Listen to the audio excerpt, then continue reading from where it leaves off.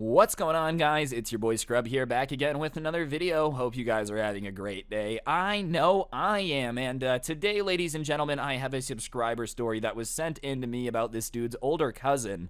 It's a pretty good story time. I don't know why old people hate video games so much, but I guess for whatever reason, they're really hell-bent on claiming that they're the reason for everyone's problems. Just another thing that we don't have in common with the boomers, and yeah, before we get into it, be sure to press the like button, otherwise no joke, no scam whatsoever. Your parents will ban you from ever touching video games ever again, and that would suck, so press the like button, and without further ado, let's get into it.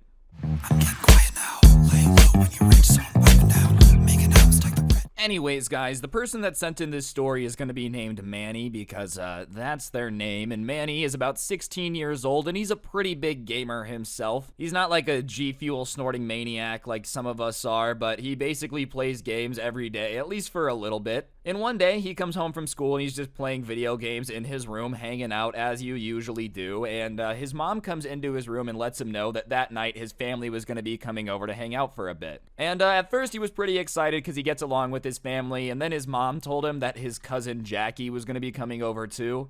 And as soon as he heard that, his enthusiasm died a little bit, okay? His cousin Jackie was about 25 years old, but she acted like she was about 87.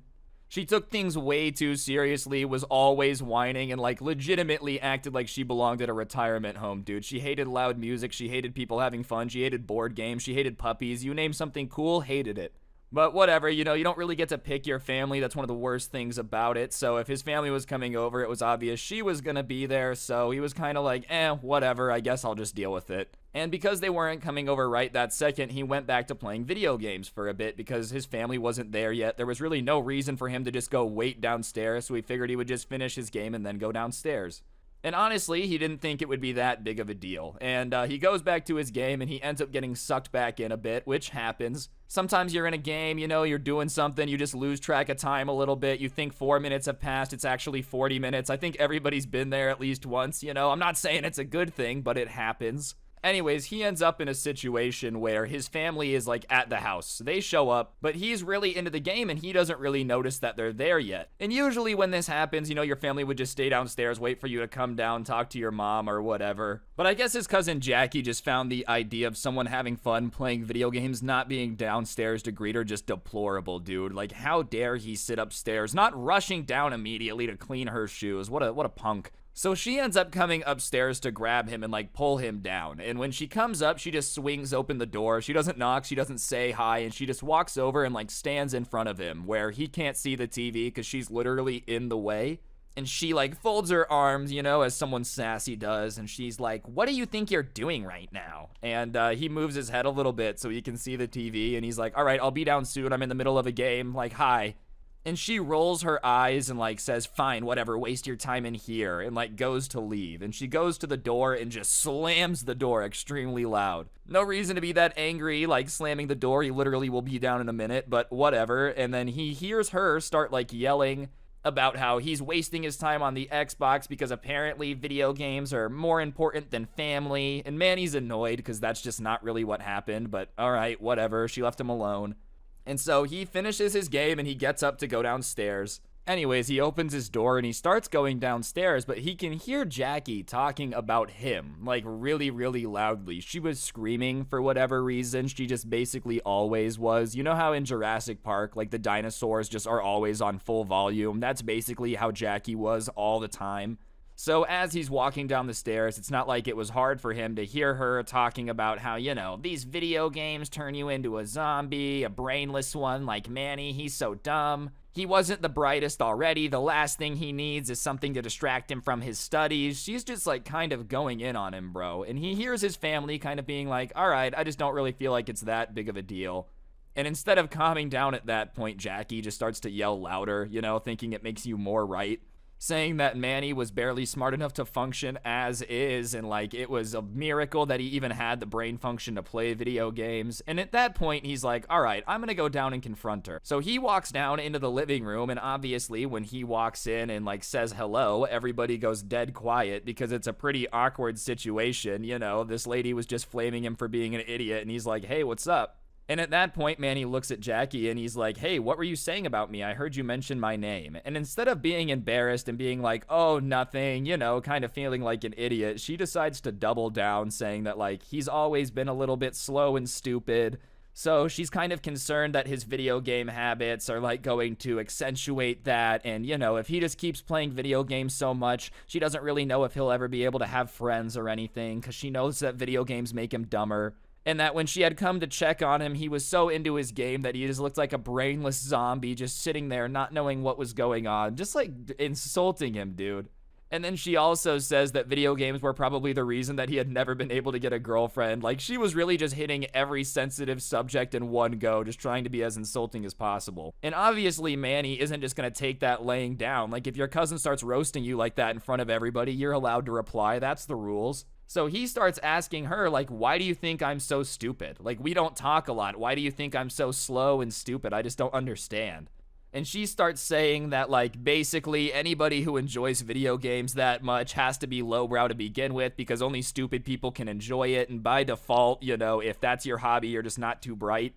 And along with playing video games being the reason he's dumb, she also says that she's heard him use slang language, and anyone that uses slang words also just tends to not be that intelligent. Yeah, bro, that just makes absolutely no sense. Like, oh, you like video games? You're instantly 5 IQ points dumber. Oh, you've said the word swag before? Yeah, you actually can't be smart. It's scientifically proven. I'm sure doing nothing but playing Fortnite 24/7, cranking 90s, screaming at your mom, stealing her credit card, yeah, that probably doesn't make you smarter, but, like, if you're going to school doing everything else, I don't know why playing video games for an hour or two a day would just make you an idiot. If it's just a normal hobby, I don't know how that would make things worse. But instead of even arguing with her, because obviously the points don't really make a lot of sense to begin with, Manny just decides to, like, make Jackie look stupid and roast her back. Which, listen, might not be the nicest choice of all time, but whatever, it was pretty funny. So he is like, Jackie, I don't think you have any room to call me stupid, alright? Because if I remember correctly, you had to repeat the senior year 3 times, dude. You failed the 12th grade 3 times. Which, listen, man, I understand sometimes crap happens, you gotta repeat a grade once, I get it. But if you gotta repeat the same grade 3 times, obviously you should not be calling anyone dumb. You know what I mean? I'm not saying there's anything wrong with it, I'm not gonna judge you, but, like, people in glass houses shouldn't be throwing stones. If you had to repeat the 12th grade 3 times, you calling somebody else stupid just makes no sense. She had a senior citizen year instead, bro. She probably celebrated her graduation and 21st birthday on the same day. Anyways, obviously the family kind of laughs at that because it's a pretty good comeback to being called dumb to point out that they're actually dumber than you, and Jackie's just kind of standing there not really knowing what to say. And at that point, she turns to Manny's mom, who's there because it's like the family party, and she's like, Manny just took it too far, you gotta tell him to calm down, that hurt my feelings. Which, is a little bit weird. Like, you can't start the fight by insulting him and calling him an idiot and then tell on his mom, How are you gonna call this guy a moron, say he's an idiot, everything he likes is lowbrow and stupid, and then tattle on him when he comes back at you? Anyways, Manny's mom, thankfully, isn't gonna let this 25-year-old tattle on her kid, and she's like, I'm not gonna tell him to stop. You started it calling him an idiot, so he has every right to respond, which kudos to the mom for having that attitude.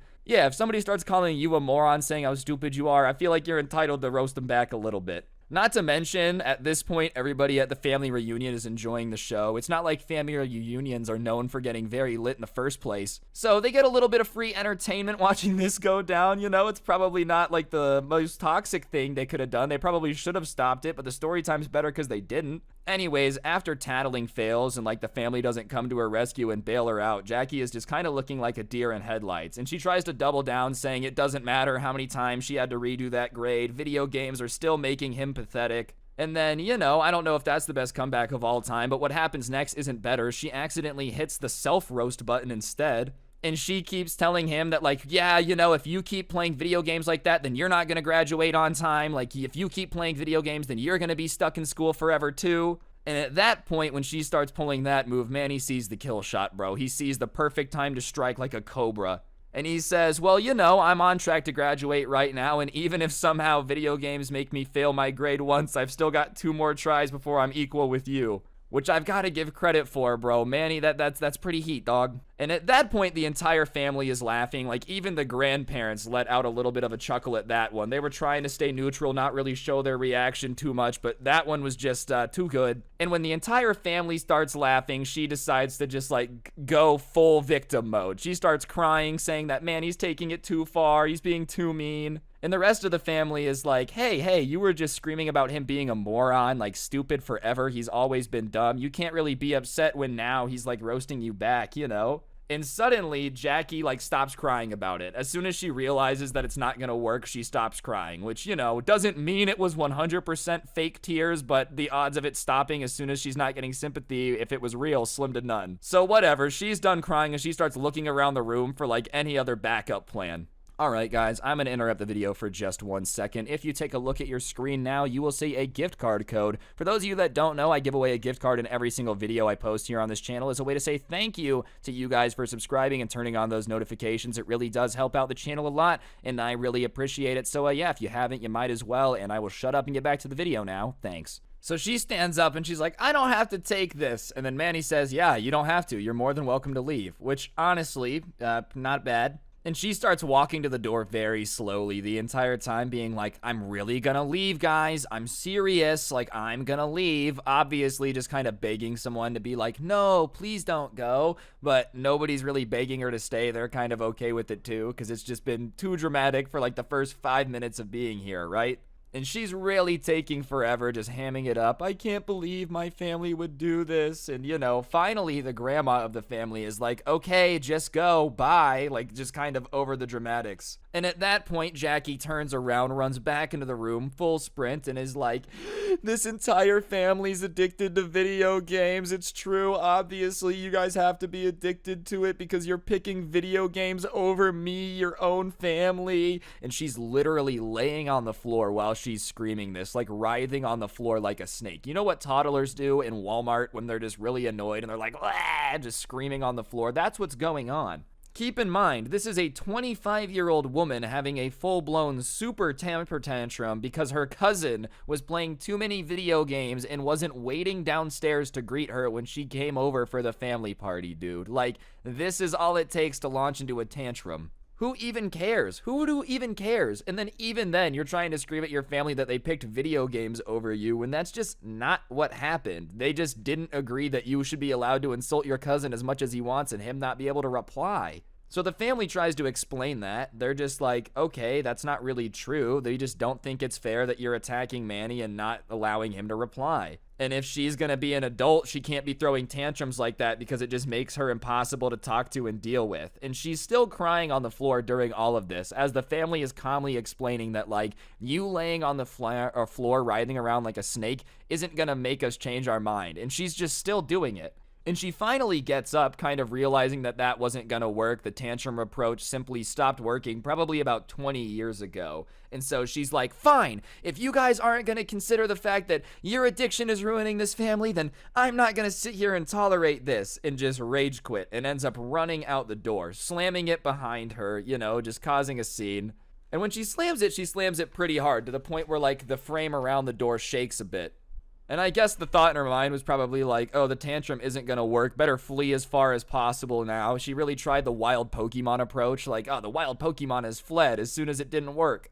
Anyways, she ends up leaving and, like, getting in her car, honks the horn a bunch, drives away, trying to get attention again. And pretty much as soon as she leaves, she sends a long text to Manny saying that, like, he ruined her life, he's tearing this family apart with his gaming addiction, and, like, until he figures out a way to not be as addicted to video games, she's not gonna consider him family anymore. And he's kind of like, okay, whatever. He doesn't really care. He doesn't even reply to it. He just kind of reacts to it with a thumbs up. You know how you can react to iMessages? He gives it the thumbs up. And he ends up just going back to the family party. The rest of the family party was pretty fun. Everybody was chilling, having themselves a good time. It had to have gotten better after that, dude. Like, if you have your cousin on the middle of the floor screaming, having a temper tantrum, even if they don't leave, if they just stop, the party's gonna be better. But yeah, the rest of the family was having a better time too, because I'm gonna assume the dramatics and getting really mad at people wasn't just a Manny thing. It would have been somebody else. But then again, they also let Manny's addiction just destroy their family. Life's never gonna be the same now, guys. But yeah, I think that's gonna do it for the video, guys. Hopefully you enjoyed. If you did, I would really appreciate you taking a second to press the like button. Let me know in the comment section down below what you thought. If you made it this far, if you don't mind going ahead and commenting the word video game down below, it helps the channel do better. And while you're down there, you might as well subscribe and turn on those notifications so you never miss another video. Other than that, if you like the intro song, a link to it can be found down below, along with my link to my podcast, The Scuffed Cast. And on top of that, if you really want to help out and you drink G Fuel, using code SCRUBBY at the G Fuel checkout will get you a discount. So if you haven't already, head on over to gfuel.com, use code SCRUBBY. And one last thing, if you take a look at your screen right now, you'll see the coolest merch to ever exist in the history of the planet, which can also be yours by taking a trip down to the description. But yeah, on that note, guys, that's everything. Thank you so much for all the support. I appreciate you, and I'll see you all tomorrow with another video. Don't get anyone pregnant. If you do, make sure they're hot. I'll see you guys next time. I'm out. Peace. What's going on, guys? It's your boy Scrub here, back again with another video. Hope you guys are having a great day. I know I am. Happy September. Hope you guys are having a good month. Hee hee ha ha. Today I've got a subscriber story that was sent in to me about a unfortunate incident that went down at a car show, ending up with a supercar getting totaled. Honestly, you gotta love the fact that people take their supercars to the car show only to try to show off and end up without one. Regardless, I figured it would be a pretty entertaining story time, but before we get into it, be sure to press the like button, otherwise, no joke, no scam, someone will blow up your Minecraft house, and without further ado, let's get into it. I'm getting quiet now. Laying low when you reach zone, wiping down, making out stuck. Alright, so as I said, this was a subscriber story that was sent in to me, and you know, apparently this guy that we're gonna call Tony was a big fan of car shows. For those of you that don't know what that is, for some bizarre reason, it's basically like there'll be a parking lot on a Saturday morning. Everybody in town that's got a cool car will kind of go there, drink coffee, look at cars, take pictures of cars. It's basically what it sounds like. It's a car show. And you know, I guess they're pretty fun to hang out at. I've been to a couple of them, but sometimes at car meets, the best thing isn't necessarily looking at cars, it's the people watching. Because some of the people that show up to car shows just tend to have this attitude that, like, you know, owning a car is their entire personality trait. And it was at one of these car shows that our subscriber ended up running into a guy that had brought a Lamborghini. And listen, I think we all know that Lamborghinis are a little bit up there in terms of cost on a car. Yeah, you can find a Lambo for cheap, but chances are you're sinking at least $250,000 into one. If you're gonna get something really flex-worthy, you know, absolutely nutty. So whenever you see someone pull up with the Lamborghini, it tends to turn some heads. And the town that this kid was from wasn't necessarily crazy large either, so it was even more bizarre to see like an exotic supercar there. You know, he was from an older town in the Midwest, so like most of the cars at this car show would be muscle cars, stuff made in America in like the 70s, and you know, it wasn't too common to see something as like flashy as a Lamborghini in the area. And obviously, when Lambo Dude pulled up and parked in the spot, a lot of people started giving him attention, but it wasn't like the owner was a nice dude. Instead, it was just a total douchebag moment. Instead of just being like a little bit humbled by the fact everybody wanted to come look at his car, you know, being nice about it, letting people take pictures of it and whatnot, the second people walked up to him and started asking him questions about it, he was like blowing them off, saying that if they hadn't done their research, he really had no reason to be talking to them, which like is ridiculous, bro. Everyone's here to be at the car show. They're not here to know everything about your car. And on top of that, somebody else like tried to take a picture of it, you know, and he got pissed off, jumped in front of him and started saying that the only way anyone was going to get a picture of his Lambo is if they paid him, and it was going to be $8 a pop for a picture. Which, like, listen, dude, I understand whatever, you're kind of out and about, people are taking pictures of you and whatnot, that would be annoying, you might want to charge them. But, dude, first of all, a car's not a person, and second of all, it's a Lamborghini, people are gonna take pictures of it. Like, I'm sorry, if you wanted to fly under the radar and not get a lot of attention, you picked the wrong car, dude. I'm sure it's annoying to have people taking pictures of your car and all that stuff, but you want to know the real key to having people not do that? Not driving $250,000 car, especially to a car show where people are gonna take pictures of it. Anyways, he started saying that he was gonna charge people to take pictures with his car, and nobody was willing to pay for it. They were all just kind of like, oh, okay, if you're gonna be like that, then I guess we're just not gonna take a picture of it. I think this is also really stupid because I really just don't know what he expected. Like, I'm sure driving down the road on a Tuesday in a Lamborghini, some kid at a crosswalk is going to take a picture of your car. Let alone taking it to a car show and expecting nobody to take a picture of it might be the dumbest thing of all time. Maybe that's how he's like paying the bills on the Lamborghini. He really can't afford it. He just takes all the photo op money from all the car shows he goes to, and that's how he's paying for it. This is basically the equivalent of like taking a brand new super cute puppy to a crowded dog park, right? And then being really pissed off when someone's like, "Can I pet your dog?" Yeah, you brought a cute puppy in public. Everyone's gonna want to pet it, dude. That seems like a pretty normal thing. Anyways, after he started trying to charge people and be condescending, what was once like kind of getting a lot of attention, a lot of people coming over there, ended up emptying out pretty quick. Like for the first 10 minutes, he had people coming over and asking to talk about the car and whatnot, and he was being a jerk. But once everybody at the show kind of realized that he was a jerk and not fun to talk to, they just stopped giving him attention. You know, nobody was looking at it, nobody was taking pictures of it, and it got so annoying to this guy, like his ego was so bruised by that he started reminding people like, "Hey guys, look at my Lamborghini here. Come on, I don't know why you guys care about all these other cars when my Lamborghini is right here." Like, he was so offended at the fact that nobody wanted to come talk to him about his car and take pictures of it that he started reminding people that it was there. And trust me, dude, everybody knew that it was there. They just didn't want to deal with you. You can look at a car from far away. You don't necessarily have to go up and talk to the owner. And so he kind of tries his best to remind people that it's there. He lowers the price from $8 a picture to $5 a picture. Surprisingly, wow, that doesn't get people lining up outside the door. Who would have thunk it? You would think with discounts like that, he would have had some Black Friday doorbusters waiting outside, camping outside to get a picture with his car, but that just didn't happen. So once he realizes he's just kind of SOL, no one's giving him any attention, he decides that he's gonna dip out early, right? But he can't leave without trying to get the last word in. He's just that type of guy. So he just starts ranting about how he's never going to come to a car show in any hick town again, and crappy towns like this never appreciate actual automobiles. Everyone here's a moron. They're all stupid. Calling everybody rednecks, insulting them, and everyone's like, "All right, bro, bye. Like, go ahead and leave." And anyways, he starts pulling out onto the main road from the parking lot they're in. And if you've ever been to a car show, then you know that like the road in front of a car show tends to be pretty loud. Because as people are leaving the car show, they'll show off, they'll do burnouts, they'll try to like do really cool stuff to, you know, show off in front of their friends.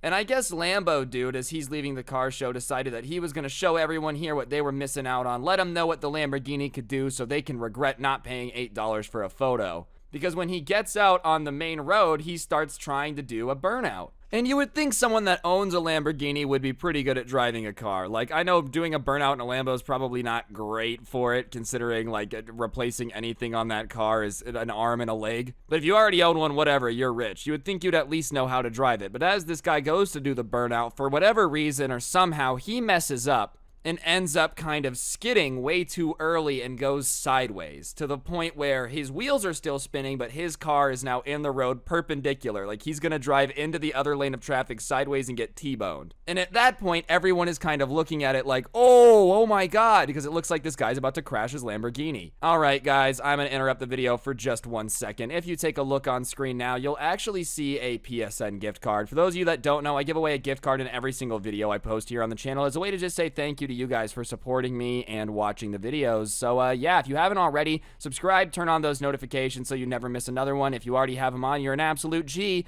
And on that note, I'll shut up and get back to the video. Thanks. And so he goes to straighten it back out, and he kind of gets there, but not before, like, you know, the curb's coming. And so his left wheel kind of hits the curb at probably like a 45-degree angle, just enough where you hear just a crunch, and you see the wheel kind of go cambered in. Do you know what I mean? Like the bottom of the wheel is now bending a way that it's not supposed to be bending. And obviously, everybody at the car show, you know, it doesn't take a mechanic to realize that that's really bad. But because it's a car show, everybody's like, oh, to the point where, you know, there's the sound of a car accident, but you can still audibly hear the oh of everybody at the car show when they realize that this dude probably just broke his axle on his Lamborghini. And for those of you that are like, whatever, it's expensive, but he owns a Lambo. Yeah, replacing an axle on a Lamborghini costs about, I would guess in the ballpark of, from what I just looked up, at least like 20 grand. I mean, there was some places I found where it's like, you can get it repaired at Walmart for 2 grand, but I don't know if I'm trusting Walmart to work on the Lambo. You know what I'm saying? Still, it's a pretty considerably expensive repair, not to mention, it's not moving. Like, you're not driving this car from where it is, so now you've got to call a tow truck, get it towed, in front of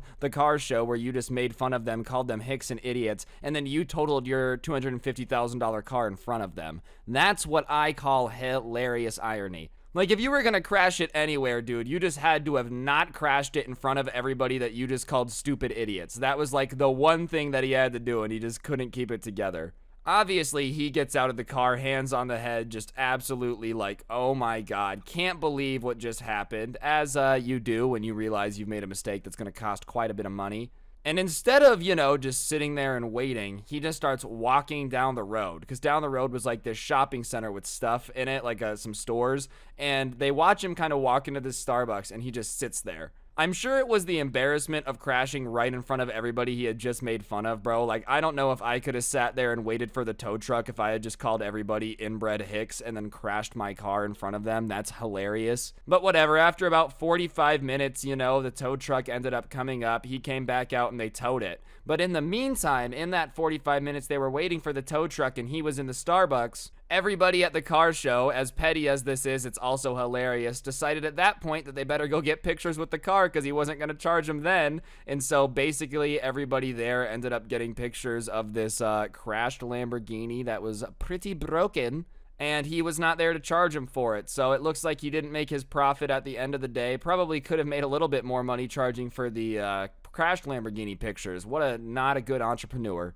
Regardless, moral of the story, be careful of showing off in front of a car show. It's probably not worth it to total your car. And also, be careful, because if you do make fun of a bunch of people for being hicks and then try to do a burnout, you will crash your car. That's just the way the universe works. Anyways, guys, I think that's going to do it for the video. I know this was a short one. Long ones are back tomorrow. I do promise you. I've been writing one down. I got you guys. It will be a good video. Regardless, if you enjoyed, I would really appreciate you taking a second to press the like button. Let me know in the comments section down below what you thought of the video. Turn on subscriptions, notifications, all that good stuff. If you really want to support me, you can use code Scrubby at the G Fuel checkout. That is a fantastic way to get a discount. Help me out. Check out the intro song down below. My Scuffed Cast podcast is down in the description too. And if you take a look at your screen, you'll see the coolest merch to ever exist in the history of the planet, which can also be yours with a trip down to the description. But yeah, on that note, guys, that'll do it. Don't get anyone pregnant. If you do, make sure they're hot. And I'll see you guys next time. I'm out. Peace. Hey guys, it's Scrubby back again with another spooky video here. You guys seem to really like these, so here's another one. You guys know the drill. Like and comment if you want more. It helps them do better, and let's go.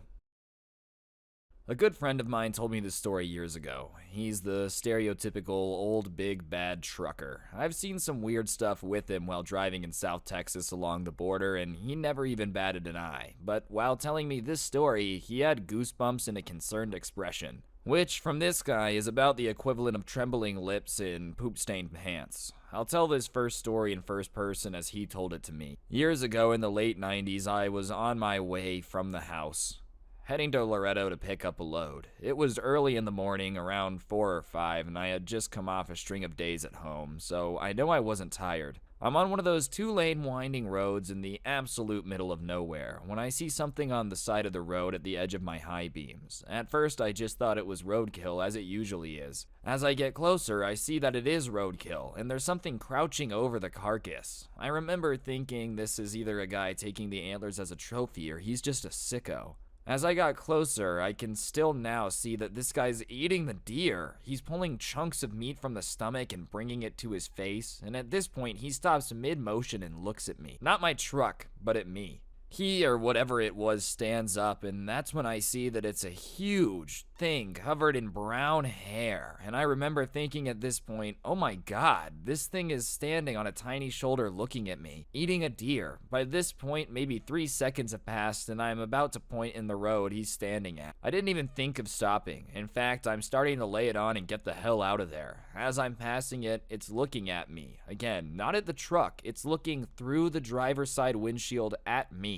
He obviously has the intelligence to know that there's a driver in there, and he knows where I'm sitting. And as I start to pass him, I can still see its head above the hood of an old needle-nose Pete, which is an old truck design where the hood goes straight out from the windshield. Being tall and difficult to see around is what it's known for. This thing is giant, and I remember seeing what looked like human intelligence in its eyes. It scares the crap out of me, and to this day, I don't really know what it was.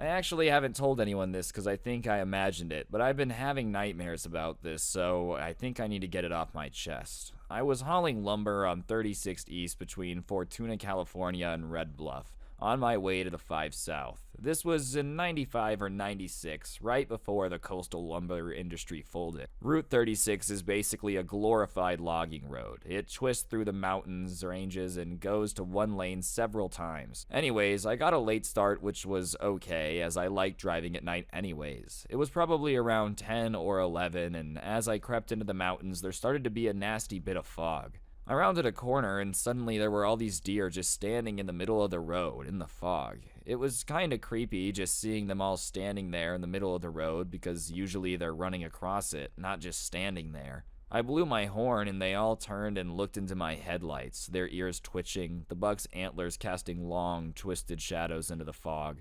I blew my horn again and they lazily walked to the side of the road. I idled forward towards them and I looked out my driver window and saw the bucks and does warily looking back at me as I drove through them. But that wasn't the creepy part. I reached the peak and started back down. The fog on the eastern side started to abate, but as I rounded the corner, I saw a guy walking down the road. Down the middle of the oncoming lane with his back to me. He had a shoulder-length black hair, wet and stringy from the moisture that had been in the air. He wore a faded blue wool-lined jean jacket, hands in his pockets, and darker jean pants.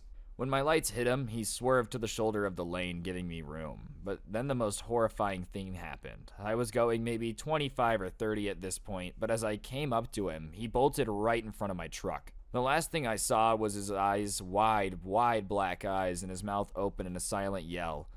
A black pit in his white face shining into my headlights before disappearing under the horizon of my hood. I stood on the brakes, the cab and the trailer behind hopping. I remember thinking, Jesus, Jesus, Jesus, as I hopped out of the cab and ran back behind the truck. I saw him walking back up the hill, behind my truck, hands in his jacket pocket, illuminated by my red brake lights. He looked back at me, his black eyes and black mouth now grinning toothlessly. Then he dashed into the trees at the edge of the road. I was so scared I didn't call out. I just got in my cab and drove on. I still dream about those wide eyes and that unholy mouth disappearing under my hood. I hope the dreams stop now. I want to preface this by saying that I'm not making this up, I'm not a writer, and I'm not embellishing, and I don't care if I get internet points for it. I'm not a long-haul trucker, but this happened during a long drive at night about 14 years ago. 4 friends and I decided to drive out to Weatherford, Texas to look at some new Hondas at a dealership after they had closed because we were stupid high school kids and didn't understand the concept of trespassing. The ringleader of our group drove us in his 96 Honda Civic. We took the 730 south towards 180. Around 20 minutes into the drive with no lights, houses, or other vehicles in sight, his CD player turned off mid-song. No one touched it and he didn't have controls on the steering wheel. We all thought it was weird, but nothing paranormal. He turned it back on and we completed the drive.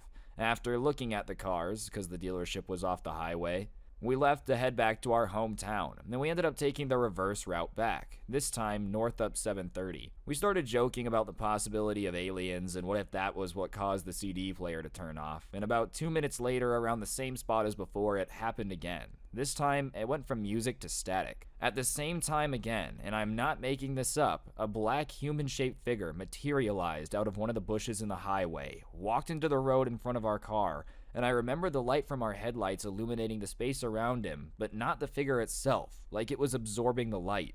There was no shadow that I could see. This was not a guy in a body morph suit. It was like looking at a two-dimensional cartoon of the blackest color you can imagine, and it was reaching its arm out at us. We were going about 55, 60 miles an hour, and we had to swerve to avoid it, and I remember as we passed it that it had no distinguishing features.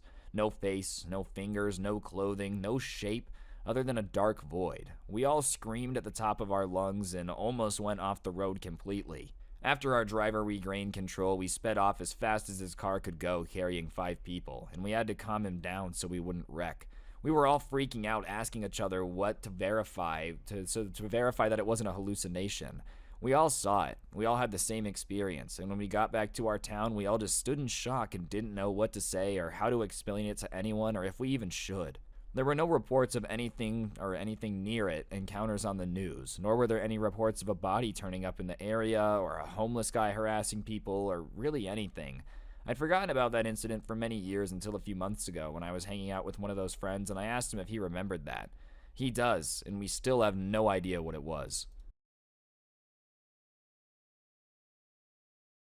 I was driving my flatbed from St. Helena, California to Wiley, Texas. This happened somewhere near the Texahoma border. I picked up a hitchhiker. He was standing by the side of the road with a trembling thumb out. Trembling from the cold, I thought? Soon I would realize that it was trembling because of the fear. The trembling of the man who looked as though he'd seen a ghost definitely shook me a little bit. Where to, I asked. Please, I know this is weird, just take me to a bar. I need a drink. I will buy you a drink or a hot sandwich, I just don't care. Get me there. I thought this was odd. I picked up many hitchhikers in my day, and such a request was never asked. As I was about to say, get lost, buddy, whatever you're selling I'm not buying.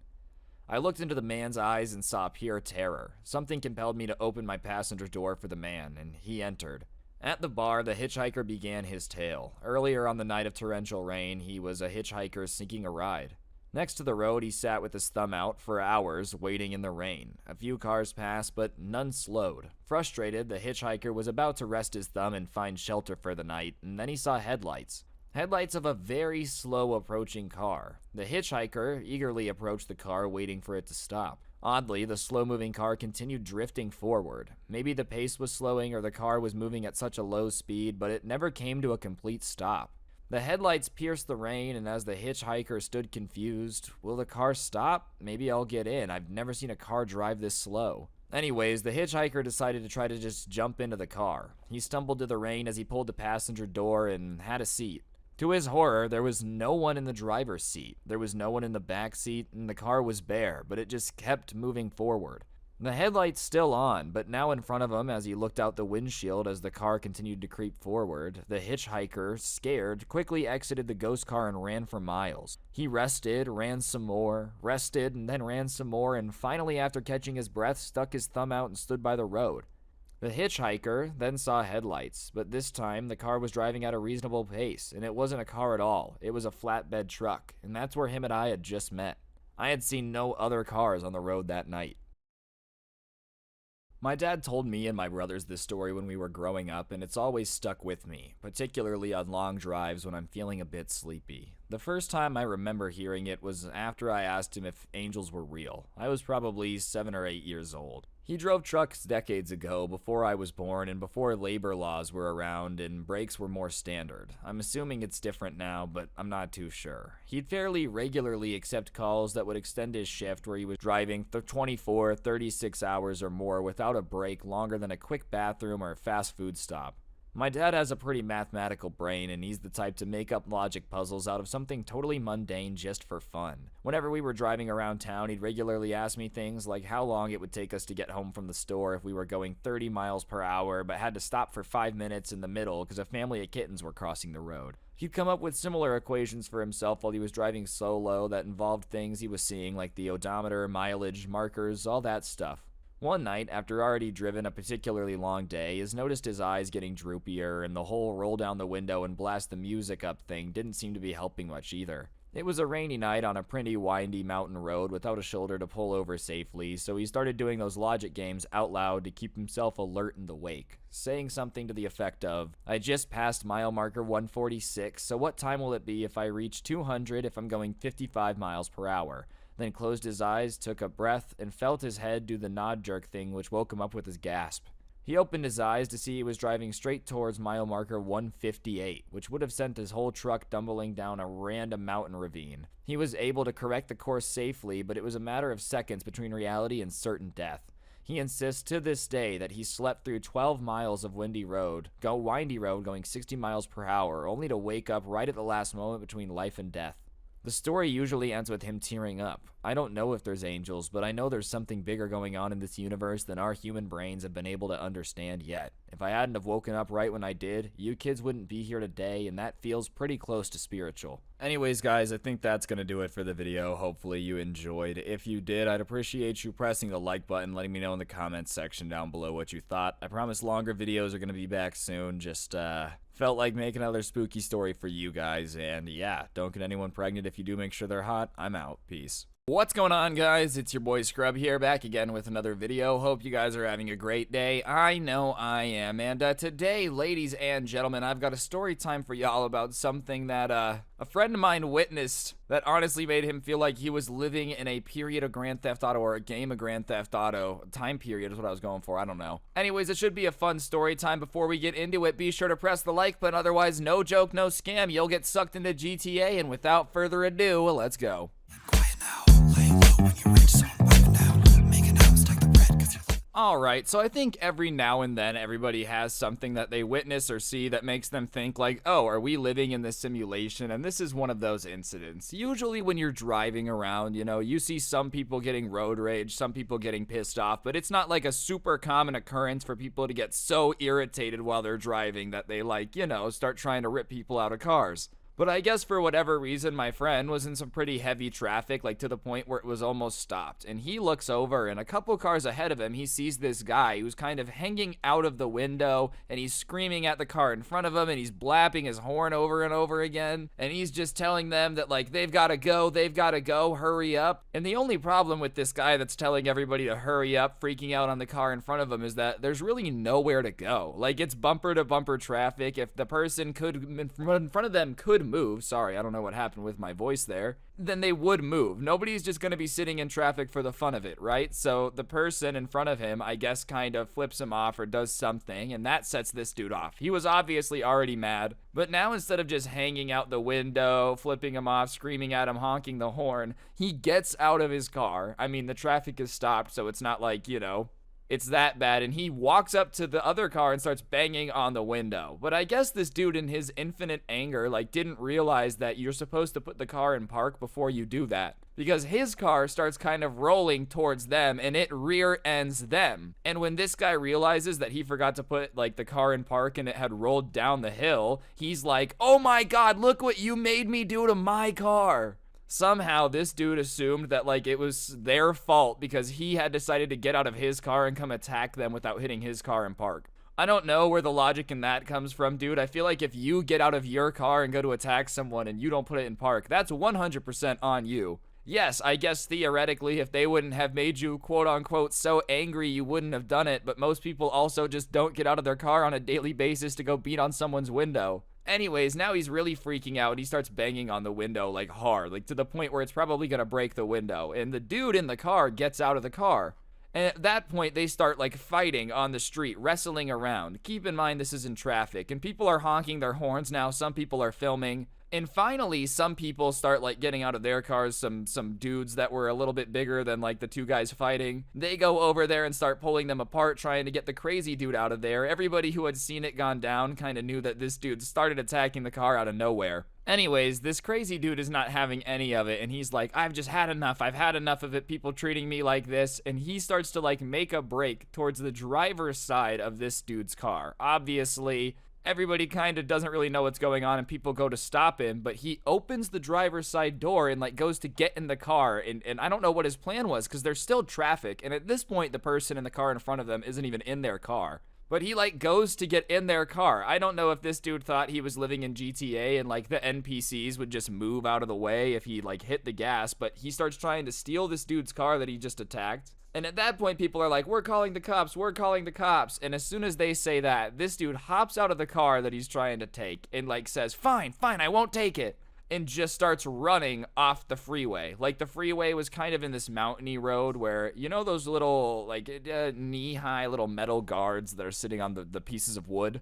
I hope somebody knows what I'm talking about. If not, whatever, I'm crazy. Anyways, he kind of, like, jumps over that and starts running off into these woods that are kind of by the freeway, right? And everybody is just kind of like, what is going on? And so somebody goes at that point. The guy who he had, like, attacked is, like, kind of laying there. People are talking to him and checking on him. But they go and they move his car back. They back it up to give some space, stop rear-ending the car in front of them. And they're like, wait, this car is, like, there's nothing weird in it. They assumed that the guy was going to be super sketchy or something. But it wasn't like it was a car with anything illegal in it. If anything, they started to assume that it must have just been a stolen car, because who just leaves their car and runs off into the woods in the middle of traffic? Anyways, they're sitting there waiting. Sure enough, it takes like forever and a brick for the cops to even get there because now they can't leave because there's no one to move this car. And on top of that, the cops have to come through the traffic. So for a while, my friend is waiting there, and he's like, I'm gonna stay here until the very end. I need to figure out what's going on. So the cops get there, they start asking everybody what's going on. And my friend lives in a big city, but like at the time, he was on a freeway where there was traffic, but the freeway was connecting one big city to another big city, and in between there was like a small city. So the people that like responded to the scene were the cops of this smaller town, right? And they start describing the guy, and they look in the car, and sure enough, one of the officers goes around to check the glove compartment to see if there's like anything there that can help them figure out who it is. And almost at the same time, both of the cops are like, Randy. Like, I guess this dude, whoever it was just kind of known for like being a little bit wild and just doing crazy stuff, but it was his car. It wasn't stolen. It wasn't like there was anything bad in it. He had registered it to himself. His name's on all the paperwork. He had just freaked out, gotten in a little freak out over this thing, and ran off into the woods. And at this point, the guy who had kind of been fighting with him a little bit was like, whatever, I just want to go. Like, I just don't want to deal with this. I just don't want to deal with this. And so they couldn't really hold him there. Like, he wasn't crazy injured or anything. So he's like, I'm going to leave. And so the cops kind of asked everybody which direction Randy had run off to. And they kind of pointed off into the hills there. And they were like, yeah, his house is nearby. And they were like, okay, well, thank you. You guys can go. But we've got it from here. And so everybody that was still there gets in their cars and they leave. But yeah, the cops apparently just had to go over to Randy's house and like figure out what was going on. Alright guys, I'm going to interrupt the video for just 1 second. If you take a look at your screen now, you will see a gift card code. For those of you that don't know, I give away a gift card in every single video I post here on this channel as a way to say thank you to all of you guys that are subscribed with those notifications on. So if you haven't already, I'd really appreciate you taking a second to turn on those notifications so you never miss another upload. And yeah, I'll shut up and get back to the video. Thanks. Like, how do you even roll up and do that? You just come up, knock on the door. Hey man, did you have a little freak out over on the freeway, attack someone, vandalize their car, crash into it, and then leave it there and run back? Nope, wasn't me, because like, you know, he's clearly crazy enough to deny it, right? And then, okay, well then why was your car there? I don't know, must have been my evil twin, Randy 2. He does that sometimes. He's just not a nice guy. Like, I just gotta understand what his plan was, dude. Did he just think they weren't gonna assume the car was his? Like, they just weren't gonna put 2 and 2 together? Not to mention how much crazy stuff you probably have to do to like get to the point where they just assume it's you. Ugh, Randy. Like, they just assumed that someone doing crazy stuff in this town was him. And listen, I'm not saying it's the largest town to ever exist, but like, it's impressive that the police all knew who he was. Do you understand what I'm saying? Like, it's an impressive feat. You just gotta think what some of the other highlights would have been, dude. That's the biography I would kill for. I know everybody's like, oh, I want to read the biography of presidents and Nobel Peace Prize winners. I'm like, I want to know what Randy got down with in his 20s, because if this is what he's doing when he's an old man just freaking out and doing crazy stuff, then you've got to imagine what it was like when he was younger, man. I'm not saying it's a good thing. Obviously, don't do this. 0 out of 10, do not recommend. The guy's clearly a nut job. But if he's already crazy, we might as well get the stories out of it. You know what I mean? Regardless, dude, he didn't really follow up much on Randy, but he did go home and kind of look up some stuff from the area, and there were some news articles that were like anonymous, you know? They didn't list who the person was, but it was like local resident caught doing just some crazy stuff. So yeah, sure enough, I guess all the police in that area got to know the 411 on Randy and what he gets down to. Yeah, be sure to keep an eye out for Randy. Word on the street is he got another golf cart, tried to dress it up like a car and take it to a car auction. Be on the lookout. You never know these days what exactly Randy's getting down to. Anyways, guys, I think that's going to do it for the video. Hopefully you enjoyed. If you did, I would really appreciate you taking a second to press the like button. Let me know in the comment section down below what you thought. If you don't know what to comment, just go ahead and comment the word Randy down there. It really helps me out. Other than that, if you use code Scrubby at the G Fuel checkout, it gives you a discount on G Fuel. Helps me out, so, you know, consider doing that. My podcast, The Scuffed Cast, down below, along with the link to the intro song. And if you take a second to look at your screen right now, you'll see the coolest merch to ever exist in the history of the planet, which can also be yours with a trip down to the description. But yeah, on that note, guys, that'll do it. Don't get anyone pregnant. If you do, make sure they're hot, and I'll see you guys next time. I'm out. Peace. What's going on, guys? It's your boy Scrub here, back again with another video. Hope you guys are having a great day. I know I am. And today I've got a story time that was low-key pretty creepy when I heard it. It's about the subscriber who told me that his mom ended up bugging his room. Yeah. I've heard of like helicopter parents, dude, but I think using literal spy equipment in your kid's room is a bit too far. But regardless, it should be a pretty crazy story time. Before we get into it, be sure to press the like button. Otherwise, no joke, no scam whatsoever. Your mom is going to bug your bedroom, and trust me, that's creepy. And without further ado, let's get into it. Quiet now, lay low when you reach zone, wiping down, making out, stack the bread, 'cause you're All right, ladies and gentlemen, boys and girls. As I said, today's story time's about a mom that took spying a little bit too far. The person that sent this in, I'm going to name Teddy for the story because I don't think I've used that name before and it sounds swag. Regardless, Teddy sadly has to admit that his mom is a bit of a Karen, dude. She's just a little over the top, always pushing him and his like siblings too far to be successful, getting up in people's faces when they don't get their way. Just always takes things a little bit further than they need to go. She's a bit of a Karen. And, you know, because of that, Teddy had become a little bit closed off from her. He didn't necessarily tell her everything that was going on in his life. He didn't like talking to her about school. He didn't like talking to her about his issues, because she would just always over-involve herself or, like, force him to do stuff he didn't want to do. So naturally, he just kind of stopped talking to her about it. And she immediately noticed that because she started being, like, just starting to press him about it. Why won't you tell me anything? What's going on in your life? You need to tell me what's going on. I need to know what's up. And obviously, when she started doing that, it made him kind of like double down on not telling her anything, because it's really weird to be like, you don't want to tell me about your personal life? I'm forcing you to. Like, that just makes the person more uncomfortable. And, you know, that irritated his mom more, and the tensions between the two of them started to get worse, which, like, in return made him like talking to her less. And he thought that eventually it was just gonna like boil over, she would just get used to it, and it was gonna be what it was gonna be. But one day, he's at school with his friends, and they're kind of goofing off, talking about stuff, and he gets a text from his mom that he doesn't think was necessarily meant for him. In fact, it looked like it was meant for his dad, because it said something along the lines of, "Did you put that stuff in Teddy's room so we can hear what he says later?" And obviously, Teddy just kind of looks at it and is like, "Oh, that's bizarre. I don't think I was meant to get that," but he decides not to respond. His parents weren't necessarily the most like tech literate people ever, so if he just didn't acknowledge that his mom had said that, then, you know, she probably wouldn't go out of her way to like explain it away or prevent him from investigating further. So he just kind of made a note of it, got home that day, kind of talked to his mom for a bit, and because his mom wasn't tech savvy, he went into her phone while they were talking and like deleted the message that she had sent to him. So he had proof that she had sent this little message being like, "Did you put the listening devices in there?" And, you know, she didn't see that when she went to the messages. So he decides to look through his room. And as he's looking through his room, the thought going through his head is like, I'm being way too paranoid. There's no way that my mom like actually wants to bug my room. I've got to just be freaking out a little bit, a little too paranoid.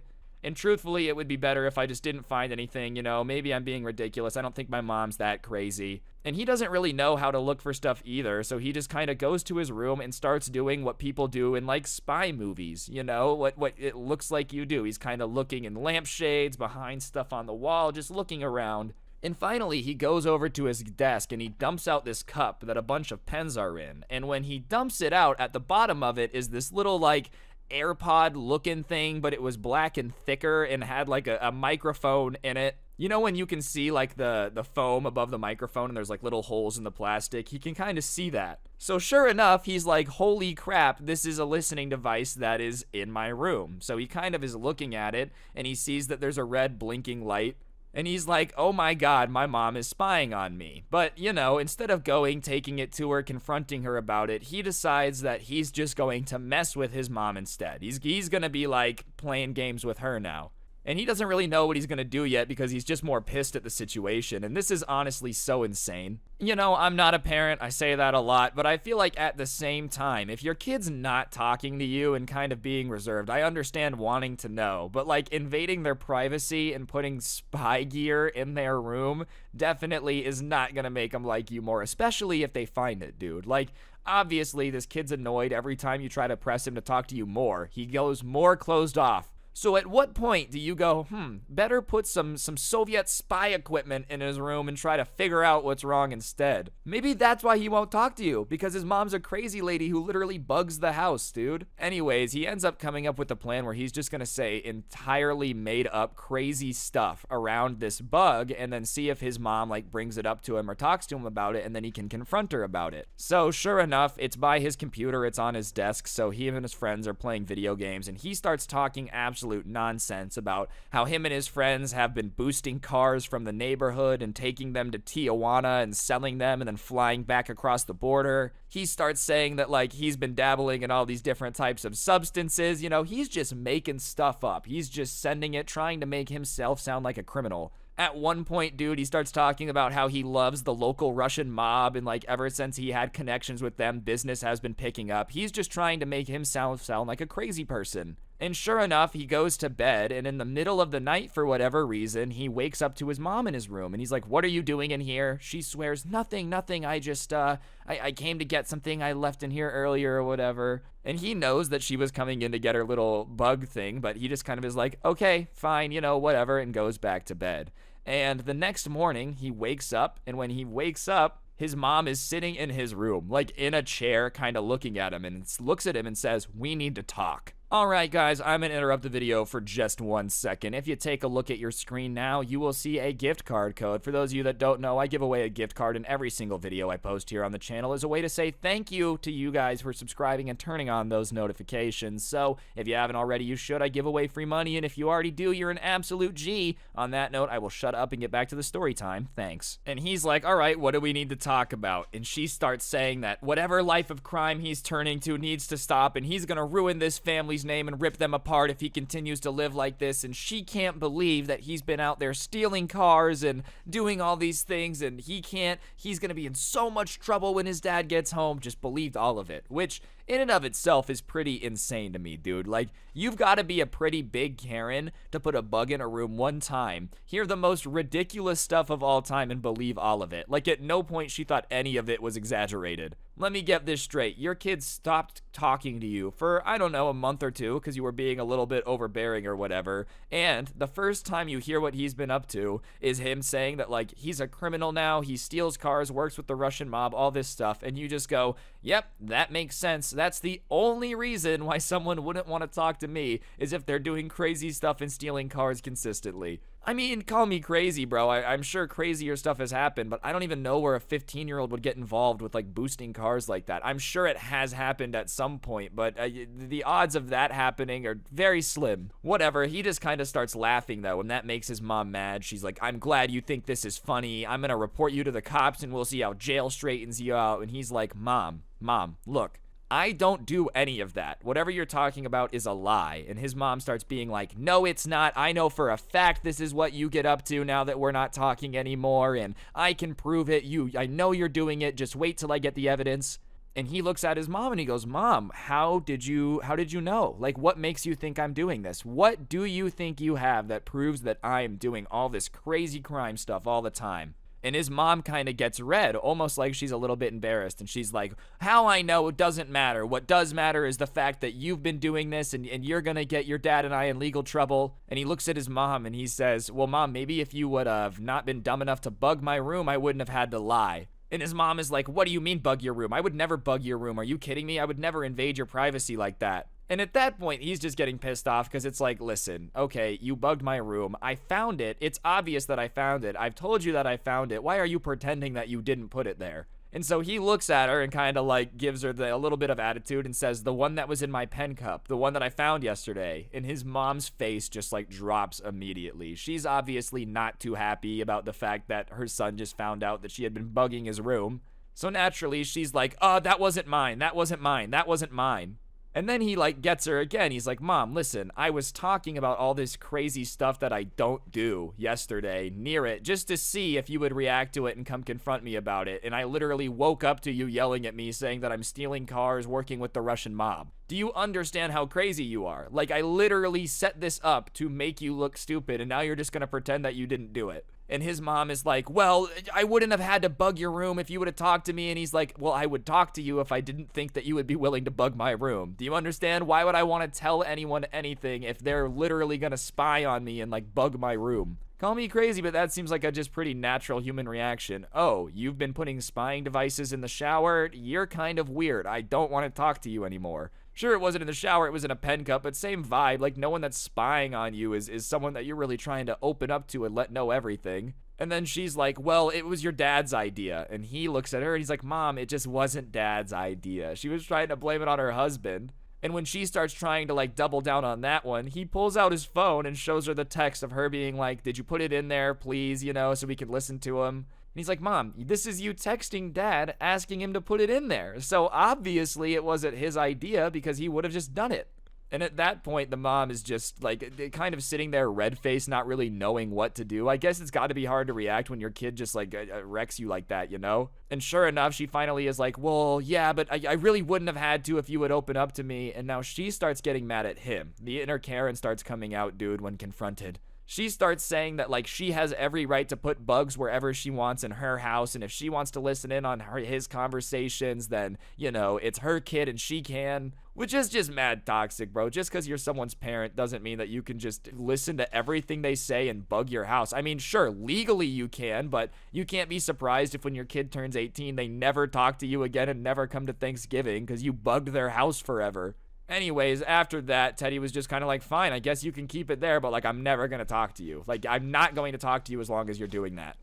And his mom tried to hold strong, but when his dad got home and found out about it, he's like, no, you have to take it. You can't leave the bug in his room now. Like, no, I didn't even want to do this in the first place. So thankfully, at least somebody in the house had some common sense, and there's no longer bugs in Teddy's room. But yeah, I figured that was a pretty crazy story time, one that you would enjoy. That's gonna do it, though. Hopefully you enjoyed it. If you did, press the like button, comment down below, all that good stuff. I would really, really appreciate it. Beyond that, if you want to help out, you can use code Scrubby at the G Fuel checkout. You get a discount on G Fuel. It helps me out. A link to the intro song can be found down below. And be above all that, if you take a look at your screen now, you'll see the coolest merch to ever exist, which can also be yours by going down to the description. And on that note, guys, I think that'll do it. Don't get anyone pregnant. If you do, make sure they're hot, and I'll see you guys next time. I'm out. Peace. What's going on, guys? It's your boy Scrub here, back again with another video. Hope you guys are having a great day. I know I am. And today, ladies and gentlemen, I've got a story time for y'all that hopefully you're going to enjoy. It's about the time that, like, I was playing video games with this dude. He was getting super aggressive, screaming a whole bunch, and then his mom turned off his internet, which led to a series of events which can only be described as stupid. Regardless, it'll be a pretty entertaining story time. I think you guys are going to enjoy it, and without further ado, let's get into it. But before we do, press the like button, or no joke, no scam. Your mom's going to unplug your internet, and yeah, without further ado, let's go. Quiet now, lay low when you reach zone, wiping down, making out, stack the bread, 'cause you're Alright, so back in the day when I was like in middle school, me and my friends were super into Call of Duty. That was like the game that swept my school that everybody was obsessed with. Modern Warfare 2 was like the game. And because of that, you know, everybody would kind of hop on and play against each other. It was pretty competitive, as it is. And I had a group of friends that was me and 3 others, and we used to play game battles, which was like before MLG, competitive gaming. You used to go on this website and sign up for like wager matches and stuff. And, you know, we were middle schoolers, so we weren't that great, but we thought we were super cool because we had won a couple game battles games. And there was this other group of kids in the school that also did it, and they thought that they were better than us. And as you do when you're in middle school and you think you're good at video games, we were just talking crap back and forth to each other, and one thing leads to another, and one Friday night we agree that we're gonna play against each other, and we're gonna be playing for like $150, right? Which was a lot of money for middle schoolers. I think 8 people were playing, so it broke down to close to $20 a person, not exactly, but around there, you know, and then the winning team was gonna keep it. So we were very hyped, we're excited, we're like, yeah, dude, we're gonna win, you know, we're taking it super seriously. And that night, we get home, we hop in the Xbox Live party, and for whatever reason, because this wasn't going to be like an official match, usually you would go into 2 different Xbox Live parties, but we had decided that we were just going to play it like in one party so we could talk crap to each other the entire time. We all went to school together, and yeah, we were being competitive, but like for the most part, we were getting along. It was more of just some friendly competition. But there was one kid on the other team that like didn't seem to get the memo about the friendly competition part. He just got the memo about the competition part. And it was this kid that I'm gonna name Brandon for the story time, right? That wasn't his name, but it fits. And Brandon thought that he was literally the greatest Call of Duty player of all time, man. Like, I'm not gonna lie, we all thought we were better than we were. We sucked. But this dude thought that he was gonna go play for Optic, man. He was like, yeah, I'm gonna go play for FaZe. Just thought that he was an absolute pro. And from the second we joined the party, everybody was kind of friendly crap talking each other, and he's having none of it. He just kept being like, I'm here to play the game and focus on winning. I'm not here to talk. Like, are we gonna play or not? Just being super serious, right? So whatever, we're all in one party and we start the game, and it's pretty quiet when we're playing because nobody wants to be like giving call outs to the other team that's gonna help them out or know where we are. And the first like thing that happens is someone on my team ends up killing Brandon, like on the other team. And the second he dies, dude, he starts screaming about how it's bullcrap, that's not a fair spot, this is totally unfair, like, oh my god, what an idiot, why are you playing there? And no one had talked crap to him or anything. That was just his reaction to like getting got in Call of Duty. Which, listen, it doesn't matter how good you are. Sometimes you're gonna die in Call of Duty. It's just the way the game is. So whatever, realizing that he's kind of pissed off, the person that kills him tries to like bait him a little bit and goes, nah man, you suck, like just get better. Which is what you do, man. If you know somebody on the other team's getting baited and you can get them off their game and you're playing for money, it's what you're gonna do. But Brandon, when he says, like, hears that somebody's trash talking him, is like, dude, just wait till the next round, I'm gonna get you, man. Like, I don't know who you think you are. And he starts screaming at our team. And we're all kind of laughing at it, which pisses him off more, and he starts screaming even more at us on the Xbox Live party. And his teammates are like, dude, shut up, I can't hear anything, like, please stop. And he's like, fine, I'll shut up, but like, these guys suck, if we lose to them, it's your guys' fault. He's all mad at his teammates now. And so he was probably screaming for about a minute or so. We think it's hilarious, and in the meantime, we end up winning the round. Well, in between the end of that round and the next round starting, we hear a knock on somebody's door, and it opens, and it sounds like Brandon's mom, like, comes into his room. And we hear her being like, Brandon, you can't be yelling that at the game. We've had issues about this. Like, if you're going to get this mad at Call of Duty, then you're going to have to get off. Do you understand? It's inappropriate to be yelling like that. Your brother's in the other room and, da-da-da-da-da. He was just kind of going off screaming. And listen, everyone's been mad at a video game. I get it. But it was obvious that his mom was like, listen, every day you're screaming at Call of Duty. Maybe you just shouldn't play it. And obviously, Brandon's like, okay, mom, I'm sorry. The tough guy act drops pretty quickly when his mom comes in. And she's like, I'm serious, stop yelling at the game. And he's like, okay. And while his mom's talking to him, the round started. And after she walks out of the room, obviously, we're gonna like joke about it. Because we know this dude's tilted. He's not playing very well now that he's pissed off. So I end up saying something along the lines of, hey, is your mom here to coach you in COD? Like, is she better than you? It wasn't that good of trash talking. I'm not gonna say that. But for whatever reason, dude, it just triggers him. And he's like, no, dude, are you kidding me? Are you really gonna make fun of me because my mom came in to check on me? Like, that's unfair. Why would you bring that up? And instantly it's like, dude, that's why I brought it up, because you're freaking out. And his mom had like just left, so sure enough, we hear the door open up again and we hear, Brandon, what did I just say? Stop yelling. And he's like, Mom, you don't understand. They're saying that you came in and you're better than me and blah, blah, blah, blah, blah. This is why you can't embarrass me. And she's like, are you kidding me? Are you gonna get mad at me now because of this video game? Are you serious? And he's like, Mom, you don't understand. They're pissing me off. And she's like, this is your last chance. Stop the yelling. If you want to play with your friends, then stop freaking out because it's annoying. And yeah, sure enough, caves a little bit again. Okay, mom, I'm sorry, you're right. All right, guys, I'm going to interrupt the video for just 1 second. If you look at your screen now, you will see a gift card gift code. For those of you that don't know, I give away a gift card in every single video I post here on this channel as a way to say thank you to you guys for supporting the channel every single day and having on those notifications.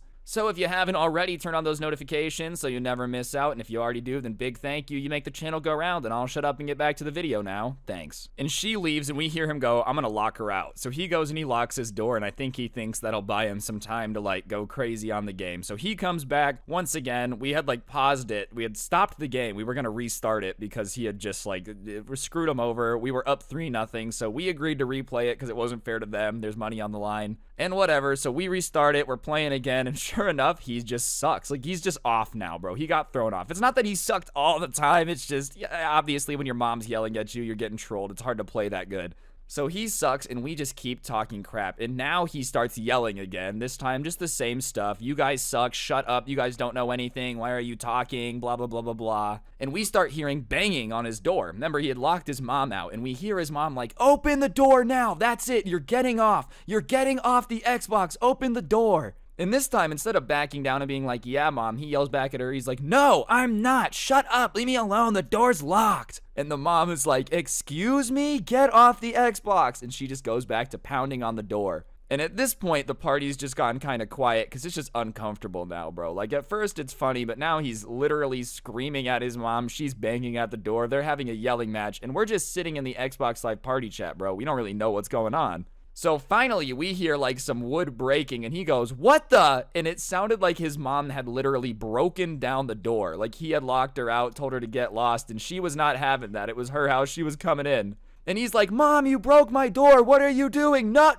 And before he finishes like the third no, it just goes dink and like blup. You know the sound it makes when someone leaves an Xbox Live party back in the day? Yeah, he's just out of the party. He's just gone. And everybody, like once he leaves, starts laughing hysterically because we're like, oh my God, what just happened? We're like, did this dude's mom literally just unplug his Xbox? Like, what is going on? His teammates are laughing too. They can't help it. They're like, guys, I guess you win. Like, we can't play without him. I don't know what to do. And we're just all laughing about it, dude. We're quoting him and his mom arguing because imagine this, man. You guys are just trying to play Call of Duty. This dude ends up with a screaming match with his mom, and his mom unplugs the internet. Anyways, we're sitting there like making fun of it, laughing at it for like a good probably 10-15 minutes. I can't lie. I know that sounds excessive, and that's because it was, dude. It was hilarious. And finally, the teammates are kind of like, all right, well, it sucks, but like you guys win. I guess we have to forfeit. And because it wasn't like an official game battles match or anything, we just ended up being like, nah, we're not going to take your money. We kind of felt bad about taking it that way, bro, because it's not their fault that their dude's mom just like unplugged his Xbox. To be fair, it's not their fault that he kept screaming and got his mom to unplug his Xbox. It's not the mom's fault, bro. She did warn him like 30 times to stop doing it or he was going to get off, and he just couldn't hold it back. I understand getting mad at video games, I do, bro, but if you get the warning, like do it again and the internet's coming unplugged, then you probably just got to relax. Finally, probably about like 4 hours later, one of them got a text and it was kind of like, hey, I'm grounded from my Xbox for a month. My mom unplugged the internet, da-da-da-da-da. I can't believe she would do that. He was pissed at his mom in the text, and then he starts trying to blame us. He's like, tell them that it wasn't funny to keep making me angry on purpose, and like, I hope that they're happy that I'm grounded for a month. And me and my friends were like, yeah, bro, I mean, I'm not happy you got grounded for a month, but I don't feel like I didn't do anything to make you grounded. If you got trolled that easily and start screaming like that, that's just like not my issue. I'm not happy about getting you grounded, but it's not like it's our fault that you did all that, you know? So whatever, his teammates were just kind of like, yeah, I guess it's fine, but like, we're gonna find somebody to play with until you get back. And he got all mad about that, but sure enough, like a couple days later, we had a rematch with their new guy, and we got destroyed. The person that they ended up replacing Brandon with was way better at Call of Duty. I'll give him that. As for Brandon, man, from what I heard, like, I didn't really know the guy crazy well. His door got, like, taken off because his mom was like, no, you just keep locking me out to play Xbox and yell at it. You know, he wasn't really allowed to play much more after that. Even then, anytime he would start raging or, like, freaking out on Xbox, his mom would just unplug the router. She had moved the router into her room so she could just quick disconnect it whenever he got out of control. And I will say, as crazy as it sounds, it was probably the best for him because he changed a lot after that. Like, he went from basically a real-life Cartman to somebody he was okay. But yeah, dude, nothing beats hearing a kid arguing with his mom on Xbox Live while trying to be an internet gangster. It's just really hard to take you seriously when you're trash-talking me if I hear you arguing with your mom in the background, dude.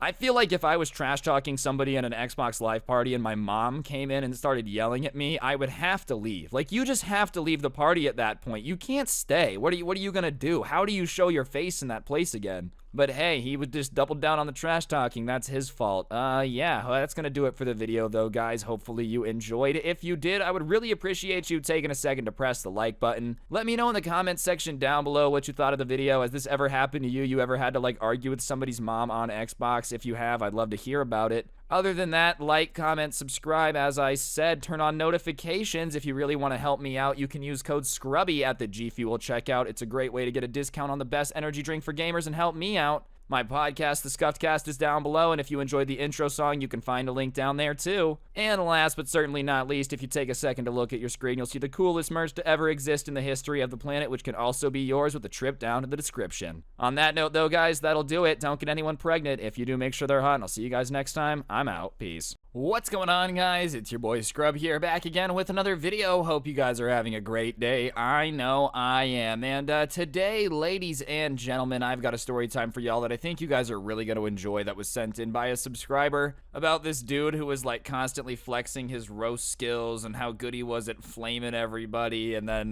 he ended up crying because he got roasted. But yeah, it should be a pretty entertaining story time. I figured you guys would enjoy it. And before we get into it, be sure to press the like button. Otherwise, no joke, no scam whatsoever, you will get a curse placed on you by a very angry witch. And without further ado, let's get into it. Get quiet now, lay low when you reach zone, wiping down, making out, stack the bread, 'cause you're Alright, so I think everybody has like had a situation where, you know, there's a type of kid who's very cocky about a particular thing that he swears is like his thing, you know, and he might be a little bit of a jerk about it. It just tends to be that if somebody's got a big ego about something they're good at, they're like actually good at it. And there was this one kid at this dude's school who was known, or he thought he was known for like having the best roast ever. Nobody could roast this guy. He just had just the uncanny ability to flame everybody. He would like constantly challenge people to rap battles, like, you know, always trying to just insult people, and he thought he was incredible at it. And one day, the subscriber, who we're gonna name Jared for the purpose of this video, comes into class, and, you know, the obnoxious roaster is in there. It's one of the classes that he shares with him, and he's usually minding his own business, just kind of roasting the teacher, trying to make everybody laugh, and Jared was a pretty quiet kid, so he didn't talk a whole lot. And for whatever reason, when they had walked in that day, the teacher had decided to shuffle the seating chart, which is honestly like one of the worst things that happens in school, is when you've got the perfect table where, like, you know, you've got friends, or if you're a quiet person, everybody kind of gets work done. But whatever you prefer, if you kind of like where you're sitting, it's just not a good vibe. And he looks at the chart, and sure enough, Jared is going to be sitting at a table with the guy who like loves to pop jokes and roast everybody. And Jared kind of is like, that sucks, it's gonna be annoying, but whatever, it's just is what it is. It's a seating chart, I can't change it. So they go and they sit at the table, and you know, the teacher kind of stands up there. All right, guys, this is gonna be the seating chart for the next quarter. So we're gonna take today to introduce ourselves to our new tables and just get to know each other. You know, like his English teachers do, bro. Just ugh. But whatever, they kind of start talking, and Jared's being quiet, and the kid who's famous for roasting people, I'm gonna give him a name, I'm gonna call him Kyle, that just sounds right. Kyle is kind of talking about a lot about himself and how cool he is, and you know, all the cool stuff he does, and how he's incredible at roasting people, and people just can't hang with him when it comes to insults, blah blah blah blah blah. And finally, they kind of get around to Jared to explain a little bit about himself, and he mentions that he likes to play video games. And you know, I feel like that's a pretty regular hobby nowadays. Like, sure, it's a little nerdy, it's not a sport, but it's not uncommon. It's not like back in the day where, oh, you play video games? Dude, you probably stupid nerd, dude, you freaking idiot. Like, back in the 80s, I feel like they just bullied people who even looked at an arcade, but it's just pretty normal now. But for whatever reason, Kyle just kind of starts being like, dude, are you serious? You like play video games often in your free time? You're pathetic, dude. Like, you're just so pathetic. Which, listen, even if you are a great roaster, it's just super unnecessary to be doing it all the time. Like, you can take a 5-minute break and not insult somebody, you know? Especially when it's somebody that's not insulting you, and just explain something that they liked, bro. Like, it obviously did not make Jared feel good, and most people probably would have felt bad about it, but Jared decides to kind of like start talking back to him.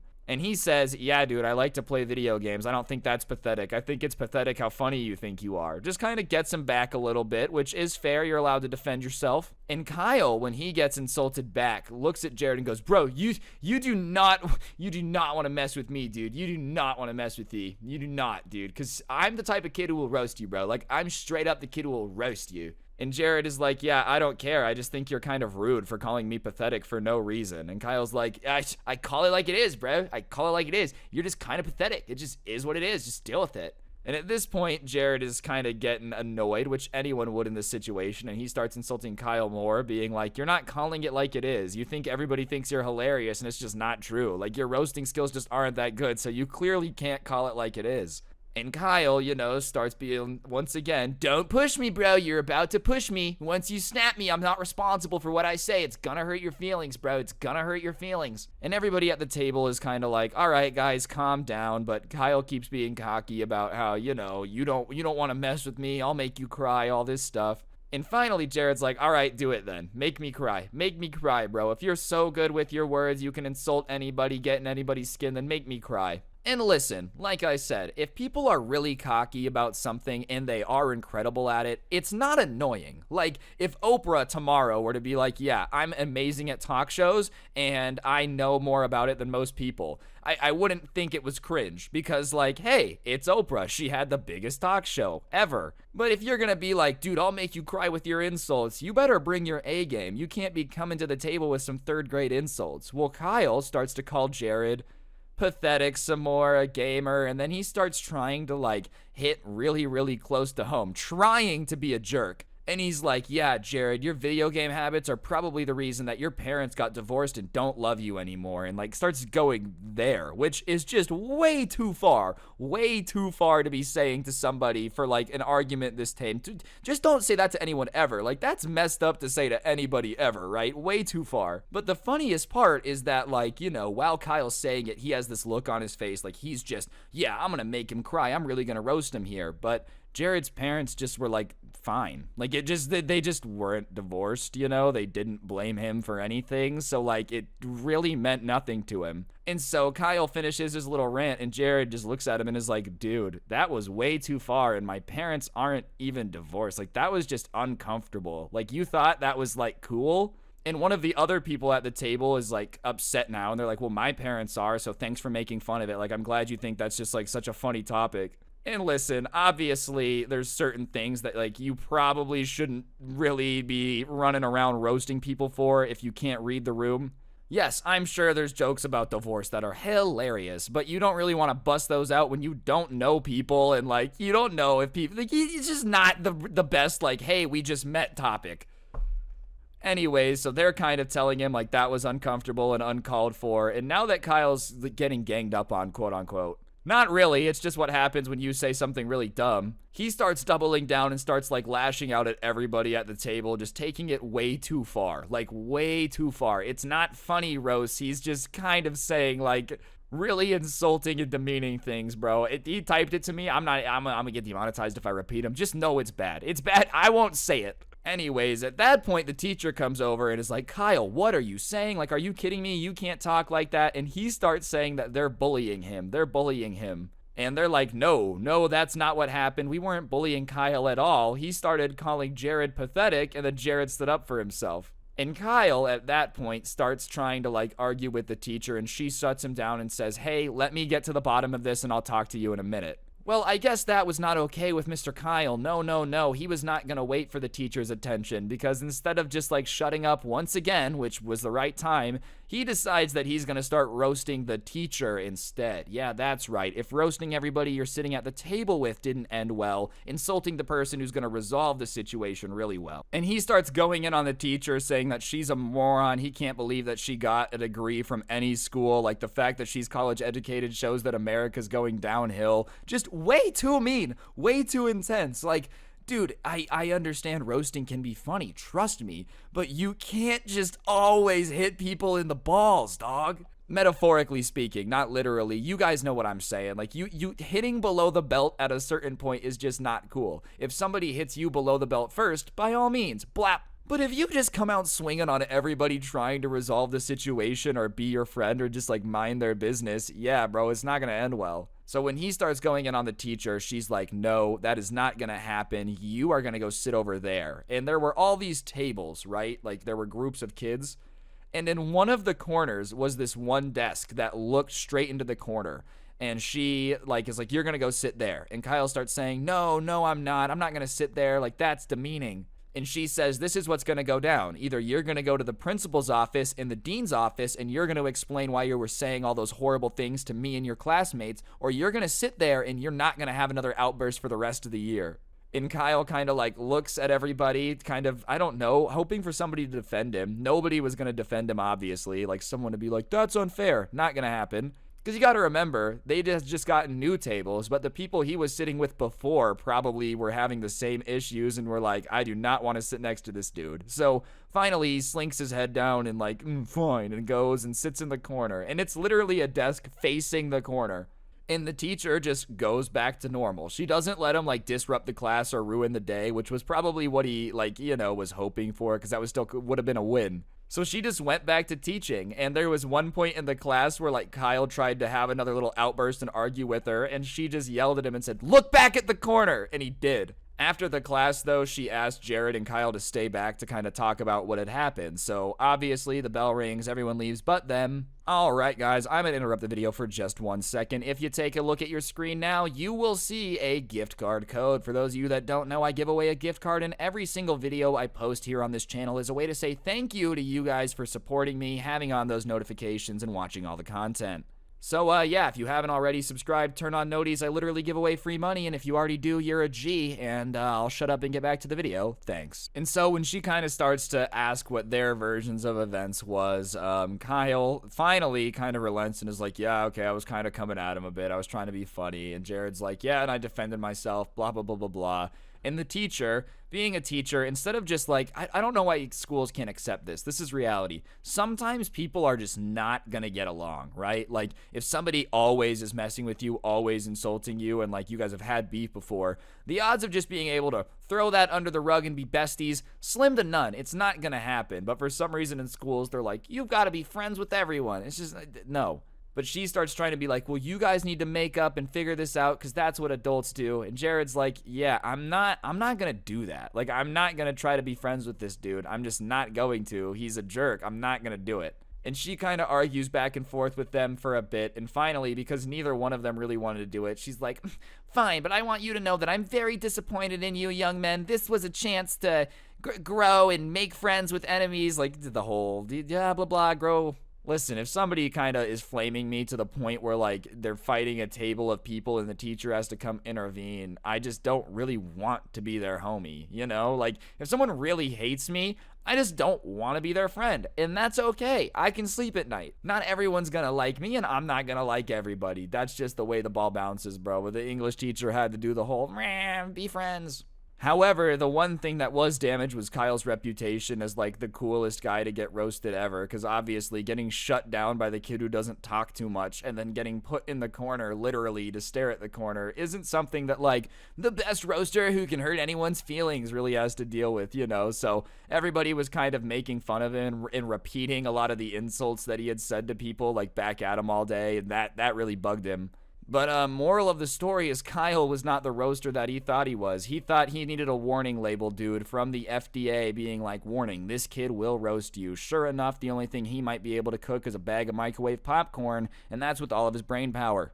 Realistically, though, guys, just, obviously being mean can be funny sometimes. I'm a big fan of making fun of stuff, but just don't take it too far. It's really, really all it is. Anyways, guys, I think that's going to do it for the video. Hopefully you enjoyed. If you did, I would really appreciate you taking a quick second to press the like button. Let me know in the comments section down below what you thought as well. If you don't know what to comment, just go ahead and comment the word roast down there. It just helps the video do better in the algorithm, all that good stuff. While you're here, though, if you're going to be getting some G Fuel in the next little bit, you might as well use code Scrubby. Gives you a discount, helps me out. Everyone's a winner. A link to the intro song can be found down below, and if you want more of my voice, you can watch another story time or check out my podcast, The Scuffed Cast, down there.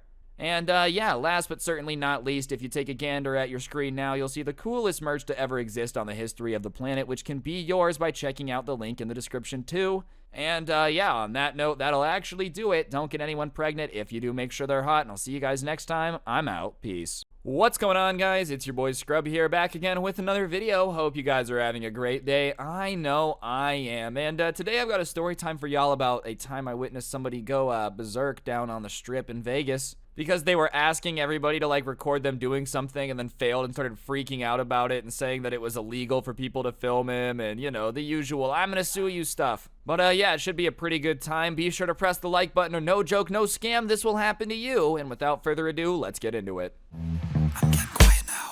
Laying low when you reach zone, piping down, making albums. Alright, ladies and gentlemen, so as you know, living in Las Vegas, there's this little piece of land called the Strip where like all the casinos and all that stuff is. And ever since I turned 21, I'm not gonna lie, I've been down there a little bit more frequently than I used to because I can actually do stuff. And while yes, being there, having a good time is a blast, I think one of the best things about going there, if like you're a fan of people watching, you know, you just like watching crazy stuff go down, it's a great place to do it. It's just a place where people like feel like they can do anything they want.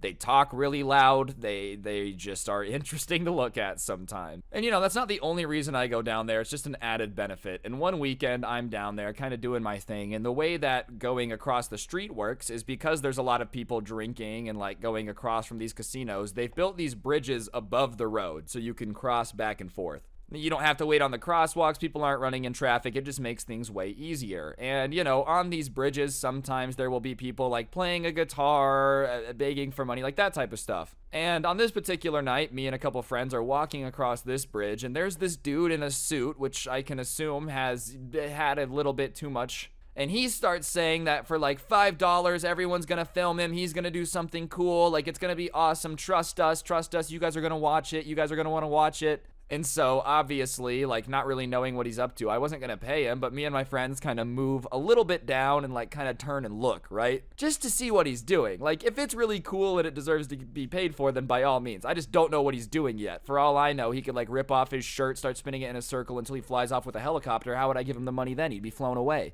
Regardless, we're watching and he's hyping up a crowd, and he probably gets 15, 20 people to have their phones out, flashes on, recording him. And he's like, this one's for you guys. And I really have no clue what this dude was thinking. I don't know if he thought this was gonna look cool or if it was gonna work or something. So along the sides of these bridges, it's glass, but it's not like glass in terms of it's easy to break. It's like plexiglass, but not, I don't know how to explain it. It's a really tough glass. Well, this guy just gets a full running head of steam and dives into it. And I really think in his mind, he thought it was gonna break. He was gonna like fly down, land on a car. Whoa, that was awesome. And like, it was just not gonna have any problem. But obviously, when you're in Vegas, they've thought about basically everything that a stupid person would be doing when they're intoxicated, right? So they've made sure that this glass doesn't break when you run into it like that.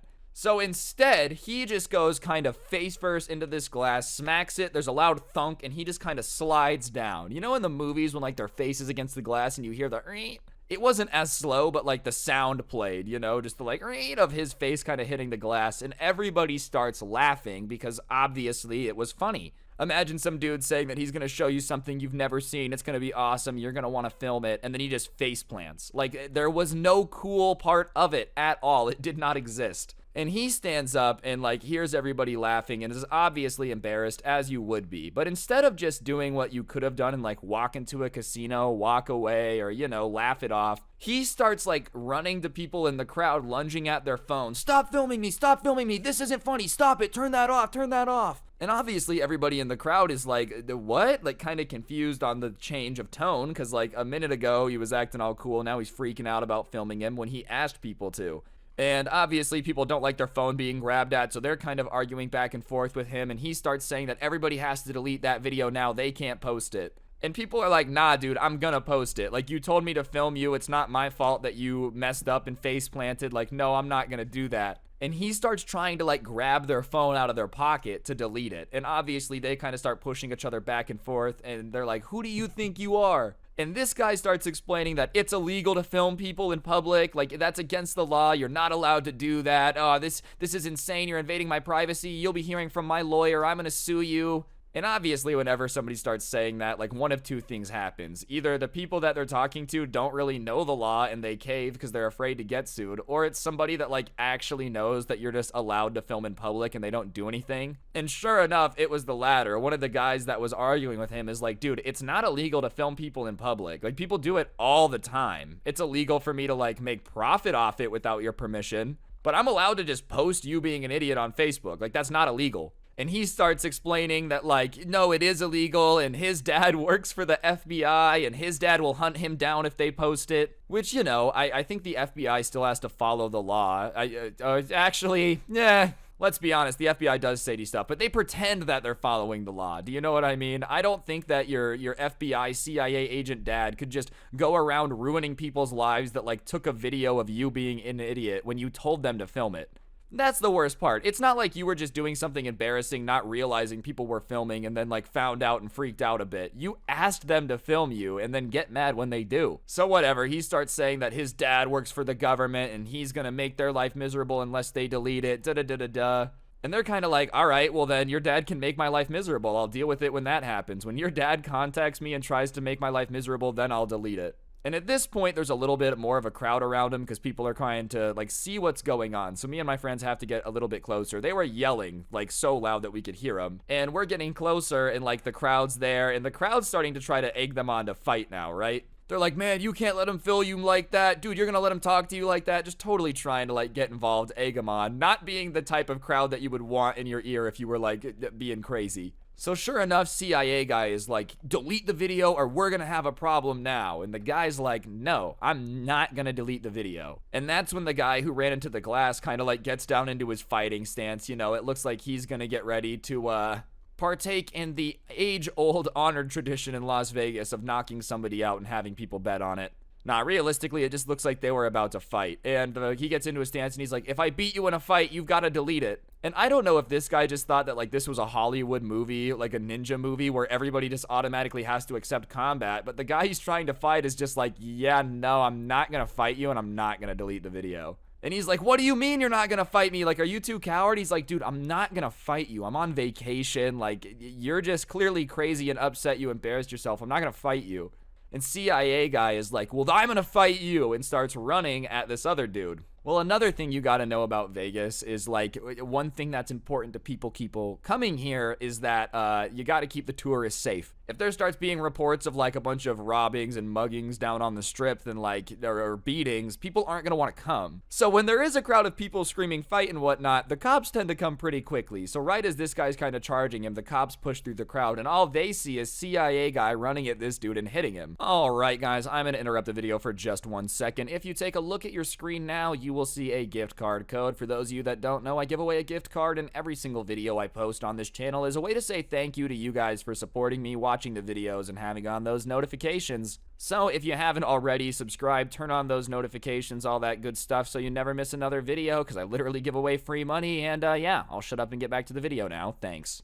And so the cops pretty quickly get this guy subdued. You know, it doesn't take much effort. He still probably had, like, a concussion or brain injury from face planting into the glass that hard. They get it all subdued. They start trying to ask what happens. They start talking about it, blah, blah, blah, blah, blah. And they start telling everybody to move along. They're like, get out of here. No reason. No need to crowd up. Just go away. And they start moving them off the bridge to kind of talk to them about it somewhere a little bit more low key. And so we're kind of listening. And, like, as we're walking like behind them. And the CIA guy is screaming at the cops that his dad works for the government and he knows that it's illegal to film people and he needs to get that footage deleted because it can embarrass his family and da-da-da-da-da, all this stuff. And the cops are kind of like, all right, man, well, your dad might work for the government, CIA, FBI, but, like, he doesn't really have jurisdiction over everyone in Las Vegas. Like, just because he works for the FBI doesn't mean that you can make stuff illegal. And he's like, no, it is illegal, it is illegal, it is illegal. And the cops are trying to explain to this guy that, you know, maybe where you're from it can be, but in the city of Las Vegas, that's not illegal. And he's just kind of going back and forth with them, and the cops are trying their best to not have to, like, really arrest this dude. I guess the other guy had said he didn't want to press charges, was just kind of like, whatever, he's crazy, we'll just let it go. But he just kept arguing with them, and when they wouldn't accept his opinion, he kind of starts pushing the cops, And at that point, they're like, all right, dude, we tried. And he gets put into handcuffs, ladies and gentlemen. And I'm going to assume that video got posted somewhere. I didn't walk up to the dude that got like punched and attacked and be like, hey, man, can I get your Facebook? Because he was a little bit older. That's probably what he had. It just would have felt awkward. But yeah, somewhere out there is some dude just face planting into the plexiglass so hard because he thought he was going to break it. I don't really know what he was going for, even if he would have broken it. Like, we were still above a road. That was not a very fun fall. Just don't do it, I guess, is the moral of the story. But yeah, on that note, guys, I think it'll do it. I know this was a short one. I've got a long one coming tomorrow, I promise you guys. But yeah, hopefully you enjoyed it. If you did, like, comment, subscribe, all that stuff. If you don't know what to comment, just go ahead and comment the word island down below. I'd really appreciate it. And yeah, other than that, use code Scrubby at the G Fuel checkout. I would really appreciate it. You can check out my podcast, The Scuffcast, down below. And if you enjoyed the intro song, a link can be found in the description too. And if you take 1 second to look on your screen, you'll see the coolest merch to ever exist on the history of the planet, which can be yours by also checking out the link down below. And yeah, on that note, guys, that'll do it. Don't get anyone pregnant. If you do, make sure they're hot, and I'm out. Peace. What's going on, guys? It's your boy Scrub here, back again with another video. Hope you guys are having a great day. I know I am. And today, ladies and gentlemen, I've got a story time for y'all that I think you're going to enjoy. It's about this wedding I went to where this mom, like, ruined her own son's wedding. It was crazy awkward, but it's definitely worth sharing, and I asked my friend, and he said I could tell the story, so GG.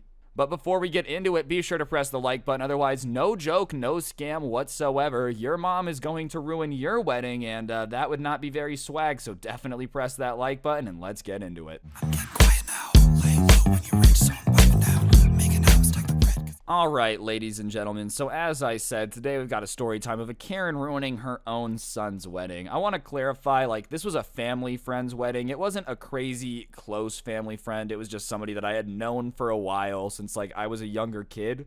And, you know, when I got the wedding invite, I did the normal things. I was happy for him. Oh, congratulations, all that good stuff. RSVP'd, and when I called to RSVP, I, like, had called him. We hadn't talked in a while, so we're catching up. And out of nowhere, bro, I was just trying to have a quick little, like, 2-minute conversation and hang up. This dude starts venting to me about how his mom has been acting ever since he got engaged and all this stuff. And as I said, he's not someone that I'm crazy close to, so I'm kind of like, all right, I'm not sure how to respond to this, but clearly you really need to get this off your chest if you're willing to talk to, like, any stranger that calls you about this. So I'm sitting there just listening to him rant about everything his mom is doing to try to ruin his wedding and da-da-da-da-da. And apparently his mom just did really not like his fiance to, like, an absurd level. And you know, I know what a lot of you guys are thinking. Well, like, why does the mom care? She doesn't have to marry her. I understand wanting what's best for your son, but this mom was taking it, like, to the next level of trying to sabotage her own son's wedding. He tells me that, like, him and his fiance had gotten caterers, right? They had set it up, they paid for all the food. Well, one day, his mom had called the caterers and tried to, like, change all of the meals to fish and shrimp, and his fiance is allergic to shellfish, shrimp, so, like, that was just obviously a no-no. There was gonna be no shrimp at the wedding, but his mom calls the caterer and starts insisting that, you know, she changes it to shrimp and fish because she knows what's better and blah blah blah blah blah. She has the approval. And she was trying to be all sneaky and go behind everyone's back and do it. But the caterer calls to just confirm really quick and is like, okay, well, before we change all of this food that's already been paid for and planned, let me make sure that this is something that they want to do. And so the fiance and this guy get a call one day completely out of the blue. And the caterer is like, hey, are you guys wanting to change all your meals and da-da-da-da-da? And they're like, we have no clue what you're talking about. They confront his mom about it. She admits it and says that she's going to keep trying to sabotage stuff because her son deserves better. Like, that's her words. She's going to keep trying to sabotage his wedding. So him and his fiance have to go through and, like, call all of the caterers, everything that had been hired for the wedding, and, like, have to set up a password system with them. Like, hey, if anyone calls to change anything on this account, it's not us unless we give you this special word. It's this whole thing about how, like, she's trying to change everything behind their back, keeps getting blocked by these passwords. And finally, after she calls a couple more places and tries to change stuff and they, like, tell her no, he has another meeting with his mom and is like, look, you can't keep doing this. I understand you said you were going to do it to ruin our wedding or whatever. The wedding's going to happen, so stop trying to sabotage it. And his mom started saying that because she was paying for part of the wedding, it was her right to control what was going on. And, she had every right to be bossy and change things because she was helping pay for the wedding, which was true. His parents were helping him pay for the wedding, like, at that point. So when she starts doing this, claiming that she's allowed to ruin the wedding because she's paying for it, my friend, he's graduated college at this point. He's got a good job. Just told her, like, fine, and just gave her her money back and was like, I do not want you to ruin the wedding. If there's anything else you do, I'm going to uninvite you, but, like, you have to stop. Which is an absolute power move, bro. I have to give the dude credit. Like, imagine your mom's being annoying. I'm paying for this, so I'm allowed to be annoying. And then you're like, okay, and just swipe your credit card. Now stop being annoying. Anyways, I'm still on the phone, bro. I was just trying to RSVP for the wedding, and all this stuff is getting dumped on me. And I'm sitting there, obviously interested in the story, because, like, it's a train wreck. Those type of stories interest me. But I'm also kind of shocked, dude, because, like, this is this dude's mom. Your son is getting married, and you're just hell-bent on preventing it from happening. Like, all right, I understand you maybe don't like who he's marrying. Clearly, after you've tried to sabotage it and had these discussions and he's still not going to break up with her, it's gonna happen. So you might as well just, like, try to make the most of it and get along with the person that's going to be married to your son, Nah, instead she's just, like, trying to go behind their back, cancel the flowers, change the food, just being an absolute psychopath. Anyways, I finished the RSP, he hangs up, and, like, I just figured that he had to get it off his chest, he had to vent, he had nobody to talk to about it, so I was probably just who he was dumping it on. And honestly, I had kind of forgotten about it. I figured by the time the wedding rolled around that, like, stuff would be figured out, or, there wouldn't be any issues there, hopefully. I don't know why I thought that in retrospect. It was pretty obvious something was gonna go down. But I don't know, I'm a dude, I was just like, oh, whatever, she'll figure it out before the wedding. Like, I don't know. So, anyways, I come to the wedding, and I'm kind of sitting down, just taking in everything going on, and I'm hearing some, like, people behind me kind of whispering about how they have to be on the lookout for the mother-in-law because, she might be trying to do some stuff to interrupt the ceremony, da-da-da-da-da. And at that point, I'm kind of like, oh, all right, I guess it hasn't gotten better than before, bro. If they've got the crowd involved in, like, security, they basically got plainclothes police officers at the wedding. Not really, but you know what I mean. Like, all right, everyone in the audience, keep an eye out for this sea hag. If she shows up, arrest her. Like, that's got to be pretty tense if you're getting to that point at your wedding. I feel like this is literally, like, the worst case scenario possible. You might get kicked out of your own son's wedding. Anyways, the wedding is getting closer to starting, and in comes this dude's mom, ladies and gentlemen, in nothing other than a white dress, dude. And listen, I might not know a bunch about wedding etiquette, but I know that only the bride is supposed to be wearing a white dress. You know what I mean? And I also know that if somebody else shows up in a white dress, it's basically a punch in the face. Like, that's pretty disrespectful, And when she walks in, some people literally go like, oh, like, what is she wearing? Like, everybody's kind of, oh, this is not going to go down well, right? And before she can even really, like, get in and sit down and start to cause a scene, the girls who were sitting behind me that were talking about keeping an eye out for her get up, grab her on either side of her arms, like, so they're escorting her, and just kind of, like, drag her back out, and are like, nope, you're not coming in like that. Which power to them, bro. You're not gonna, like, don't ruin this day because you decide to just have a problem.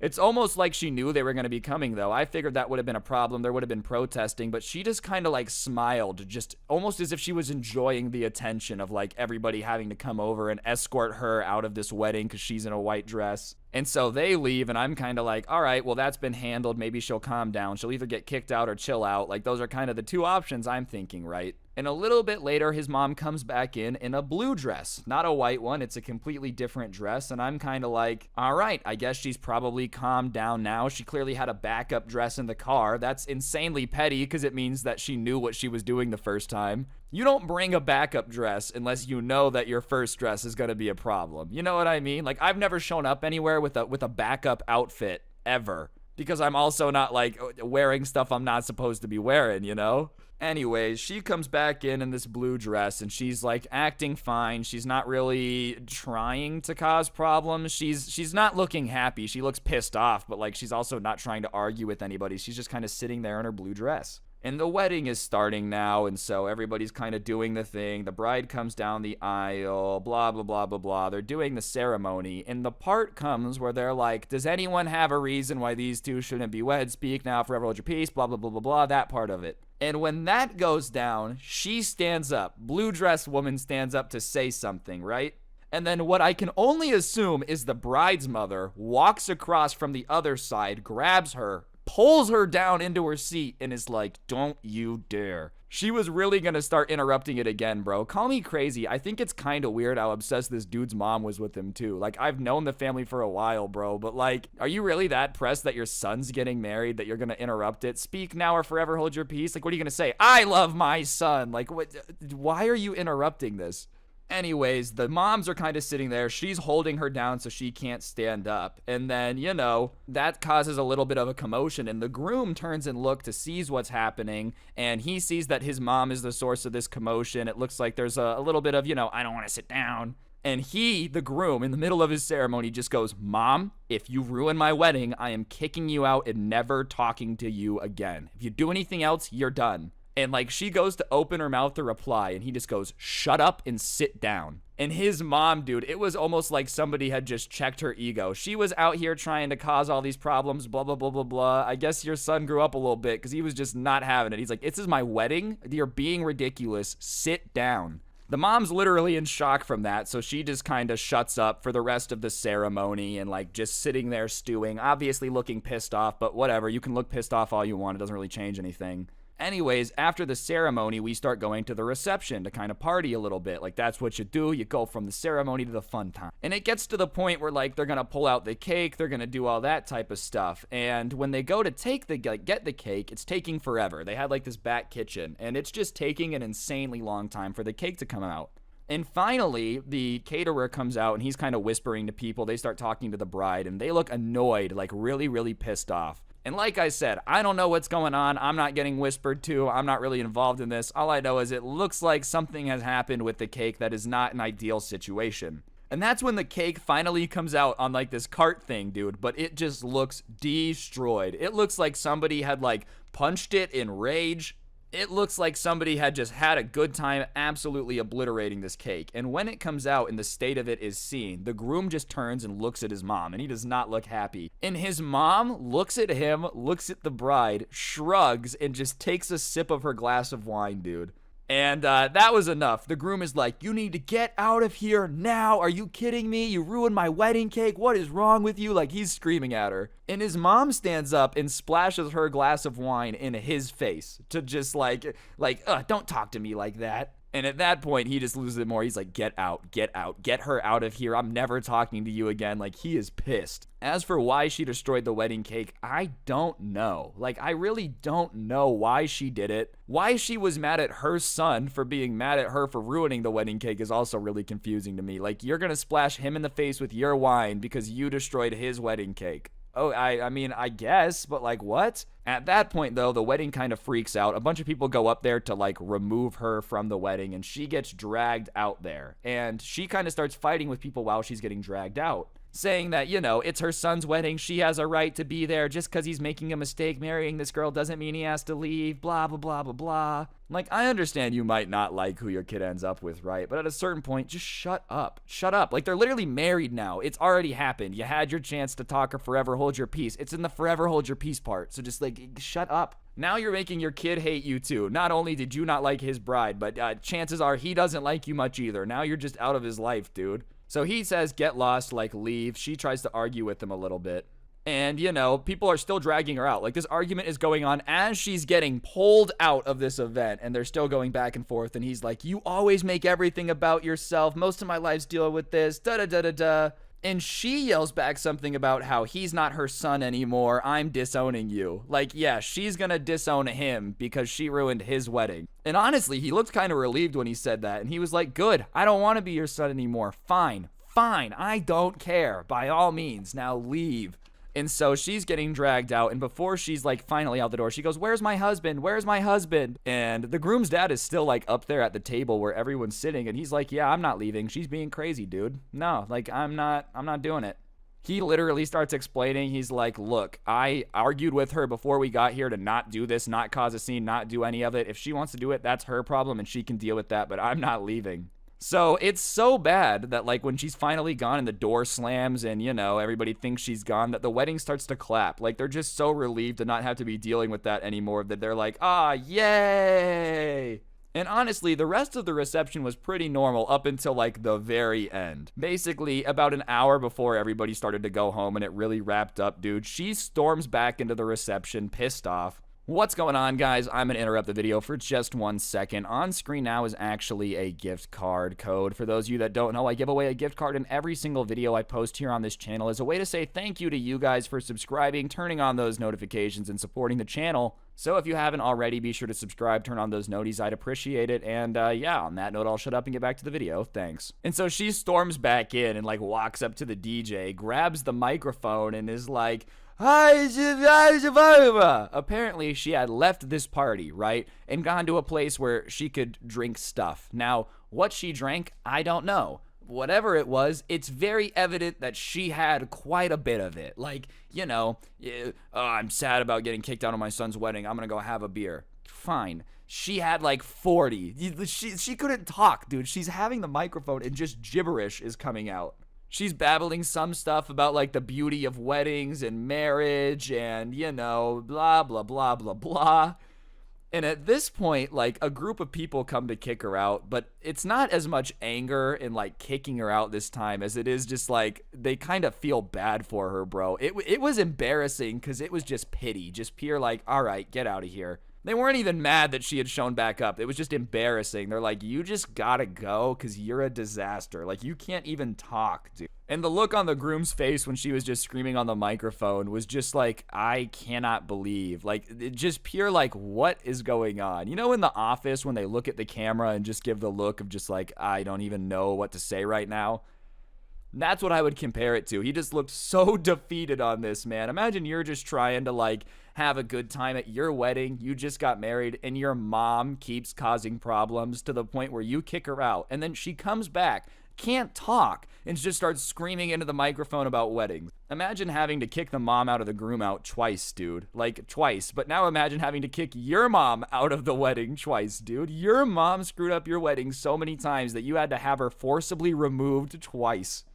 And what's wild about this is like, okay, she ruined her son's wedding. Obviously, she's selfish, but I don't think she understands that, like, she probably also just ruined the rest of the family relationship, too. Like, I don't understand how Christmas is going to be cool now. I don't think everyone can get together and kumbaya in a couple months at Thanksgiving. If you literally were screaming that, like, he shouldn't have married her, he made a mistake at the wedding, ruining it, tried to do the whole interrupt before they got married thing, I don't know how y'all are just gonna, like, oh, whatever, everyone getting along now, it's Christmas. How is the wife gonna deal with that, sweeping that one under the rug? Yeah, I understand that you tried to wear white to my wedding, ruin my wedding multiple times, but Merry Christmas, here's a little gift. So I doubt that he's gonna be hanging out with them much anymore. And I will say the husband, the second time around when she came back, told her to get out. Like, the first time he had kind of just let her get kicked out and was just kind of embarrassed, but this time he's like, you need to leave, are you kidding me? You came back? Even he was surprised she came back.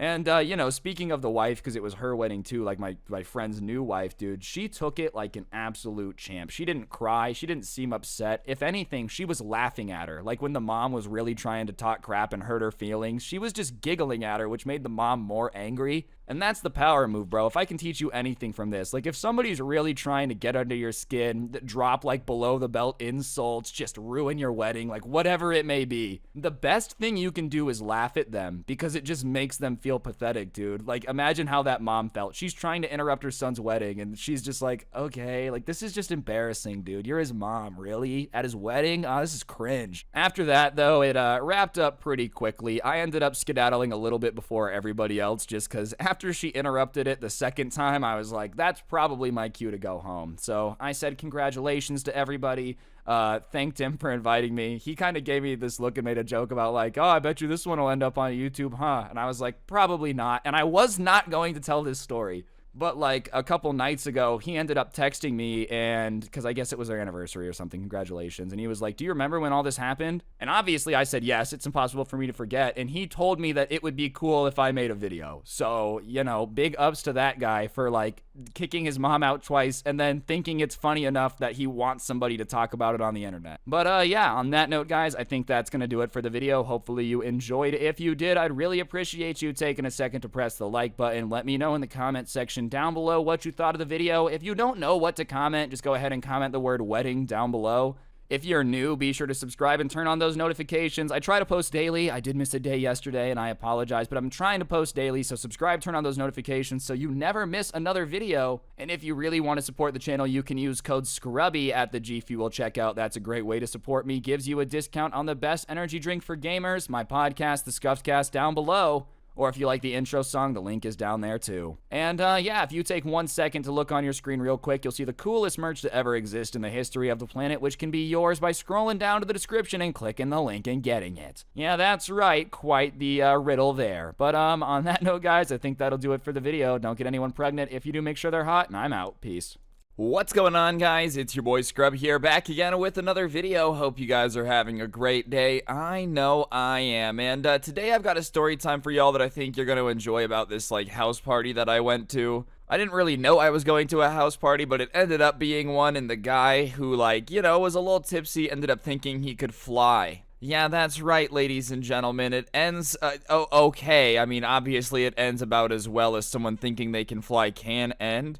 But, yeah, I figured it would be a pretty good story time, so that's what we're going to be doing today. But before we get into it, be sure to press the like button. Otherwise, no joke, no scam whatsoever. You will have a dream that you ate the best hamburger of your life. I'm talking the juiciest, meatiest burger with a fantastic shake, one of the best of all time, only to wake up in a cold sweat as you realize none of it was real. And that's torture, ladies and gentlemen, so press the like button. And, yeah, without further ado, let's get into it. Oh, also a little disclaimer, don't do anything that I'm talking about in this story, alright? YouTube, there, I said it. Don't do this. This is not advice. I'm getting quiet now.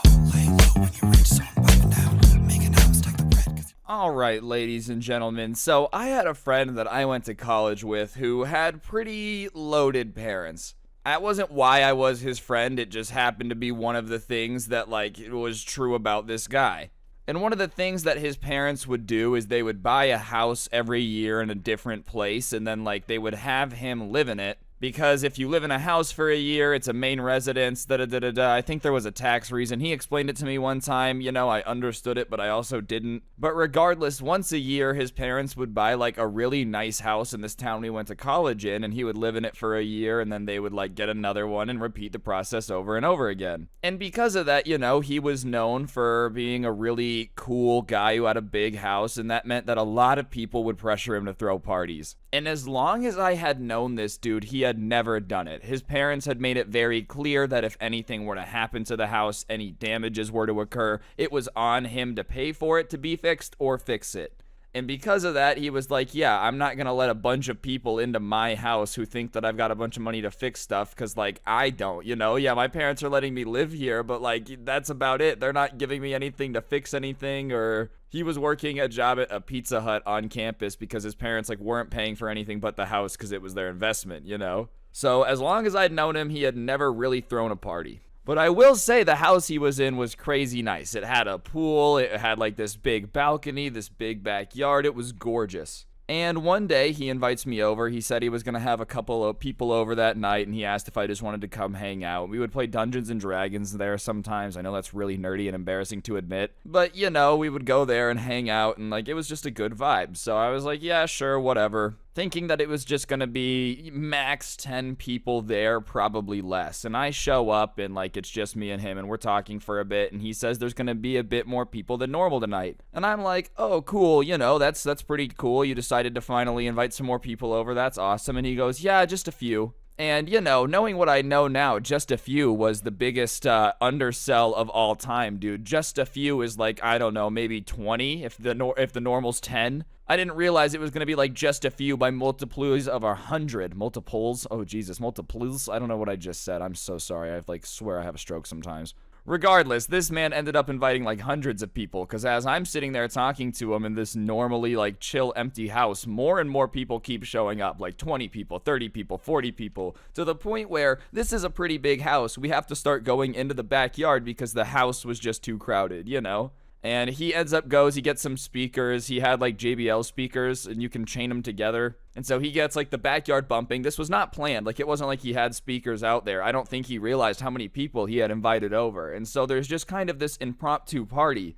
And I'm like looking at my friend, kind of seeing if he's freaking out. And he looks a little bit nervous, but he's just keeping going with it. He keeps letting more people into the house. And obviously now that everybody's here, everybody kind of wants to party a little bit, and they want to get some liquid courage. And there's none out right now. And my friend, I don't know if it was the peer pressure of the moment, having all these people here, just makes a really stupid decision. His parents had a cellar downstairs, and so he goes and he raids that. He brings a bunch of stuff up. Everybody starts to get hydrated. And obviously, because it's his house, he's like the man of the party, so people keep being like, come take a sip of this, come do this, come do that, come do this. And then as people are showing up, they're bringing stuff, so, do this with me, do that with me. And like by 11 p.m., this dude is already pretty, lit like a firework, ladies and gentlemen. Like, he's already getting really confident. He's kind of stumbling when he walks. Like, you're like, oh, okay, man. Like, hey, I'm glad you're having a great time, but, you might want to be careful. Let's drink some water.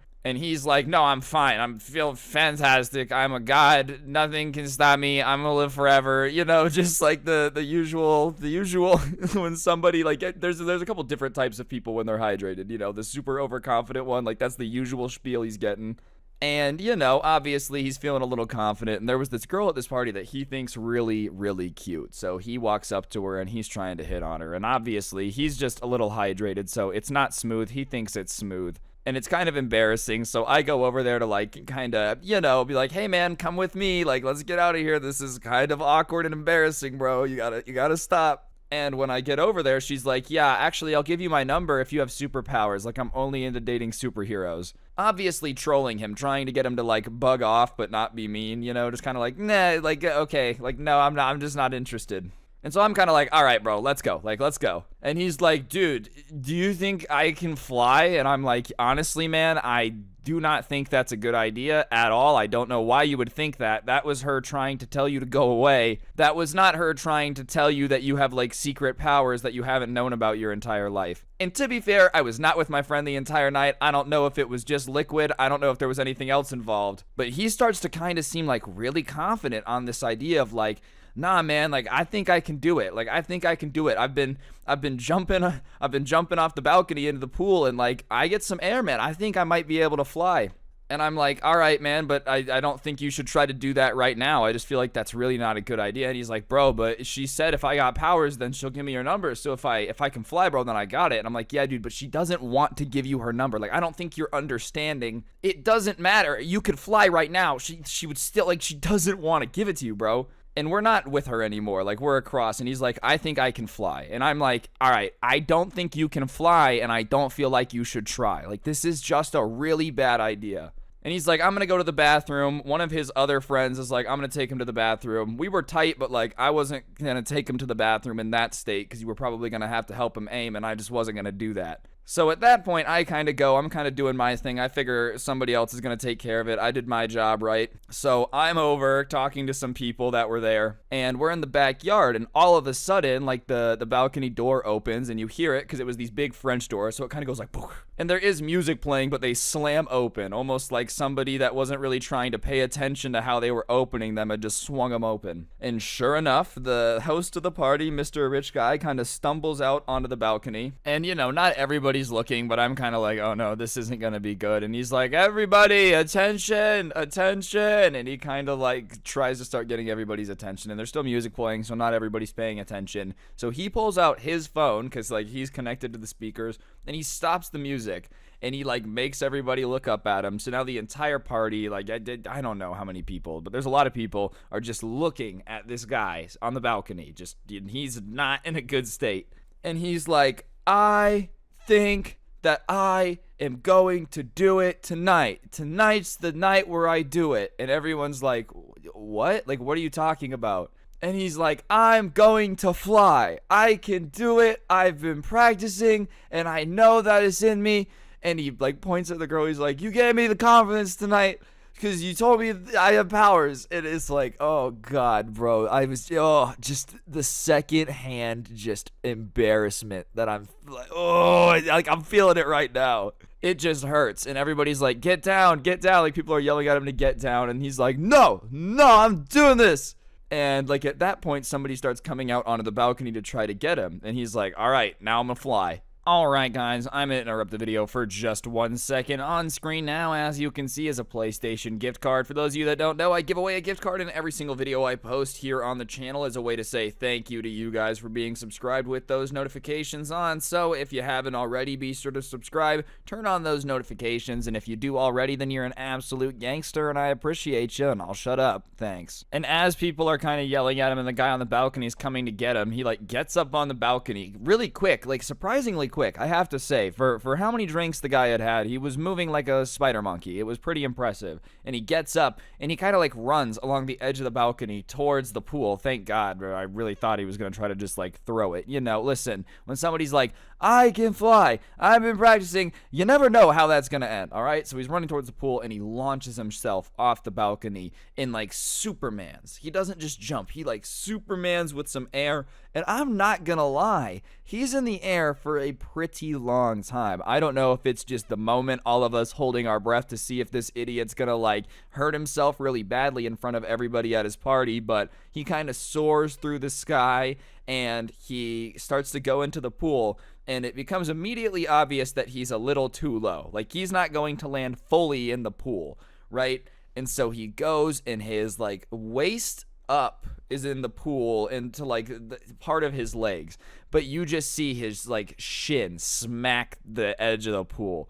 And it just does not sound very good. Kind of down towards his ankle, right? And everybody's like, oh, but he slips into the pool. Somebody dives in, they get him out, and he's just like, oh, ow, ow. And like his ankle was definitely broken, okay? I'm not going to describe it. I won't do that to you guys, but it was definitely broken, right? And everybody's like, why would you do that? Why would you do that? Why would you do that? He's like, I thought I could fly, right? So obviously, a couple people like get him, pick him up carefully, not trying to disturb him too much, and they go and put him in the truck because he was insistent that we did not call the ambulance there. He's like, no, my parents cannot know that I'm an idiot. We have to, like, someone has to drive me there. Even though he was messed up, he was still insistent. So whatever, somebody's like, fine. So they drive him. Everybody leaves, obviously. And so, like, I was one of the first 3 people there. And so us 3 are there, and we're like, okay, what do we do? Like, this guy, his ankle's broken. This house is a mess. What do we do? And so we felt bad that he had, like, gotten hurt at his party. So we decided to just clean it up. Like, we were just like, I guess we'll clean it. So we end up cleaning up this entire party. And it really, like, I mean, obviously it sucked. No one's ever like, cleaning up the party's the best part. Like, if you're like that, you're just kind of weird. But, I mean, in the grand scheme of things, it wasn't that bad, dude. But some of the stuff that I found, like, when there's a lot of people somewhere, I feel like people are like, I don't really have to act like a human because, you know, there's so many people here, nobody will know it's me. But it was like, I found a dirty adult diaper, bro. Like, what? You're at a party, man. They just go use the bathroom. Who was like, yo, I'm rocking at this party, but I ain't using the bathroom. Like, that was their idea of a good time, whatever. So we clean up this house. There was one spot in the drywall where we had to fix it. I've fixed that quite a few times for my friends, so whatever, we did it, and we were like, okay, well, we cleaned the house, and as we're going to leave, it probably took us like 6 hours. We were leaving, the sun was up. There was only 3 of us. Like, if there was more people, it would have been a lot faster, but whatever. So we're leaving, the sun's up. He's coming back with the guy that had taken him to the hospital, and he pulls up, and he's like, I gotta clean the house, da-da-da-da. We're like, all right, well, we cleaned it. You're good. He's like, thank you. And he's in his cast, and we're like, what are you gonna tell your parents, dude? Like, what are you gonna say about, like, your ankle? Like, what are you gonna say happened? And he's like, oh, yeah, I already covered that. He said that he was out on a jog, and that a raccoon had jumped out of the bush and it scared him and he had ran away. And the area where we went to college has a lot of like snow runoff, so there had really deep curbs, and he had stepped off the curb and broke his ankle. And obviously, like, that in terms of that happening is probably rarer than someone just launching themselves off a balcony on accident and missing the pool. But, you know, his parents bought it. They didn't really ask any questions. So, yeah, somewhere out there is, like, some rich old people that are like, my son got attacked by a raccoon and it broke his ankle. Like, hey, whatever floats your boat. Anyways, guys, I think that's going to do it for the video. Hopefully you enjoyed it. If you did, I would really appreciate you taking a second to press the like button. Let me know in the comment section down below what you thought. And, of course, subscribe if you're new. Turn on those notifications. If you really want to help me out, you can use code Scrubby at the G Fuel checkout. Gets you a discount on the best energy drink for gamers and gives me a little bit of swag. Other than that, I have a podcast, the Scuffed Cast. Link can be found down below, along with the link to the intro song. And of course, if you take a look on your screen now, you'll see the coolest merch to ever exist on the planet, which you can find in the description as well. And yeah, on that note, guys, I think that's gonna do it for the video. Hopefully you enjoyed. Don't get anyone pregnant. If you do, make sure they're hot, and I'll see you guys next time. I'm out. Peace. What's going on, guys? It's your boy Scrubby here, back again with another video. Hope you guys are having a great day. I know I am. And today, ladies and gentlemen, I have a story time for y'all that I think you're gonna really enjoy. It's a story time about how this guy ended up witnessing this Karen blocking traffic to the point where, like, she's definitely gonna get arrested, maybe a felony, you know, you never know these days. Regardless, a situation like that definitely deserves its own story time. Karens are moving on from screaming at the manager of a Kmart to, like, trying to become managers of traffic schools, I guess. Regardless, it's a pretty fun story, as I've said, but before we get into it, be sure to press the like button. Otherwise, no joke, no scam whatsoever, you will be stuck in a traffic jam caused by a Karen. Yeah, that's right. I'm watching you. Go down, press the like button. I would really appreciate it, and let's go. Get quiet now,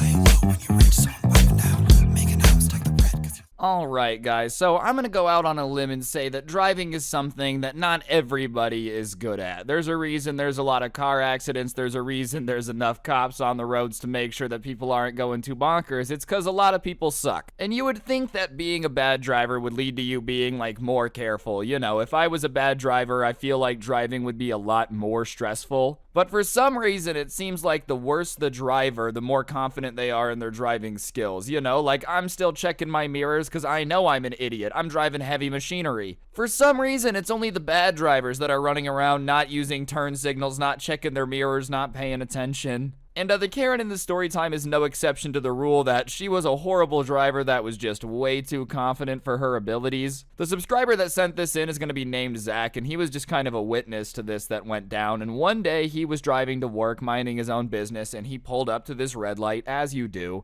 And when he pulls up to the red light, he looks to his right, not to, like, be weird or anything, but just because he's just looking around, and he sees that the lady next to him, the Karen of this story, is texting. And listen, texting and driving is bad, but she's at a red light, so it's really not that big of a deal. There's not too much going on, you know? It's not like she's really causing any issues. And so he just kind of takes a mental note that this lady is texting, and whatever, if she would have just gotten off her phone and started driving, there wouldn't have been a problem. But sure enough, the light turns green, and this Karen doesn't move. Zach drives, the people behind him, his lines start to move, but that entire line is just held up because she's still sitting there sending a text message. And obviously everybody behind her is getting pissed off at it, dude. Nothing is worse than the light turning green and the person in front of you not moving. Like, that is genuinely one of the most aggravating things ever. If I was the person that was holding up the line like that, like if I was the reason there was a little traffic jam, I would be horribly embarrassed, dude. I would be, like, ashamed of myself a little bit. But this Karen, when people start honking at her, drops her phone and starts flipping off the guy behind her who honked his horn. I don't really know what she was expecting. Like, it seems obvious to me that somebody was going to honk at her at some point if she was blocking traffic and not moving. But whatever, she felt like she had been slighted, so, you know, she flips him off and, like, kind of brake checks him a little bit, is just starting to drive aggressively towards him. And Zach is a little bit further ahead, but he's kind of seeing this in his rear view mirror. And sure enough, they're driving for a bit, and he ends up stopping at another red light, and she ends up stopping right next to him again. So he's next to this lady again, and she gets back on her phone, and Zach is like, all right, well, considering the situation that happened at the last light, she wouldn't want to be caught, like, not paying attention again, so she'll probably pay more attention, and it just shouldn't be an issue. Like, that was the logical thing to think, right? Well, the light turns green, and she's sucked into this text message to the point where she doesn't notice again. And she doesn't notice to the point where Zach pulls in, changes lanes, and pulls into the parking lot and parks. So now he's in the parking lot that's, like, looking at this intersection. And by the time he gets over and does this, she is still stopped. Like, she's still texting, you know, she's still on her phone, not paying attention. And honestly, whatever is on that phone has to have been one of the most interesting text messages of all time. For it to be just like that engaging where you're just gonna forget that you're driving a car 10 minutes after you already forgot you're driving a car. Like, that's almost impressive levels of being able to forget whatever the hell's going on, you know?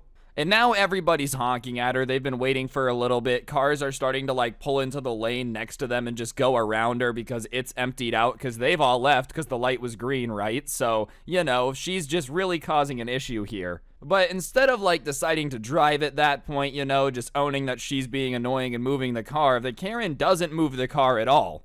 No, instead, she doubles down and gets out of the car for some reason. And she leaves her door open when she gets out of the car, so that way, like, the lane next to where people can't use to get out anymore. Like, the lane people were kind of using to go around her, one of them is blocked. There's 2 lanes they can use. And she gets out and starts screaming at the cars about how they just need to be patient, you know, she's doing something, and, like, they just need to chill out and wait a little bit. Which is honestly crazy entitled. Like, hold on. I know we're in traffic, guys, but if you could just shut up and wait while I finish this text message, I would really appreciate it. Maybe you shouldn't have started to like drive before this conversation was done if it was just that important, you know, like if this conversation is literally a life or death situation, maybe pull over and finish it, don't just keep driving. And like, who are you to be yelling at me? To be honest with you, I don't care how important the texting conversation is. I don't care. I'm behind you in traffic and I'm trying to go somewhere. I really don't care about your personal life, lady. I don't know you.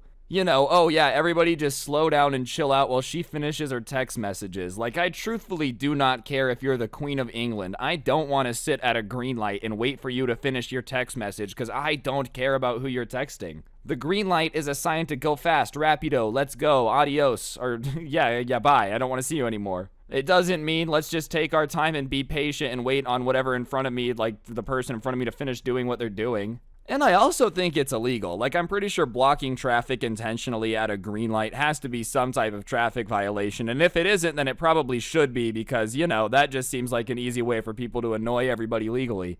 Anyways, Karen is outside of her car yelling at everybody, saying that they need to be patient and, you know, they're all being annoying. And as I said, she had opened her door to like block the lane next to her so that way people couldn't use that to escape. But there was multiple lanes. There was another lane for people to start going around her in. So people just start kind of going through the lane that she's not blocking and driving around her. And as they're driving, their windows are rolled down and they're screaming at her. They're calling her an idiot. They're calling her selfish. They're calling her annoying. They're calling her a lot of other names that I can't repeat if I want this video to pay me. But like, you guys can guess what they were saying at the lady blocking traffic. And, you know, she decides that, oh my gosh, this is too far. You guys are going to disrespect me, yelling words at me. I can't handle that. I'm going to block traffic and yell at you guys, get out of my car and block lanes, sure. But if you guys insult me when you're driving around me, that's too far. She decides she's going to block all the traffic at that point, and she jumps back into her little, like, Ford Explorer and turns the car so it's now parked sideways in traffic. Like, you know how you go straight? She had turned the car to block all of the lanes.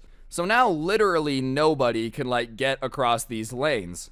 The only problem with this is the light turns red on the people there. So the people that are there now, A, aren't the people that she had been messing with earlier. Like all those people had escaped. And B, the light is red so they can't move anyways. So she's not actually blocking traffic. And I guess this Karen was really in the mood for revenge. Like the entire point of her blocking traffic was to just ruin everybody's day and piss them off. Because when she realizes that the lane she's blocking is a red light, like she's not actually blocking any traffic, she drives and pulls into another 3 lanes that have a green light. So she's now blocking traffic of like a different 3 lanes that have nothing to do with it. And obviously all the people in that lane start smashing their horns trying to get her to move out of the way because she's blocking them from going.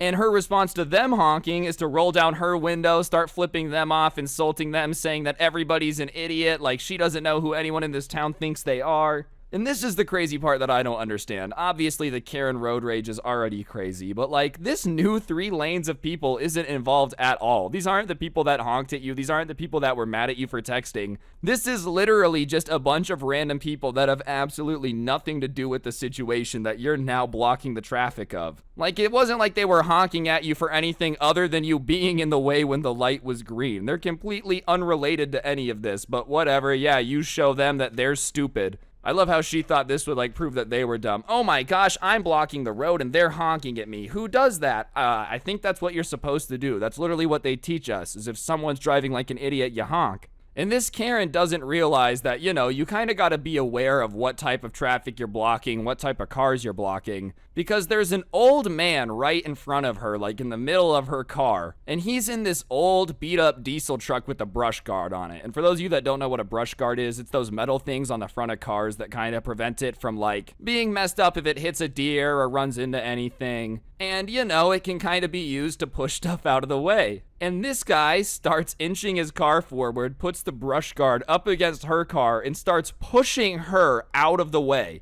So he is literally pushing this Karen out of the way now. And listen, man, if you got a brush guard and you're in that situation, it's literally like the stars are aligning for you. And as I said, the subscriber that sent this in, Zach, is watching this from the parking lot. And he kind of takes a second to look around at that point and see if anybody else is there. And sure enough, there's like a crowd of people out in this parking lot now watching it because it's just absolute chaos. And the Karen, when this guy starts pushing her car, starts freaking out. Her windows are rolled down and she's screaming at the top of her lungs, and they're like in a parking lot near the intersection so they can hear it. And she's just screaming that this guy's insane. He's an absolute lunatic. He's attacking her. He is just a redneck idiot. He is clearly like inbred. She's just saying every insult known to man. She's trying to hurl every hurtful word she can at this guy.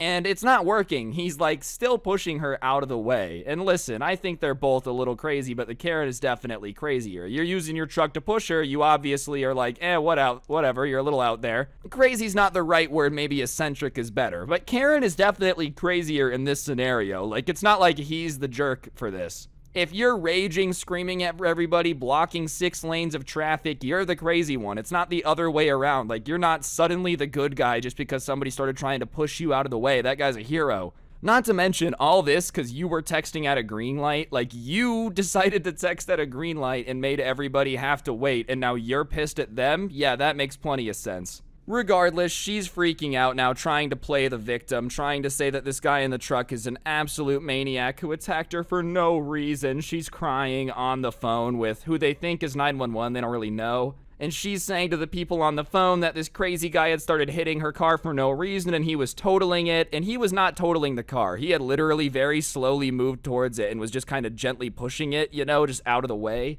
But she's on the phone screaming like this guy's just attacking her. Oh, I need help. And what's wild to me is like, yeah, maybe in the olden days back in the 70s, it made sense to lie if you were on the phone because it was like eyewitness, me versus them. But in this situation, there's literally like 100 people watching. There's everyone in traffic. There's everybody lined up in the parking lots around you watching. I don't necessarily think that you're going to be able to be like, he hit me for no reason, completely unprovoked, really hard. I don't think that's going to work. Literally every store around's got 80 security cameras. There's people everywhere. I'm sure people are filming it. It's just not going to work. If anything, lying and saying it was unprovoked and like he did it out of nowhere might make things worse when they realize that you're the psycho that was blocking 6 lanes of traffic. Anyways, while she's on the phone screaming, the guy just doesn't care. He just keeps pushing her out of the way. And if anything, he kind of picks up the pace and goes a little bit faster. In the way that it's situated now, he's moved the truck a little bit more to the front of her car, so he's kind of turning her around in the back direction.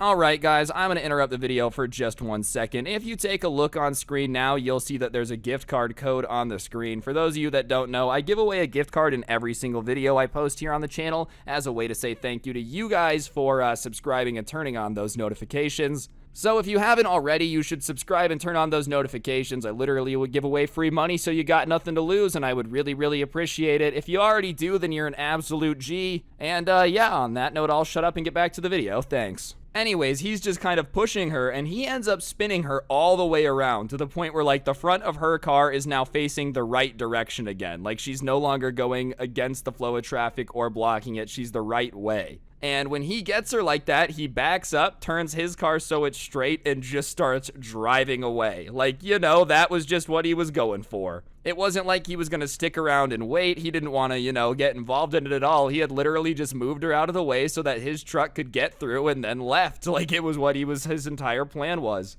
And honestly, I guess he had either become fed up with it, didn't want to stick around, maybe he had a warrant or something, or maybe he had just got the feeling of like, my work here is done, I've saved everybody, you're welcome.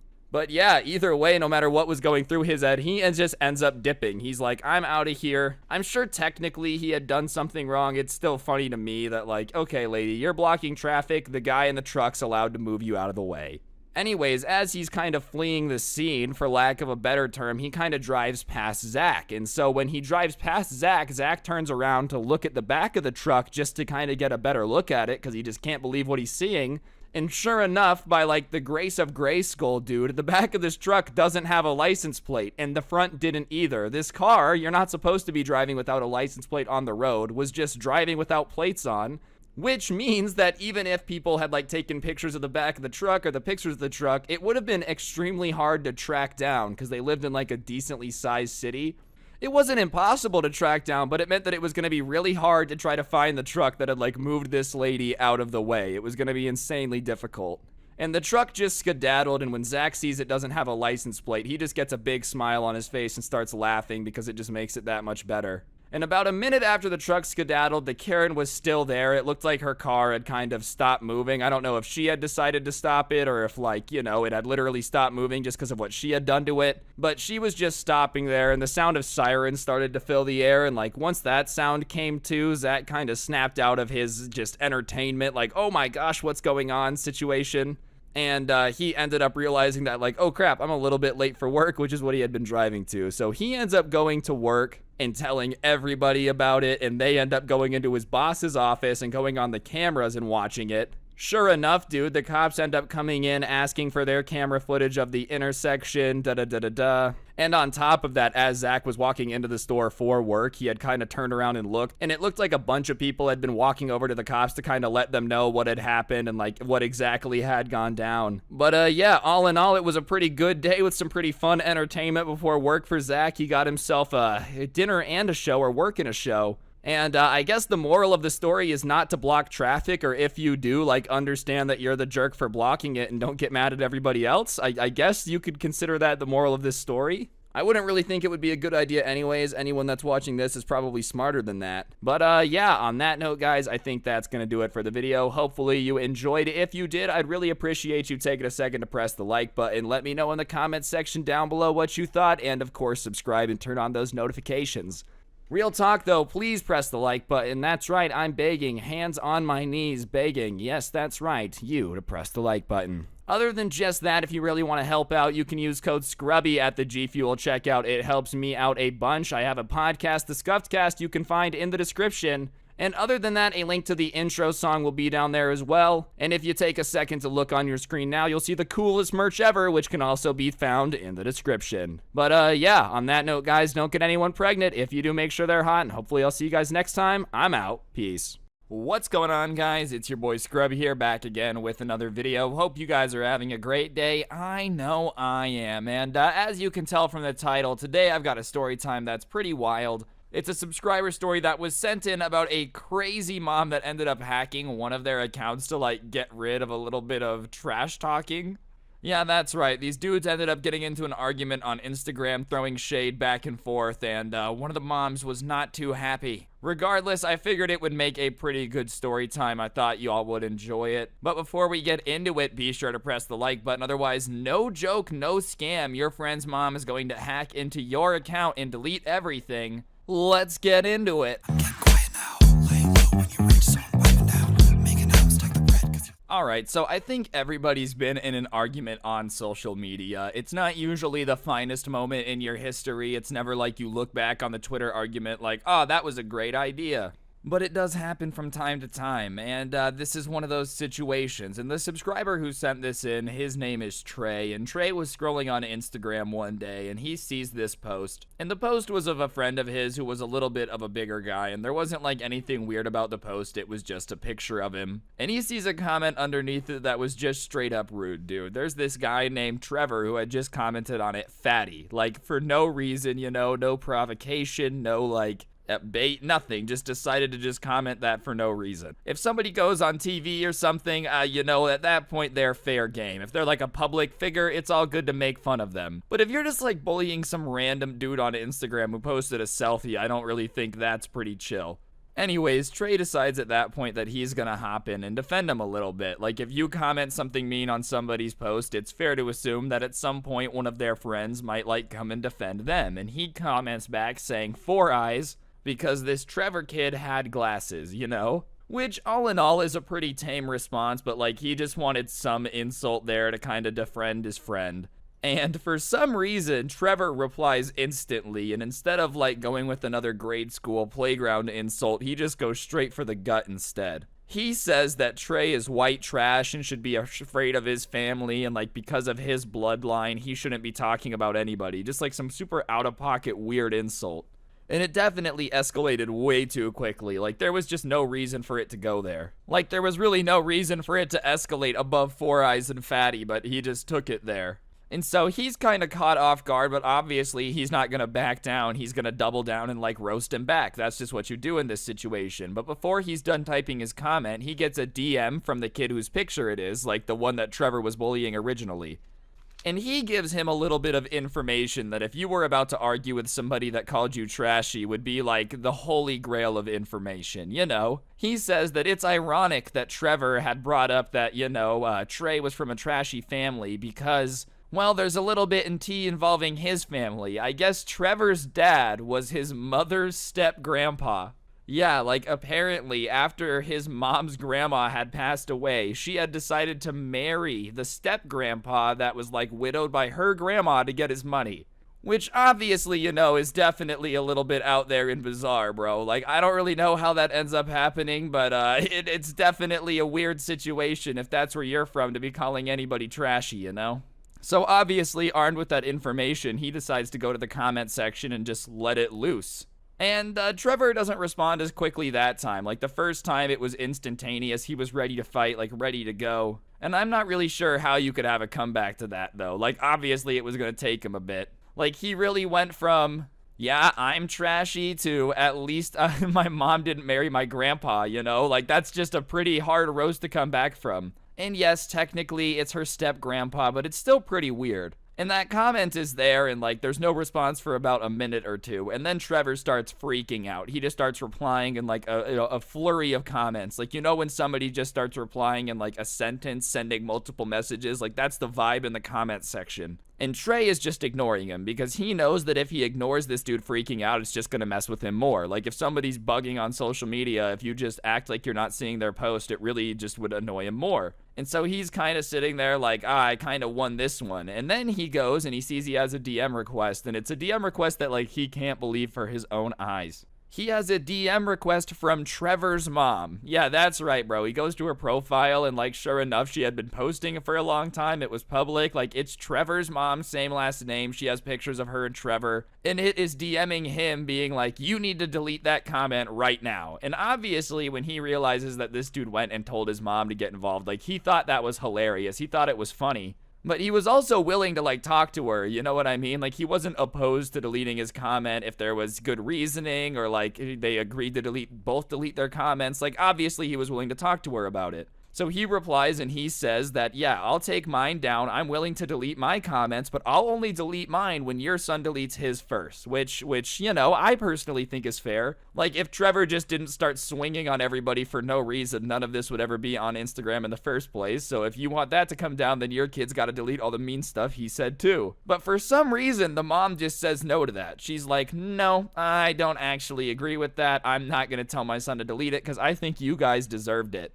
You guys deserve to get roasted because you guys are acting pathetic. Like, I've always told Trevor to, help people that are weak get stronger. Like, that's what he's doing because you guys are pathetic. And obviously, Trey really can't believe what he's reading. He's like, you want me to do something for you. Delete this. But you're going to let, I have to leave the insults to me and my family up. And you're going to insult me too. I don't know what it is about some people. Like, obviously, I'm not saying to go around being manipulative, but if you want somebody to do something for you, I wouldn't, like, insult them. I feel like that's not rocket science. If you want someone to do something for you, you should try to be nice to them. Not just so they do something for you. Like, obviously, that's messed up too, but what do you expect them to be like? Absolutely, ma'am. I will take this down because you think I'm a moron. Like, and what planet is that gonna work? And obviously it does backfire because Trey's like, yeah, no, if you're just gonna threaten me and like insult me, then I'm not gonna take it down. And Trevor's mom starts freaking out, threatening him, and he's just kind of like, whatever, I don't care. At one point she goes and says she'll be contacting her lawyers to make it get taken down. She's just bugging. And so as she's freaking out, Trey is just kind of laughing at it, and he decides to troll her and send her a picture of his foot. So he took off his sock and he sent a picture of his foot, and it was just to be funny. There was no deeper meaning to any of it. It wasn't like he was trying to send a message. It was just,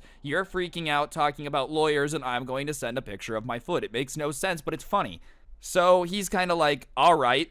And so he sends it to her, and when she opens it, her reaction isn't like a normal reaction, dude. She starts trying to video chat him, and he thinks it's funny, so he answers thinking that, like, you know, she'll be like, okay, obviously you're not taking this seriously, but will you please delete it? You know, maybe calming down, laughing at the fact that, like, there's just this random foot in the chat. But when he answers, she starts interrogating him. What was the meaning of that foot? Like, what was the point of that, huh? Like, are you trying to threaten me? Are you trying to insinuate that you're gonna kick me in the face or something? Like, why would you send someone a picture of a foot unless you were trying to threaten them? It's crazy that you think I'm gonna allow you to threaten me in these DMs and not contact my lawyer. And Trey is just like laughing because he can't believe what he's hearing. Obviously, she's coming in very hot into this video chat, and he's just like, no, it's not a threat, dude. It's a foot. So he tells her, no, it's not a threat. Like, that was just trying to be funny. I'm sorry, but like, no, I'm not trying to threaten you. And she won't accept that answer. Like, you would think at that point she might feel a little silly and be like, oh, okay, I'm sorry. But she's just like, well, then what was the purpose for it? What was the purpose for it? If it wasn't to threaten me, then why would you do that? Like, obviously it had to have had some bigger meaning because no one would just do that for no reason. And he starts trying to explain to her, like, oh, he was just trying to be funny. Like, he just thought it was, you know, trying to diffuse the situation. And she cuts him off and she's like, I don't care what it was for. Your foot is irrelevant. And he's like, in his head, he doesn't say this. Okay, then why have you been yelling at me about it? Like, all right, fine, it's irrelevant, but you're clearly upset about it.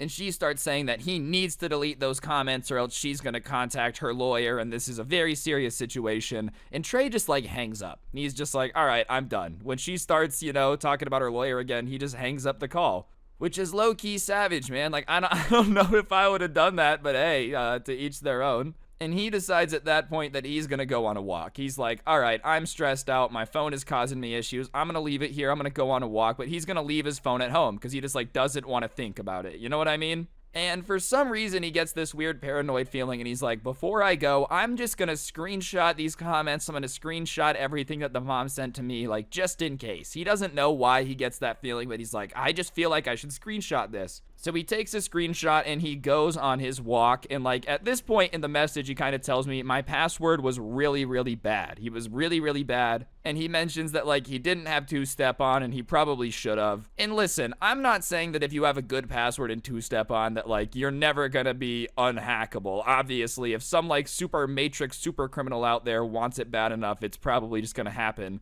But I will say having two-step on and, like, a password that isn't your birthday definitely will prevent the soccer moms of the world from getting into your account. You know what I mean? Like, it could have prevented what happens next. Anyways, he's gone for like an hour and he comes back and he decides at that point that he's going to check out what's happening on Instagram. Obviously, he left in the middle of drama. She was freaking out messaging him, so he's like, it'll be super chill. I'll just check to see what's going on. And when he goes on his Instagram, all of his stuff is gone. Literally everything. All of his comments, all of his posts, all of his like profile picture. It's like the profile picture has just been stripped clean by piranhas. And amongst all of this, he's just kind of looking at it and taking it in, just being like, what the heck happened to it? He sees that he has a DM, and he goes to it, and sure enough, it's a DM from Trevor's mom, and the DM is just the password that he had on his Instagram account.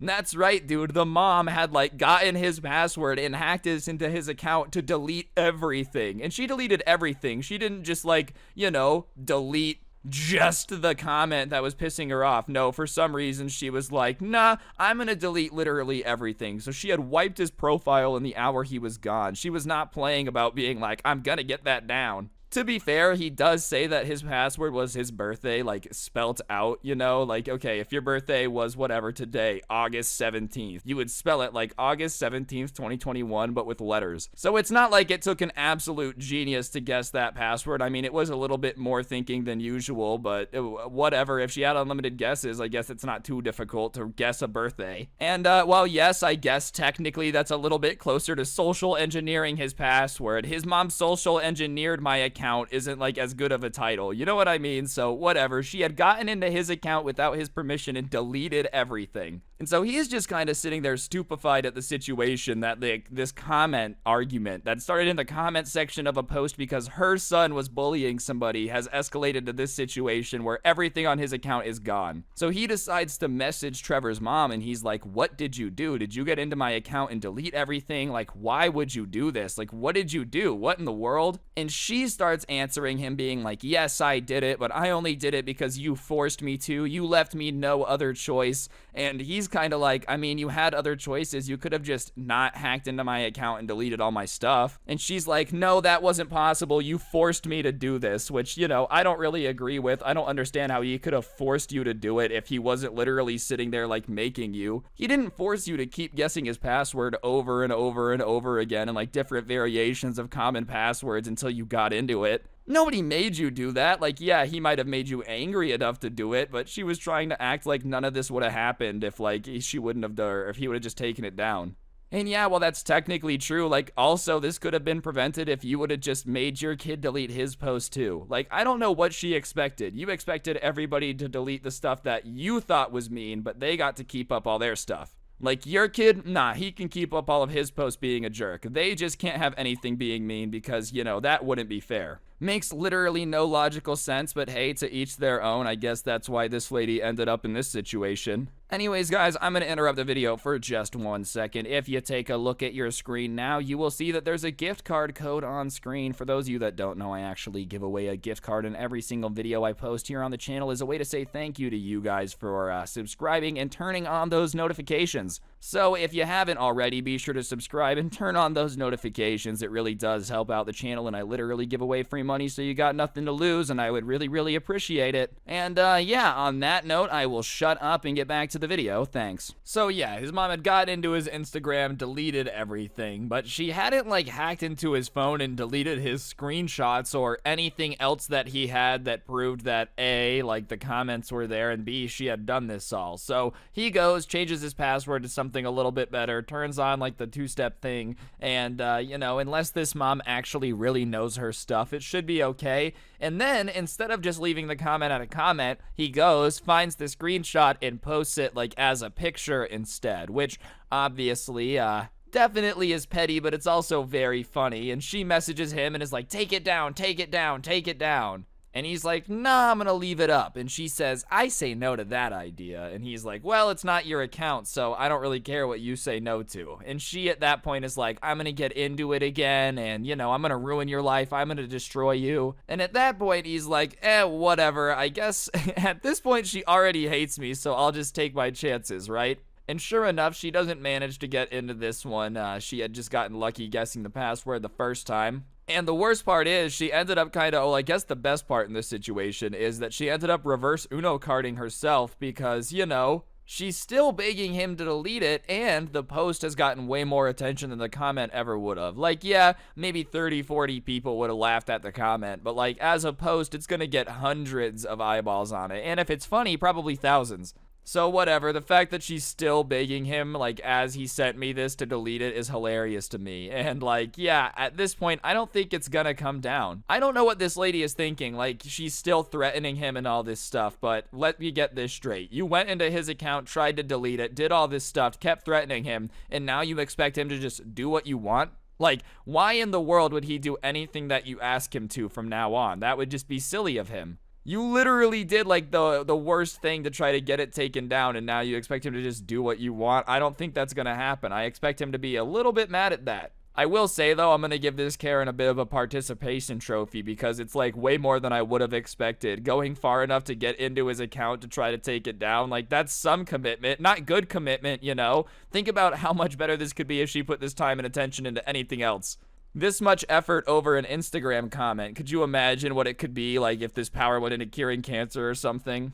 Regardless, I guess the moral of the story in this is don't marry your step-grandpa or something along those lines. I guess that's what you could take it as, or like don't get really mad at Instagram comments. There's a lot of lessons that we could learn from this. But the most important lesson that I will say is that you should press the like button if you enjoyed it and comment down below. Jokes aside though, I really did hope you guys enjoyed the video, or I do hope that you guys enjoyed the video. If you did, if you don't mind pressing the like button and commenting down below, it really does help out the channel. If you really helped out and you're new around here, as I've said, subscribe and turn on those notifications so you never miss another video. It really helps me out when you guys do it. Other than that, if you use code Scrubby at the G Fuel checkout, it gets you a discount. The discount helps me out too, but hey, if you're gonna get yourself the best energy drink for gamers, you might as well get a discount for it. Other than that, if you take a look down in the description, you'll see a link to the intro song and a link to my podcast, The Scuffed Cast, which you guys should all check out. It's a pretty cool podcast if you ask me, and other than that, if you guys take a look at your screen now,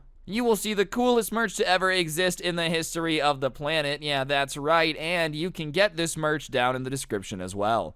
But on that note, guys, I think that's gonna do it for the video. Hopefully you enjoyed. If you did, do everything that I said, and yeah, don't get anyone pregnant. If you do, make sure they're hot, and hopefully I will see you guys all next time with another video. I'm out. Peace.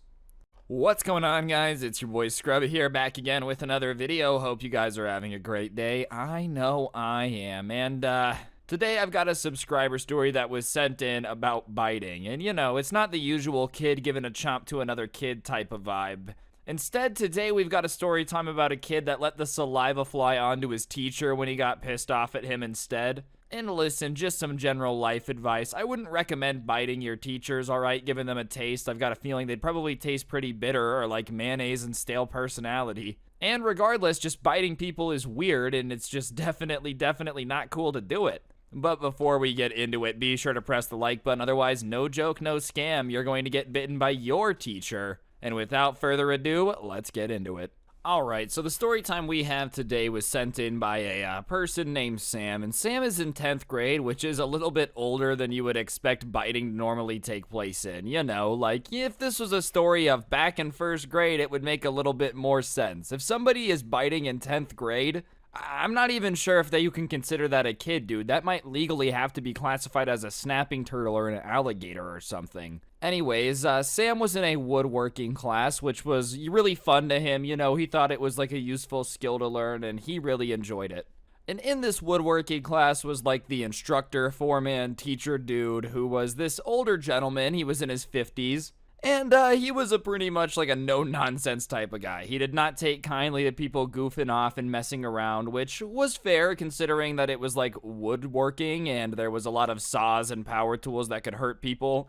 I wouldn't say that's usually the best time to be goofing around a bunch, you know, that's just my personal opinion. It's not like he was completely incapable of having fun or anything, like he would still joke around with the class, it's just he wasn't really a big fan of people goofing off around saws. Which, in my opinion, is pretty fair. Like, I wouldn't want a trampoline park next to a table saw. That's just the truth. I don't want people jumping around next to equipment that can hurt them. And it's kind of confusing to me that that would be something that people would want to do. Like, I've never seen a table saw and been like, now's the time to go roughhousing. The fact that he had to be strict about it really does blow my mind. And there was really only one kid in the woodworking class, for whatever reason, who didn't seem to just be capable of understanding that people did not want to goof around and roughhouse around power tools. And we're gonna call him Billy because why not? That's the name that the kid said he had, so if this is you, I'm using your name. And Billy was the type of kid who's like always trying to get people to laugh, you know, he was always just trying to joke around and trying to be funny, and I say trying to be funny because it wasn't like he was really the class clown in any regard. It was more of like a cringe-inducing comedy type of thing, like whenever people were laughing, they were laughing at him, they weren't laughing with him, you know. And a lot of people just found him really annoying and avoided him in this class because, like, the stuff he thought was funny really was not funny. Like, he would shove people when they were cutting wood, you know, if they were drilling something, he would, like, grab their shoulders and shake them. Sometimes he would walk up to people and like take their glasses and pull them off just while they were using a tool or something. It's like, dude, that's just not funny. He thought it was funny, you know, putting other people in danger, but obviously everybody he would do it to and everybody watching it just didn't find it as amusing as he did. And I don't blame him. Like, you know, I really think a lot of things are funny. I have a very varied sense of humor, but I don't think like putting somebody in danger on purpose, or especially putting myself in danger on purpose, is funny. Like, okay, hypothetically, your friend is wearing a suit of meat and you have the option to open the door to a tiger cage. You're a jerk if you do it. I mean, yeah, he's an idiot for wearing the meat suit, but if, like, you go out of your way to hurt them even more, it's just not funny. That was a very strange comparison I just did there, but whatever, we're gonna roll with it. We're gonna keep it moving. Anyways, one day they all come into class, the woodworking class. And the teacher says that they're going to be working with a new tool today, and they have to kind of sit and listen to him so he can explain what they're going to be doing. And he says they're going to be using a lathe for today's project. And for those of you that don't know, a lathe is like this woodworking tool that's super dangerous. You like put wood on it and it spins and there's blades, and it's a lot of like you can get caught in it and pulled in. It can cut you. Like there's just a lot of ways you can get hurt with it. And the teacher kind of explains that working with this is a privilege, you know, he can kick anybody out who doesn't take it seriously, and obviously, you know, they need to not goof around because this is a power tool, there's a lot of saws it's spinning, and it's a horrible idea to goof off. You know, most machines are really bad to goof off with if it can cut wood, but like this is especially something that he says they definitely do not want to be goofing around with. It's definitely not worth it. It could like kill them. And during this entire safety speech, this Billy kid is rolling his eyes. He's like trying to make jokes about how it's dumb and they don't really need this lesson. And everybody's literally ignoring him. They're not reacting to him at all, other than one person kind of like shushing him. And at one point, the teacher is like, hey, can you please be quiet? Like, you can talk as much as you want after this, but like right now, it's super serious that you guys just listen to how to use this safely so that way you guys don't get hurt. And Billy literally like rolls his eyes at him and is like, whatever, you know, just doesn't act like it's serious. And at that point, the teacher is like, okay, I'm going to demonstrate how to do it. And so he goes, and for some reason, this is probably not the best way to demonstrate it, but it's what he did. He like turned his back to the class and started using the machine explaining what he was doing. And for some reason, bro, some stupid reason, Billy decided that this was the moment to troll. Yeah, I would go out on a limb and say anytime somebody is working with machinery that they just explained you should be very careful with because it can literally kill them is like not the time to be goofing around. But hey, I guess Billy is just an absolute genius, clearly way smarter than anyone on the planet. And so he kind of like walks up to the teacher and pushes him towards the machine. And the teacher was a really big guy, so he didn't really move much, but like it was obvious that he had tried to push him into the machine. Like not, you can't really go into it, but you guys know what I mean. And the issue is with this machine is, like I said, it's spinning really fast. So if you push somebody into it, chances are they can get like sucked into it, and that's just no bueno. So the teacher turns around pissed, like rightfully so, just absolutely furious because, I mean, he almost just got shoved into like a power saw. I don't think that anyone would be a happy camper with that. I don't think there's ever been an interaction that's gone like, bro, that's so sick that you just tried to shove me into this thing that could kill me. You know, it's totally cool. I'm not mad at all. I don't think that's ever happened. That seems very unlikely to me. So like he starts screaming at Billy, obviously, asking him what he's thinking, if he's an idiot, if he realizes that he could like have seriously hurt him. He's always goofing off. This is ridiculous. Like, he doesn't understand anything about safety. He thinks everything is a joke. And he had given Billy this speech a couple times before, and the entire time he's giving him this lecture, Billy is just kind of like not taking it seriously whatsoever. And then he says something that gets Billy very upset. He says, that's enough. I don't want you in my class anymore. Get out, go to the counselor, and I don't care what class they put you in. You just cannot come to this one tomorrow. Like, I'm done. It's enough. And Billy, for whatever reason, like, thinks that, you know, that's not a fair punishment. He's like, dude, I was just kidding. Like, come on. Like, that's too far. Like, come on. I was just kidding. And the teacher is like, yeah, I just don't think that's funny. I don't think you thinking it's funny to start pushing people around power equipment is funny. Like, power tools are not a joke. And Billy is like, oh, look, dude, you barely moved, as if that makes it any better. Like, he admits to trying to push him into it. And the teacher goes, yes, I barely moved. But what if you go and you do this to another one of your students that's a lot smaller than me? Like, what's going to happen then? Are you serious? Like, you're just a liability. I can't have you around all this equipment and all these people. So get out. You cannot be in this class anymore. He's just done. He's going to kick Billy out. And Billy is arguing with him, and he just won't leave. So the teacher is like, if you're not gonna leave, then I'm gonna call your parents and we're gonna have a discussion about it, and you're still leaving my class. I was gonna just let you move, but I'm done. I'm calling your parents. And that's when Billy goes from like arguing and upset to insanely upset. He starts crying at that point. And he's like, no, you can't do that. You can't tell my parents about this. You can't tell my parents about this. And he's like, no, your parents need to know about your behavior because this is ridiculous. You can't be running around shoving people around saws.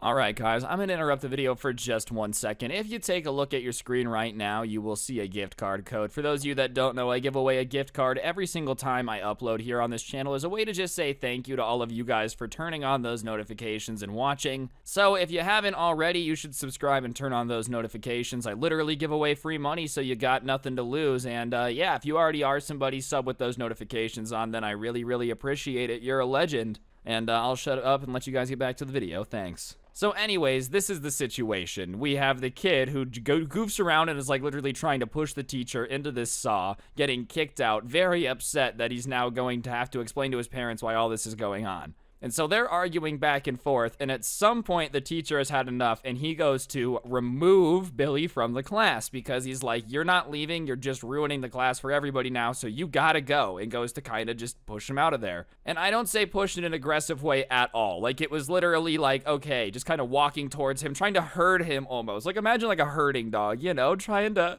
herd some cattle, herd a goat towards the exit. That's kind of what he's doing. But for whatever reason, Billy, when the teacher starts walking towards him, goes, don't come closer to me, like, don't come closer to me. And the teacher is like, get out of the class, get out of the class, like, you have to go, you have to go. And Billy is like, I'm not leaving until you say that you're not gonna call my parents. And the teacher is like, dude, I'm gonna call your parents. It doesn't really matter. You're not getting out of that. Like, it doesn't matter how much you sit here and beg and plead. You're not gonna get out of that one. And at that point, realizing that Billy's just not gonna leave, he's not gonna get out of here, he goes to grab the phone to like call the school resource officer or like the school cop to come get him out of there, because that's what you do. If they won't leave, you do that. And so Billy, at that point, when he sees him picking up the phone, knows it's over and knows for sure that his parents are going to get contacted. So, like, in a last-ditch effort, I don't know if it was desperation or just going crazy, he, like, goes to do something to stop him from calling, and he runs towards the teacher, and, like, the teacher sees that and takes a step back, and Billy dives to, like, try to get him, but the teacher takes a step back, so he ends up kind of wrapped around his knees a little bit, and the teacher, like, pulls one leg out so he's not gonna fall down, and Billy, for whatever reason, decides, like, okay, tackling him failed, he still has the phone in his hand, decides to, like, bite him in the ankle. He was wearing pants, you know what I mean? And all they see is just like the pants kind of compress under Billy's teeth as he bites into the teacher's ankle. And the teacher yells, like, more in shock than hurt, it looks like. Just like, oh my god, like this creature is biting me, bro. As I said, I don't really think you can classify it as like a kid at that point. It's like a snapping turtle. And he yells and he's like, get off me, get off me. And Billy is like, but you can't hear him saying no because he's biting the teacher. And he's like, no. He just keeps saying no, but his teeth are still on the teacher. And the teacher starts like shaking his leg to try to get him off. And the phone is connected at that point, and all I'm sure the office hears is like a teacher screaming, get off me, and then like a muffled no. So he's holding the phone, and like 2 minutes later, every like janitor, everybody rushes into this room. And Billy, in like the minutes that it took to get there, had just latched onto him and wouldn't get off. And the teacher didn't want to like kick him in the face, so it just hurt. And so they get in, and like with the force of everybody in there, they finally pry Billy off the leg of this poor teacher, dude. Like, rest in peace, your running ability. And he lifts up his pant leg, and like there's a giant teeth imprint of everywhere he had bit. It was almost like he was purposely not biting enough to, you know, like break his skin. But yeah, he was latched onto that dude's ankle for like solid minutes. Do you know what I mean? I don't understand what he was thinking, dude. Like, all right, let's give him the benefit of the doubt for 1 second. He's super caught up in the moment, and just a fit of like going crazy, he bites the teacher, right? Like, whatever. That's still nuts. Like, you're still crazy for that, but whatever.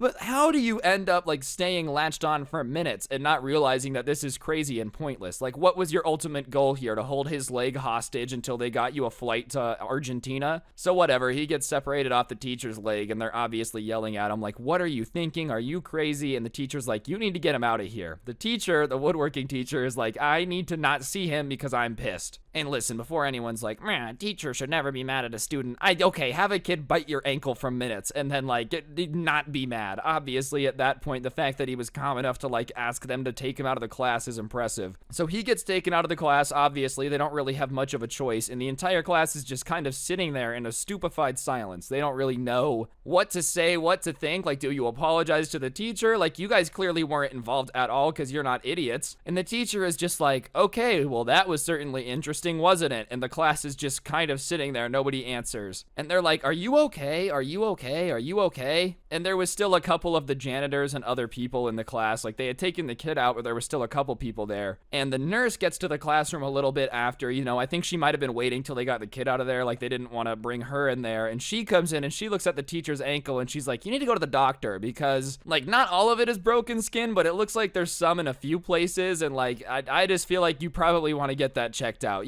And he's like, no, I'm not going. I'm going to finish teaching my class. Like, I can do this. And they're like, no, you need to go to the doctor, dude. So he's arguing with them. For some reason, this guy is like super dedicated to the woodworking class, man. Like, he's not quitting. Literally, he just got bit by like a walker from The Walking Dead. And he's just still trying to teach his class. So finally, they convince him to like go. And one of the teachers that's in there, like, or an office aide, I don't really know who it is. I wasn't there, is sitting there with them and is kind of like just sitting there awkwardly because the teacher left. They clearly didn't have time to get a substitute because you weren't expecting a kid to just bite this dude's leg and take him out of commission in the middle of the school day. So this random dude is just kind of sitting there not knowing what to say. And the class kind of starts talking amongst themselves about like, oh my God, what just happened? Did we just see that right? Like, did he bite the teacher? Just trying to make sure that they all can agree that they saw something wild. And the guy who's in there with them kept trying to shut it down. Like, guys, stop trying to spread rumors. Stop trying to spread rumors. And they're like, dude, rumors? Like, we literally saw it. What do you mean? And, eventually the guy relented and just started letting them talk about it because he knew there was just no way this wasn't going to get out. Like, at first, I think they were in damage control mode. Somehow we'll keep it a secret that this kid was biting everybody. It's not gonna happen. Something like that is 100% getting out. I don't care how much you don't want people to talk about the crazy kid biting everybody. People are going to be talking about that. It's a proven fact. I mean, maybe not necessarily, but I guess this story time kind of proves that as a fact. You know what I'm saying? But, yeah, moral of the story, don't bite your teacher. They don't taste good. That kid definitely got expelled. They never saw him again. So I guess in theory, he could be on a very, very indefinitely long suspension. But chances are that you get expelled for attacking a teacher. I don't think many other teachers at that school would be cool with you at that point. But, yeah, I just figured this was a pretty crazy story time. It's not every day that somebody sends in something like that, so I figured I would turn it into a video for you guys. Hopefully you enjoyed. If you did, I would really appreciate you taking a second to press the like button. Let me know in the comments section down below what you thought. It really helps the video do better. If you haven't already, be sure to subscribe, turn on those notifications so you never miss another video. I would really, really appreciate it. And, yeah, other than that, if you really want to help me out, you can use code Scrubby at the G Fuel checkout. It's actually a 30% discount today, so you might as well go over there and use that. Get yourself a discount. And my podcast, The Scuffed Cast, is also found down below. And if you take a second to look at your screen, you'll see the coolest merch to ever exist in the history of the planet, which can also be found in the description, so go ahead and get yours. But, yeah, on that note, guys, I think that'll do it. Don't get anyone pregnant. If you do, make sure they're hot, and hopefully I'll see you guys all next time with another video. I'm out. Peace. What's going on, guys? It's your boy Scrubby here, back again with another video. Hope you guys are having a great day. I know I am, and today I've got a subscriber story that was sent in about this dude's house who we went to, which had, like, the nastiest gaming setup of all time, just putrid gross. And I figured it would make a good video. You know, sometimes gamers bring shame to the little community we got going on by just not knowing the word hygiene. It can be pretty embarrassing. I guess some neckbeards just really want to be living in like a roast-infested dungeon, like just roaches everywhere, man. They want to be able to step on a Lay's chip when they get out of bed in the morning. And yeah, this is one of those story times that kind of hurt to read, so I figured I would share it with y'all because I know it'll be cringe-inducing and it should be pretty fun. But before we get into it, be sure to press the like button. Otherwise, no joke, no scam whatsoever. Your mom will turn into a hoarder and you will have to live in a roach infestation. Not worth it, not very swag, trust me, so press the like button. Alright guys, so the main character of today's story time is named Manny. And Manny was a pretty cool guy. He had pretty cool parents, but one thing that his parents would make him do that drove him absolutely crazy was like they would make him hang out with the kids that didn't really have any friends, you know, so that way they would like feel like they had people that were able to come over and whatnot, you know, trying to force him to be nice. They would basically guilt trip him about like they're so lonely, you know, blah blah blah blah blah, you need to hang out with them. And yeah, sometimes there was definitely situations where the kid was just shy and Manny being friends with them like definitely helped him come out of their shell. But we all know that there's sometimes kids are lonely because they kind of deserve to be lonely, you know, they might just be a little weird or you know, bite people. Like, there's plenty of reasons why certain kids might not want to hang out with, like, a certain kid. Whatever, one day he's chilling at school, and this kid named Eugene invites him over. And the best way that I can describe Eugene from, like, the vibe of the story time and the way he's described is basically a real-life Cartman from South Park. Just like this stinky kid obsessed with electronics who just was, you know, thinking he was better than everybody, just had a massive god complex, was really rude. And one day, nobody else would really want to hang out with him. He asked Manny to come over because Manny kind of had a reputation for being friends with some of the like stranger characters. And Manny literally was like, nah, I can't. Lied to his face because he really wanted to avoid it. And Eugene kept inviting him over and over and over and over, and he would always deny it. But then one day, Eugene ended up asking his mom to invite him over, and then Eugene's mom called Manny's mom. And once that happened, it was just unavoidable. His parents were like, you need to go hang out with this kid, you know. His mom said he was so excited, so you can't disappoint him. And he tries to tell his parents, like, please don't make me do this. The reason nobody wants to hang out with Eugene is because he's mean. Like, please don't make me go. Please don't make me go. But sure enough, no matter how much he begged and argued to, like, not go have to do this, one morning he's in the car on the way to Eugene's house. Like, they didn't really care what his explanation was. They thought he was just being ridiculous. And even in the car, he's still protesting. He's like, Dad, please don't make me go. Like, I really don't want to do this. And his parents just don't really care. And he gets there, and the door opens, and Eugene's mom is standing there. And it is not what he was expecting at all. Keep in mind, Eugene is like this insanely rude kid who had a reputation for smelling horrible, was just mean, a know-it-all. And his mom standing in the doorway was just like an absolute angel, dude. She was the sweetest lady. She had baked fresh cookies, so like the smell of cookies was in the air when he walked through the door because she wanted to make sure it was comforting. Like, was just being incredibly nice to him, you know? So his dad drops him off and kind of gives him a look like, see, you got nothing to be worried about. And for a second, Manny is like, hey, maybe this won't be that bad. Because he's hanging with Manny's mom, or Eugene's mom for a couple minutes, sorry.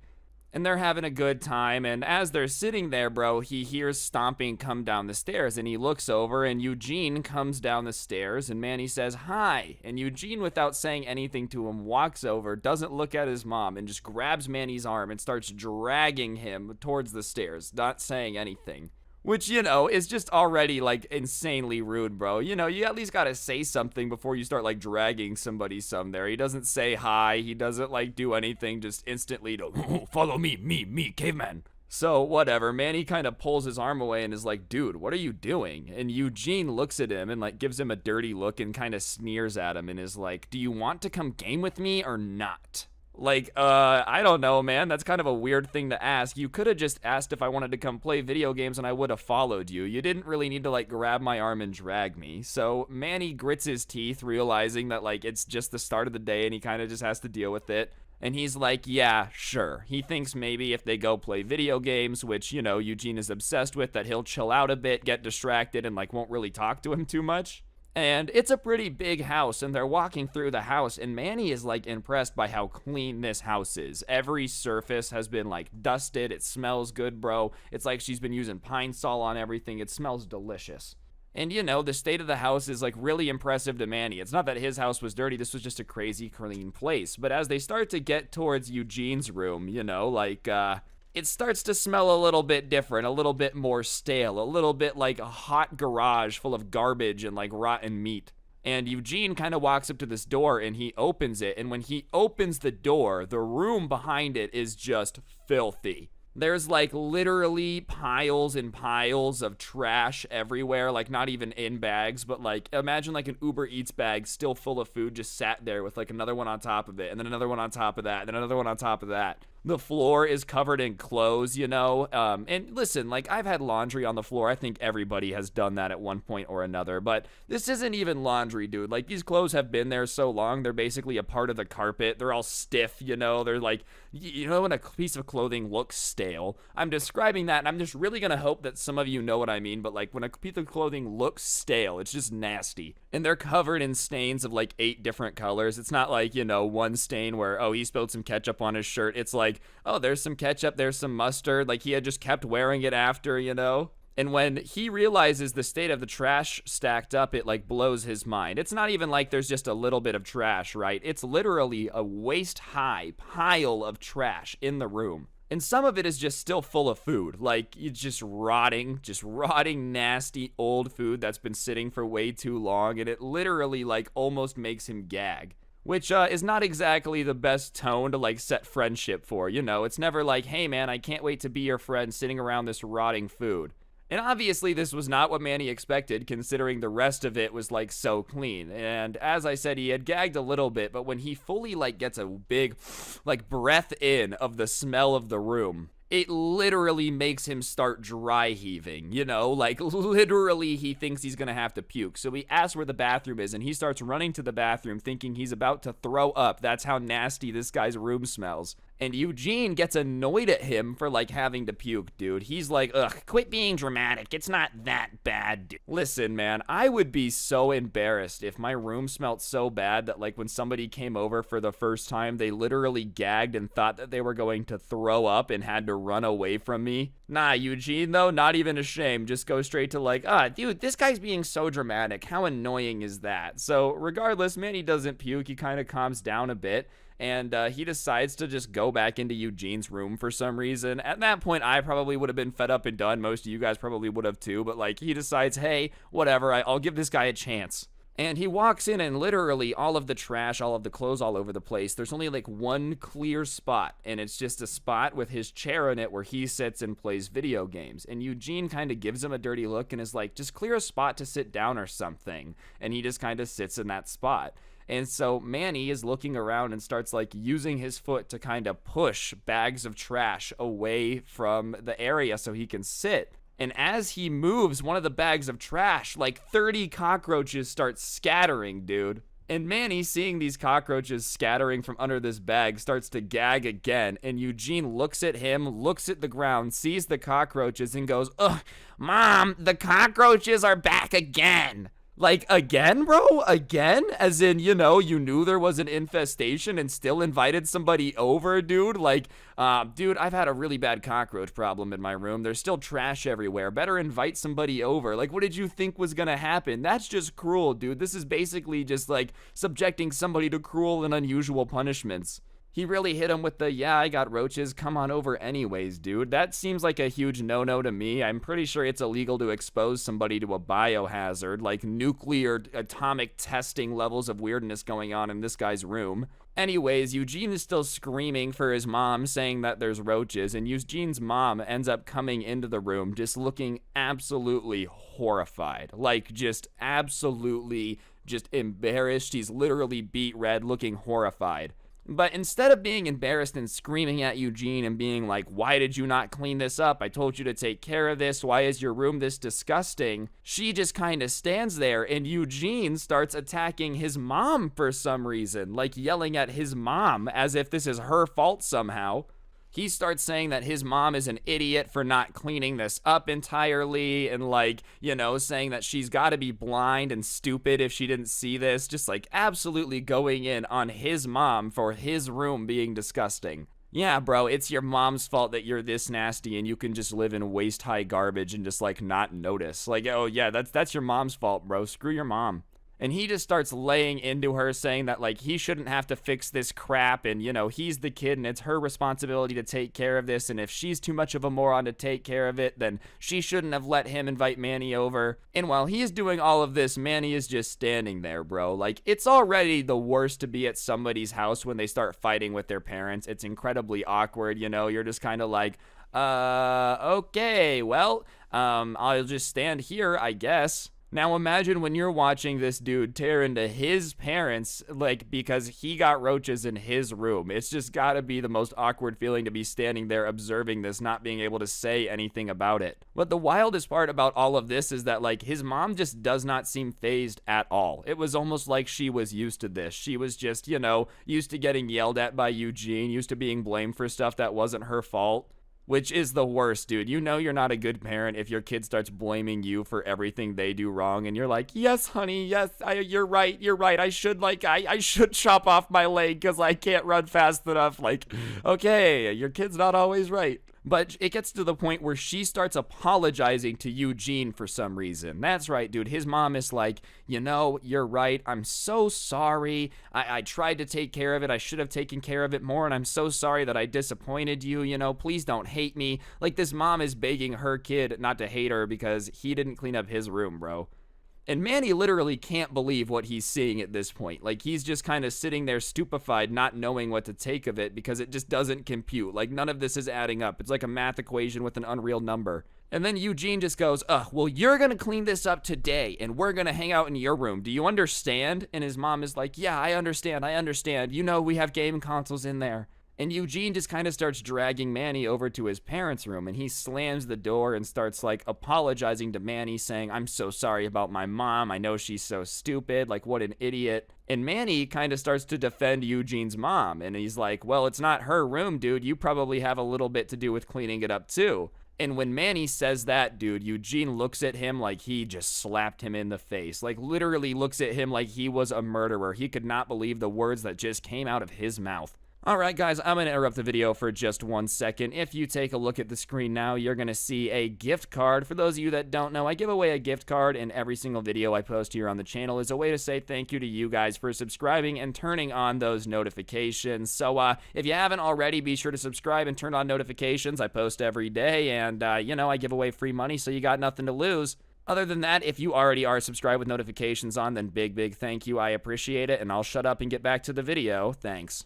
Anyways, Eugene is all pissed off, and he looks at Manny, and he literally says, you clearly did not witness the same thing I did if you think that my mom isn't an idiot for what just happened. And Manny asks him to explain, like, okay, well, how is it your mom's fault? Like, dude, that was your room, it was your mess. How is that your mom's fault? Is it your mom that's hoarding garbage in your room for some reason? And Eugene kind of has this moment where, like, he processes what he's saying and realizes that, like, crap, I really don't have a good explanation as to how this is my mom's fault at all, because it's my room and clearly I'm the one, like, hoarding garbage in it.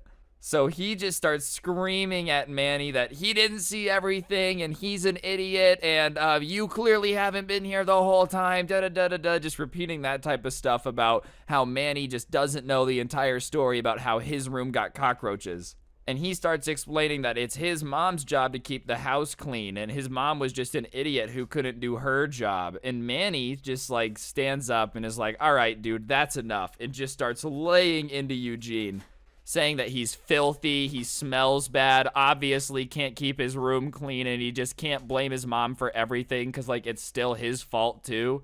And listen, obviously it's mean, but yeah, you kind of deserve it, dude. Like, you're screaming that it's your mom's job to keep the house clean, so therefore you don't have to do anything. You can have cockroaches and do nothing about it just because YOLO, it's your mom's job. Like, okay, bro. That's the same type of logic of people that purposely litter because, like, oh, there is a janitor. It's like, yeah, but their job isn't to do that, dude. Like, that just kind of is rude. And anyways, he's laying into Eugene, and it's obvious from the way Eugene and his mom interact that, like, no one has ever stood up to this kid in his life before. So Eugene is just kind of standing there and, like, not really knowing what to do. He's almost slack-jawed at the fact that someone's standing up to him.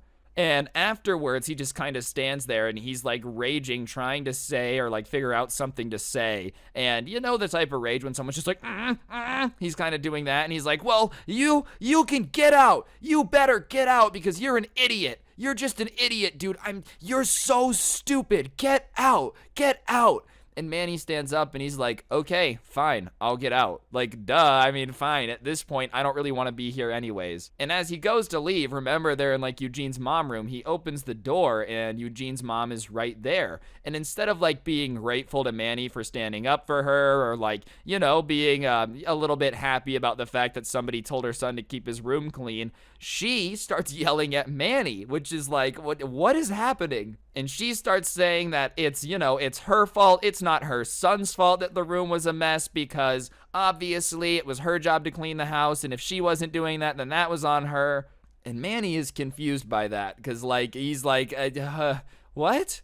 Your son's room is filthy. If it's your job to clean it, then like, yeah, I guess you're doing a bad job, but it's because he screams at you whenever you go in there and try to clean it. He's like, I just don't understand how this isn't his fault. He's not arguing with his mom, but he's thinking like, okay, I'm so confused on how this is not his fault, but fine. Like, he's just not following, bro. He's like, the rest of the house is clean. Clearly, you're fantastic at your job, even though it's messed up that they tell you that it's your job. He doesn't agree with that, but he's like, he does not understand what's happening, bro. He just does not understand the situation in the slightest. It's just one of those things where he's just like, ah! And so he, like, freezes up and he tells the mom, he's like, well, it shouldn't be your job to clean everything. Like, he says that, which is true, bro. It's kind of messed up if you're like, no, you have to clean everything. Me allowed to take massive dumps on the floor and you have to clean it. Like, that's just, come on, bro. Like, that's really not cool. And she says, well, get out of my house, you know, like, all right, well, if you're gonna, like, scream at me for trying to defend you and tell me to get out, then fine, I'll just get out. So he just leaves, but the only problem is, like, didn't have a phone at this point, so he just has to start walking home. And for some reason, Eugene's mom, like, doesn't call his parents and let him know that he's coming home early. They don't pass that message along. So he literally just ends up walking all the way home to the point where it takes like 4 or 5 hours to get there. And he tells his mom what happened. And his mom is obviously incredibly pissed off about it. So, you know, she calls and Eugene's mom confirms everything, but backs up her son and is like, your son's the one who's in the wrong. And that obviously sets off Manny's mom quite a bit because it's like, dude, you're crazy. Like, you're absolutely crazy. But the one good thing of this situation and his mom being pissed off is she kind of dropped the whole you have to hang out with whoever we tell you to hang out with routine. Like, that basically ended after that, which he was very grateful for. All it took was one crazy person, like, kicking him out for no reason and making him walk 5 hours home after making him sit in a roach infestation. I'm sure his parents must have felt so guilty, bro. Like, especially after he begged them not to go. He's like, please don't make me go, dude. This kid is a monster. And they were like, whatever. Only for him to have to sit in a roach infestation. Like, listen, my room has gotten messy. Don't get it twisted. I think everyone's room has gotten messy. But if it's to the point where you have, like, your own biosphere in your room and, like, you're sitting and just sniffing rotting things all day, that's a problem, dude. How do you live like that, dog? Everyone's room gets messy. Everyone's had a little bit of a trash pile up, dude. But if you have, like, a whole colony of bugs living underneath your mattress, you gotta clean up a little bit, man. It's getting out of control. Anyways, he doesn't really like going to people's houses anymore, like, until he kind of knows their cleanliness factor, which I think is fair, dude. I can't blame him for that, especially after you have a situation like that. It's got to be hard to, like, trust anybody when they say, no, my house is clean, bro, trust me. Yeah, dude, I've heard that before. I really have. I'm not trusted it. Anyways, guys, I think that's going to do it for the video. Hopefully you enjoyed. If you did, I would really appreciate you taking a second to press the like button. Let me know in the comment section down below what you thought of the video. I would really, really appreciate it. And, of course, subscribe and turn on those notifications. If you really want to support me and you like G Fuel, if you use code Scrubby at the G Fuel checkout today or tomorrow, it's actually 30% off. If you use it any other time, it's 10% off. So yeah, if you want a massive discount on G Fuel, head over there and use code Scrubby. Other than that, I do have a podcast called The Scuffed Cast, which you can find a link to in the description. And if you take a second to look at your screen now, you will see the coolest merch to ever exist in the history of the planet. Yeah, that's right, the 2 million subscriber collection, which is pretty cool if you ask me. And you can find a link to that in the description too. On that note though, guys, that'll do it for the video. Don't get anyone pregnant. If you do, make sure they're hot. I'm gonna go clean my room now. Just like be safe. Don't get anyone pregnant. If you do, make sure they're hot. And I'll see you guys next time. I'm out. Peace. What's going on, guys? It's your boy Scrubby here, back again with another video. Hope you guys are having a great day. I know I am. And today, ladies and gentlemen, I have a story that I bet you a lot of you guys are going to think are lame, but whatever. I felt like telling it. I passed out at the doctor's office one time, like the first time I had been there in a very long time, and it was super embarrassing. They wouldn't let me leave. My mom had to come get me. It's just overall a massive L. We on that daily grind, you know, we're going to be back again tomorrow with a longer story time, but I figured this would be a good one. So before we get into it, press the like button or no joke, no scam. You will also pass out, and trust me, it's not very fun. And without further ado, let's get into it. Alright, so I'm not saying that this is something rational, okay? I'm not saying this is smart, but I've always been a little bit afraid of the doctor's office. It just freaks me out a little bit. I don't know if, like, when I was a baby or a really little kid, something happened I don't remember, or, like, if I've just seen enough of TV shows where the doctor's a mean guy to traumatize me. They just freak me out, dude. I've just got, like, doctor phobia. You know, I'm not literally afraid of the doctor. I've known my doctor for a while. He's not a scary guy, it's just the office freaks me out. So I kind of avoid going as much as humanly possible, you know, like unless I'm really sick or I need to go do something, I will try my best to just not go.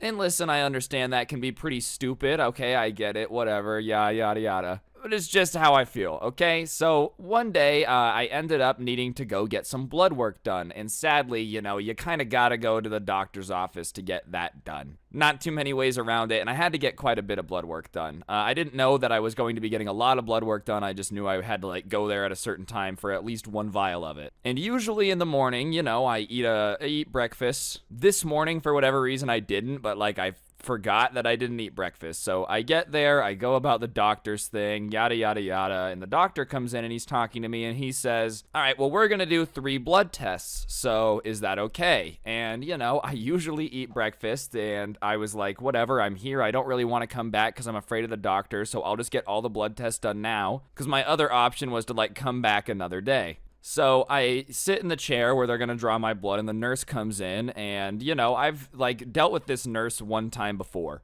At this office, they had just moved to this new office, so I had never been to this office before, but like the nurse had worked with this doctor before. So she comes in and she says, hi, you know, I've worked with you before. We're training somebody. Is it okay if the person we're training draws blood? You know, he's got this certification, but he just needs experience. And listen, the guy's like right in the room next to her. I didn't know what he was in there for. So she asked me if he can practice on me right in front of him. So it's just kind of awkward. And also, he looks like he's my age. And if he's got like certifications to be doing it, then whatever. Sure, I guess you can practice on me. I don't care. And I'm not afraid of needles. It's just the office that freaks me out. So he gets the syringe thing, he gets the needle, whatever. They do it. The first vial, no problem. Second vial, no problem. I start to feel a little lightheaded, but I'm like, I'm fine. And the lady looks at me, she goes, hey, you're kind of looking a little pale. Is everything okay? Did you eat breakfast? And I go, yeah, I ate breakfast. And like, I just thought I did. I'm an idiot, I know. So whatever, the lady's like, okay, well, we're gonna do one more. And,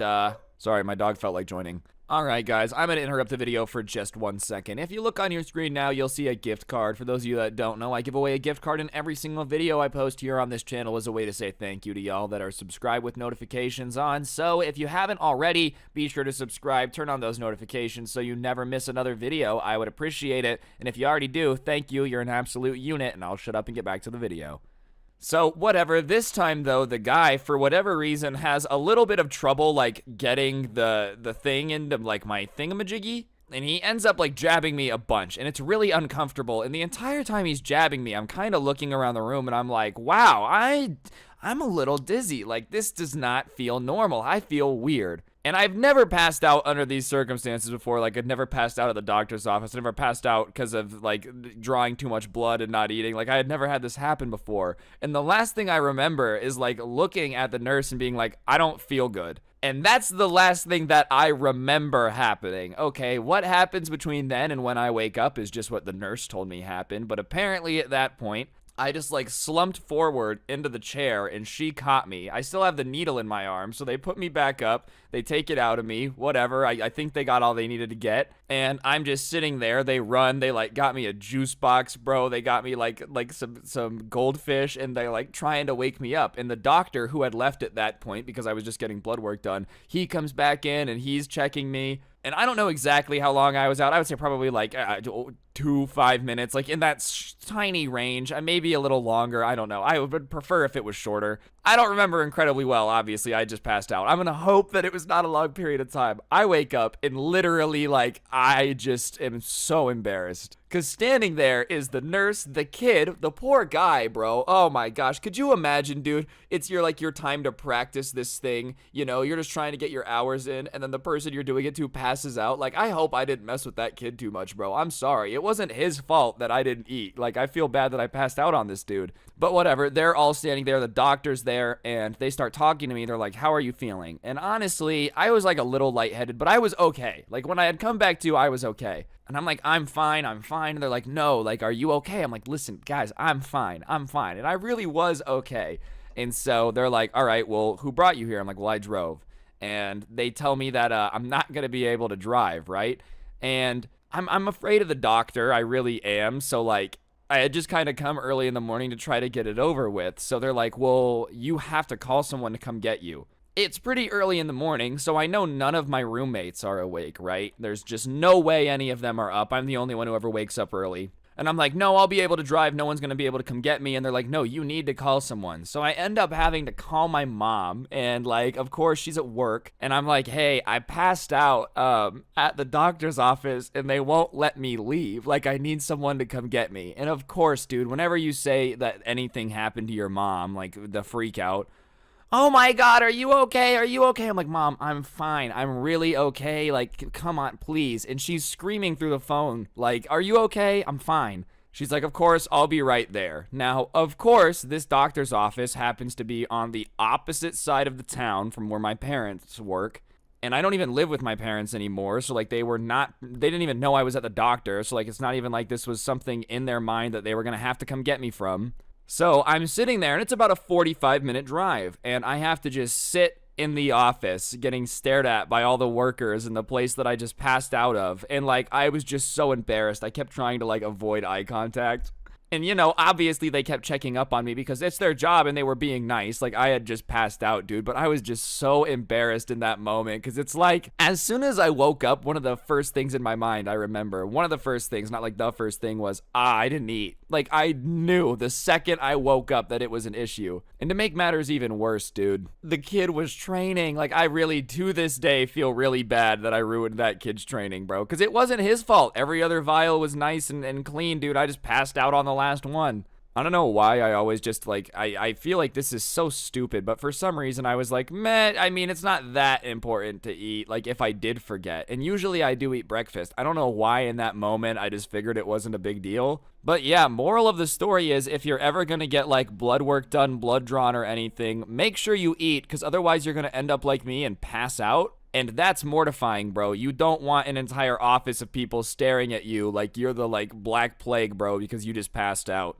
But yeah, anyways, guys, if you enjoyed the video, I'd really appreciate you taking a second to press the like button. I would really appreciate it. And while you're at it, you might as well leave a comment down below. If you really want to support the channel, you can use code Scrubby at the G Fuel checkout. It's actually 30% off until the 16th of this month, so take advantage of that. My podcast, The Scuffed Cast, is also in the description. And if you look on screen now, you'll see the coolest merch to ever exist in the history of the planet, which can be yours through a link down there as well. But yeah, on that note, guys, that'll do it. Don't get anyone pregnant. If you do, make sure they're hot. I'm gonna go pass out in another doctor's office now, and hopefully I'll see you guys all next time with another video. I'm out. Peace. What's going on, guys? It's your boy Scrubby here, back again with another video. Hope you guys are having a great day. I know I am. And today I've got a story time that was sent in by a subscriber. And today I've got a subscriber story that was sent in about this guy and his classmate who ended up getting in a fight over Fortnite skins, dude. That's already embarrassing enough, even if this was in 2018. But what's worse is it was like this year. I don't know what's going on for you to still be very upset about Fortnite skins in the year 2021, but I just figured it would be a pretty good story time, so that's what we're going to be talking about today. Before we get into it, though, be sure to press the like button. Otherwise, no joke, no scam whatsoever, you will be visited by the ghost of Christmas past, and he will take you to a time when you would be upset about Fortnite. Alright, so the main character, the subscriber that sent in this video, I'm gonna call Joey for the purposes of the story. And Joey, back in 2018, had, been playing Fortnite, like basically every other person on the planet who was into video games, you know. Yeah, everybody calls it cringe now, but there was a period of time where, it was the game everybody was playing. And because of that, when he started playing it, he had gotten the battle pass, and it was one of the first ones, and he got the skin called the Black Knight skin, which for those of you that don't know is one of the more rare skins in Fortnite. You only got it if you completed the battle pass in season 2, and so if you didn't have it, there's really no way for you to get it, and because it was before it hit its peak popularity, it's considered rare. And there was a kid who sat behind him in one of his classes that was still, obsessed with Fortnite to an annoying degree. He was always, playing it on his phone and shouting under his breath, trying not to get caught by the teacher, but enough to annoy the people in front of him. Dude, what the heck, guy? Oh my god, dude, this guy, oh my god, what a bot, oh my god, just being annoying about it, right?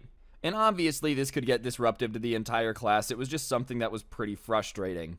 And one day he gets killed by somebody in the game, I guess, while he's playing in class, and it was somebody who had a rare skin, and he starts kind of whining. Oh, that's so stupid, I don't have any rare skins. It's so unfair that Fortnite, lets people use skins that other people don't have. I don't know if this kid just, was not aware of the fact that they don't change anything. Your hitbox is the same. It's not like you wear a rare skin and you get better at the game. That's not how it works, but whatever. And anyways, Joey had just gotten really tired of this kid talking about Fortnite all the time. He just found it really annoying. So he turned around to the kid and was like, oh, do you not have the Black Knight? Just to kind of mess with him a little bit and troll him. And the Fortnite kid, though, turns and looks at him, or looks up, I guess. And instead of being like, oh, no, I don't have the Black Knight. Wait, do you play Fortnite? He goes, no one has the Black Knight unless they're literally pro at the game. Literally no one has that skin. That's why it's stupid that they let people wear it, because it's just broken. The skin is so rare, it's impossible to have it. Literally no one has it. And listen, as I said in the beginning of the story, it's a rarer skin, I guess it's more rare than others, but, I have it, and I wouldn't say I was the first person to play Fortnite. There's plenty of people that are not professionals and have this skin, because keep in mind, it doesn't actually change anything about the game. If you had 2 thumbs and played enough Fortnite in Season 2, you could have it. So he decides that he's gonna troll this kid that's obsessed with Fortnite and maybe try to get him to shut up about Fortnite for a bit. And he goes, oh, well, I have it. I have the Black Knight skin. And the Fortnite guy screams at this point, not even under his breath, disrupting the entire class. No, you don't! You do not have it! This kid is upset about the fact that Joey is claiming that he has the Black Knight. How dare somebody mention the fact that they have a video game aesthetic item, bro? So the entire class kind of gets disrupted when he yells that out, and they all kind of look at him. And they're going back and forth for a bit, Joey just reaffirming, no, I have the Black Knight, and the Fortnite kid being like, no, you don't, there's no way you have it, dude, there's no way. And finally, he gets the Fortnite kid pissed off, and he says, all right, well, if I show you that I have the Black Knight, will you shut up and not talk about Fortnite anymore? Seriously, you'll stop playing it in this class, you'll stop whining about it, I never have to hear about Fortnite again if I prove to you that I have this skin. And the Fortnite kid is so confident that this skin doesn't exist, there's literally no way anyone has it, that he agrees to this. He's like, yeah, I'm so confident that you're making up having this skin that I'll agree to that. But if you're wrong and you don't have the Black Knight, which I know you don't, then you have to give me your Fortnite account. And Joey's like, okay, dude, good deal. Because listen, this is a win-win. Either he knows he has it, so either he shuts up or he shuts up. Those are the 2 options. So Joey pulls out his phone, pulls up the account, and sure enough, he has the Black Knight. It's there, it's in the inventory. He has the ability to equip it, and there's just no way to fake that. It just is what it is. But, instead of accepting the fact that, Joey was right and maybe trying to apologize or shutting up about Fortnite, the Fortnite kid just decides that he's gonna freak out about it. And he starts screaming that that's a fake account, there's no way that's actually his, he has a modded version of the game, and he set this up to make him look stupid. He basically is doing everything in his power to make up some reason for this guy to have this skin, other than just the fact that he has it. And the weirdest part about this is he had literally just saw him pull it up on his account. It's not like he pulled up a modded version of the game, you literally witnessed it. But he's just sitting there denying that what he just saw is reality. And so Joey starts being like, bro, are you an idiot? Are you kidding me? Look at the phone. Look, I literally have the skin on. It's right there. Obviously, I have it. You were just wrong. You have to not talk about Fortnite. And the Fortnite kid is like, dude, that's unfair. There's no way you have it. It's fake. How did you get it? This is unfair. I can't believe you have it. Give me the account. Give me the account. And Joey is like, no, bro, you gotta shut up about Fortnite. The rules were if I had it, you had to shut up. And the Fortnite kid gets so upset at the fact that Joey has the Black Knight and won't give it to him that he grabs the phone out of Joey's hand as he's showing him the skin. And he just throws it across the room, towards the front near the whiteboard, and it hits the wall so hard that the case, comes off the phone. And obviously, that's not a very good sign. The case is there to protect it, and if you're throwing it so hard the case is popping off, I'm gonna say that the phone's not doing too hot. And keep in mind, all of this is also over Fortnite, dude. He literally just grabbed this stranger who sits in front of his phone and chucked it because he didn't like the fact that he had a Fortnite skin that he didn't. Yep, perfectly normal response there. That's my favorite thing to do. When people show me that, they have a rarer Valorant skin than me, I just slam their computer with a sledgehammer. And it's already weird enough to just be throwing strangers' phones, right? Especially over video games, dude. But you're gonna have to owe someone $1,000. You're gonna have to buy somebody a new phone over Fortnite just because he owned a skin that you don't have. That just doesn't seem worth it, dude. Especially because, yeah, I mean, this kid was old enough to have a job, and that's embarrassing. But chances are he was gonna have to go to his parents and be like, hey, I need a small loan because I got in some trouble at school and I broke somebody's phone. Oh, son, what happened? Oh my goodness, were they bullying you? Was something going on? No, they just had a Fortnite skin that I didn't, so I threw his phone at a wall. Anyways, at that point, after he throws the phone, Joey stands up and gets in this kid's face and is like, what the hell, man? Are you serious, dude? What is your issue? And pushes him a little bit.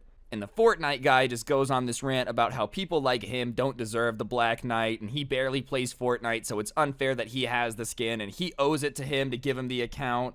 And literally starts stomping his feet like a toddler, bro. Literally, it's not fair, stomping his feet, and starts crying over the fact that Joey has this Fortnite skin and he doesn't. And as I said, bro, these dudes are old enough to have jobs. It's not like this is 5-year-olds arguing over Fortnite. It's not that one video when Fortnite was popular of the kids being like, we like Fortnite, we like Fortnite. No, these are almost adults literally crying over the fact that he does not have the Black Knight skin in Fortnite and stomping his feet. Even in 2018, this would have been cringe, at the peak of Fortnite.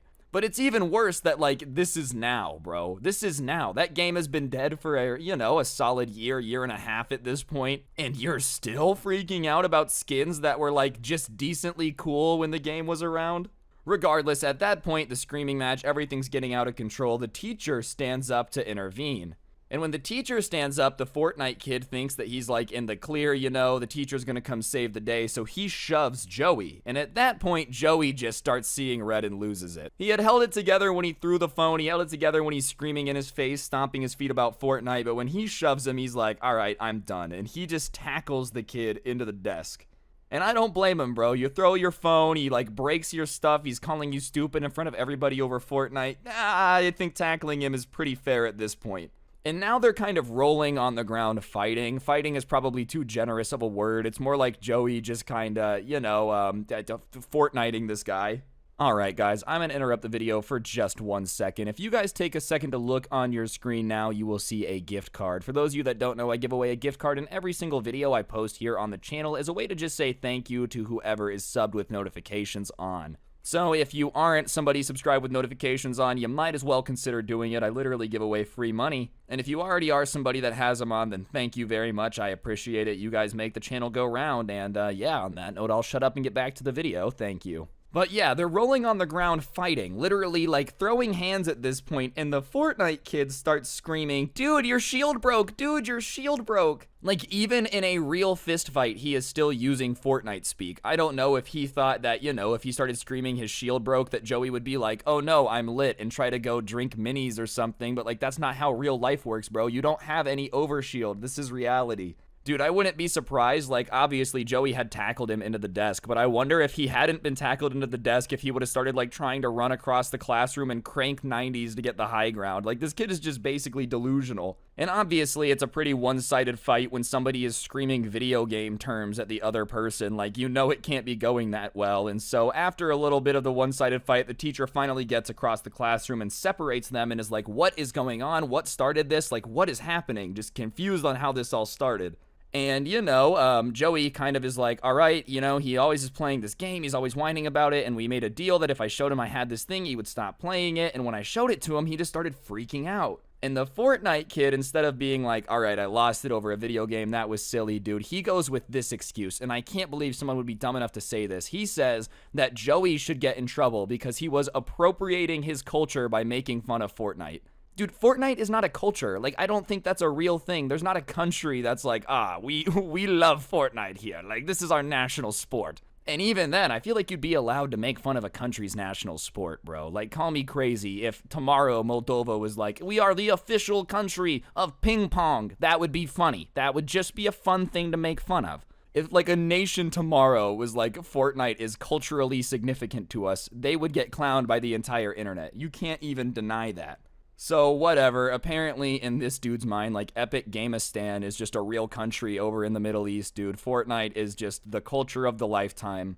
And obviously, when he starts saying that that's why Joey should get in trouble, the teacher is like, dude, I don't care. I don't care about whatever you guys are arguing about. Obviously, I don't understand. But you do realize that you can't do this during class and interrupt everything. Like, you can't do that. And obviously, they're like, yeah, I understand, I'm sorry, blah, blah, blah, blah, blah. And Joey's being very apologetic. He really did feel bad for, like, interrupting the entire class, It's not fun to be the guy that the entire class is looking at for, like, interrupting everything. And so he says, you guys have to go to the dean for fighting, get out of here. And when he says that, Joey is like, all right, and he goes to leave. But Fortnite Kid, I guess, just hadn't had enough yet, and he just refuses to do it. The teacher says go to the dean, and he's like, no, I'm not going to the dean. And the teacher looks at him and says, excuse me? And he says that he's not going to go to the dean's office until Joey agrees to give him the account with the Black Knight skin on it. Yeah, that's right, guys. That's concern number one, bro. Forget about getting suspended for fighting or, like, the fact that you just broke this kid's phone and you're gonna have to replace it. Nah, dog. The only thing that matters is getting your hands on that sweet, sweet Black Knight account. And obviously the teacher is like, are you kidding me? Like, are you serious right now? And he's like, no, I'm not leaving until I know that I'm going to get that account. It's unfair that he has it. And Joey is like, I'm not giving it to you. I don't care what the teachers tell me to do. Like, you're not getting it. And the Fortnite kid keeps throwing a tantrum. Like, he starts stamping his feet again. And the teacher at this point has enough and is like, look, you guys either go to the dean now or I call the security guard and he takes you to the dean. So at that point, Joey's like, I'm out of here. The kid kind of wises up about a bit of it too and like stops throwing a tantrum and finally starts walking to the dean's office. But for some reason, for a little bit, like, had the nerve to be like, dude, I won't go to the dean's office until I get the Black Knight. If I'm getting suspended, I'm at least getting suspended for a reason. I want the rarest Fortnite skin around. Honestly, I really fear for people like this. I do, dude. Like, how is somebody like this going to survive in the real world? I just don't think it's going to be possible for them. Daniel Tosh has a joke for people like this, and it just, when I read stories like this, I'm like, nah, that joke makes even more sense. He says that, like, it's kind of a miracle that only 10% of the country is unemployed. Like, more than 10% of people are just really dumb. And I feel like if you're the type of person to be fist fighting over Fortnite and, like, throwing tantrums about it, you're one of those people that it's like, if you somehow get a job and work into society, that's a miracle. Could you imagine being the coworker on this guy? Like, he blows up the Burger King because, he doesn't get the Victory Royale one day. Either way, if you're watching this dude who got really mad over Fortnite, I wouldn't do that anymore. I just wouldn't really recommend that. But I will say thank you for the story time. That's pretty cool. I appreciate it. Anyways, guys, I think that's going to do it for the video. Hopefully you enjoyed. If you did enjoy the video, I would really appreciate you taking a second to press the like button. Let me know in the comments section down below what you thought, and subscribe if you're new. If you don't know what to comment, just go ahead and put Fartnite down there. I would really, really appreciate it. It helps it do better, and it's funny. And if you're new and subscribing, you might as well hit that notification bell so you never miss another video. I would appreciate it. Other than that, if you really want to support the channel, you can use code Scrubby at the G Fuel checkout. It's a great way to help out, and you get some G Fuel. I also have a podcast, the Scuffed Cast, that can be found in the description. And if you look on screen now, you'll see the coolest merch to ever exist in the history of the world, and you can also get your hands on that by going to the link down in the description and getting it. Yeah, on that note, guys, I think that's gonna do it for the video, though. I really appreciate all y'all watching. Don't get anyone pregnant. If you do, make sure they're hot, and I'll see you guys next time with another video. I'm out. Peace. What's going on, guys? It's your boy Scrub here, back again with another video. Hope you guys are having a great day. I know I am, and today I've got a story time for y'all. About this time, this lady called the cops on me and my friends for like just doing nothing but skating around a neighborhood, minding our own business. It's been a while since I've told a story about skating or anything like it. I saw some comments asking for it, so here y'all go. It should be a pretty fun story time though. Before we get into it, be sure to press the like button, or no joke, no scam, a Karen's gonna absolutely murder a fun time next time you try to have it. And yeah, without further ado, let's get into it. Alright, so me and a couple of friends loved to skate when we were younger, like early high school, late middle school, most of high school actually.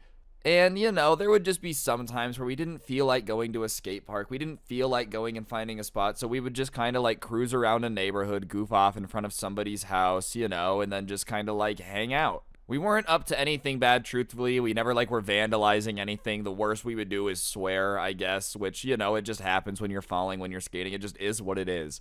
And one day we were at my friend Blake's house, and Blake lived in a pretty cool neighborhood. Their curbs just so happened to like not be a normal curb the way that they were kind of like a little kicker ramp. And so we were just kind of goofing off in front of his house. We had put a rail kind of next to this curb so we could go up it, use the curb as a kicker, and then get onto the rail. And we were there goofing off, having a great time for a while, but after an hour or two of that, we started to just kind of get bored of the same angle over and over again. And Blake's neighborhood had like a park in the front of it. And up in the front of the park, for some reason, the way that like the road had been made, the curbs were a lot steeper, so it was more of a ramp, you know what I mean? So he says, look, let's take the rail down there, we can set it up, I've done it all the time, it's no big deal. So we get the rail, you know, we have one guy holding it on one end, one guy holding it on the other, they're skating down, everybody's kind of following them, and we get to the park and we set up the rail. And the way that the park is situated, like we can see, he lived in a guard gated neighborhood, we can see the guard shack from where we are, and the guard is looking at us, we're looking at him, you know, he waves, we wave, so we think we're all golden at this point.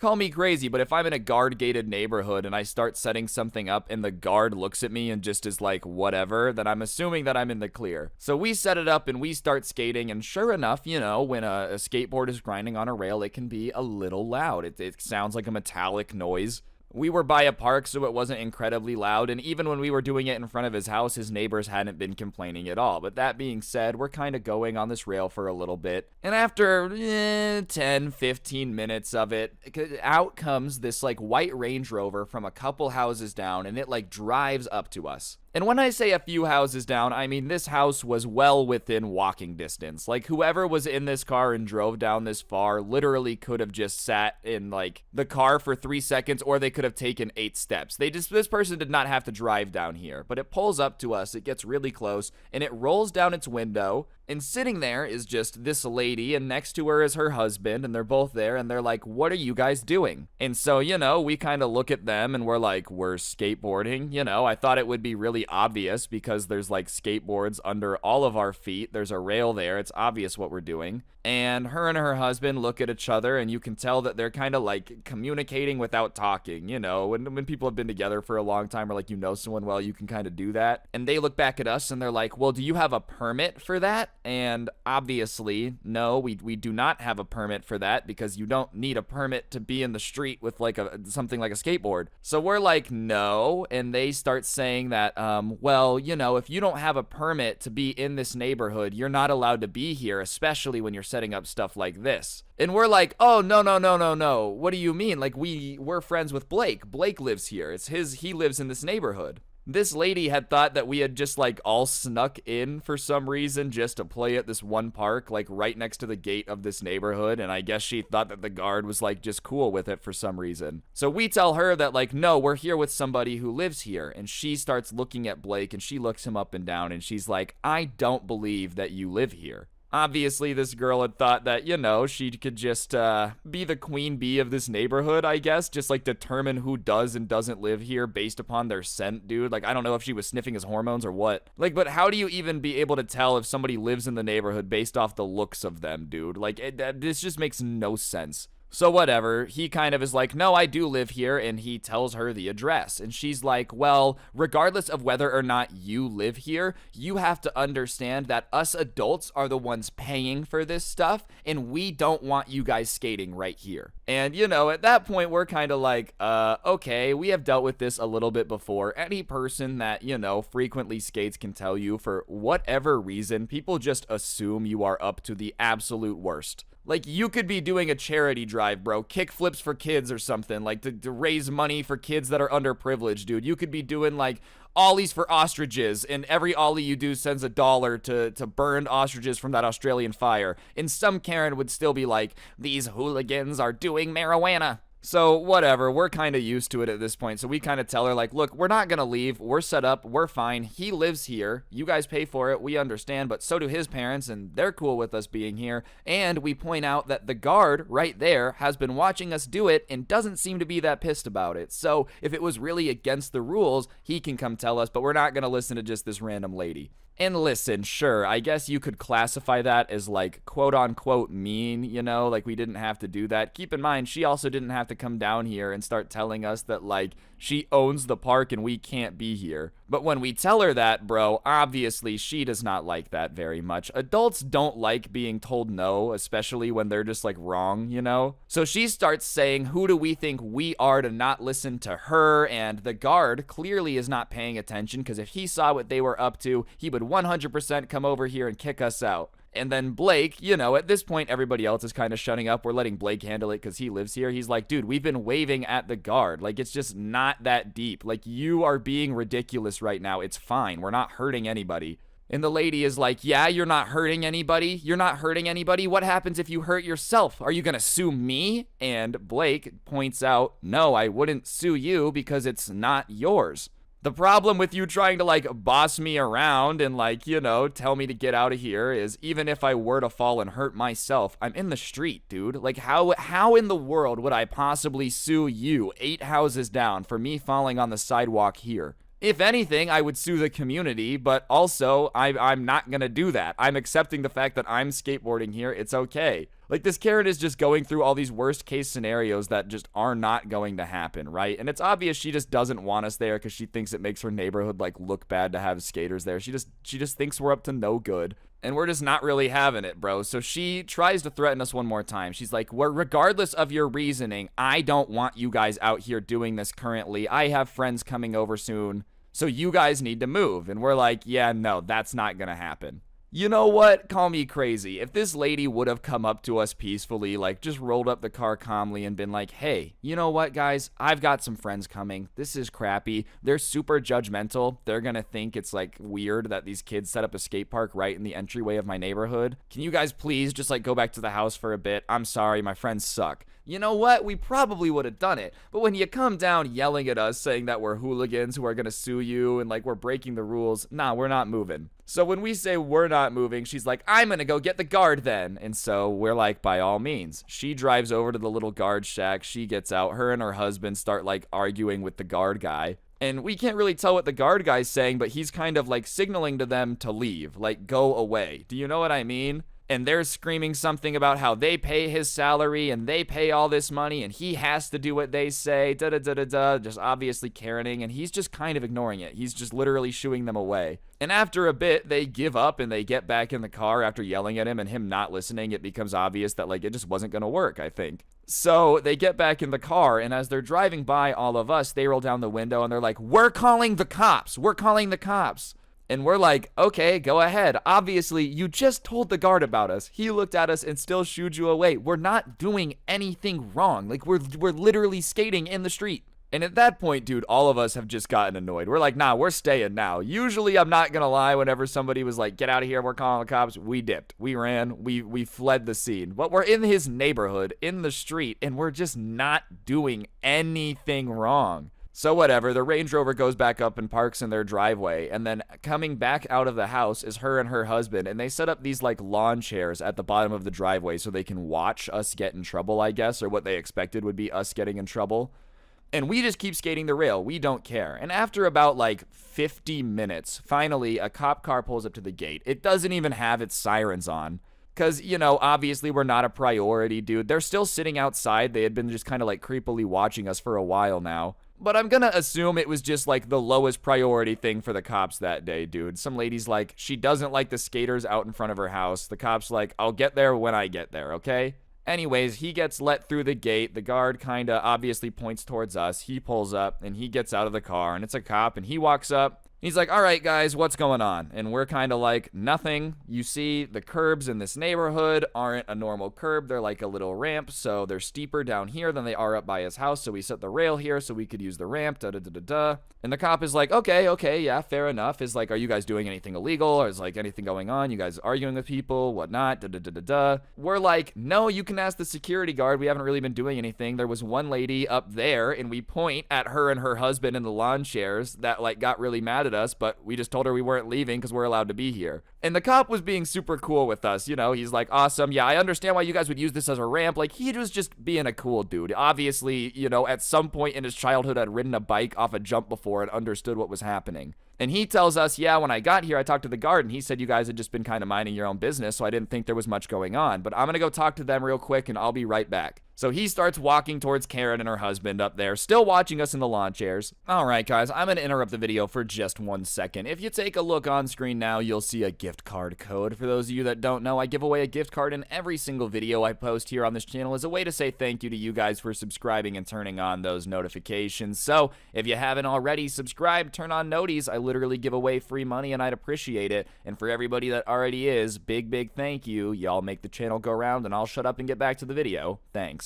So whatever, we're watching the cop go up and talk to this lady in the lawn chairs and whatnot, and they're talking, and she's managing to stay calm. She's not losing it on the cop like she did the guard, probably because she realizes that, you know, that's not going to go down as well. It was almost like she was a little bit self-aware enough to know that yelling at this guy wasn't going to be as good as yelling at, like, the guy in the guard shack. So whatever, they're arguing for a bit. We see her husband getting a little frustrated, like kind of moving his arms up and down, like, what the heck? But we can't really hear what he's saying. And after about 2 minutes, they get their lawn chairs packed up and they like walk inside their house. And the cop kind of starts walking back towards us, but he's got this big smile on his face like it was funny. And he comes back, he's like, all right, you guys should be okay. There shouldn't be any more problems, you know, no issues to happen. And we're like, okay, well, do you want us to move? Like, da-da-da-da-da, because we mentioned that, you know, she said her friends were coming or whatever. Like, we're like, do you want us to move? And he goes, well, that's why I'm laughing. Apparently, after they had, like, gone back all pissed off that we wouldn't move, they had called all of their friends and canceled. So when he had gone up there, they're like, well, we had already canceled our plans. And the guy's like, okay, well,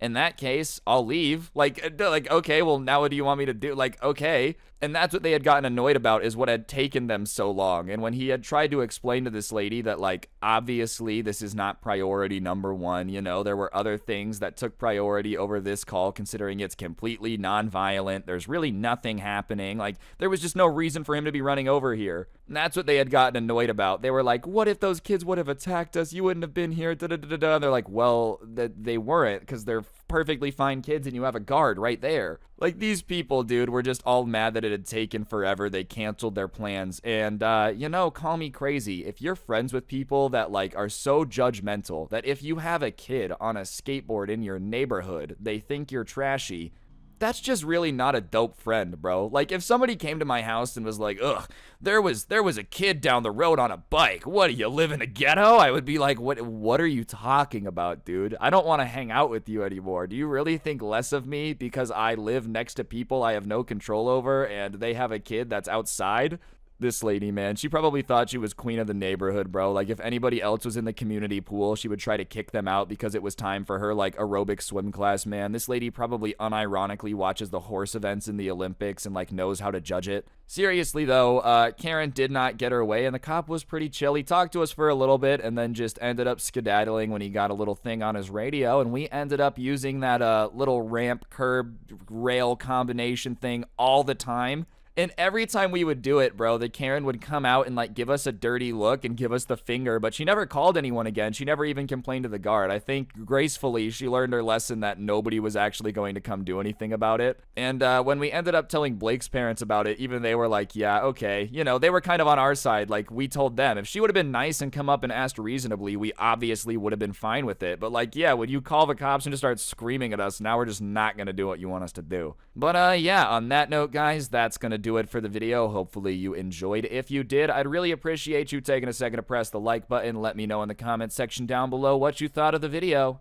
While you're down there, you might as well leave a comment. It helps me do better. If you don't know what to comment, just go ahead and comment the word water bottle down there. That would really help the video do better. Mucho gracias. Other than that, if you want to help out the channel, you can use code Scrubby at the G Fuel checkout. It's a great way to get some dope energy drinks and help me out. And my podcast, The Scuffed Cast, can also be found in the description down below. And if you take a second to look on screen now, you'll see the coolest merch in the history of the planet. That can also be found in the description, and you should definitely go ahead and get yourself some. But yeah, on that note, guys, I think that's gonna do it for the video. Hopefully you enjoyed. Don't get anyone pregnant. If you do, make sure they're hot, and hopefully I'll see you guys all tomorrow with another video. I'm out. Peace. What's going on, guys? It's your boy Scrub here, back again with another video. Hope you guys are having a great day. I know I am, and today I've got a story time for you guys from a long time ago. Oh my gosh, I feel older every time I make a story from my past. 8th grade. I had a friend of mine that was a little bit of an engineering kid. He just liked to build stuff and goof around. And one day, you know, he ended up making this potato cannon that was a little bit too big for his britches. We were doing some stuff we weren't supposed to be doing, and instead of launching a potato cannon, he ended up launching a hole into his basement wall. But hey, that's the way the balls bounce sometimes. Or should I say the spud bounces, but get it? Because it's about potatoes. Regardless, it should be a pretty entertaining video. I think you guys are going to enjoy it. And yeah, before we get into it, be sure to press the like button, or no joke, no scam, you're going to get shot with a potato gun next Thanksgiving. And it's not very pleasant, dude. They can launch potatoes pretty fast, and without further ado, let's get right into it.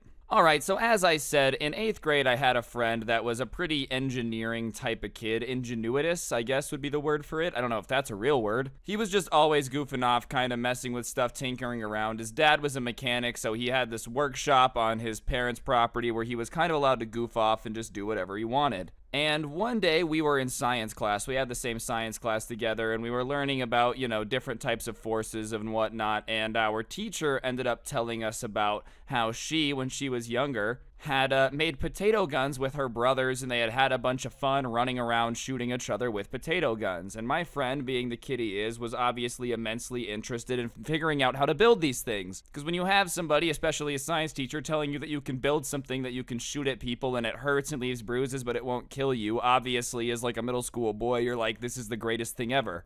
I mean, I don't know what it is, dude. I don't know if this was just me. This still is the case. Something about paintball airsoft is just fun. Being able to, like, shoot your friends with stuff that just makes them go ow, but, like, doesn't really hurt them. It's a good time. I mean, I guess if you're really crazy, you might just like shooting your friends. I'm not like that, though. Please stay away from me, and, you know, please maybe get some help.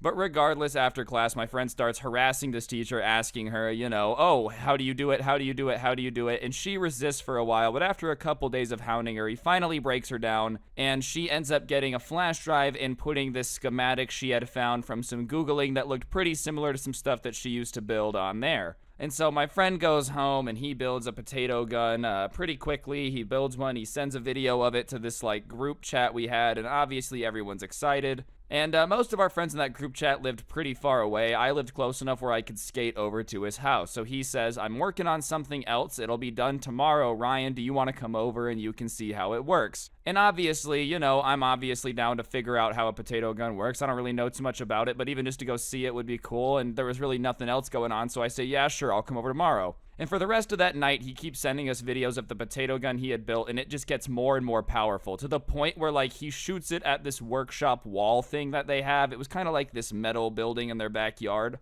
and it dents it. Like, he dents metal with this potato gun. And obviously, at that point, everybody is kind of like, all right, well, we're not having wars with these things if they're able to dent metal. I understand it won't kill me, but I'm just not really down to get a bruise the size of, like, a potato farm. And he says, yeah, I understand. Trust me, I'm just messing with this so I can send you guys a video of what I'm working on tomorrow. Ryan will see it, and, like, we'll take a video and we'll show you guys. So I don't really know what he's building. All I know is, for whatever reason, he's trying to find more and more ways to, like, send potatoes faster and faster, dude. He was basically trying to develop a rail gun for potatoes.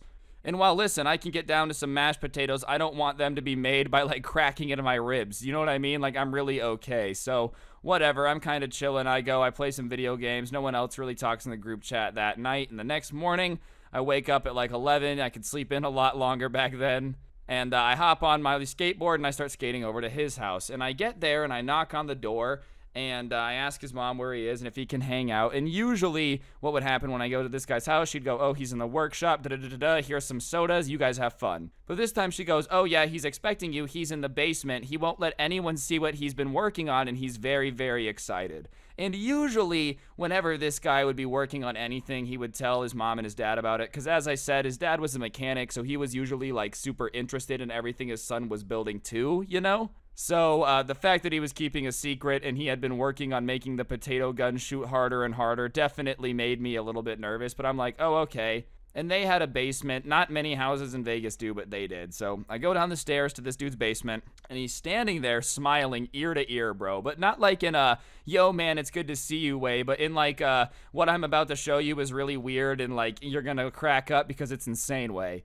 And he's standing next to this thing that only looks like a smaller version of an artillery gun. Like, you know, in Call of Duty, those giant artillery guns, it probably looks like a mini version of that. You know, like mini bike to a real motorcycle levels of scale. That's what I would say it kind of looks like. And it has this sheet over it. And he goes, are you ready? And obviously I'm ready. I have a pretty good idea of what he is. And he rips it off.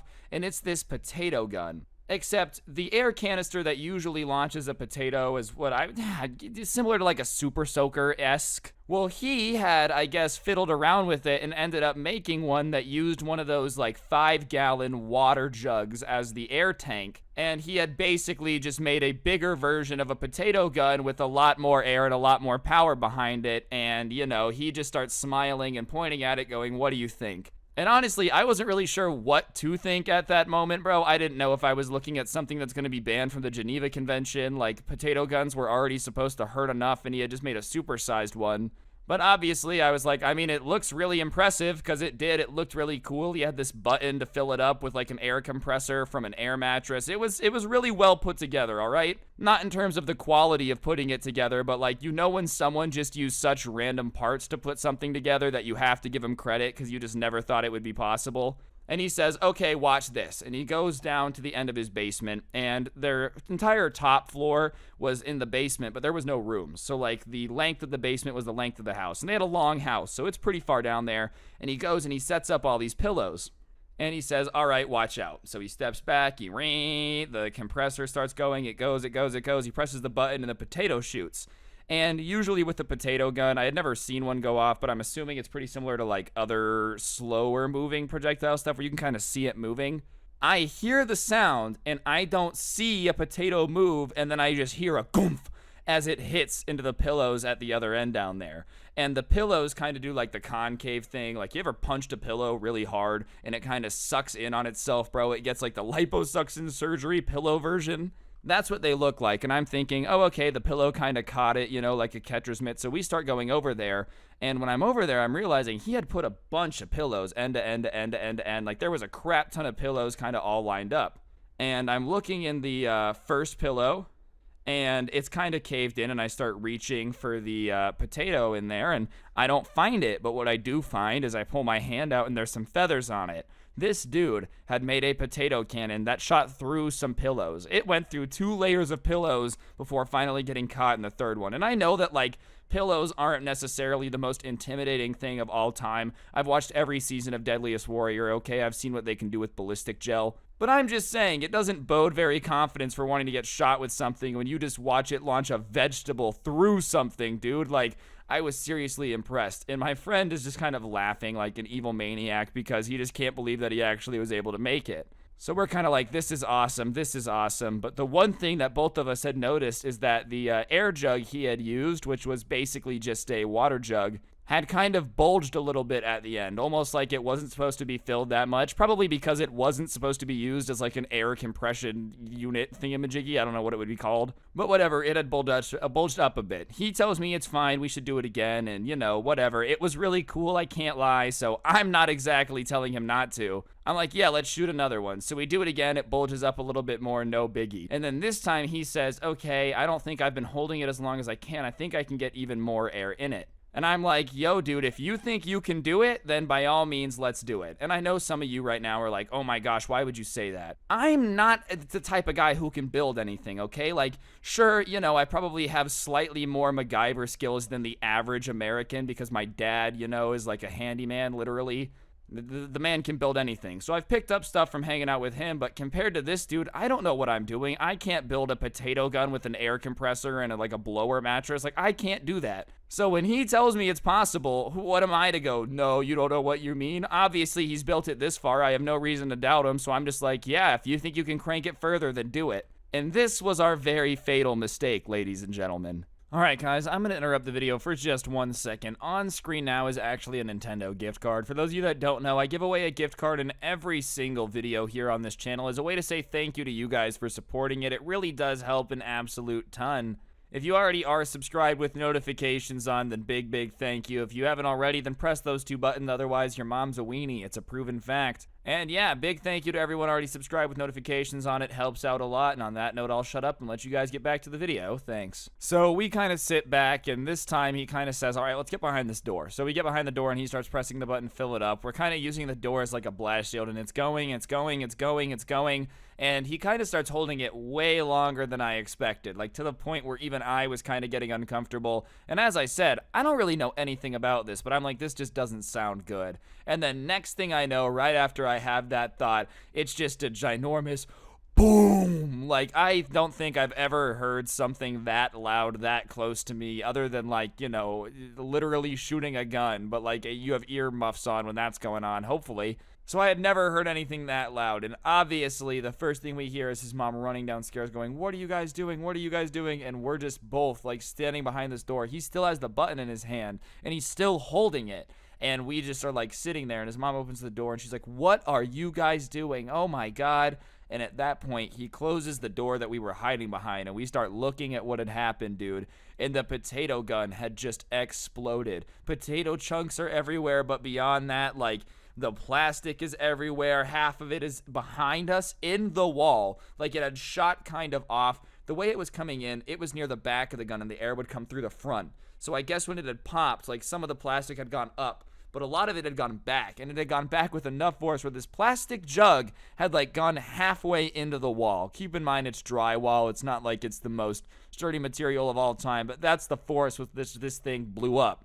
And his mom is like, what is this? What are you guys doing? What is going on? And he starts being like, it's a potato gun. It's a potato gun. It went wrong. It wasn't supposed to do that. And his mom's like, why are you building a potato gun in the basement?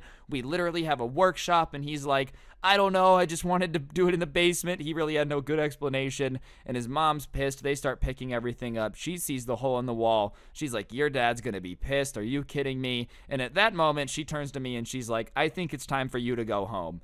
And not wanting to be in the awkward situation when his dad came home and figured out everything, I was like, yes, ma'am.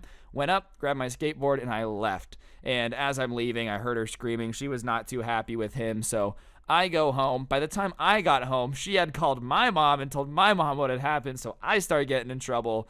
And by that point, you know, everybody just kind of is so involved in their thing, nobody really is talking very much. So we get to school on Monday, and he tells me that he's banned from the workshop for like 3 weeks. He's got in trouble. He had to fix the wall. He has to mow everyone's lawn for free for 3 weeks. He had gotten in all this trouble. And I had gotten yelled at, but that was about it, because my mom started kind of asking what happened, and when I explained it, she's like, well, I know you're not smart enough to build a potato gun, so I guess there really isn't any way that it can be your fault, because you're too dumb to have done it in the first place. And I was like, thank you, Mom, now have this attitude when I get lower grades, please. Realistically, though, it was pretty entertaining, to say the least. That guy definitely is wild. It was his last potato gun attempt. After that, he kind of started putting his engineering skills towards more like mechanical car stuff like his dad, and he actually is a mechanic now, so I guess it worked out in the end. He might have had a future at NASA, bro. You know how all the billionaires are going to space? He would have been the first. He would have strapped himself to a potato and gotten himself into orbit first, maybe. Anyways, guys, I think that's gonna do it for the video. Hopefully you enjoyed. If you did, I would really appreciate you taking a second to press the like button. Let me know in the comment section down below what you thought. If you don't know what to comment, go ahead and say the word potato. Why not?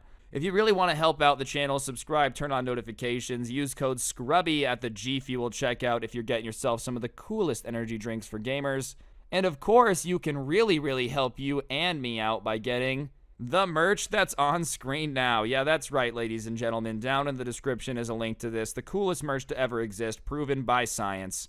Other than that, I do have a podcast called The Scuffcast. You can find that down in the description as well, but that's going to do it for the video. Be sure not to build potato guns that will put holes in your wall, just a general piece of advice. And on that note, this has been Scrubby. Don't get anyone pregnant. If you do, make sure they're hot, and hopefully I will see all of you guys next time with another video. I'm out. Peace. What's going on, guys? It's your boy Scrubby here, back again with another video. Hope you guys are having a great day. I know I am, and today, ladies and gentlemen, I have a story for you guys that was sent in by a subscriber, which honestly is one of the funniest Karen stories I've had submitted in.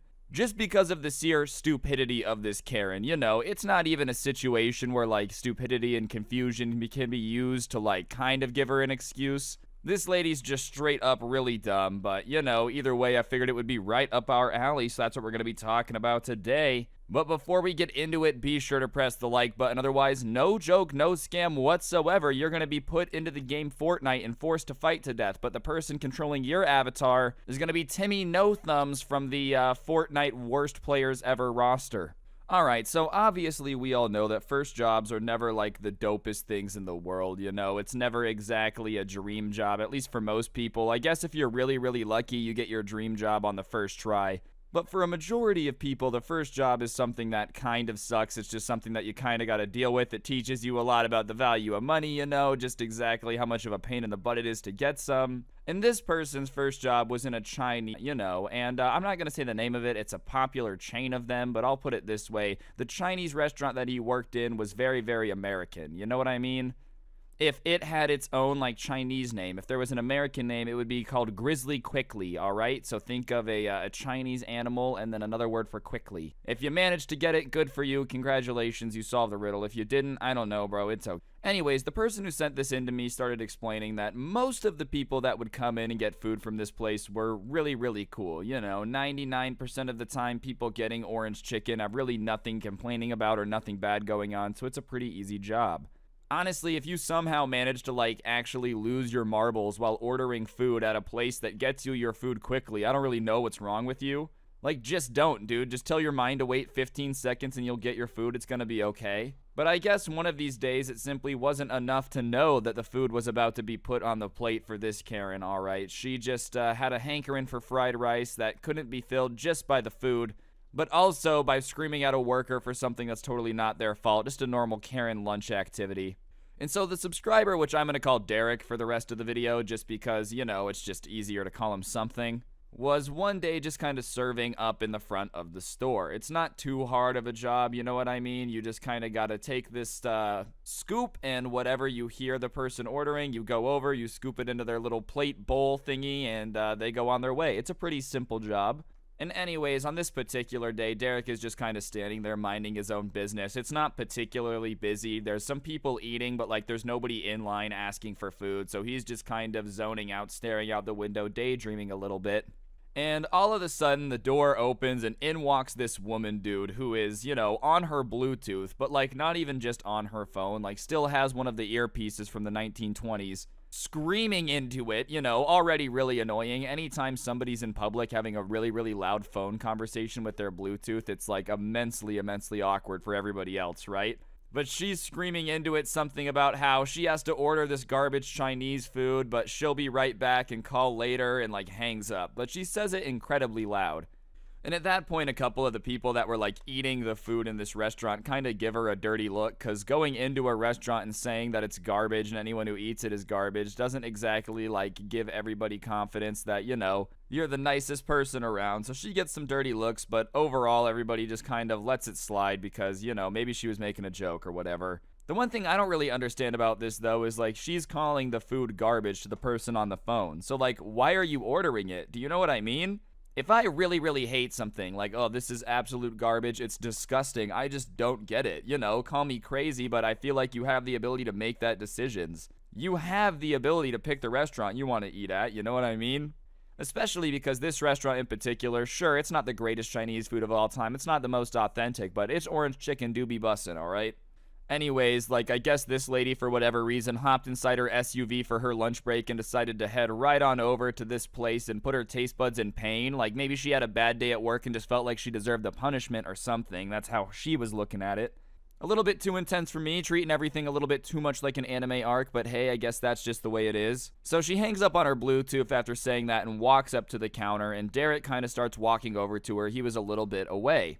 And as he's kind of walking over there, she starts like smacking the glass, but not even just smacking it lightly, like tapping on it. Kind of smacks the glass with the palm of her hand like a drum, just bum, bum, bum. It kind of actually reminded this dude of like, the girl from Nemo that, fish, I'm a piranha that live in the Amazon. Like that girl who was just shaking the bags, banging on the glass, like a grown-up version of that girl. And she starts yelling at Derek, who is at this point still walking towards her and is like 2 steps away. Hurry up, let's go, faster.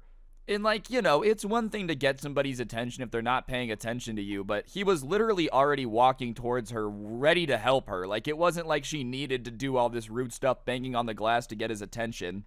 He's already walking there anyways, and even if he was walking too slowly for your liking, I don't know if you need to bang on the glass that hard to get his attention. If anything, the one thing that I've always thought of is like, A, you should just never be rude to workers that, really have no control over what's going on. He's just here to serve the food because it's a crappy job and you just shouldn't be mean to them. But you especially shouldn't be mean to the people that are about to handle your food. You know what I mean? Like, call me crazy, but I enjoy my food without spit in it, so I'm extra nice to the people that are going to be handling my food. It's just a pretty ballsy move to go out of your way to be immensely rude to somebody that's going to be handling something that you're going to put in your body. It's like, if I was about to get surgery, I wouldn't be going up to the doctor and calling him a nincompoop. Next thing I know, I'm going to wake up from getting my appendix out and like he's going to have accidentally left a watch inside me that's either going to tick forever or he's going to cut me open again to get back out. I'm not really down with either one of these scenarios, so I'm just kind of nice to everybody that's helping me out. I guess this Karen didn't get the memo though and was just deciding to go with the rude approach of just getting this guy to like not like her off the bat before he even knew what she wanted to order. But Derek had more patience than any of us would have in this situation, so he kind of walks up to the Karen, he grits his teeth, and he's like, how can I help you? You know what I mean? He says it a little bit nicer than that, but he's somehow managing to bite his tongue and not get himself in trouble. He probably just really needed the job. Anyways, as I said, he grits his teeth and asks how he can help, but this Karen just kind of gives him a blank stare and says nothing. Obviously she had just been like banging on the glass telling him to hurry up, so now he's just a little bit confused because he's like, how may I help you? And she's just not replying at all, which, from the Karen's perspective, if you're gonna beg somebody to hurry, the least you could do is be ready to order, like, that's the least you could do. At least be ready to order, but nope, obviously that's not what's up. And after a bit of silence, he finally just kind of goes, ma'am, like kind of trying to see if she's even still awake, if she passed out or something. And she looks at him and is like, I'm obviously thinking, kid. Even though she had been looking him straight in the eye, not looking at the menu, not doing anything, like just staring at him, trying to think about what she wanted, I guess. And listen, I guess like some people aren't afraid of eye contact, but I just feel like it's kind of awkward to decide what you want to eat while looking into the soul of the person that you don't know that's about to take your order. Like, this isn't your kid, this isn't your family member, this is just a random person and she's just staring into his eyes while trying to figure out what she wants to eat off the menu, Maybe she just has a thing for like winning staring contests that the other people aren't aware that they're in. She has an undefeated record, mainly because people aren't trying too hard if they don't know what's going on. Searching the inner depths of his soul for his personal panda. Oh, Grizzly Express order. I peer into your soul for my culinary desire. Anyways, she's just kind of staring into him and kind of like looking down at him, and he obviously thinks at this point that she's just nuts, She's not talking to him, she's not making eye contact, literally the only thing she's doing is just kind of staring at him. And at that point, I guess she had decided that she was just done talking, From then on, she was going to be communicating purely through like moving and just tapping on the glass, but she didn't say anything like that. She doesn't give a warning, she doesn't say, okay, I'm ready to order, or anything like that. She just starts banging on the glass above it and like pointing at stuff. She's on the other side of the glass just silently pointing at chow mein, not saying anything, and he obviously doesn't really understand, so she bangs on the glass again and points at the chow mein. And he's kind of like, okay, so he starts scooping it a little, he gets some of that, she moves over, bangs on the glass, points at some rice, he gets some of that, and then he goes, okay, well, what do you want for, like, your main course? Like, what meat do you want? Do you want veggies? Do you want meat? And she looks at him and says only 2 words, okay? She doesn't say thank you. She doesn't say, what do you got? She doesn't need to think anymore. She just looks at him and just goes, orange chicken, and walks away. In those words, she decides to say normally. Everything else she had said at this point was basically at like a sonic boom level of volume. She was just screaming at this poor kid. His eardrums were probably damaged. But those 2 words, for whatever reason, she decided to say it just completely normal volume, just orange chicken. I don't know if she thought it deserved more respect or like what the dealio was, but that was just whispered normally. And then she stands up, taps on her Bluetooth, and like gets back on the phone. You know, she starts talking loudly to whoever's on the other side about her boyfriend's dog and like just whatever's going on in her life. And he just tunes her out until his work is done. And he goes over, and they were out of orange chicken, so he starts making more, you know, and he can't help but overhear some bits and bobs of the conversation because she's screaming it out loud. Like, it's not like she's doing any service to herself to try to keep it private. And she's talking about how she hates dogs that poop. Which, you know, is kind of funny. Like, she was talking about her boyfriend's dog and starts telling her friend that all dogs that poop are just really annoying and like a pain to clean up after. And I don't know if she was trying to be funny or was just stupid, but either way, I don't think she realizes that, like, that's all of them, bro. I don't think that there's a model of dog that just doesn't use the restroom. I think that's just all living things. No dog has a button on it where you can reset the BIOS to no poop mode. Do you know what I mean? Like, I love animals. They're really the sweetest. They make me happy until they, have to use the bathroom. At that point, I think we might as well euthanize them. Like, what do you mean, dude? Every dog has to use the restroom.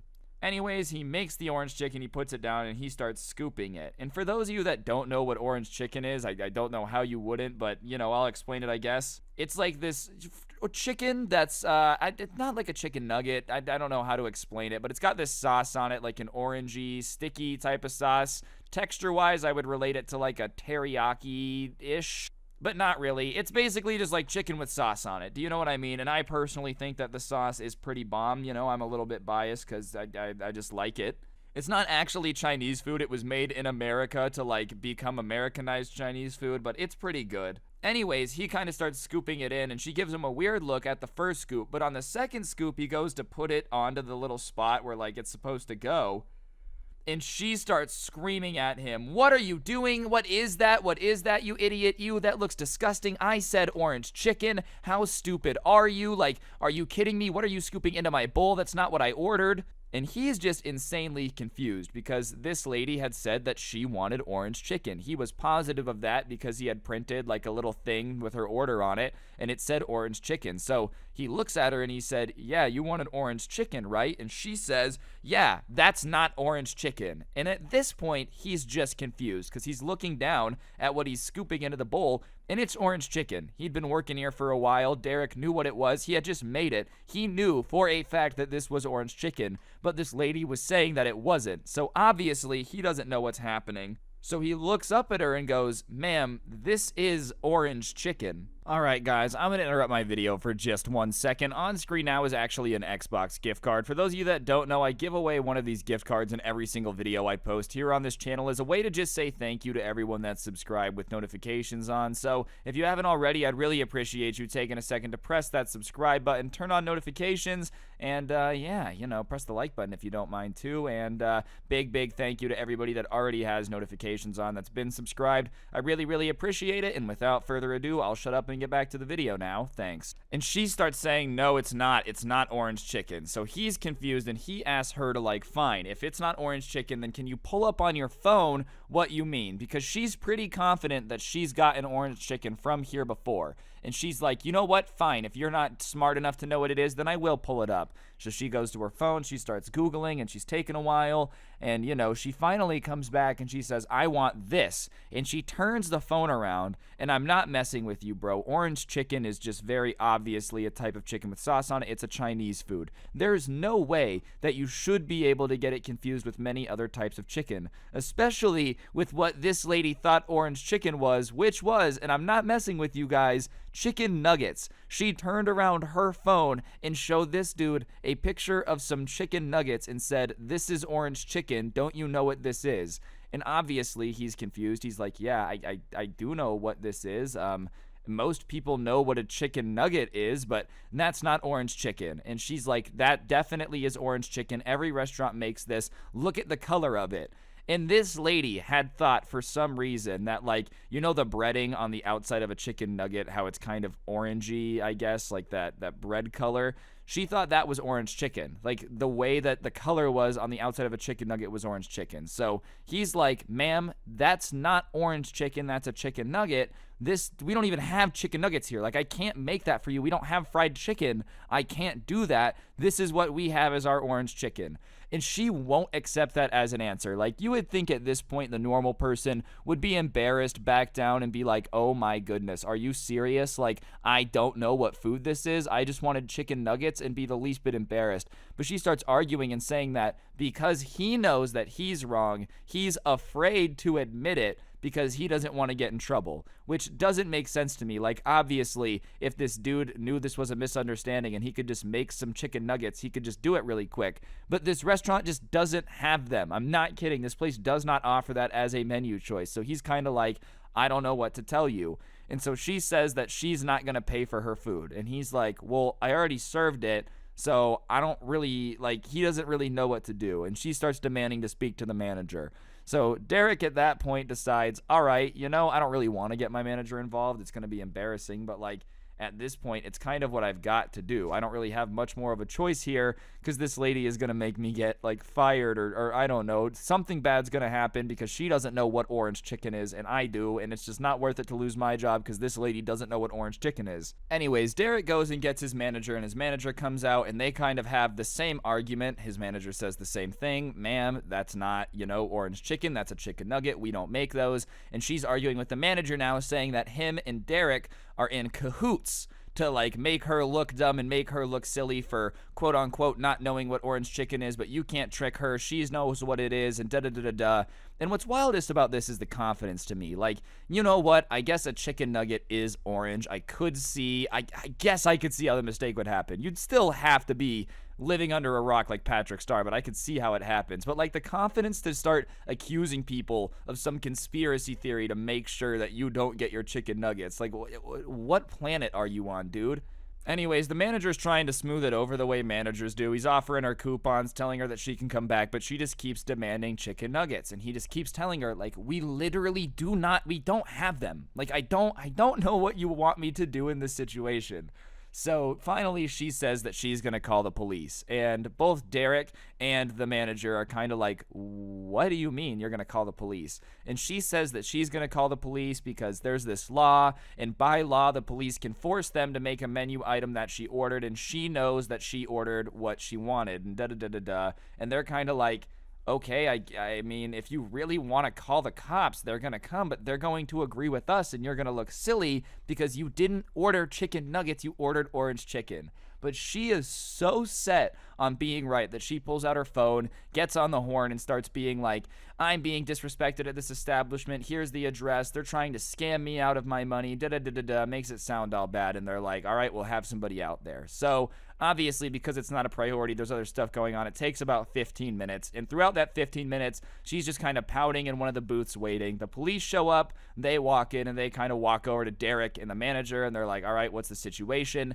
And before they get an explanation for them, Karen runs over and starts yelling. And at that point, there's two cops. One of them takes Karen outside. One of them talks to these guys. They usually do that whenever they're talking to people. And the people that work at the Chinese restaurant start explaining that this lady thinks that orange chicken is a chicken nugget, and she's screaming at them to make her this thing, but they literally don't have the materials for it, so there's nothing they can do. And the cop starts laughing, and he's like, no, seriously, what's going on? Because he doesn't believe that something this stupid is actually what got him out there. So they're like, no, I'm not kidding you, that's what's going on. So he, trying to figure out if they're messing with him or not, says, all right, stay here. I'm going to go talk to my partner. Just make sure that we've got the same story here. So he goes out there, and they hear yelling, the Karen yelling, and then they see the Karen flipping off the cops, getting in her car, and driving away. They were, like, standing behind the counter, and they could see out into the parking lot.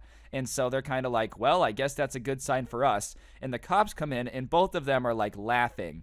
And they say that, they thought that you were messing with us when you said that she was this mad about thinking orange chicken was a chicken nugget. But I guess to the cop, she had started screaming at him about how this restaurant was disrespecting her. And, they just had no right to be in business anymore if this is how they were going to treat Americans, all that stuff. And I guess in the confusion, the cop thought the same thing everybody else had thought and been like, I don't really feel like they serve orange chicken. Like, what do you mean the orange chicken wasn't right? Like, that's really all they serve. They don't serve chicken nuggets. She's super confused. Or the cop is super confused. You guys know what I mean. So obviously he kind of asked to see a picture of what she had wanted to order. So she shows him a picture. He says, ma'am, that's chicken nuggets. And now she starts accusing the cops of being in on this conspiracy too. And I guess when she had started accusing him of being involved in the conspiracy too is when his partner had come back out to just like see what was going on. And obviously he comes out and hears her screaming about chicken nuggets and whatnot, and he realizes that the people in the restaurant weren't joking. Like, this is actually what this lady is this upset about. So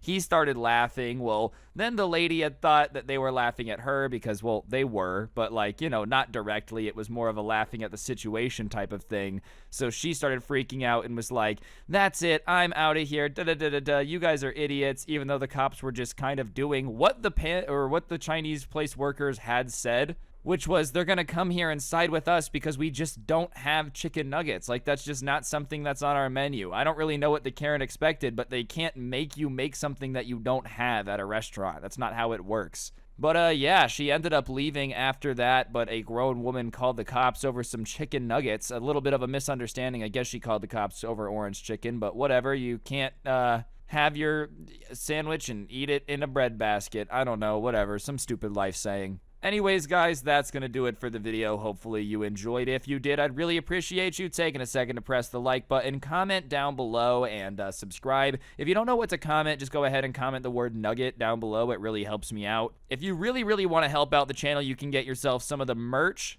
Look at your screen now. Look at that fantastic design. Yeah, that's right, ladies and gentlemen. Merch that cool can be yours from the link in the description down below. Other than that, you can also use code Scrubby at the G Fuel checkout to get yourself a little bit of a discount on the best energy drink for gamers. Helps you out, helps me out. Literally, everybody is a winner. And yeah, other than that, I think that's going to do it for the video. Thank you all so much for watching. I really, really do appreciate it. You guys have no idea how much all the support means to me. And on that note, don't get anyone pregnant. If you do, make sure they're hot. Hopefully, I'll see you guys next time with another video. I'm out. Peace. Oh, and I forgot to plug one thing. I have a podcast, too, called The Scuffed Cast. That's also in the description, so check that out, too. Okay, for realsies, don't get anyone pregnant. If you do, make sure they're hot. I'm out now. Peace. What's going on, guys? It's your boy Scrub here, back again with another video. Hope you guys are having a great day. I know I am. And today I've got a subscriber story that was sent in that is probably going to make a lot of you cringe and like wreathe with anger a little bit. It's about this dude whose little brother broke his PC and then got away with it by playing the "I'm a little kid, I don't know what I did" card, even though he definitely did.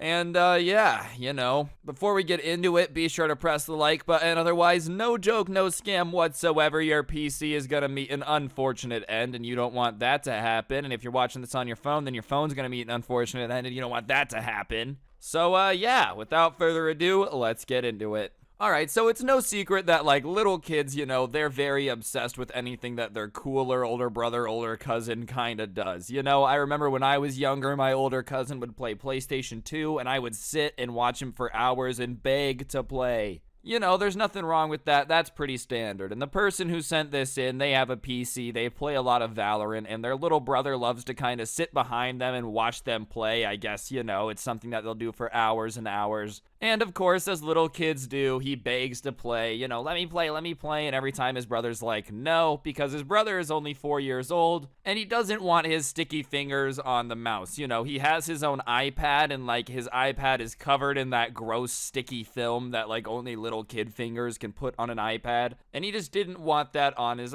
stuff, so he keeps saying no, and his brother's mad about it, and one day, he takes his computer out into the backyard to blow it out with a can of air. And while he's doing it, his little brother comes out and he's talking to him about all the parts on the computer, and they have this super long talk about the water radiator, you know, and how it works and how air gets through it and how it cools down the PC, and, you know, about the GPU, all of that stuff. And at the time, he's like, wow, my little brother's just curious about building computers. He's pretty young. That's pretty cool. He thinks, you know, that his brother's gonna be like a tech guy when he grows up and they'll have stuff to talk about.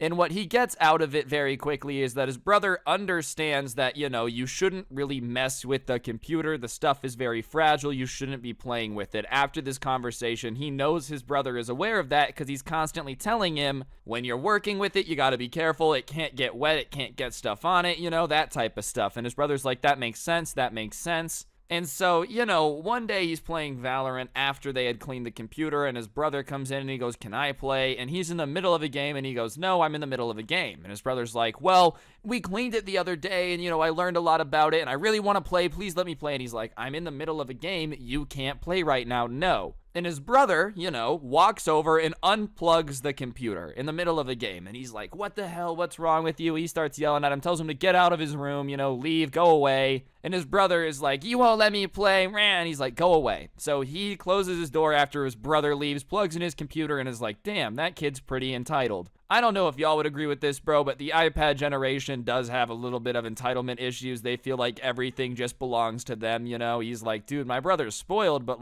that was too far." And sure enough, he ends up getting back into his game. Thank goodness, he boots up the computer. He gets back in before he gets in trouble, but his team had lost some rounds. He's just annoyed at the situation. So after he leaves his room and he closes his door and he goes to tell his mom what happened, hoping that, there would be something done about it. And he goes and he tells his mom, and they go looking for his brother. His mom wanted to talk to him, tell him that's not okay. You can't interrupt your brother while he's gaming. Unplugging people's stuff is rude, that entire stuff, because he is young. And they end up not being able to find him in his room, the backyard, anywhere. And finally, they go back up to his room and the door's open and they walk in and the kid is just sitting there next to the computer case with the case open, and he's taking stuff out of his mouth and putting it in the computer. And instantly, the subscriber is like, "What are you doing? What are you doing?" And they run over and the mom's like, "Stop, stop." And they get over there. And next to his computer, he had gotten this jug of Laffy Taffy for his birthday because it was his favorite candy. Well, his little brother had been chewing the pieces till they were like a gross paste, and he had basically been putting them, opened the case, and put them on the radiator, like the water cooler, and pushed, so that taffy was just jammed into all the little crevices in it. So the water cooler's broken, I guess in theory you could get the taffy out, but you'd have to sit there for hours scraping it out. And he had also taken a bunch of Laffy Taffy, chewed it, gotten it all nice and wet with his saliva, put it on the motherboard, the GPU, everything. And instantly his brother, the subscriber, is like, "My PC's toast. It's done. I can't turn it on. The motherboard would fry. It's over. It's over." And he's pissed. He starts telling his mom, "He broke my PC. He did it on purpose. You need to get him out of here. Go away. Are you kidding me?" And his mom is obviously pissed. She takes his little brother out and is like, "You need to calm down before you come downstairs," because he's pissed. And so he kind of hears his mom kind of yelling at his brother downstairs and some crying, and he thinks that his brother's in trouble. So he kind of is just looking at the computer. He's looking at it, and there's 8 pieces of Laffy Taffy that have been jammed into the cooler. There's a couple pieces on the motherboard, 2 pieces on the GPU, and he had really done it baby bird style, where the mom basically regurgitates the food into the baby bird's mouth. That's the equivalent of what he had basically done to this Laffy Taffy before he had put it on everything. So, like I said, there's really no chance of him being able to salvage it and scrape it all off. And so he's just kind of pissed, and he starts to go downstairs because he's calmed down enough to talk about what happened, talk to his brother about it. And he gets down there, and his brother is, eating a popsicle on the counter, and he's kind of confused because his brother's got this big smile, and he's like, "He broke my computer. Why does he have a popsicle?" And his mom starts explaining that his brother didn't know what he was doing. He thought that, if he put the Laffy Taffy in the holes that he was fixing the computer, and, he's just a little kid. He doesn't know any better. And he looks at his brother while his mom is saying this, and his brother just has this smirk on his face of "I'm totally gonna get away with this." The smirk? Alright guys, I'm going to interrupt the video for just 1 second. On screen now is actually a Roblox gift card. For those of you that don't know, I give away a gift card in every single video I post here on this channel as a way to say thank you to those of you that are subscribed and have those notifications on. If you already do that, then big thank you. You guys support the channel an absolute butt ton. And yeah, I'm going to shut up now and get back to the video. Thank you a bunch. Subscribe, turn on noties, and... And at that point, he's like, "Mom, he's lying. He totally knows what he did. He knows exactly what he did. He broke it on purpose." And his mom's like, "Come on now. Do you really think that a 4-year-old knows what he's doing when it comes to breaking the computer?" And he's like, yeah, he does. He's smirking while you're saying this. And as soon as he does that, bro, his brother, almost with an Oscar-worthy performance, goes from smiling to just crying, on a switch, dude. Just, no, I don't know what I'm doing. And his mom's like, "Stop trying to upset your brother." Now she's turning it back on him, he's bullying his brother. She's like, "Does it make you feel like a big man to make your brother cry?" And he's like, Mom, I'm telling you right now, he knows what he's doing. He knew that putting Laffy Taffy in that, putting it all over the stuff, was gonna break it. And she kind of is mad now, trying to defend her son because she thinks that he's being ridiculous. And she's like, oh, really? How would he know that that would break it? And he starts telling his mom that, the other day when he was in the backyard trying to clean it, his brother had come out and they had talked for a long time about how computers work and cleaning it. And he had told him that you can't get anything wet, you don't want to put anything in the cooler. He had told him basically all the ways that he could break his stuff. And when he's saying that, his little brother just denies it. He's like, that's not true. That's not true. That never happened. He didn't teach me anything. I have no idea anything about computers. My dog's joining the story, I guess. And his mom is kind of like, I don't know. I just don't believe that he would be able to remember that even if you did teach him. Which, listen, all right, here's my thing. 4 is young, obviously. Young enough to make a mistake, but not young enough that, like, when you tell them not to do something that they don't know not to do it. If you say, hey, don't put anything wet on the computer, and the next day they're spraying it with the hose, they know what they're doing, bro. Like, I'm sorry, but I just refuse to believe that you have no idea what you're doing when you purposely, like, break the computer perfectly. If he really didn't know what he was doing, I don't think he would have hit every single critical part of the computer perfectly with the Laffy Taffy. And I'm not trying to say he's a criminal genius. Obviously, he's a young kid. He doesn't really know what he's doing. Like, he's just trying to stay out of trouble. But that being said, you do kind of got to be concerned about the fact, all right, Caleb, listen, man, I understand you want to be a superstar, but you got to let me finish the video. All right, anyways, guys, like, you do kind of got to be scared of the fact that he's just throwing his brother under the bus this hard. And, as much as I would love to say there's a happy ending, his computer gets fixed, his mom, is kind of like, you need to stop accusing your brother of this. This is ridiculous. We're going to help you pay for it. But, like, if you keep trying to be mean to your brother and make him feel bad, then we're not going to help you at all. So he basically just shuts up and stops saying anything about it because, he doesn't want to have to pay for the computer that he didn't break, knowing full well that his brother purposely broke it. So his brother kind of avoids trouble, doesn't really get in trouble for it, and is kind of just like, haha, I got away with it.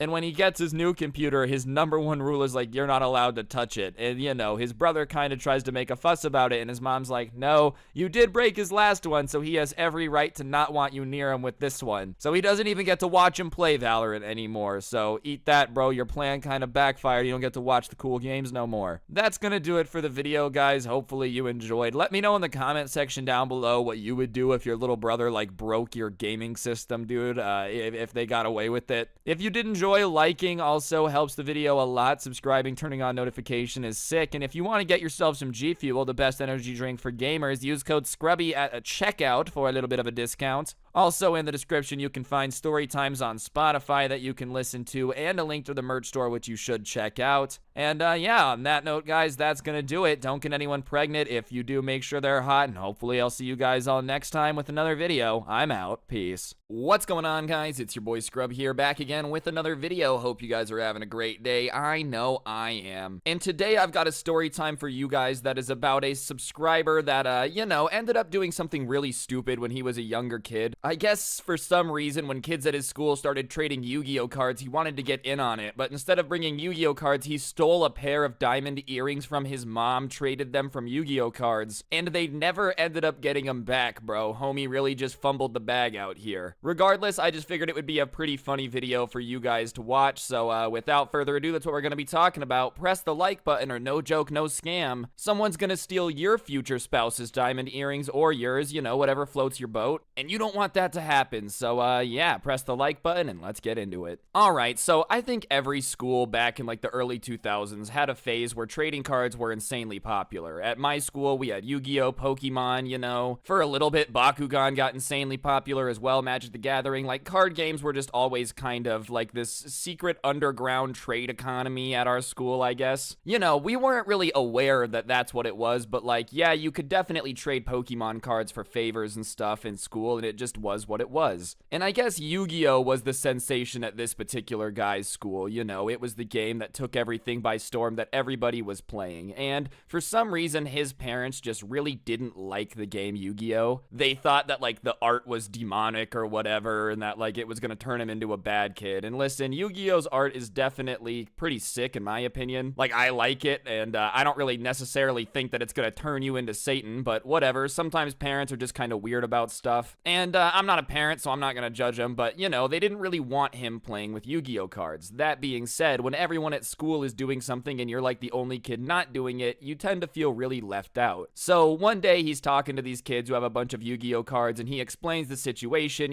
My parents won't let me get Yu-Gi-Oh cards, so is there anything that I could bring you that you guys want? And one of the kids is sitting there. They're young, they don't really know what they're saying. He goes, yeah, if you could get me a pair of earrings for my girlfriend, that would be sick. I guess Valentine's Day was coming up, and so he agrees that he's gonna get this dude a pair of earrings, and he's gonna give him a deck of Yu-Gi-Oh cards. Now, like I said, when you're a young kid, you don't really understand the value of things. You don't really understand what's going on. You just understand that if you get some earrings and you give them to this guy, you're gonna get Yu-Gi-Oh cards. So as soon as he gets home from school, he runs up into his mom's room and just walks over to this jewelry box she has and starts going through everything. And he's looking, and she has some pearl earrings, some really big diamond earrings, and he doesn't touch those. But he sees these decently sized diamond earrings, and he thinks that because they're small that, they're probably the ones that she won't notice. So he takes them, and he goes and definitely just hides them in his room and is like, awesome, I got the earrings. Next day I'm going to be able to get my Yu-Gi-Oh cards. And his mom doesn't really notice at first. It's not like every day she's going through her jewelry box trying to make sure that her young kid's not stealing from it. I don't feel like that's something that most parents are usually worried about, because most kids aren't dumb enough to do this. But the next day comes, he goes to school, he gives the guy the earrings, he gets 100 Yu-Gi-Oh cards, and he feels like he made a really good trade. He did get some pretty sick cards. He got Blue-Eyed White Dragon, he got Dark Magician. He got some pretty sick cards, don't get it twisted, but definitely not worth the value that he ended up trading it for. But he's hyped, he ends up playing Yu-Gi-Oh with some kids, trading some more, and he actually feels included in everything going on, and he's hyped about it. He goes home and he's in a great mood, and everything's great. His dad had picked him up, and his dad's like, wow, why are you in a great mood? And he tells his dad, oh, I got these Yu-Gi-Oh cards, da-da-da-da-da, and he's explaining it to him, and the dad's like, I thought we told you not to play that game. And he kind of just gave his dad the whole, everyone's doing it, come on, just please don't tell mom. So now his dad is kind of roped into keeping this a secret from his mom, right? That'll be important later. So whatever, his dad knows he has these Yu-Gi-Oh cards. He says he has to hide them from his mom, but they do that. And for about a week, there's no problem. He's going to school with his Yu-Gi-Oh cards. He's playing Yu-Gi-Oh, he's trading them. He's having himself a good time. But, there's a weekend and his parents end up having to go out and do something. And his mom's getting ready and she kind of starts looking around the house, kind of starts to panic a little bit. And his dad's like, hey, what's wrong? And she's like, oh my God, the diamond earrings that my mom gave me, the real diamond earrings I have are missing. And when she says that, the kid kind of starts to sweat a little bit. When someone starts saying something, he genuinely wasn't trying to steal the most valuable pair of earrings. He just had accidentally taken the real diamonds, Obviously, the giant fake diamond earrings that were just kind of there were one thing. The reason these were quote unquote small is because they were actually diamonds from her mom. So the husband's like, oh, come on, they probably just got misplaced, we'll go look through your jewelry box. So they look through the jewelry box, nothing there, obviously, because it's not there. They start tearing apart the house, bro, and at this point they're kind of freaking out. Obviously when you lose something that's very valuable like that, it's not a very fun feeling, so they're kind of looking, and the kid is just kind of sitting there with this look on his face, feeling incredibly guilty. He probably should feel incredibly guilty considering what's going on, but his parents kind of realize he's being incredibly quiet, not saying anything, and not helping them look. So they're kind of like, hey, do you have any idea what happens to the earrings? And the kid, who, is a terrible liar, which is a blessing and a curse, is like, nah, I have no idea. And they instantly can tell he's lying. And they're like, okay, well, come on, what happened to the earrings? This isn't a joke. We need to find them. They're worth a lot of money. They're special to your mom. And the kid is like, I took them to school. And the parents are like, okay, well, why would you take it to school? Why would you take diamond earrings to school? And he goes, because I wanted Yu-Gi-Oh cards. And at that point, the dad is like, you traded your mom's diamond earrings for those Yu-Gi-Oh cards? And the mom is like, you knew our son had Yu-Gi-Oh cards and didn't say anything? Now everyone's in trouble, bro. This is just not a good situation for anyone involved. The kid is in trouble because obviously stealing diamond earrings and getting contraband ain't good. The husband's in trouble. The mom's pissed. The earrings are gone. And the kid is grounded. He's in insane amounts of trouble. The parents are fighting. They end up working that out. And they decide that they're gonna have to go to the school and try to get the school to round up all the kids and get the diamond earrings back. They're gonna have to try to do that. Alright guys, I'm gonna interrupt the video for just 1 second. On screen now is actually an Xbox gift card. For those of you that don't know, I give away a gift card in every single video here on this channel as a way to say thank you to people subscribing and turning on those notifications. So if you haven't already, turn on notifications so you never miss another video. And if you are already subscribed with notifications on, then thank you very much for supporting the channel. It means a lot, and I'll shut up and get back to the video. Thanks. And the kid is like begging his parents not to do that because he knew that they would like shut down Yu-Gi-Oh! And like it was gonna cause all these problems. But at that point, his parents don't care, and I can't even say I blame him, bro. There's a little bit bigger problems right now other than like the Yu-Gi-Oh! Tournaments that you guys are having at recess. So a school day comes, they go to the school, and sure enough, all the Yu-Gi-Oh! Kids are rounded up, you know, and they start asking who has the diamond earrings, who traded them, who had this, who had this. Well, the kid that had gotten them for his girlfriend, obviously because they're young, they had broken up by the time he got them, so he had traded them to this kid for some Pokemon cards, who had traded them to this kid for a Game Boy game, and pretty quickly it comes out that they have no clue where the earrings are. They had been traded like 50 times by that point around the school. Somebody had lost one at one point. Like, there's just no way that they're going to get these earrings back. And at that point, his mom is incredibly upset, you know. She's super distraught because, like, they were a gift from her mom. They were very sentimentally important, and the kid is just kind of sitting there realizing that he did all of this for Yu-Gi-Oh! Cards. And so his parents are pissed, and they're like, do you have anything to say for yourself? And he starts apologizing and says that, like, he didn't know they were valuable. And his parents point out that it doesn't matter, like, regardless, he still was stealing from his mom for Yu-Gi-Oh! Cards. And he starts crying, feeling bad. So there's, like, a whole episode of Jerry Springer going on in this, like, principal's office. They've interviewed all the kids. They have no clue where the earrings are. And at that point, they're like, all right, well, you know, we've stopped everyone from playing, but, like, there's nothing we can do.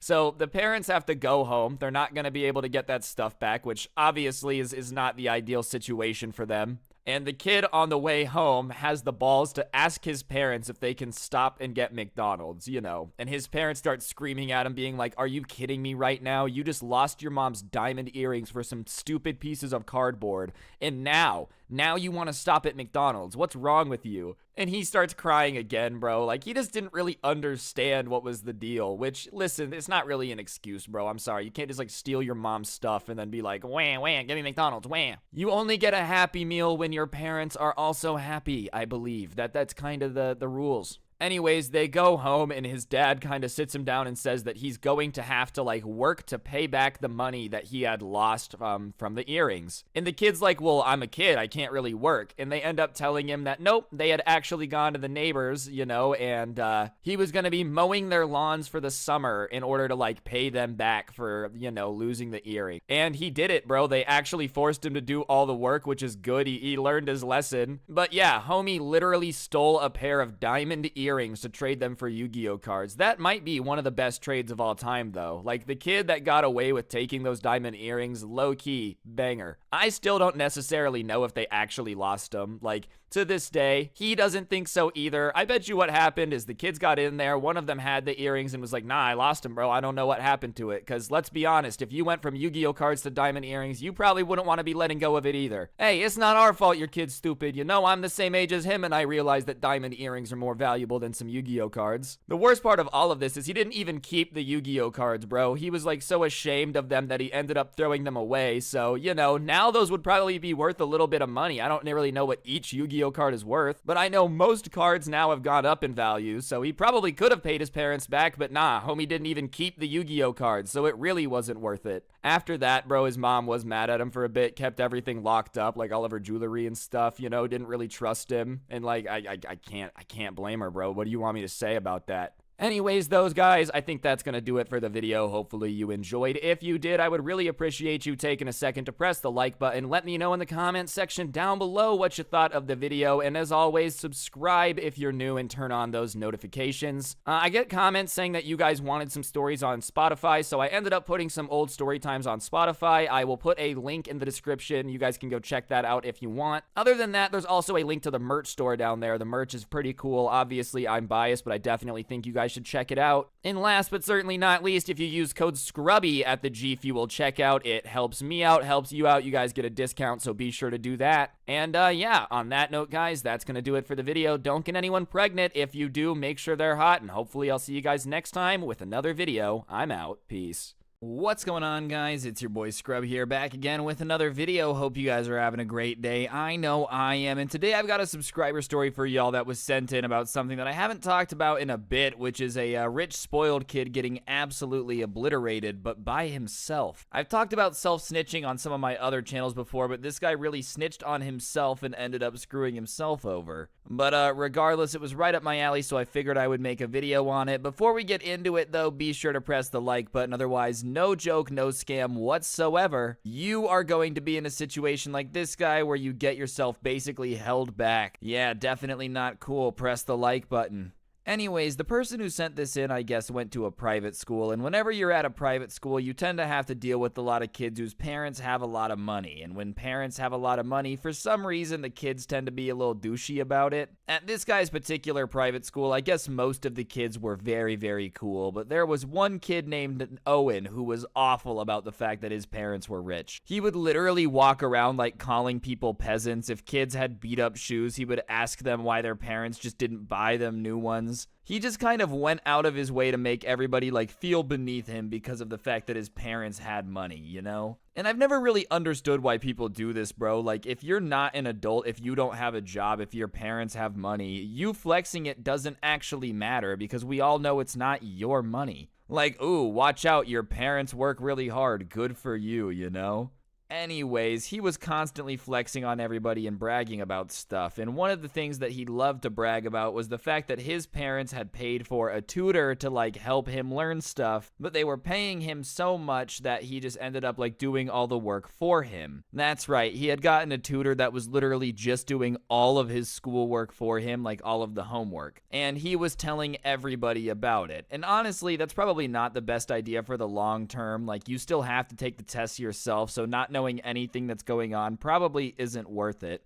And even then, bro, like, let's say that whatever, it's worth it, you already know all the information, you don't want to do it. If you have yourself a situation where you have a tutor that's doing all your work for you that your parents are paying for, maybe, just maybe, keep your mouth shut and keep that on the down low, because that's a very useful situation you got going for yourself, you know? Like, if something's going great for you, but you know you shouldn't be doing it, maybe don't go around telling the entire school. I know, crazy life advice coming out of me here. It's just probably not a good idea to tell anyone with ears about the stuff that you're doing that's making your life way easier when everybody else is still having to do all of the work that you're bragging about avoiding. It just rubs people the wrong way, you know. And there was one teacher in particular at the school who really, really hated cheating. And the class was like a world history, politics, hybrid class thing, so there was a lot of essays involved. Long, boring essays about like, write 5 pages about what you would have done in this scenario, why is this history thing impactful. And I do personally love history, but I can say writing 5-page essays consistently about topics you don't get to pick and choose is definitely not too fun. And,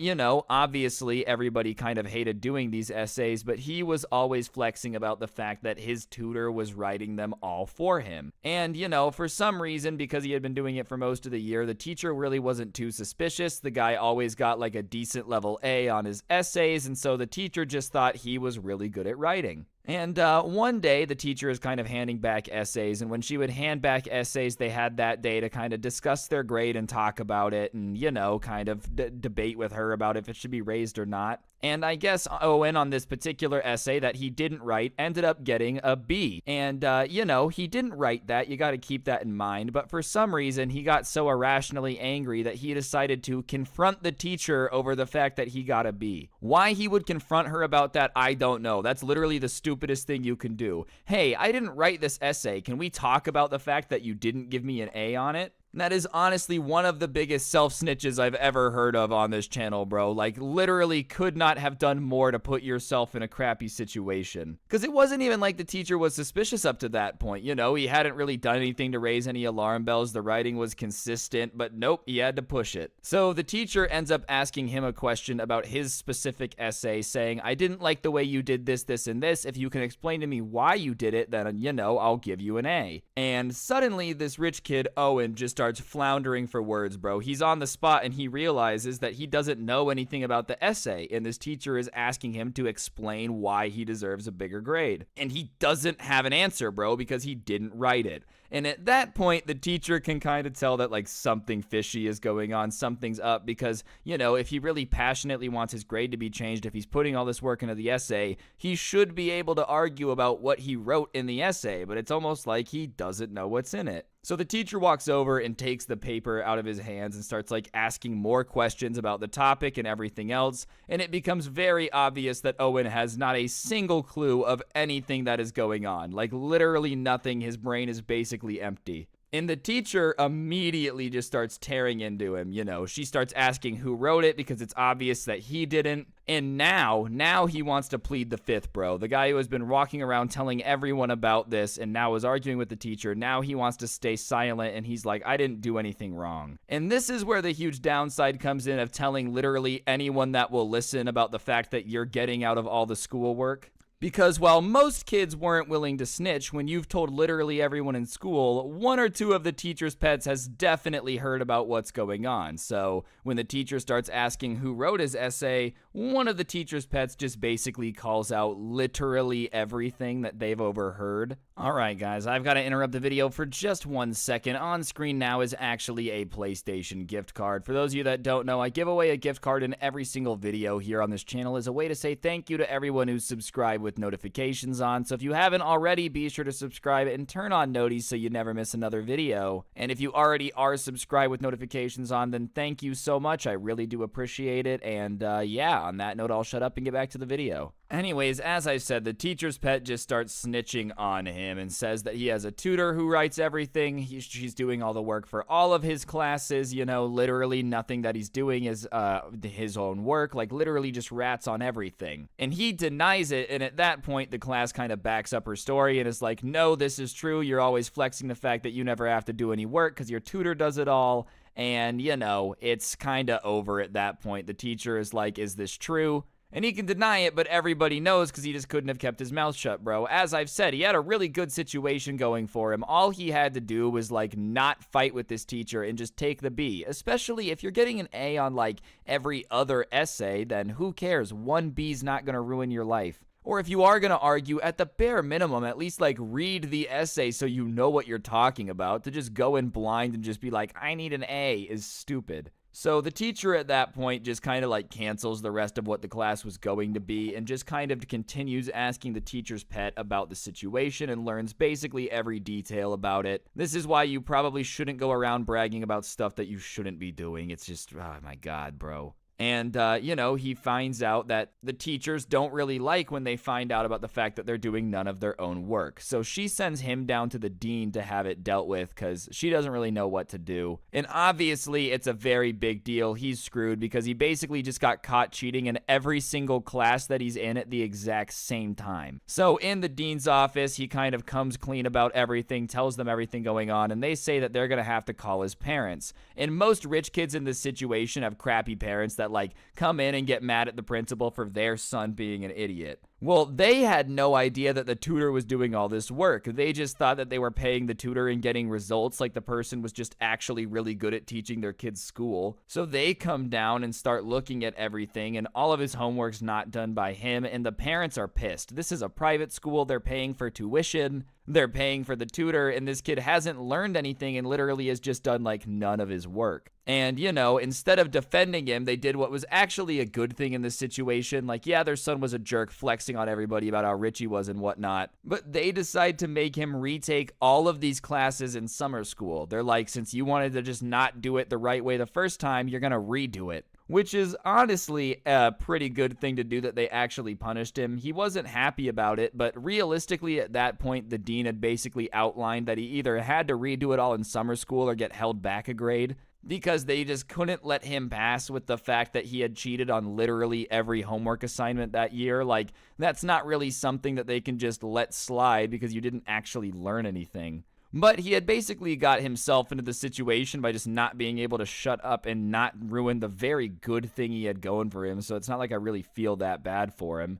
And honestly, like, the punishment was kind of fair because, it's not like you just got cheating on one essay. Obviously, summer school is insane if, you just cheated on one essay or whatever. I used to cheat in school. I'm not going to deny that. But if you've done none of your work and you get caught, like, if he doesn't get caught, kudos to him. More power to him. But if you get caught, this is what's going to happen. Like, the adult's hands are tied. They have to punish you. And he obviously learned his lesson about bragging too much about stuff that you should probably just not be talking about. And beyond that, if you are in a rich situation, maybe don't be making fun of people for being poor, calling them peasants, making them feel awful about themselves, because then the second they get a chance to bury you and snitch on you to their teacher, they're gonna do it, and you can't blame them because you were just being a jerk to them like 15 minutes before. Definitely regretted that in summer school, for sure. It's just better to keep your mouth shut sometimes. But anyways, guys, I think that's gonna do it for the video. Hopefully you enjoyed. If you did, as I've said, I'd really appreciate you taking a second to press the like button and comment down below. It helps the video do better. If you've actually made it this far in the video, go ahead and comment the word James Bond down below just so I know how many people do. I really do appreciate it, and it helps the channel do better. Beyond that, subscribe, turn on notifications so you never miss another video, and I've got some more stuff to plug. If you guys want to listen to these on Spotify, I actually did put a bunch of the old story times up on there, so a link to that will be in the description. Feel free to go check that out. And while you're down in the description, you might as well click the merch link and head on over there. Check that out too. It's pretty fly if you ask me, no bias whatsoever. And last but certainly not least, if you use code Scrubby at the G Fuel checkout, it gives you a discount. It helps me out. Everyone's a winner, so be sure to do that. But on that note, guys, that's actually going to do it. Don't get anyone pregnant. If you do, make sure they're hot, and hopefully I'll see you guys all next time with another video. I'm out. Peace. What's going on, guys? It's your boy Scrubby here, back again with another video. Hope you guys are having a great day. I know I am. And today I've got stories for you guys that have been sent in or that I found that are about really expensive mistakes people have made. I figured that, nothing makes you feel better about your small F-ups like seeing somebody else who makes an F-up that cost 100 grand. And yeah, for that reason, I figured this should be a pretty fun video. Before we get into it, be sure to press the like button or no joke, no scam, you're going to get bad luck, and let's go. The sun's down and I'm feeling it right. So tell me, little mama, what you doing tonight? You know I'm trying to hit it. I'm the being. Alright, so our first story here is one that is going to make anybody who knows anything about cars cringe, and I'll also explain it so it'll just make everybody cringe. This one hurt. So basically, when you're a kid, when you're a teenager, getting a job means that you kind of got to work wherever will hire you. When you're just kind of looking for part-time minimum wage work, you just kind of take whatever is out there. And the person in this story, who I'm going to name Jack, got a job at a Yamaha dealership. He was just doing his thing, taking care of some motorcycles, washing them, just basically being the person that would do all the work that nobody else wanted to do at the dealership. Being a teenager, of course, he was pretty excited to be around cars, be able to drive them, move them around, all that good stuff. And one of his main jobs that he also had was like delivering stuff to people. So when somebody would order a motorcycle, he would like take it to their house. When somebody ordered a car, he would be responsible for getting in the car and taking it there. And that's a lot of responsibility to give a kid, but he had never messed up before. And one day, his boss throws him the keys to a Ford Raptor, which is a very, very expensive truck. This one just happened to be in the ballpark of over six figures, $100,000 for this truck, right? And his boss throws him the keys and tells him to go get it cleaned, fill it up with gas, and take it to the person's house, which is pretty simple, Hey, nothing that he hasn't done before. So he gets in the truck, he turns it on, and he goes to the car wash. He gets the car washed, he goes in, he gets gas, right? And everything's going normal. He fills it up and he starts driving it, and he instantly realizes that the truck is acting really weird. It's not acting normal anymore. Like the way it had been driving before was very smooth. Now it's making kind of weird noises. Nothing's making sense. And about 1.5 miles down the road, the engine just shuts off. The engine stops working. And this is a $100,000 truck where like the engine just doesn't work anymore. And he gets out and he's very confused, and he opens it up and he can't really see anything wrong with it. So he calls his boss and he's trying to explain the situation, and the boss goes, okay, well, what fuel station did you fill it up at? And so he tells him it, and his boss just goes really quiet on the other end of the phone, and he goes, there's no diesel available at that gas station. And the kid's kind of like, yeah, what's the big deal? Well, this Raptor was a diesel truck. For those of you that don't know what that means, this kid had filled up a diesel truck with the wrong type of gas. He had just put gas in it. And that's the equivalent of like human need water, right? Human need water. That's the simple monkey explanation. Water need, human exist. Imagine if you like took a human and for just a week you made them drink nothing but, floor cleaner. That's basically the equivalent of what he did to this truck, right? Like he had basically bricked $100,000 truck. And the most important part, which is the engine. It is not made to have normal gas in it at all. In fact, it's going to cost a lot of money to fix it. And of course, it's on the way to a customer. So the company's going to have to eat all of the cost, you know? It's not like it was a dumb customer that did it to themselves and they went to take it back and they were like, that sucks. No, it was an employee of the dealership delivering it that had somehow bricked this car by something that should have been known to somebody that worked at a dealership. And obviously, he just wasn't aware. He didn't know. But at the same time, bro, his boss clearly didn't really care too much because, bricking a car that's going on the way to a customer that's that expensive definitely is not something anyone wants their employee to do. Surprisingly, he didn't get fired for 4 days, but after the 4th day, his boss was basically like, yeah, this isn't going to work out. I can't really work with somebody that bricked a $100,000 car that I was supposed to deliver. It's honestly a miracle he made it 4 days, dude. I would have fired somebody like that on the spot. I'm all for second chances and whatnot, but you do something that dumb when you claim to be a car guy, and I don't know what to tell you. On the bright side, it makes me feel better about anything I've ever messed up, dude. At least I never cost anybody 6 figures. All right, this next one hurt. This next one really, really hurt. It's a pretty damn expensive mistake to make. So the person in this story, I'm gonna name Reginald. Reginald was a pretty smart guy. In fact, he was a really smart guy. All throughout high school, he had worked really hard, nailed every test, every grade, was basically a nerd,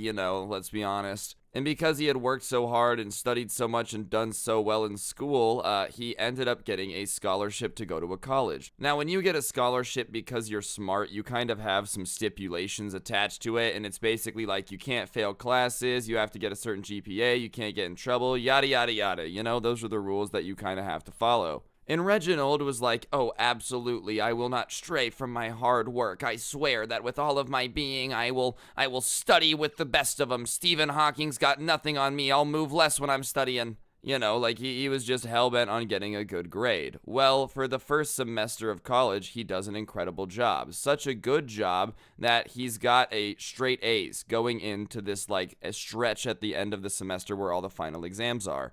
So because he's got straight A's going into this stretch of exams, he's like, oh, okay, nothing's really gonna happen. I might as well enjoy college. I've got straight A's. I've worked really hard. I deserve to, enjoy it a little bit. So he decides that he's gonna go to a party. And genuinely, this entire semester, he hadn't partied at all. He had been focusing on his studies, he had just been keeping his nose to the grindstone, just getting work done. And there's nothing wrong with that. I really respect the dude for doing it. And that being said, maybe the night before, you think you have a final exam is not the best time to party for the first time. So, like I said, it's the night before Reginald has a final exam, and his final exam is at noon the next day. So he figures he'll be fine to, wake up at 10 and stumble into the test. Well, because he had never partied before, there were a couple of his friends who were there that were very excited to see him. One thing leads to another. He takes 1 shot, 2 shot, 3 shot, 5 shot. And then, he takes a shot at the bathroom to puke a little bit. He takes a shot at stumbling down a couple hallways. And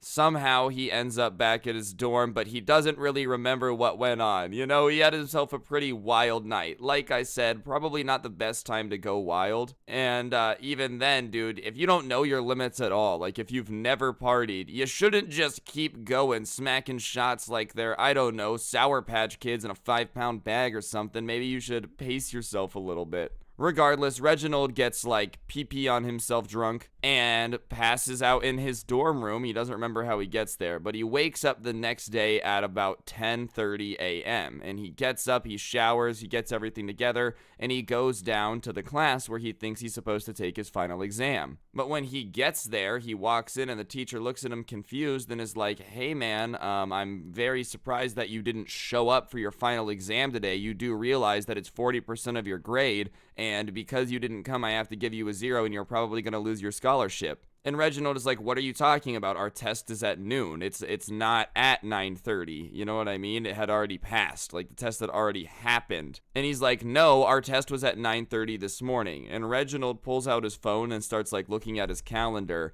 And, you know, the day before, he had just been excited to get all of this done, so he hadn't really checked. He had looked at the wrong class's time on the day. Like, he had picked the day, but he had looked at a different time. Do you know what I mean? And because he wasn't really double checking it because he wanted to go out and party so bad, he just hadn't noticed and had literally partied and slept through the final for one of his classes that was 40% of his grade. So he went from a straight A student with a full ride scholarship to, because the teacher had to do what the teacher had to do, he got a D in that class, because even if he had an A, losing 40% of your grade 100% to 60%, like, you're gonna barely pass the class if you pass the class. In fact, if you don't have 100%, you fail. So because of this kid's decision to, like, go crazy one night, honestly, if he would have, like, had fun and known his limits, he probably would have been okay. But of course, he's like, oh, I'm gonna go crazy this night and I'll be fine. Nah.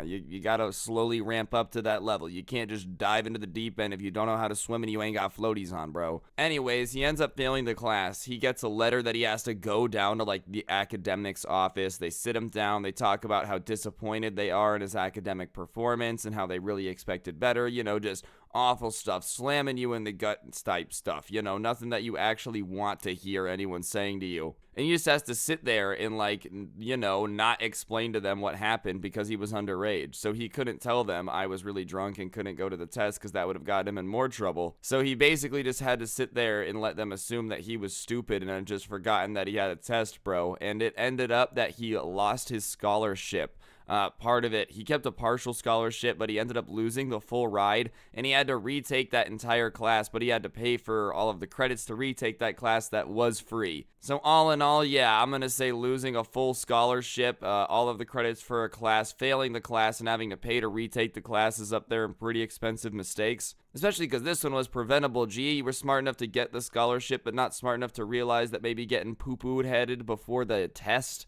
was a bad idea. SMH, man. It's all fun and games until, you know, you're just out there on the streets doing your best, but it's not enough. No one will ever let you live down the fact that you, remember, slept through your final exam. Every job interview, they're gonna bring it up, man. You're never gonna live it down. Realistically, it's gonna be okay, but yeah, that one's gonna hurt the wallet, bro. Student loans ain't too fun. I don't got any, but, like, hey, I know that they're not too fun. I know a lot of people that do. Alright, this next one involves the great outdoors, ladies and gentlemen. Remember, nature is your friend unless you're in one of these videos, okay? So, I guess this dude, we're gonna call him, Tom. Tom was a pretty outdoorsy guy. Tom was the type of dude who loved outdoor adventures, you know, hiking, rafting, all that cool stuff. Definitely stuff that, you know, I could not do. Let's be honest, I have the athletic ability of an overweight fish. I'm just not up to too much good, but hey, if Tommy's out there doing crazy things, good for him. Anyways, I guess Tom at some point had decided that he wanted to canoe trip down a river with a bunch of rapids in it. I had never really heard of anybody canoeing down rapids. I know it's possible, but, like, I thought it was a very expert thing just because canoes don't seem like the type of car that are necessarily, or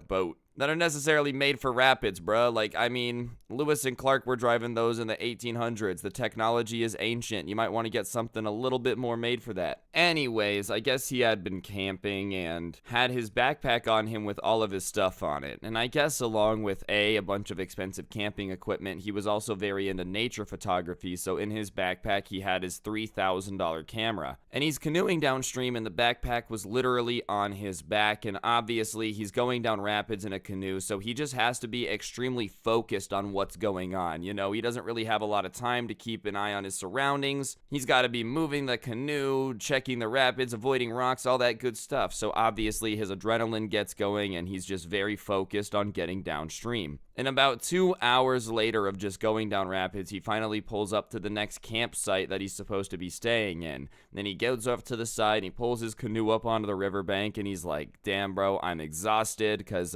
you know, I just fought nature for a couple hours. Here's the thing about camping, in my opinion. I'm gonna go off on a little side tangent for a moment, all right? I'm not saying camping's not fun. I've been camping, you know. My parents actually own a trailer. Like, I went camping a lot. it's pretty fun. That being said, there's a certain level where I'm just like, my ancestors did this enough and they built houses because this sucked. Like, I don't want to have to forage for food, bro, okay? There's a reason that we decided to make a farm, because foraging for food sucked. Nobody actually wants to do that anymore, you know? Regardless, when he gets to the camp, he starts trying to set up a little bit, and he goes to his backpack, and he has a horrifying realization. I guess when he had been packing up to head downstream earlier in the canoe to like go to this campsite in the first place, he had not zipped up his backpack. He had just kind of packed everything inside of it and then left the top open. And usually in a situation that's not the end of the world, the stuff wouldn't have fallen out. But when you're going down rapids, just bump, slapping the water, going up and down, getting jostled from side to side,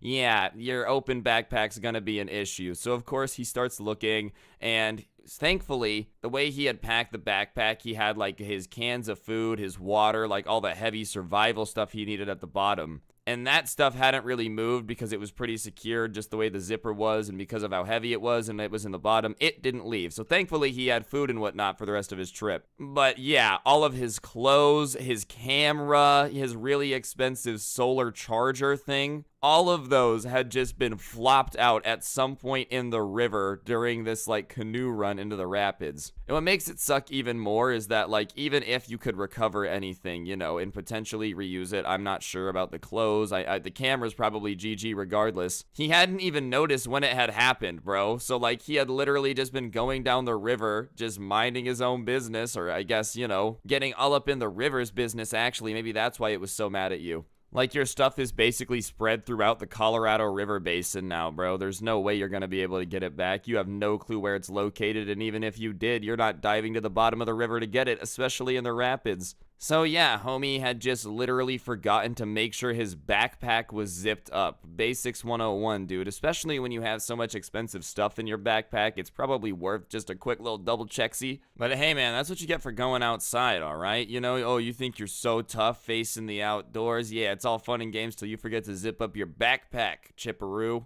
I don't know why. I feel like calling somebody Chip is just a really insulting thing to do when they've done something dumb. Like, Chip. Like, oh, don't call me that, man. You're a Chip.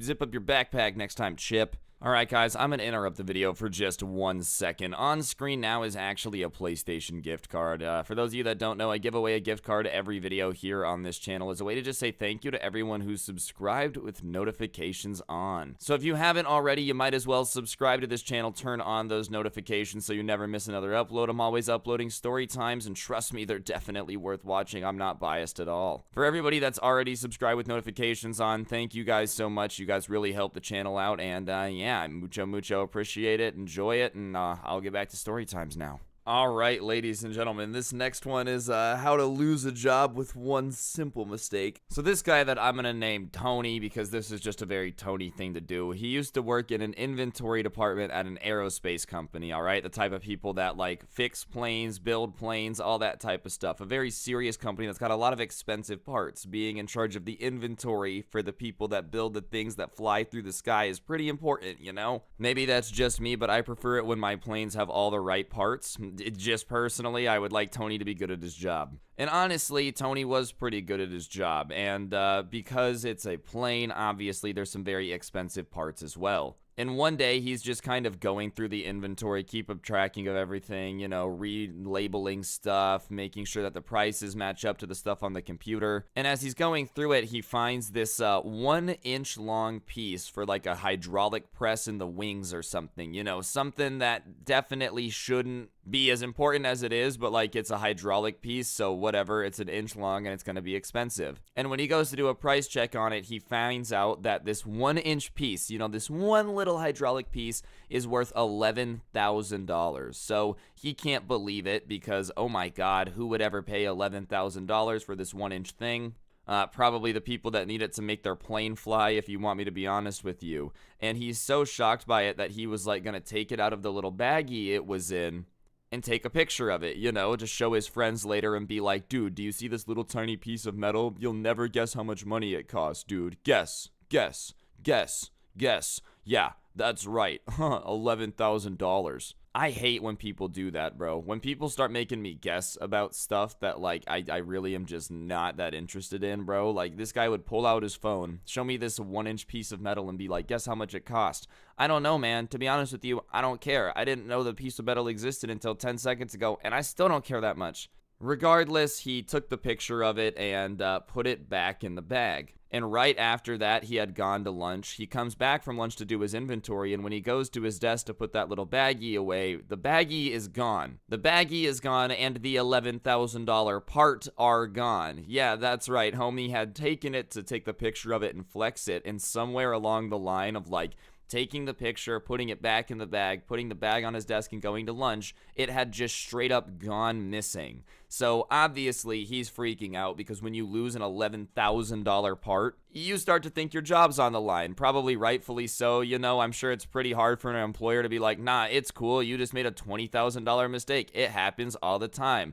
I don't think $20,000 mistakes happen all the time because businesses probably don't stay open if they have $20,000 mistakes all the time. Anyways, the guy's freaking out. Tony Spurgeon, he's like, oh, this is the worst. I'm going to get fired. But he finally manages to calm himself down because he's like, look, I've been working here for 6 months, okay? I had been in another position for a year and a half prior. He had some inventory experience, you know what I mean? And he says, I've never seen them have to use that part, ever. In fact, that particular part, he had like checked a couple times and it was the same part. It hadn't been used since he had started being there. So he just figures that it was never going to be used and no one would ever notice. The next day, he comes in and he has this job report on his desk for him to start pulling all the parts for it. And he's going through the list and he's getting near the end of it. And sure enough, dude, the part on the list is the $11,000 1-inch piece that this guy had lost the day before. Yeah, he had calmed himself down by like telling himself it wasn't going to be a big deal and nobody was going to notice, it was never going to get used, only for the next day it to be on the list. So naturally at that point he's freaking out. He's like, oh my god, I'm going to get fired. There's nothing I can do. Like, what can I possibly do to get out of this situation? You know what I mean? So when he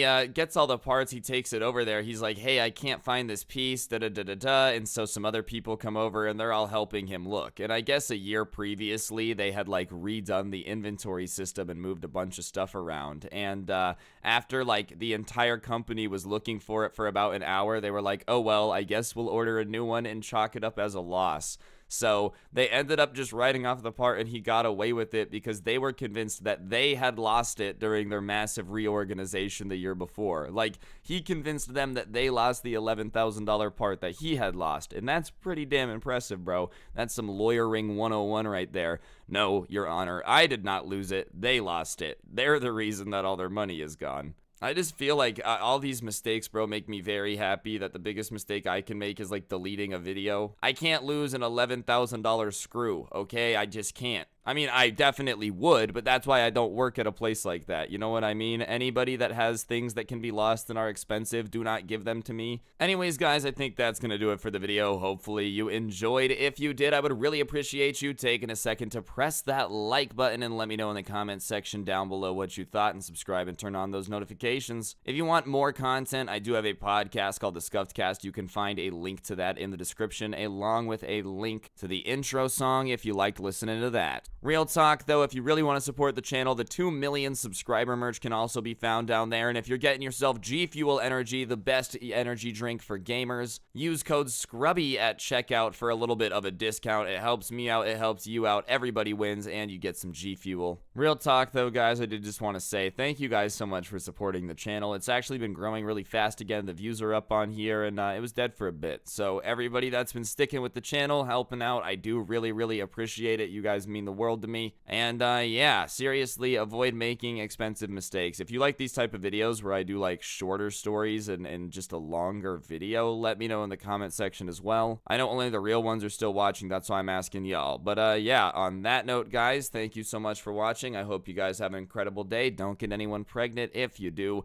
make sure they're hot, and hopefully I will see you guys all next time with another video. I'm out. Peace. What's going on, guys? It's your boy Scrubby here, back again with another video. Hope you guys are having a great day. I know I am, and I've got a story time for y'all today that was sent in by a subscriber that was definitely a little bit bizarre. I guess at some point in high school, he had somebody in his school that ended up constantly getting in trouble for sneaking his chicken into school. I'm not quite too sure why you want to be sitting with a rooster during math class, but hey, I guess that's why I didn't go to this high school, and regardless, I figured it would be a pretty funny story. So sit back, relax, and enjoy. Be sure to press the like button, or no joke, no scam, you'll actually be eaten by a ginormous chicken. And without further ado, let's get into it. On Discord to celebrate. it's okay, it's not good. Nice rack in her ass Brazilian. Just turned 21, but my bank's a million. Swear I'm a little drunk, but it's a hell of a feeling. Alright, so for the purpose of this story, we're gonna name the weird kid Jeremy, just because I've been watching Phineas and Ferb lately, and that blonde little man definitely is up to no good. That being said, I guess this person who sent in the story goes to school in a very urban area. You know, in the middle of a city, it's not very common for kids to have, like, livestock. Farming is not something that a lot of students do. And that being said, I guess this Jeremy kid had figured out a way to get very into agriculture. You know, to each their own. It's a little bit of a weird hobby to pick up, but if you really want to get into farming and whatnot, that's your prerogative, I guess. Do what you're gonna do. And Jeremy got into farming, but a very specific type of farming. I guess he really started to become obsessed with, like, poultry farming, you know, chickens, that type of stuff, to the point where in the middle of a city, he ended up buying himself a chicken to raise and hatch eggs for him, you know, just do a thing. And listen, I don't think there's anything wrong with that, you know. I've got some neighbors in the area that have their own chicken for their own eggs or whatever. There's nothing too weird about that, right? If you want to be into farming, I mean, to each their own, but I guess do you. The only weird part is that this kid was in high school talking about how, you know, he's gonna buy a bunch of chickens and da-da-da-da-da, and that was just a little bit bizarre. And to make matters even weirder, it wasn't like he was just really into chickens, would come to school, do his thing, and go home. He was constantly trying to, like, flex on everybody else that he had chickens, which is a pretty bizarre flex, dude. I'm sorry. If I was just sitting in math class and some person walked up there like, oh, hey, Ryan, nice shirt, but I'm gonna be honest with you, it doesn't look like one that would be nice enough for you to afford one of these bad boys, and whipped out a chicken, I would just be very confused. But sure enough, this kid thought that, like, the fact that he owned a chicken was some ginormous flex, you know, as if we had gone back in time to, like, 800 BC, and that's how you could get people to like you now.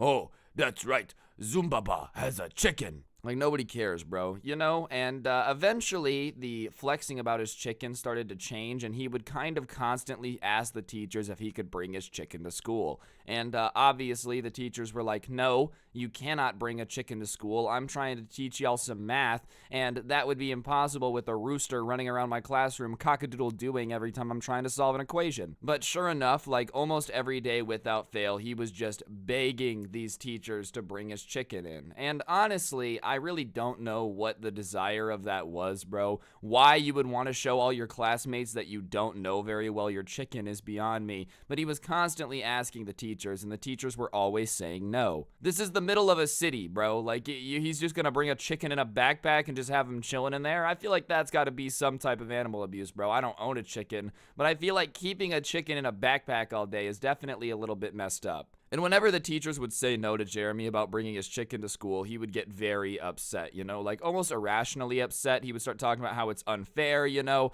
and they were being speciesist to his chicken, which is my favorite thing that people accuse you of, bro. Like, nah, they're gonna skip the racism, the sexism, and just jump straight to speciesism. And you know what? I'm gonna say it right now in this video. You're right. I do think humans are more important than every other species on the planet. Sue me. Whatever, bro. I got thumbs. They don't. If we ever fought a war with chickens, it would be over very quickly and we'd be having nuggets for a long time. Anyways, he would get upset whenever they would say no. And one day, the person who sent me the story goes into the class that they sit next to Jeremy in, and they're sitting there doing their thing. He never really talked to many kids other than flexing about his chicken.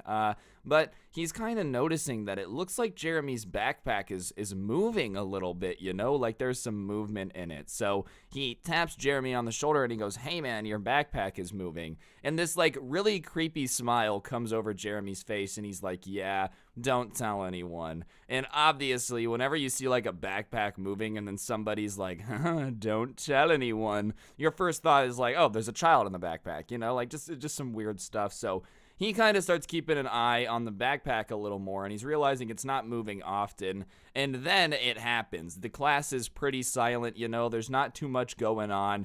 You could basically hear a pin drop. You know, when everybody starts working on the worksheets and it gets really quiet in class, that's going on. And when it's like that, the backpack starts making noises, bro.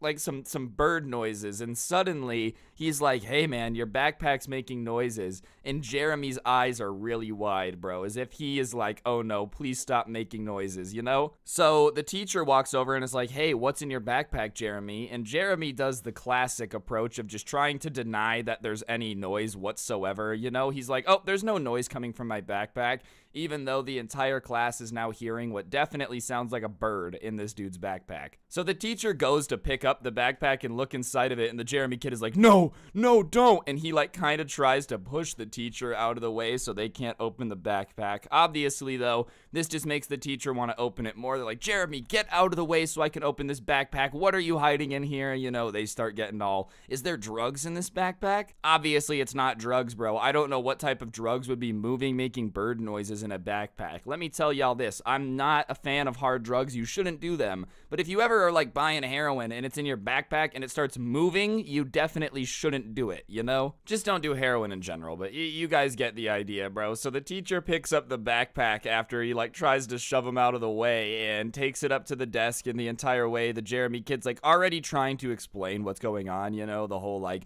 well, you see, I can explain, you know, I know it's against the rules, but, and they don't even know what's in it yet. And the second somebody starts like spitballing, trying to get out of trouble before they're even in trouble yet, you know it's gonna be some stupid stuff. So the teacher gets it on her desk and starts like undoing it. So the teacher unzips the backpack, and out of the backpack sticks the head of a chicken, bro. Like, homie had literally taken this chicken and shoved it in his backpack so he could take it to school with him, dude. I don't know if homie just like missed it too much, you know, couldn't handle being away from his chicken for 6 hours, but for some reason, Jeremy had decided to literally put a chicken in his backpack, bro. That poor chicken must have been so confused, just in like this tight little dark space looking at nothing but math homework as this kid just walks around the hallway, bro. What would he have done if somebody just decided to, you know, hit him on the back or something? So many questions, but obviously the teacher is like, why do you have a chicken in your backpack? You know this isn't allowed.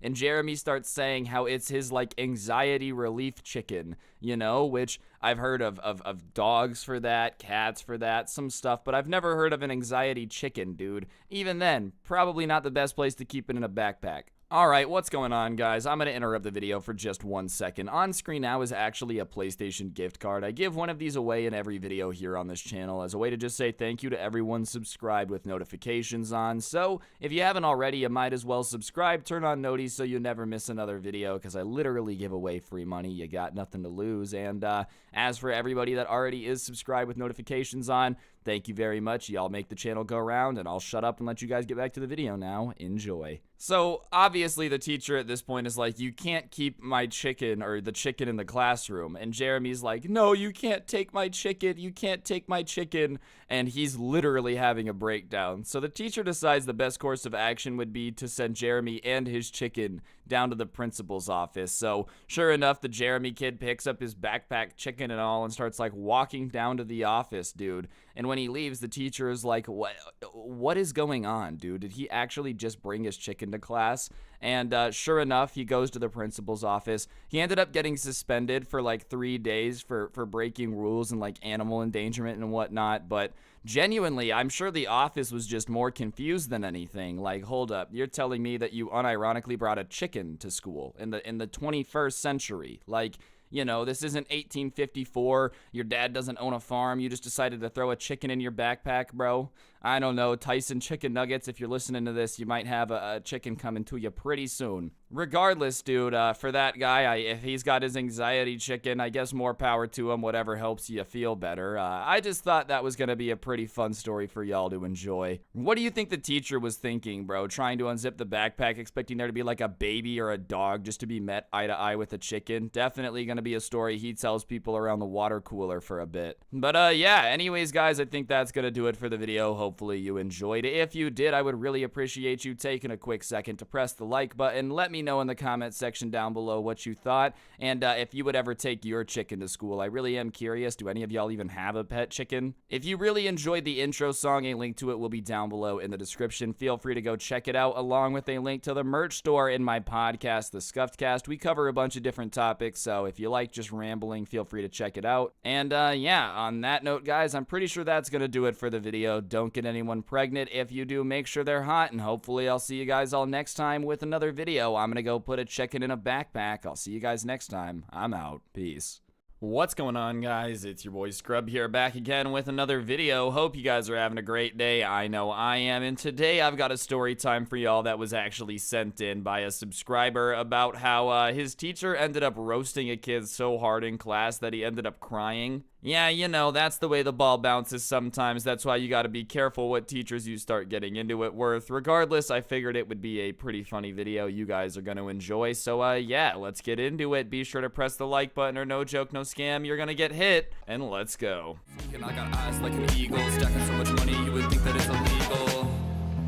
I'm getting quiet now, laying low when you reach zone, wiping out, making out, stack the bread, cause you love the sound, just Alright, ladies and gentlemen, so as we've talked about on this channel a few times, bro, I don't know what it is about certain kids that go to school and think that everybody just wants to, like, hear them interrupting everyone and saying stupid stuff, but for some reason, there seems to be a lot of these kids, dude. And there was this kid that we're gonna call Brandon for the purpose of the story, and he was the type of kid that just, like, always was screaming stuff to try to make people laugh, dude. You know, the teacher would be reading a book, and he'd be like, the organisms, and Brandon would be like, orgasm, sick, you know, that type of stuff. And obviously there's a time and place where that's funny. I don't think that anyone would deny that, like, bro, a class clown in your class that makes good jokes is a good time. But when the person who's trying to be the class clown is just wandering around just like yelling random stuff, it doesn't exactly make anyone laugh but him, you know? And he was convinced that he was hilarious. Like, usually when someone's kind of annoying or they're not making people laugh, after the first couple jokes don't land and everybody just kind of turns and looks at them like, wow, that was very awkward and unfunny, they kind of get the hint and stop. But I guess this Brandon kid had somehow convinced like 2 or 3 kids at the back of the class that he was hilarious, so every time he would do something stupid, they would laugh at it and he would be like, see, look, I'm really, really funny. And for the most part, the teacher tried to ignore it. He was aware of the fact that, like, if he engaged with the kid at all, then he was just, you know, gonna be like, and argue with the teacher a bunch and waste a bunch of time. So whenever he would have random outbursts or scream stuff, the teacher would try to ignore it. And I'm gonna give kudos to that guy, to be honest. I feel like if I was trying to teach a class or make a video and somebody was in the back screaming, I'd probably be losing it pretty quick, but I guess that's why I'm not an expert on dealing with students, you know, the whole teacher thing. I don't know what school would hire me at this point. Yes, I've just told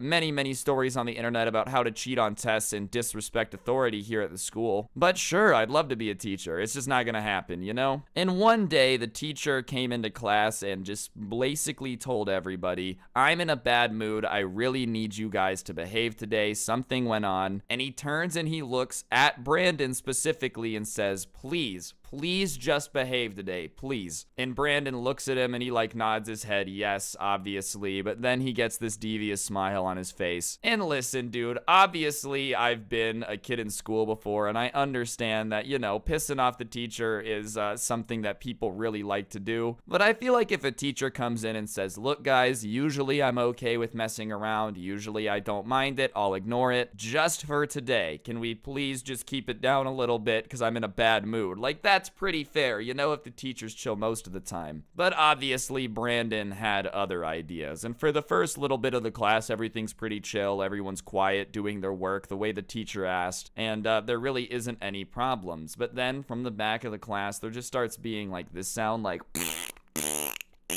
But like that often, you know, every now and then a fake fart is pretty funny. Somebody bends over, you hit them with the... It can be giggly, but if somebody's just continually fake farting for no reason, like nobody's even in front of the class, it gets pretty annoying. And the teacher looks up from his desk and just lets out a sigh and says, "Brandon, can you please stop making the farting sounds with your mouth?" He knew it was him. Everybody in the class knew it was him because everybody else was like, "Yeah, I'm just going to be quiet today because our teacher seems really pissed off and I'd rather not 1v1 him when he's in a bad mood." But as soon as the teacher was like, "Brandon, stop making fart noises with your mouth," he did what all these kids do too for some reason and just denied it being him. What, dude? Are you kidding me? I don't know why I always get blamed, dude. It wasn't even me. Like, are you kidding me, bro? I don't know why you hate me so much. You're the worst teacher. Oh my God, dude, it wasn't me. And the teacher looks up and just looks at him and says, "So you're telling me that you weren't just making fart noises? That wasn't you?" And he smiles and he goes, "Well, like, not all of them, you know?" And the teacher just sighs and is like, "I asked you just for one day to be quiet and behave, dude. Just one day. Like, could you really not do that for one day?" And the Brandon kid starts kind of like mouthing off back to the teacher like, "Oh, one day, one day. Are you kidding me, dude? Do you have any idea how hard it is to stay quiet for 40 minutes? And the teacher at this point is in a bad mood and his patience is up. So he doesn't start roasting him right away, but he kind of hits him with the, "Yes, I do know what it's like to be quiet for 40 minutes, but trust me, everyone in this class is aware of the fact that you can't do that because you're constantly disrupting everybody." And the class kind of laughed because, like, it's a pretty good comeback, you know. "Dude, do you know how hard it is to be quiet?" It's like, "Yeah, I can do it, but you can't shut up. Trust me, everybody knows." So the class starts laughing, and when the class starts laughing, it's something that wasn't Brandon, you know. He was very, very hurt. If he's not going to be class clown, then nobody can. So he replies basically telling the teacher to get off his period because if he's in a bad mood, it's not the kid's fault, and da-da-da-da-da. And at that point, the teacher is just like, "Brandon, that's really, really not okay to say, dude. You can't just go around saying stuff like that." And of course, Brandon is like, "I can say whatever I want. This is America. You do realize that I have rights in the Constitution to say what I want." And this is one of my favorite things, bro. The thing about the First Amendment that I think everybody tends to forget is like, yeah, you have the right to say whatever you want. You know, that is true. But people also have a right to reply to what you say. And when you like ask your male teacher in a bad mood if he's on his period, he's probably gonna reply. And when he tells you to knock it off, once again, giving you another chance to stay out of trouble, and you start being like, "This is America, I know my rights." It's just pretty annoying, dude. So the teacher at that point is like, "Yeah, you definitely know your rights, all right." And the kid is like, "What is that supposed to mean? Are you calling me stupid?" Because the teacher had kind of said it in a little bit of a condescending way, you know, like, "Oh, I'm sure you do." And the teacher just started saying that, you know, for somebody that's always mouthing off and talking about how smart he is and how much he knows, he sure does have a pretty pathetic grade in this class. And obviously the whole class at that point is like, "Oh," you know, because he's basically calling this Brandon kid stupid. And the Brandon kid replies by saying that the teacher is lonely and that's why he's in a bad mood. And the teacher is like, "Actually, if you would really like to know, my wife and our baby are in the ICU, but I'm out of sick days, so thank you." And like, listen, bro, at that point, everybody in the class is kind of on the teacher's side, dude. You don't really know what people are going through, obviously. Ain't no thang but a chicken wang. And the Brandon kid immediately, instead of apologizing, which is what you should do in this situation, doubles down and says something along the lines of like, "Well, whatever. It's not like it's our job to care." And the teacher at that point is probably like, "Okay, gloves are off. It's now fair game to roast this kid as much as humanly possible. If I tell you that I'm in a bad mood because my wife and baby are in the hospital, and your response is like, 'I don't care, that's not my problem,' then I feel like by all means the gloves are able to come off, right? And you can't even blame the guy for that, dude. Here's this kid saying that you have no right to be upset when your wife is in the hospital." So the teacher starts basically unloading on the guy. Nothing too crazy, but just being like, "Honestly, the level of your work is that I would expect from somebody 3 grade levels below you. Like, the fact that you have the nerve to sit here and talk in this class when you should be paying attention blows my mind." He started telling him that, like, you know, every time they're doing an assignment. He hates that he has to grade his paper because he knows how many mistakes they're gonna be. He's just laying into this dude about how dumb he is in this class, right? And the kid's trying to respond, but he really can't say anything back because it's true. Like, it's not like the teacher is lying, you know? He really just sucks at this class. And so he starts getting really frustrated and starts trying to throw like more personal insults at the teacher, calling him ugly and whatnot, like just really trying to go for him. And that's when the teacher delivers the death blow, bro. The one thing that no matter how angry somebody is, if you hit them with it, it's just too good. So obviously he's just kind of going at the teacher hard, calling him ugly, saying all these horrible things. And the teacher is keeping it very fact-based, you know? Alright guys, I'm gonna interrupt the video for just 1 second. On screen now is actually an Xbox gift card. I give a gift card away in every video here on this channel as a way to just say thank you to everyone subscribed with notifications on. So if you haven't already, subscribe, turn on notifications so you never miss another video. If you are somebody who's already subscribed with notifications on, then I just wanted to take a second to say thank you very much. It is much, much appreciated. Your support really makes the channel do better. And yeah, thank you very much. I'll let you guys get back to the story time now. Enjoy. So he looks at Brandon and he's like, hey man, you look like you're getting pretty upset, you know, you're throwing some pretty harsh insults back. Is everything okay? And the Brandon kid is like, well, you're calling me stupid, da-da-da-da-da, so obviously I'm gonna insult you back. And keep in mind, he was getting very upset. Like, you know, he's really swinging on this teacher. And the teacher's response is just, well, you know, you seem like you're getting very defensive. Is that because you're aware of the fact that you're a moron and you're embarrassed by it? And as soon as he says that, dude, the Brandon kid's face like immediately contorts to that position that you do when you're trying not to cry, you know? Like when it's coming, you feel the tears in your eyes and you're just trying to hold it back. He's trying not to cry in front of the class because something else that is going to make this a little bit sweeter.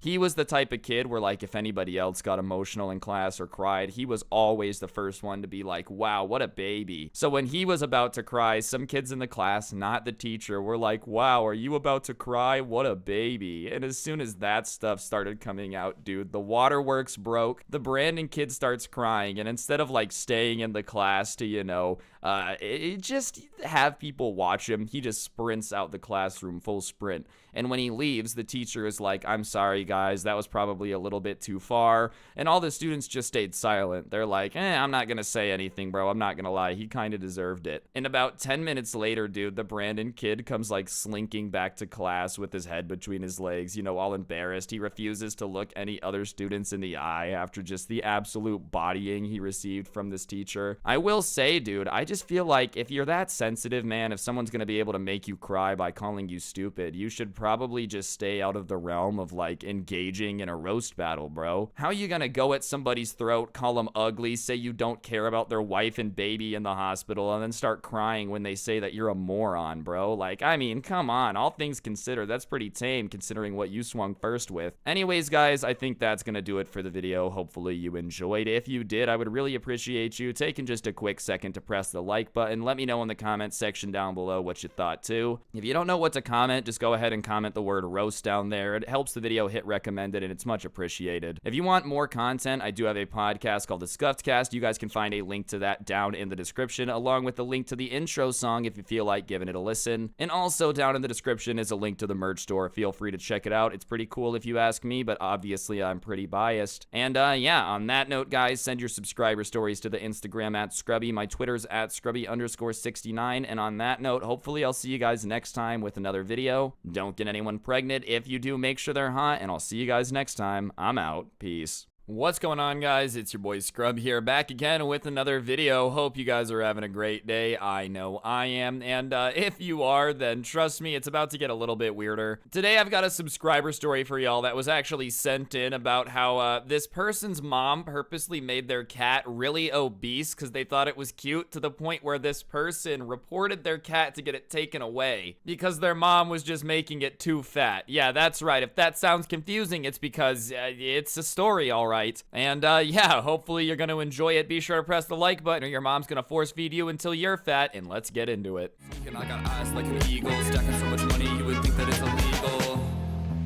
I'm getting quiet now, laying low when you reach, so I'm popping out, making out, stack the bread, cause you love the sound, just so Alright, ladies and gentlemen, now I personally feel like purposely making your animals fat is really messed up, bro. Like, come on, that just seems really scummy in my opinion. That being said, dude, it's not saying that I haven't seen it before. I've seen a bunch of like cats on the internet and whatnot that are just very clearly overfed gargantuan beasts. And the owners, they're like, ah, look at my big guy. It's like, dude, trust me, it's impossible not to. Your cat is the size of like a Rottweiler. And listen, obviously I'm not saying that like if cat's got a little fluff on him, maybe a little bit of some love chunk, there's nothing wrong with that. But if your cat starts looking like, you know, its legs are having to bench press to hold it up, that's kind of a problem. And I guess this person, they don't get along very well with their mother. And their mother was the type of person who just really loved like having a fat cat. I'm not sure how you get into it. I'm not sure how you discover that obese animals are your favorite, but for some reason she was aware of the fact that like I really enjoy when my cat is chunky, to the point where she was going out of her way to constantly feed this cat human food, to constantly like sneak it stuff that was bad for it, purposely not letting it outside and whatnot so like it couldn't get a bunch of exercise. It was just really messed up. And this person who sent in this story was getting older, you know, they were kind of at that point where they knew that they were going away to college in the next year. They just weren't really gonna have to deal with their mom a lot. So they kind of started pointing out to their mom, you know, that like, hey, it's really messed up for you to, you know, make this cat fat on purpose. Cats aren't supposed to be 50 pounds, mom. Like, that's really unhealthy. You shouldn't do that to the cat. And they were trying to be reasonable with their mom, maybe just hoping that their mom was just dumb and didn't realize it was a horrible thing. But every time this person would like tell their mom, stop making the cat fat, it's bad for it, like you really should stop, the mom's response wasn't, you know, oh my goodness, you're right, I never thought about it. It was like, shut up, it's my cat, I can do whatever I want with it. Who are you to tell me what to do? The cat's fine, it's happy. And listen, I don't know if this lady was aware of this, but it's kind of hard to know if an animal is happy, right? Like, I'm assuming that my corgi is a very happy boy. I take good care of him. He gets lots of walks. He's well fed. Not too well fed. He eats dog food, not human food. I don't know. That being said, he could be miserable. Homie could be barking at me, screaming at me in Vietnamese. I would have no idea. I don't speak dog. So there really is no way for this woman to know for a fact that her cat is really enjoying it. So whatever. The kid is just kind of like, look, mom, I'm telling you, it's really bad for the cat to be this obese. You just shouldn't treat it like that, right? And the mom is doing the whole, I'm the parent, you don't get to tell me what to do, blah, blah, blah, blah, blah method, which I do understand some cases, dog. Like, if your kid's arguing with you and they're just like, no, let me stay up late and eat Pop-Tarts, maybe you gotta do the whole, I'm the parent thing. When your kid is saying, stop trying to give the cat diabetes, that's a pretty fair thing to do, you know? Anyways, the mom decides at that point that she's just not gonna stop and she's gonna make the cat even fatter to prove a point. And she says this to her kid. She's like, whatever, it's my cat, I can do what I want. In fact, I'm gonna make him even fatter. So she sets off on this like hell-bent, really messed up mission to try to make this cat as fat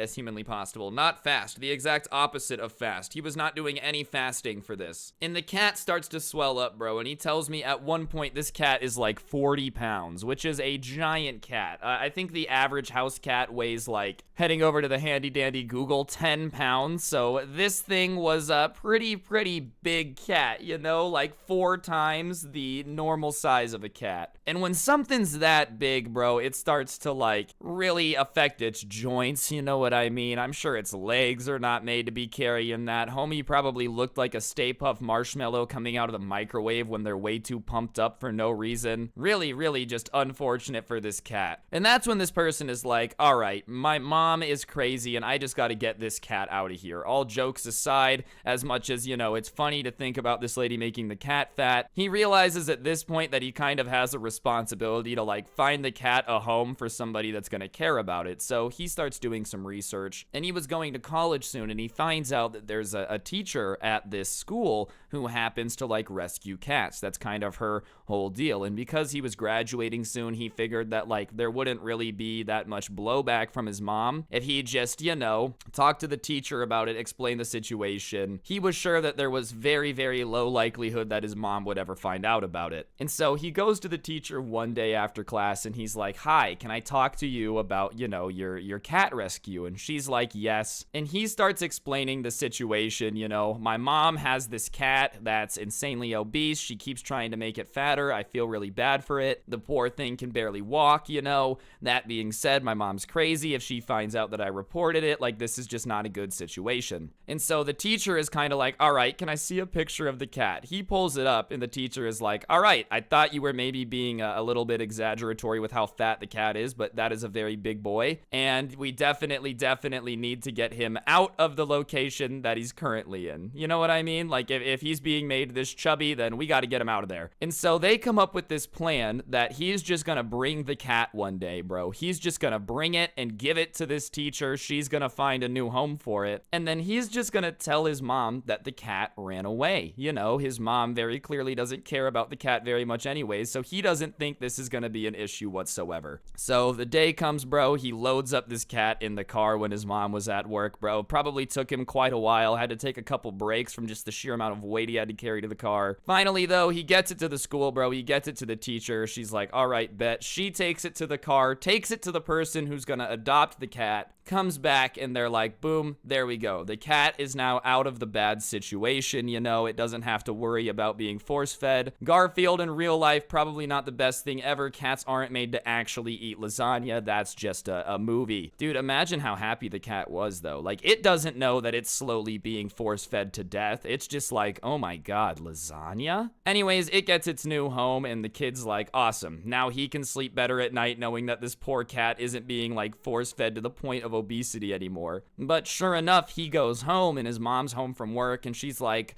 looking all over for this cat. And his mom happened to be a smoker, and in the morning before she'd go to work, she would go out on the back patio and smoke. So before the kid had left with the cat, he had, like, left the back door open, so it looked like his mom had just forgotten to close it. And his mom is like, oh my god, the cat ran away. It must have escaped out the back door. And he helps his mom look for the cat, in air quotes, you know, they're looking. And eventually the mom is like, dang, that sucks, you know, I guess we'll just leave some food out and hope she comes back. Like, the cat comes back. Oh, that would be super ideal if it came back. And the kid's like, yeah, maybe it'll come back, knowing damn well that this cat is simply never gonna return, bro. There's no way it could even come back. Trying to get from its new house to the old house, it would be like broken halfway through. Alright guys, I'm gonna interrupt the video for just 1 second. On screen now is actually a Roblox gift card. I give a gift card away in every single video here on this channel as a way to just say thank you to everyone that's subscribed with notifications on. It is much appreciated, and if you haven't already, you might as well turn them on. If you are somebody that already has those notifications on, thank you so much. You guys really do make the channel go round, and if you're not yet, you got nothing to lose. I literally am giving away free money, and you can always unsub later. And on that note, I'll get back to the story time. Thank you very much and enjoy. Anyways, his mom is convinced for a couple days the cat is gonna come back, but after a couple days, she kind of gives up hope and starts like openly saying that she doesn't really care anyways because taking care of the cat was a bunch of work, which like, yeah, you kind of bought an animal, dude. What did you expect it to be? And why would you make it fat? That just makes it more work for you. Like, you're the one that's gotta pay for all the food. You're the one that's gotta pick it up and carry it everywhere. I don't know, dude. It seems like this guy's mom is just not a very good person, bro. If you're mean to animals, I don't get it, dude. If my dog went missing, I would be a wreck. I wouldn't be making videos, man. I'd be on my hands and knees out there on the streets, like, searching everywhere, calling his name. I wouldn't be like, it's been 2 days, whatever, I give up. I didn't like Caleb too much anyways. I don't know, dude. I think this person definitely did the right thing. Obviously, it's gotta be a little bit tricky to, like, you know, do something like that to your parents, snitch on them for doing crazy things, but hey, as long as the animal's okay, it's really all that matters, bro. I will say, gotta give him kudos for being able to do it in such a slick way that to this day, his mom doesn't even know. His mom's probably going to bed like, I wonder whatever happened to that one cat that ran away. Sure is bizarre that I never saw it again, you know? I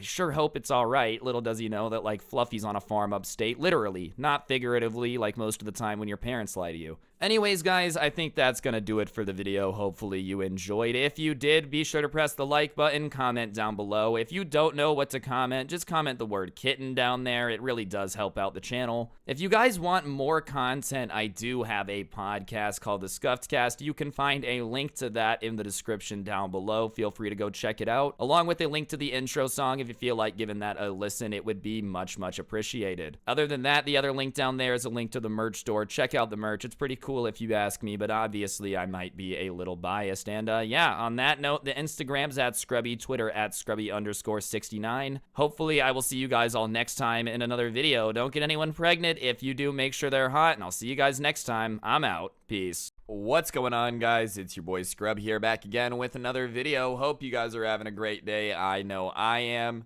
Today I've got a story time for you guys that was sent in to me about a kid that this person went to elementary school with that basically, you know, was just a weird dude. It's been a while since I've made like a weird kid video, so I figured I would just send it YOLO. It should be a pretty enjoyable time if you enjoy listening to stories about weird people that are Satanist kids that refuse to eat anything but paper. And yeah, before we get into it, be sure to press the like button or no joke, no scam, I'm gonna have to fight you. And let's get into it. Sit back, relax, and enjoy.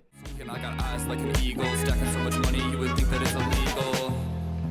I'm getting quiet now, laying low when you reach, so I'm wiping out, making out, stack the bread, cause you love the sound, just so. Alright, ladies and gentlemen, now I understand that elementary school is probably the time where most of us are the weirdest, bro. We're pretty influenced by our parents. That being said, dude, it doesn't mean that when you're in elementary school, you're not aware of the fact that these kids can sometimes be a little bit bizarre, bro. And I guess it all started with this kid on the first day of school when everybody was asked to stand up and introduce themselves and say something they liked, and it was like 4th grade, so most of the kids are like, I like Pokemon, I like Fruit Ninja, whatever, like whatever 4th graders were liking at the time. And this kid, who we're gonna name, I don't know, Johnny for the rest of the story, stands up and says, hi, I'm Johnny, and my favorite thing is when I'm watching horror movies and the people are getting killed and they're screaming. And the entire class is just kind of like, okay. Imagine you're sitting there in 4th grade and some 4th grader starts piping off about how he loves to watch people die in horror movies. But he doesn't stop there. He continues to explain that he just thinks it's really funny and that horror movies are his favorite genre, and he starts explaining like his favorite death scenes from horror movies. And the teacher eventually cuts him off and just tries to move on the rest of the class like nothing happened. But the person who sent me in this story just made a mental note that like there is a possibility that this kid will take a chunk out of your arm if given the chance. So just maybe don't fall asleep near him. And listen, that's a survival instinct, all right? That's not judging a book by its cover. That's just realizing that some people kind of want to eat you. But what was weirder than that is that this kid, for whatever reason at school, you like lived this fantasy world that made no sense to anyone else, that he wasn't able to eat food. Yeah, that's right. For some reason, this guy was convinced that only at school he wasn't able to eat food, he could only eat paper. And he would literally, like at recess, walk up to kids and be like, hey, want a piece of my snack, while holding some loose leaf notebook paper. And then when they would say no, he'd be like, fine, more for me. And then just start taking bites out of the loose leaf notebook paper as if that's just a perfectly normal thing to do, you know, like, I don't know why everyone's weirded out. I don't know about you, but college ruled is a little bit better than wide ruled. Like, that was just perfectly normal for him. And apparently he was so obsessed with eating paper that like even the teachers started telling him to stop eating paper, but he would respond to the teachers, and you'd think, you know, he'd be like, no, I want to eat paper, it makes it yummy. Like just some stupid argument if he was stupid enough to be eating paper in the first place, right? But no, this guy actually had a reason as to why he was eating paper. It wasn't a very good reason by any means, dude, don't get it twisted, but it definitely was a reason. I guess one day at recess he had been found with like a little tiny notebook, like diary sized, behind these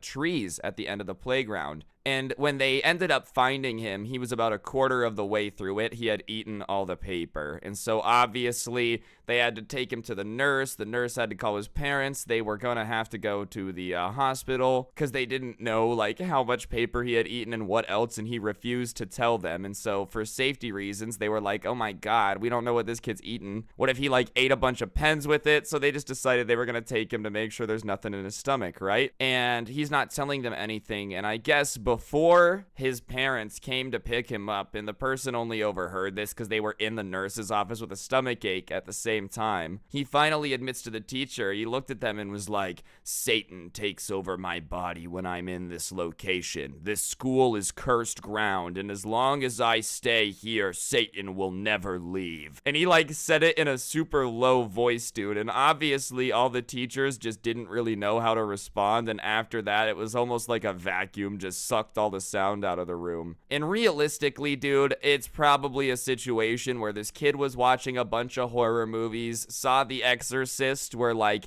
you know, oh no, demon possesses girl, she throws up, call the guy to do the exorcism, and then was like, school's boring, might as well to pretend to get possessed by the devil, dude. But when you have this kid who's constantly eating paper, you know, like, and fighting with other kids, it's not a good situation because, and this is where the story gets even weirder, dude, it wasn't even like he would eat paper by himself. Whenever the teachers would try to take it away previously, like, you know, let's say it was the middle of class, she handed out an assignment with a bunch of math on it, homie would just start eating it right away in the middle of class. So the teacher would be like, hey, stop that, you know what I mean, and go to take it away from him, which is kind of what I have to do to my dog. And he would try to bite the teacher, dude. Like, he would start snapping at the teachers as if that was normal. So imagine this kid that for the whole year so far has been trying to bite teachers, biting students, telling everybody that like, I love the look on people's eyes when they're drained of life in a horror movie. And now he starts telling you you're possessed by Satan, all right? I'm not saying it's the most reasonable story, but at this point, you're probably kind of like, anything's possible. This guy's crazy. And the kid who sent in the story ended up getting sent out of the nurse's office before his parents came to pick him up, dude. But I think that would have been the real juicy tidbit, bro. What do this kid's parents look and act like? And how annoyed were they by this? Like, did they pull up to the school?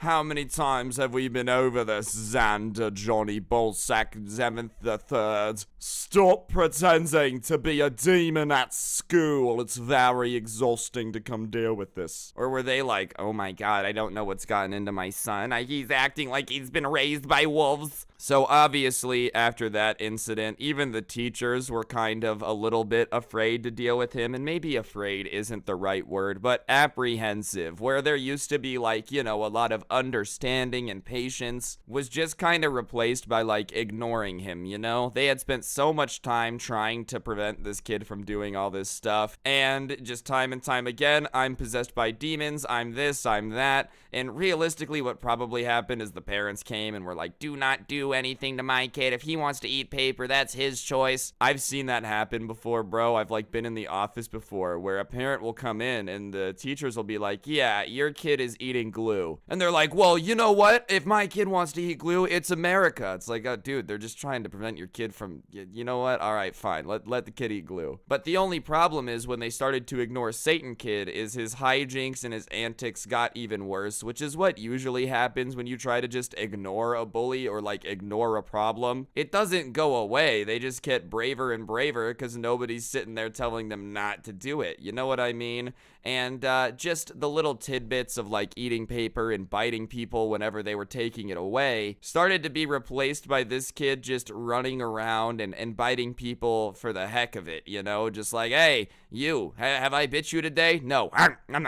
You like that? Yeah, that's right. I'm taking nibbles out you now. To the point where like a lot of the school was just afraid to interact with him at all because he was so known for biting people, dude. And as for the paper eating habit, that didn't stop either. Like, it was almost as if he really was just hell-bent on making sure he was able to eat paper, which cannot taste very good. You know what I mean? Like, there are some things that kids eat, and it's not understandable, like they shouldn't eat it, but it's a situation where you're like, I understand how the mistake was made. You should never eat a Tide Pod. They do look like a forbidden fruit gusher. Paper, like a whole piece of paper? Well, that sounds awful. You just crumple it up and eat it? Do you take it bite by bite? Both of those sound unenjoyable. On one hand, you have to eat a piece of paper bite by bite, which sounds awful. On the other hand, imagine having to chew your way through a crumpled up piece of paper. None of this sounds like an enjoyable experience. No wonder the kid was so mad. Maybe that's why he walked around biting people, dude, because he was like, listen, my jaw has gotten so strong for being able to bite through a notebook, and I've got to use this skill for some reason. All right, ladies and gentlemen, I'm going to interrupt the video for 1 second. On screen now is actually a Roblox gift card. I give one of these away in every single video here on this channel as a way to just say thank you to you guys for being subscribed with notifications on. If you haven't already, you might as well press that button. It's literally free, and I give away free money, so you got nothing to lose. And yeah, to everyone who is already subscribed with notifications on, thank you very much. You guys really do make the channel go round, and I appreciate it. And on that note, I'll shut up and get back to the video. Thanks. And because the teachers were ignoring it, eventually the kids in the school had just gotten to the point where they're fed up. They're like, look, this kid's biting me. I'm not down to be bitten, okay? I'm just trying to learn some maths and exist in peace. So they decide that they're gonna take justice into their own hands. And obviously they don't really know what to do because they realize that anything they do, like, is potentially gonna get them in trouble. You know what I mean? Like,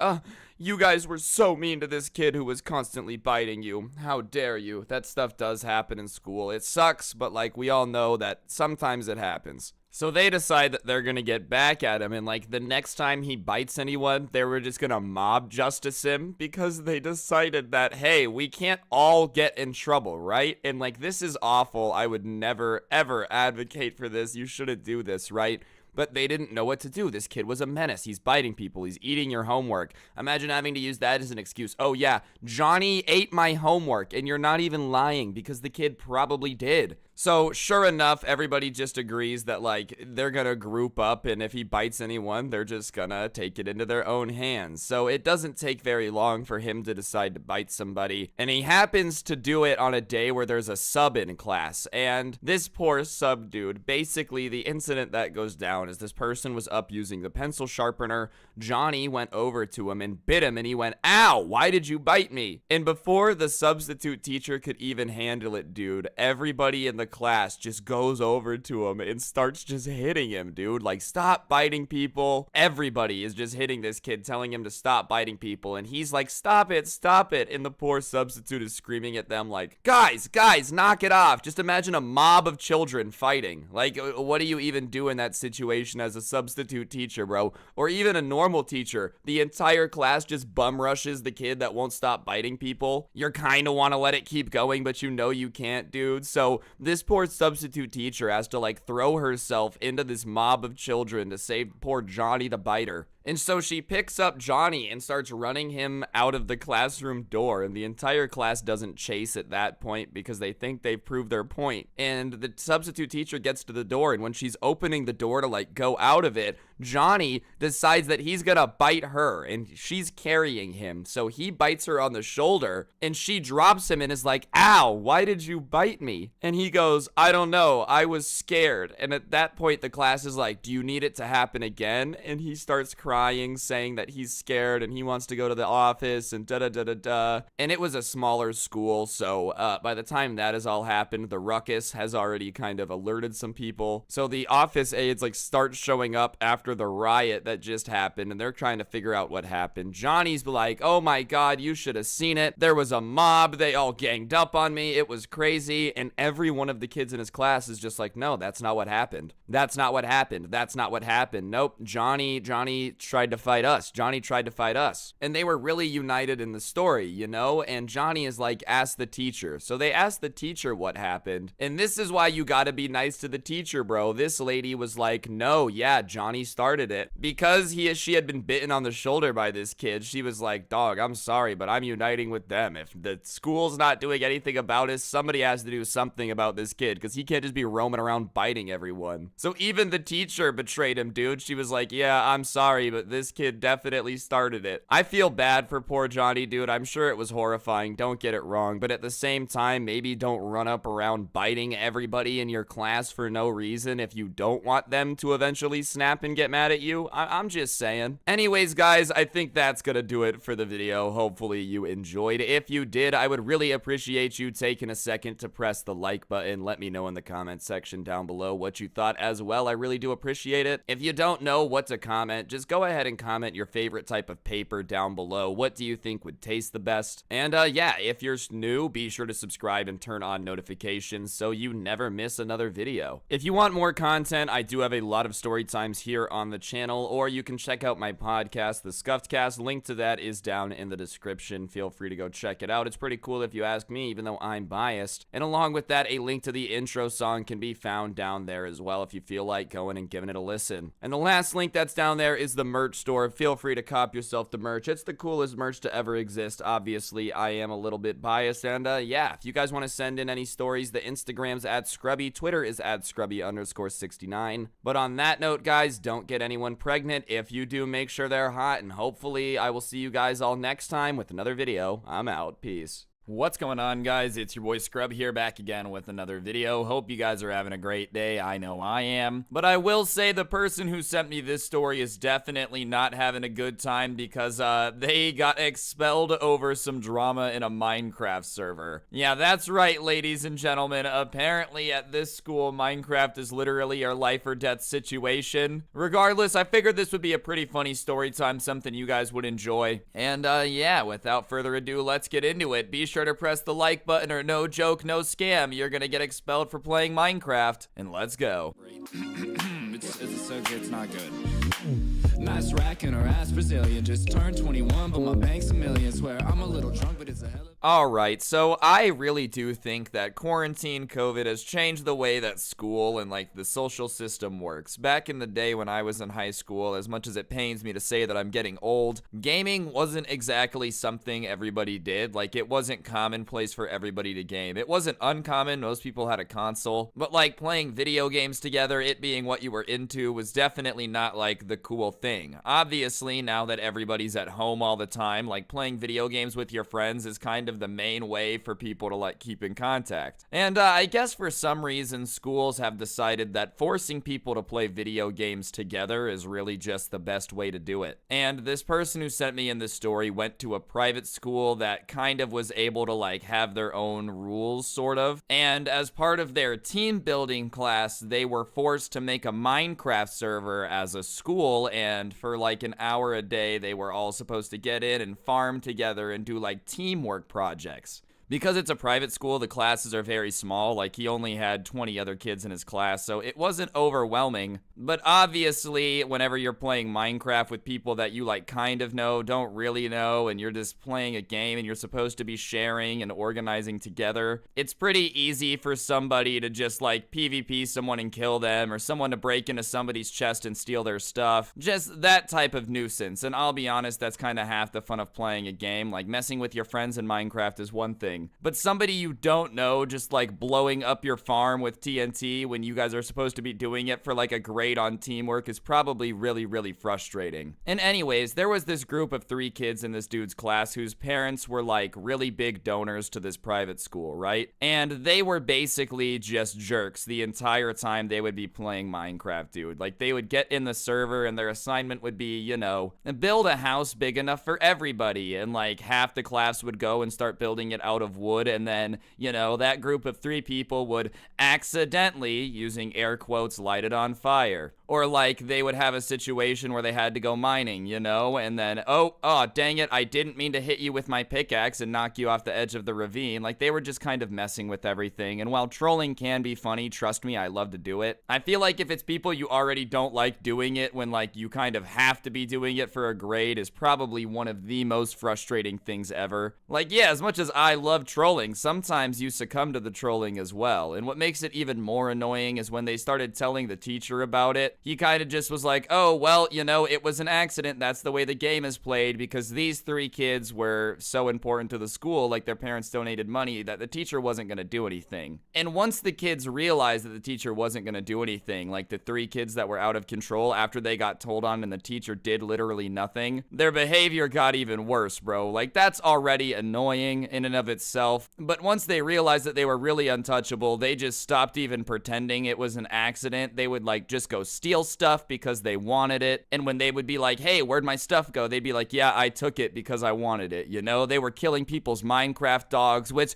should be an unforgivable crime, dude. I don't know what's wrong with you, but if you kill someone's Minecraft dog on purpose, there's a special place in hell for you, dude. Like, they were just doing that type of stuff. And they thought that they were super cool for it. They would make fun of people that got mad. They would blow up people's houses, and because the teacher, like, didn't really understand Minecraft, they would just say it was a creeper. But, like, nope, they would cover it in TNT and do it in front of the person, so that way they knew that they had blown it up. But when they went and told the teacher and the teacher didn't believe them, it was just like to mess with their heads, dude. So the kid who sent in this story was just kind of having enough with it. He was really, really into Minecraft. He's a nerd on Hypixel, like super into Bed Wars, Sky Wars, all that good stuff. So he's pretty good at PvP. So he decides that he's just like gonna get these guys back because they're really annoying. And he goes off away from the class one day when they're supposed to be doing something, and he just like starts mining, getting materials, and just getting ready to just ruin it for him. And somehow, even though these guys were like able to steal from everybody, take things out of all their chests, they still didn't have like all diamond armor and whatnot. But they took Minecraft very, very, very seriously, dude. Like, they would be in the Discord call, giving each other call outs whenever they were hunting somebody down, you know, like they were super into it. They thought they were Minecraft gods. And over the span of the day, the person who sent me in this video gets himself a diamond sword, diamond armor, just like pretty kitted out compared to them. And right at the end of time before class ends, he goes back into town, and he's sitting in the Discord call with everybody else, and he hears the 3 kids that are like messing with everybody saying that somebody is coming in, and when they see that he has diamond armor, they're like, dude, whoever that is, give it to us now. And he's like, no, I'm not gonna give it to you. So the 3 of the kids start coming at him, you know, to like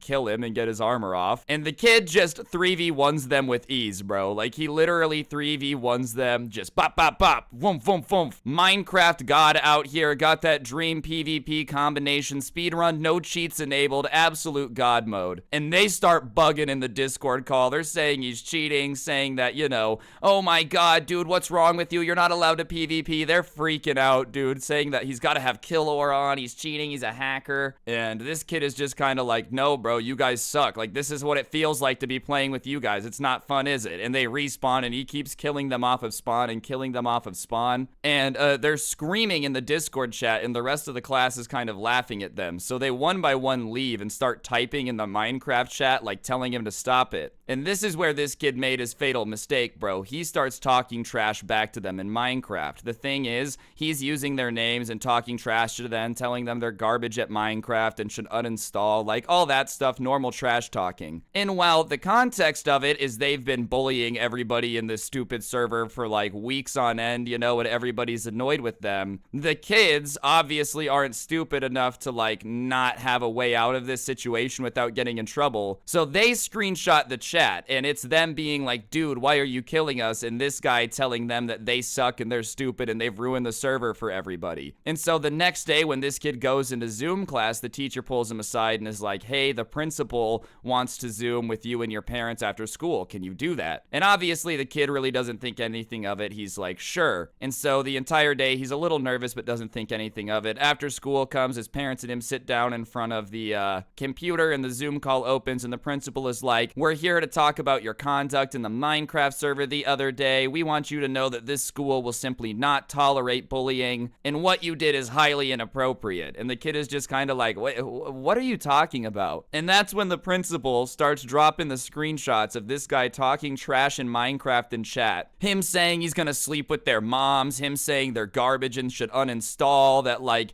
they literally make Minecraft unenjoyable, and he didn't even know that was possible. I broke my English there, but you guys get the point. It looks really bad, and his parents are giving him the disappointed look, and the principal is like, here at this private school, you know, we have extreme standards, and we have a zero tolerance policy for bullying, so unless you're willing to apologize, like, we simply refuse to continue to have you you as a student. And his parents are like, oh my God, apologize. And the kid, is like, no, I'm not going to apologize. And when he says no, he's not going to apologize, the principal is like, excuse me? And the kid starts trying to explain that these students had been like bullying him and everybody else in this server for like months and weeks, or weeks, not months, sorry. And like, he was just fed up with it, bro. He just didn't want to deal with it anymore. And the principal is basically like, if you don't apologize, then you're expelled. And the kid at that point just looks him in the eyes and says, all right, guys, I'm gonna interrupt the video for just 1 second. On screen now is actually a PlayStation gift card. I give a gift card away in every single video here on this channel as a way to say thank you to everyone subscribed with notifications on. So if you haven't already, be sure to press those 2 buttons so you never miss another video. It is mucho appreciated. And if you are one of the people that already is subscribed with notifications on, then thank you.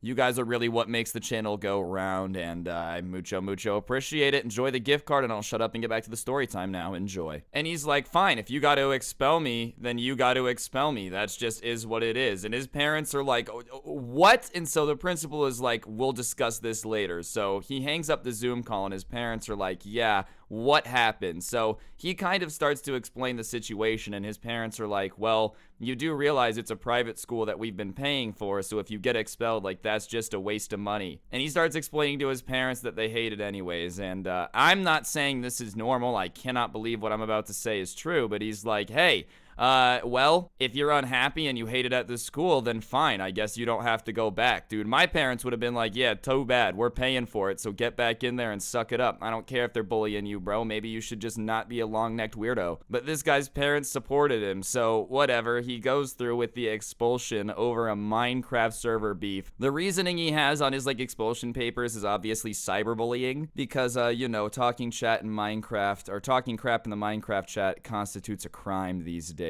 So the situation is obviously complicated because now he's also trying to like explain to schools that he's trying to transfer to that it wasn't actually cyberbullying, but being like, oh, actually, that wasn't a cyberbullying incident. I was just talking trash in Minecraft game chat because my school wasn't actually a school and said that just playing Minecraft together is a homework assignment. Like, I doubt that they really understand that. For real, though, what shocks me the most is that his parents were on board, dog. Could you imagine being that principal, though, and, like, being owned by a bunch of kids whose parents donate a lot of money? Like, you unironically had to expel a kid for talking crap in Minecraft game chat when you have to know that they're responsible, dude. I'm sorry. Like, if these kids were up to that much no good and every teacher is turning a blind eye, then there's no way the principal is like, I firmly believe that these kids cannot be lying. Like, dude, you have to be aware of the fact that these kids would definitely be willing to lie to you, 100%. Which means instead that you're a grown man who's beholden to a bunch of, like, kids fighting each other in Minecraft, dude. What a bizarre life. You know, he went home and was like, honey, is anything I'm doing worth it? Anyways, guys, I think that's gonna do it for the video. Hopefully you enjoyed. If you did, I would really appreciate you going ahead and pressing that like button. Let me know in the comment section down below what you thought, too. If you did enjoy the video, commenting the word Minecraft down below does help it do better, and I would appreciate it. Other than that, if you guys want more content, I do have a podcast called The Scuffed Cast. A link to that can be found down below in the description if you want to check it out, along with the link to the intro song and a link to the merch store. The Instagram is @Scrubby. Be sure to give it a follow, and the Twitter is @Scrubby_69. Follow both of those for maximum swag points. On that note, guys, don't get anyone pregnant. If you do, make sure they're hot, and hopefully I will see you guys all next time with another video. I'm out. Peace. What's going on, guys? It's your boy Scrub here, back again with another video. Hope you guys are having a great day. I know I am. I will say the person we're about to talk about in today's story time, though, definitely was not having a good day when all this went down. This guy tried to do something in one of his classes to impress a girl he had a crush on and ended up messing up and had to shave his head instead, which probably did the exact opposite of impressing his crush, if you want me to be honest with you. Regardless, I figured it would be a good video, so yeah, let's get into it. Be sure to press the like button or no joke, no scam, you're gonna get cursed by a wizard, and let's go. It's it's not good.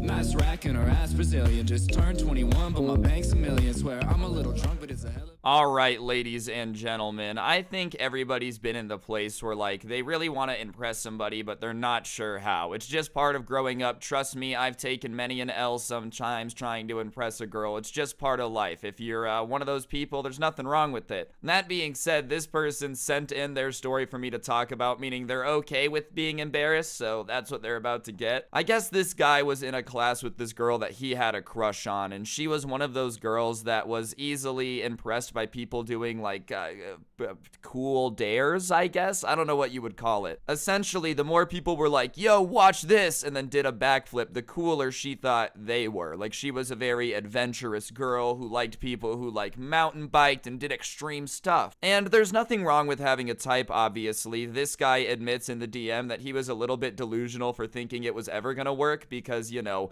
she likes guys that mountain bike and fight grizzly bears, and he's the type of guy that is really good at Fortnite, you know, back in the day, or like is good at whatever's popular now.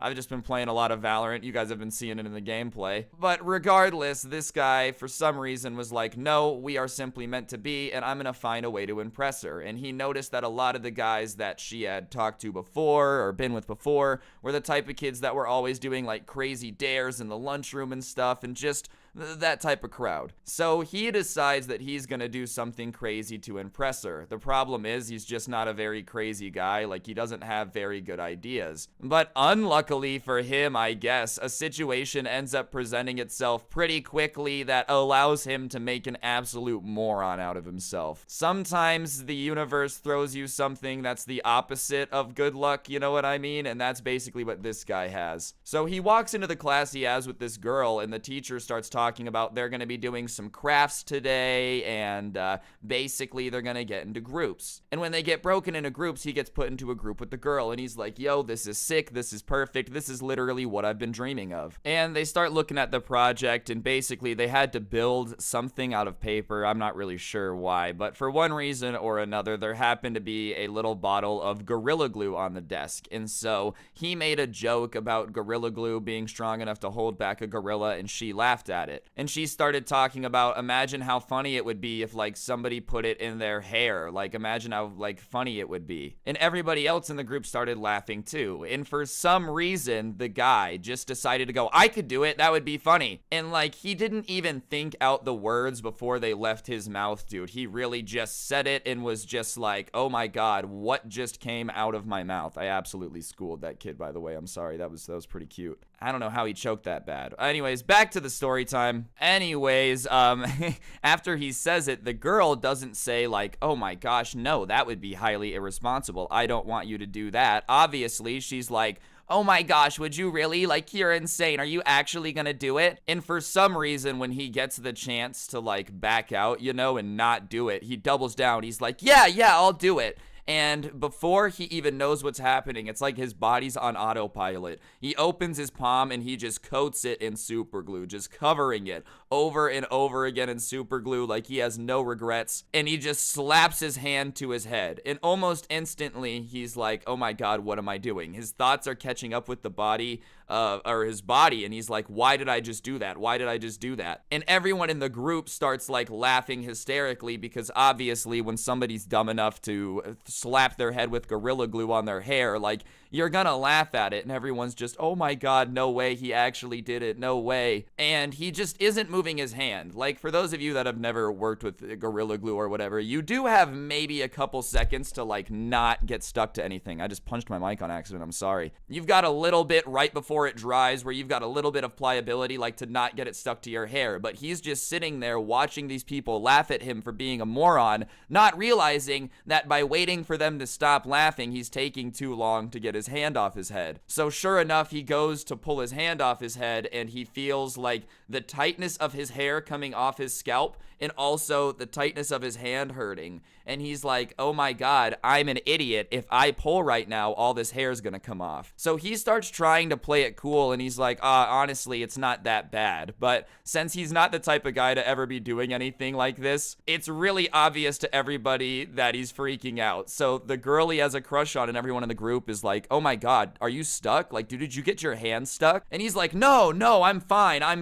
And they start laughing at him because it's really obvious that his hand is now stuck on his head and he's gonna have to, like, rip all of his hair out. So they start laughing, and then everybody else start looking over, and that's when the entire class notices the situation. The teacher notices, and the teacher is like so shocked by this kid's stupidity. Instead of quietly coming over and assessing the situation, just out of shock, she goes, oh my god, did you glue your hand to your head? Because she's just so stupefied when she looks up to see this dude just vibing in the Ritz car with his hand on his noggin. So the teacher does like the teacher waddle. For any of you that have ever had a teacher that has to do it, you know exactly what I'm talking about. Over to him and starts like inspecting the situation. But yep, idiot has super glued his hand to his head, Gorilla Glue, same thing. And he's sitting there, and just the look on his face is pure embarrassment. Trust me, there is nothing worse than having that much embarrassment in front of your crush. And the teacher's like pulling on his hand, and it's stuck and it's hurting his hair. And if you've ever had your hair pulled a lot, like, your eyes start to water up. There's nothing you can do about it. You're not crying, you're not being a baby.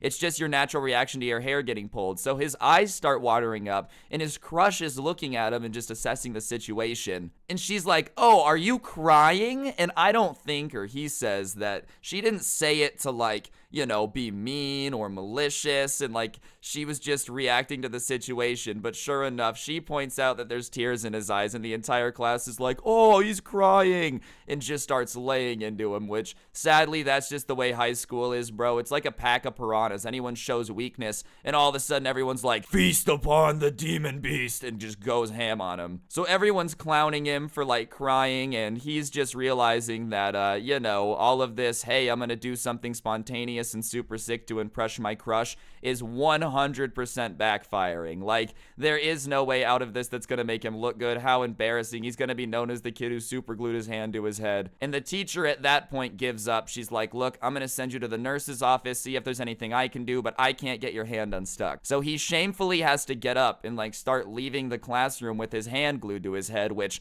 I cannot imagine the sheer embarrassment when he stands up and walks over to the door, and with the only hand he can use, opens the door. But before he can get up to leave, the last thing his crush says to him on the way out is, maybe you should just stick to gaming, which has to be just the most painful oomph of all time. Like I said, she was probably just trying to be funny, but like, you're going out of your way to do something crazy to impress your crush, and on the way out, she's just like, yeah, you might just want to not try to do whatever you just did anymore. So on the way to the nurse, he's realizing that he just made an idiot of himself. He gets to the nurse, she starts looking at it, and she's like, yeah, there's nothing I can do, I'm gonna call your mom. And his mom gets the phone call. She's at work, and she basically tells him that, you know, there's nothing that they can do till later tonight, but he's an idiot, which, you know, he doesn't disagree with. Imagine being at work, dude. You're crunching numbers, trying to put food on the table for your son back home so that way he can eat. You get a call. He's like, hey, mom, there's a girl that I really wanted to impress, and in the process, I super glued my hand to your head. And tell me you wouldn't be like, why do I do this? All right, guys, I'm going to interrupt the video for just 1 second. On screen now is an Xbox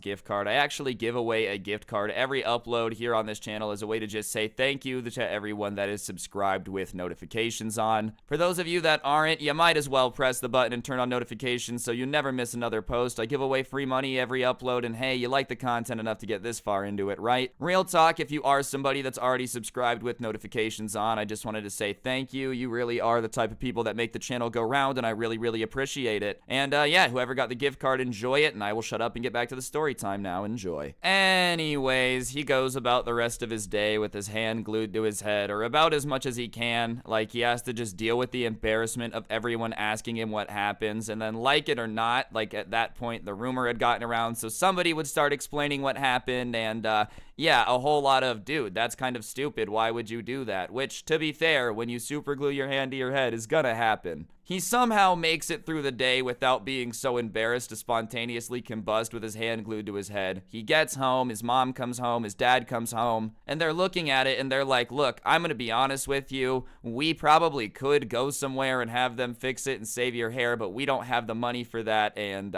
you can't walk around with your hand glued to your head So if it doesn't come out in the shower and you washing it a ton and whatnot, then we're just gonna have to shave it. So he spent the next like 2 hours in the shower, basically just rinsing it over and over again, scrubbing it, but there were still chunks of his hair that were glued to his hand that he just couldn't get unstuck. So homie eventually had to succumb to his dad, who was bald, going and getting the electric razors, and he looked in the mirror one last time, and when he looked back up, he was a bald man. That's right, trying to impress his crush ended up with him being bald, which I will say, there's nothing wrong with being bald. My dad is balder than a cue ball, bro. But being bald in high school's gotta be rough, dog. Everybody's gonna think you're a middle-aged man. The one benefit is you might not get carded when you go to pick stuff up for the party, I guess. But my goodness, going in the next day obviously was also super embarrassing, because now not only was he the kid who super glued his hand to his head, but he was also the only bald kid in the entire school, and everyone knew that he was bald because he, you know, super glued his hand to his head. And for months and months, he had to deal with nickname after nickname and, like, you know, comment after comment. And he was a good sport about it. He's like, it wasn't bullying because, you know, I would have done the exact same thing to somebody that super glued their hand to their head, which is true. At least he was a good sport about it. A lot of people probably would have been like, I don't know why everyone's being mean to me. It's like, dude, they're not being mean. I just, come on, bro. You super glued your hand to your head. Him and his crush, it did kind of kill that dude. To be fair, I don't know how somebody could look at someone they just watched, like, cry with their hand glued to their head in that way. It would probably be pretty difficult, dude. She did end up asking him if he was okay in class and stuff, but that was about it. However, it wasn't the end of the world. Like, it wasn't like he was super depressed about it, because it kind of made him realize, even though he has a crazy crush on this girl, maybe they're just not right for each other if that's the type of stuff that she needs people to do to keep her entertained. You know, it's not a comment on her. Obviously, some people just have different lifestyles. Some people are into, like, the extreme sports stuff, and some people are made to play video games and watch YouTube videos, you know? And if you're one of the YouTube video game people, it's okay. Maybe just leave the extreme dares to people that are more aware of what they're doing so you don't end up bald. Realistically, though, guys, I think that's gonna do it for the video. Hopefully you enjoyed. If you did, I would really appreciate you guys taking just a quick second to scroll on down and press the like button. Honestly, you've got absolutely nothing to lose by pressing it, and it helps out the channel a lot. And while you're down there, you should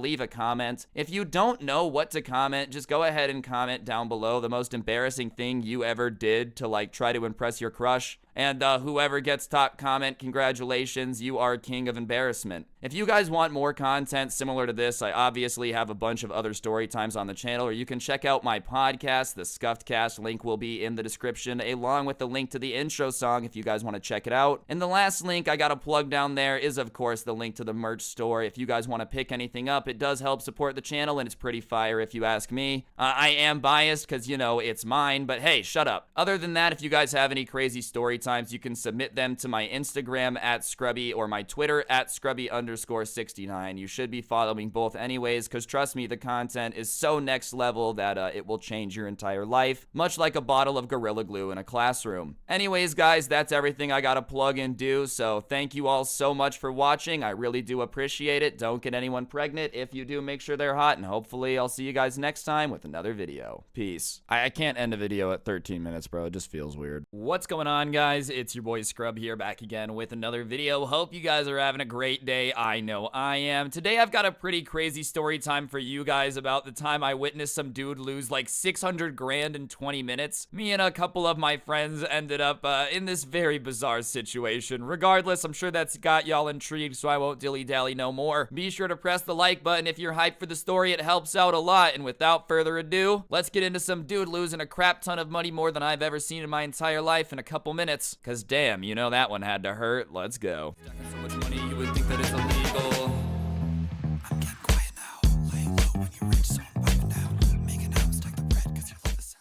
Alright guys, so I say this pretty often, but for those of y'all that don't know, I actually live in Las Vegas, Sin City, and gambling is our major industry. You know, it honestly is what the city is like centered around. Our only major skyscrapers, our only big buildings are like casinos or casino related, like a resort or something. And I know to a lot of people that's pretty weird. It's not bizarre to me to be like surrounded by casinos and gambling whatnot, because I was born and raised here, so I'm just used to it. However, my roommate who lives with me me definitely is not from Las Vegas, so he thought it was like the coolest thing ever. My roommate Bake, I'm probably gonna call him Zach for the rest of the video because that's what I know him as, not as his internet name, had never ever been to the Strip, which is where all the casinos are in Las Vegas. And he was like, listen, man, you know, I really want to go. I just want to see what it's like. I've never seen a casino. And when I say casinos are commonplace in Las Vegas, like every time I go to a movie theater, I would walk through a casino. Our grocery stores are in parking lots with casinos in them sometimes, like little gambling cafes, bro. It isn't bizarre, but I guess to everyone else it's crazy. And he really wanted to go, and I told him the truth, which is if you're not 21, it isn't a very good time. The only really fun things to do down on the Strip are like party and gamble and whatnot, and you have to be 21 to do all that. But the amount of crazy people down there does mean that like people watching's a pretty good time, and you know, there wasn't really much else to do. I wasn't 21 at the time. This is like close to 2 years ago now. Wow. Anyways, my friend was like, yo, dude, I really want to go see it. So we decided to just go down to the Strip one night and do some people watching in Vegas. So we get there and we're kind of walking around aimlessly, having ourselves some fun. We saw some pretty interesting things early in the night, dude. I literally saw one guy. I'm not sure what he was on. All I know is I want some of it. And he was like fighting a tree. And when I say fighting a tree, I'm not talking about arguing with the tree. I mean, he was doing that. But along with shouting at the tree and it wasn't replying, he was literally like punching the tree, which could not have felt very good on his hand. That was interesting to see. We're wandering, just doing our thing. And finally, we make our way into like one of these casinos. And the way the casinos on the Strip are outlined, like the entire bottom floor of this giant building is basically a huge casino. And it was me, my friend Zach, and then another friend of mine who wasn't from Las Vegas. And they were like really fascinated with the gambling. Obviously, we couldn't play it because we're not 21, but they just kind of wanted to stand there and just absorb the atmosphere, like watch people gamble. And while, you know, I'm used to it, I understood it wasn't something they'd seen before. So we were just kind of sitting there drinking some soda, obviously soda, and we were just kind of watching the hotel do what it does, the casino do what it does. And as we're just kind of standing there, getting hyped when somebody would win a lot of money or something, these like group of dads comes up to us and they're just kind of talking to us. They're like, yeah, we saw you guys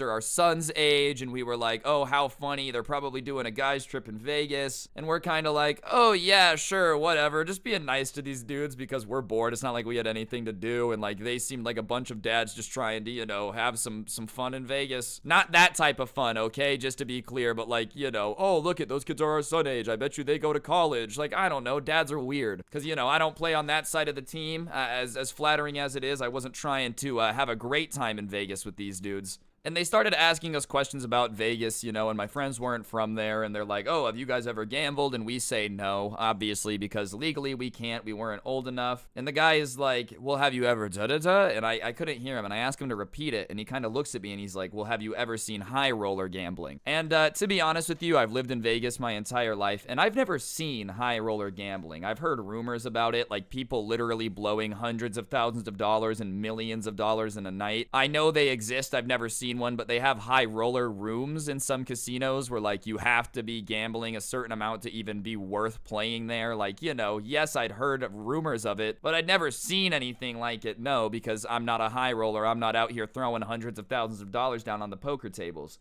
And he's like, well, look, we're going to go gamble a bunch of money. You know, this is our gambling trip. If y'all want to just watch people gamble with a lot of money, like you can just hang out with us, you know, and just kind of like have a good time. And obviously there wasn't really much else for us to do. And we were like, sure. So we go to get some food or something. I think we went to like a buffet and we were just kind of talking. And they're telling us that they do a yearly gambling trip. Like this is the yearly trip where they all come to Vegas and have a good time. And their wives love letting them do it because like they make a bunch of money when they're here off gambling. And obviously at that point, curiosity got the best of me and I was like, okay, you don't have to answer this question. You know, if this is too personal, you can tell me. I won't take it the wrong way. How much money do you guys make on a trip? Like you guys do this trip every year. You're saying you're professional gamblers, you're high rollers. Like how much money do you guys actually make while you're doing this stuff? And the guy looks at me, he's like, well, do you want the honest answer? Like a no BS answer? And I'm like, well, yeah, obviously. And he's like, well, it's a lot and that's why the wives are so supportive supportive of it, da-da-da-da-da. And he's like really hyping up this number. And I'm not gonna lie, it was kind of annoying. I'm like, dude, just tell me. And he finally says the number, and my jaw literally drops. He says that they were making like $2 to $3 million each trip that they were taking out to Vegas. $2 to $3 million in a single trip? Huh? Hello? How? You might as well just tell me that you have a yacht and a jet and 80 servants that's job it is to wash your feet. Like, it's genuinely mind-blowing to me that some people can just gamble millions of dollars. Like, oh, yes, you know how it is. I went on vacation with the boys, came back 3 million richer. Seems like a pretty nice life, I can't even lie. Like, yeah, odds are this dude's dad probably robbed someone at some point and now handed down a bunch of whatever. I have no clue. I have no idea what this guy's life story is. Regardless, he's making $2 million a week while partying in Vegas, which, you know, sounds pretty sweet. And at that point, the guy gets up from the restaurant and walks out, and I'm like, oh, well, don't we have to pay? And he's like, no, it's complimentary from me on the hotel. And they all get up and just walk out, and the waitress, like, nods and tells them to have a great day. So we're like, huh? These dudes just told us they're making $2-3 million a week. They're not buying things at restaurants, and they're allowed to leave. Like, what is going on, dude? Obviously, we're just fascinated at this point. So all the dudes are, like, walking out of the restaurant, and we're following them, and we ask where we're going, and they're like, all right, well, we're gonna go gamble, and you guys are more than welcome to come watch us if you want. And obviously, like I said, there isn't a ton of stuff to do when you're 21 on the strip, and considering these guys are like apparently about to go gamble millions of dollars, yeah, that seems pretty entertaining, dude. Like, watching somebody deal with that much money, I don't know what it is, but just the pressure of it, the intensity of it is sick. And it's not my money, so if they lose, like, that sucks. It's like a real life Mr. Beast video with raining money. The only difference is it's like gambling instead of just giving it to people in need. And on the way to like the casinos after the buffet, I'm kind of asking him like, oh, what games do you play? Because I don't know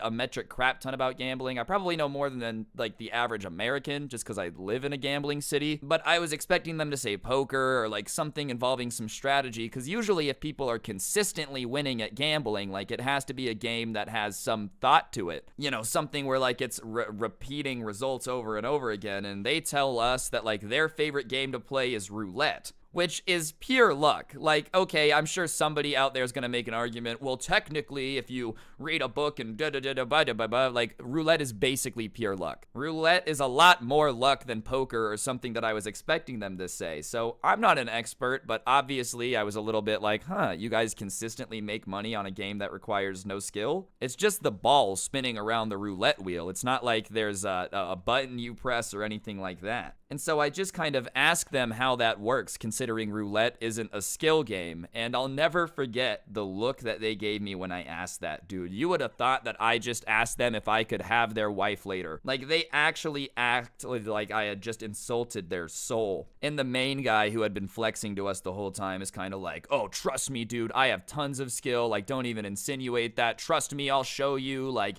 trust me, I have a plan. It works every time. And personally, I don't really believe the dude. Like, it just seems weird to me, but he seems really pissed off that I even had the nerve to insinuate that he might not have the code cracked to winning at roulette every time. Call me crazy, but I feel like if you really had a working roulette strategy, you would be making a lot more than $2 to $3 million a week. I know a lot of you guys are like, what? That's still so much money. But yeah, this guy is apparently saying that he can win at gambling anytime, guys. You do realize that, like, casinos in Las Vegas are doing billions. If this guy can literally win every time, why is he, like, not a billionaire at this point? So, whatever, they seem annoyed, and, like, Zach tapped me on the shoulder, told me to chill out, so I decided to relax a little bit, and we start walking over to these roulette tables. And when we get over there, they walk up, and me and my friends had to stand, like, a few feet back from it, because we weren't 21. We obviously weren't allowed to, like, be at the table or play or anything, but we were just kind of watching, and we were still close enough that we could see everything going on and hear everything going on. Like, it wasn't a situation where we weren't present, you know, they could still talk to us. They had to turn around a little bit, but we could see what was going on in the game. And the roulette wheel is just kind of sitting there. Obviously, it's like one of the most iconic gambling games, you know, the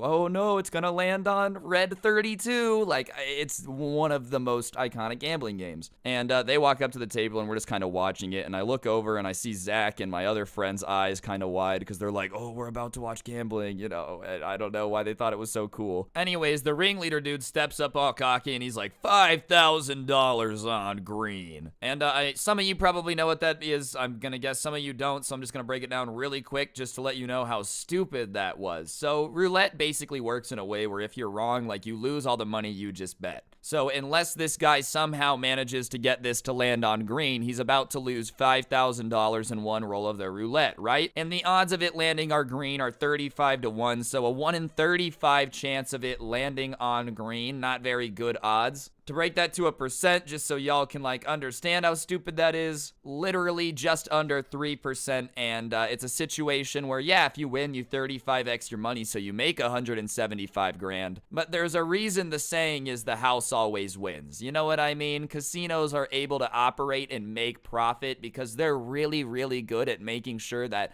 you leave with less money than you came with, you know? So, unsurprisingly, it rolls and it doesn't land on green. I'm not shocked. It is like a 3% chance. And he, like, slams his fist on the desk and is like, oh, it should have gone green. And I'm like, oh, yeah, I'm pretty sure that's not how roulette works. You have no way of knowing what it should land on. It's completely random. But he's, like, swearing, saying that this table is rigged, all this stuff, all pissed. And he's blaming the table, but then doubles down and puts another $5,000 on green. And the wheel spins again, and he loses it. And he's like, oh, what the hell, dude? This table is rigged. So I've watched him piss away 10 grand at this point pretty quick. Like, minutes have gone by. He's down 10 grand and he's starting to get mad. And I'm not a gambler by any means. I've stayed away from it just because I've got an addictive personality and I'm not trying to blow all my YouTube money at the casino. But one thing that I've always heard from everybody who gambles is that you should never bet angry. What happens when you're mad? You start to get irrational, you start to get stupid, you start doing things you wouldn't normally do. And so the advice is never gamble mad. Well, this guy is getting pissed that he's losing and he just keeps putting $5,000 on green over and over and over and over and over again. I think in his head he thought like eventually it had to land on green, which isn't really how probability works. Like, it's a 3% chance every time. Just because you're repeatedly doing it doesn't mean the chances go up every time. So he just keeps putting the money down and he ends up losing 5 bets in a row. So he's down like $25,000 in a couple minutes. And me and my friends are just standing there with our mouths gaping open because, like, I had never seen anybody just toss around money like it was so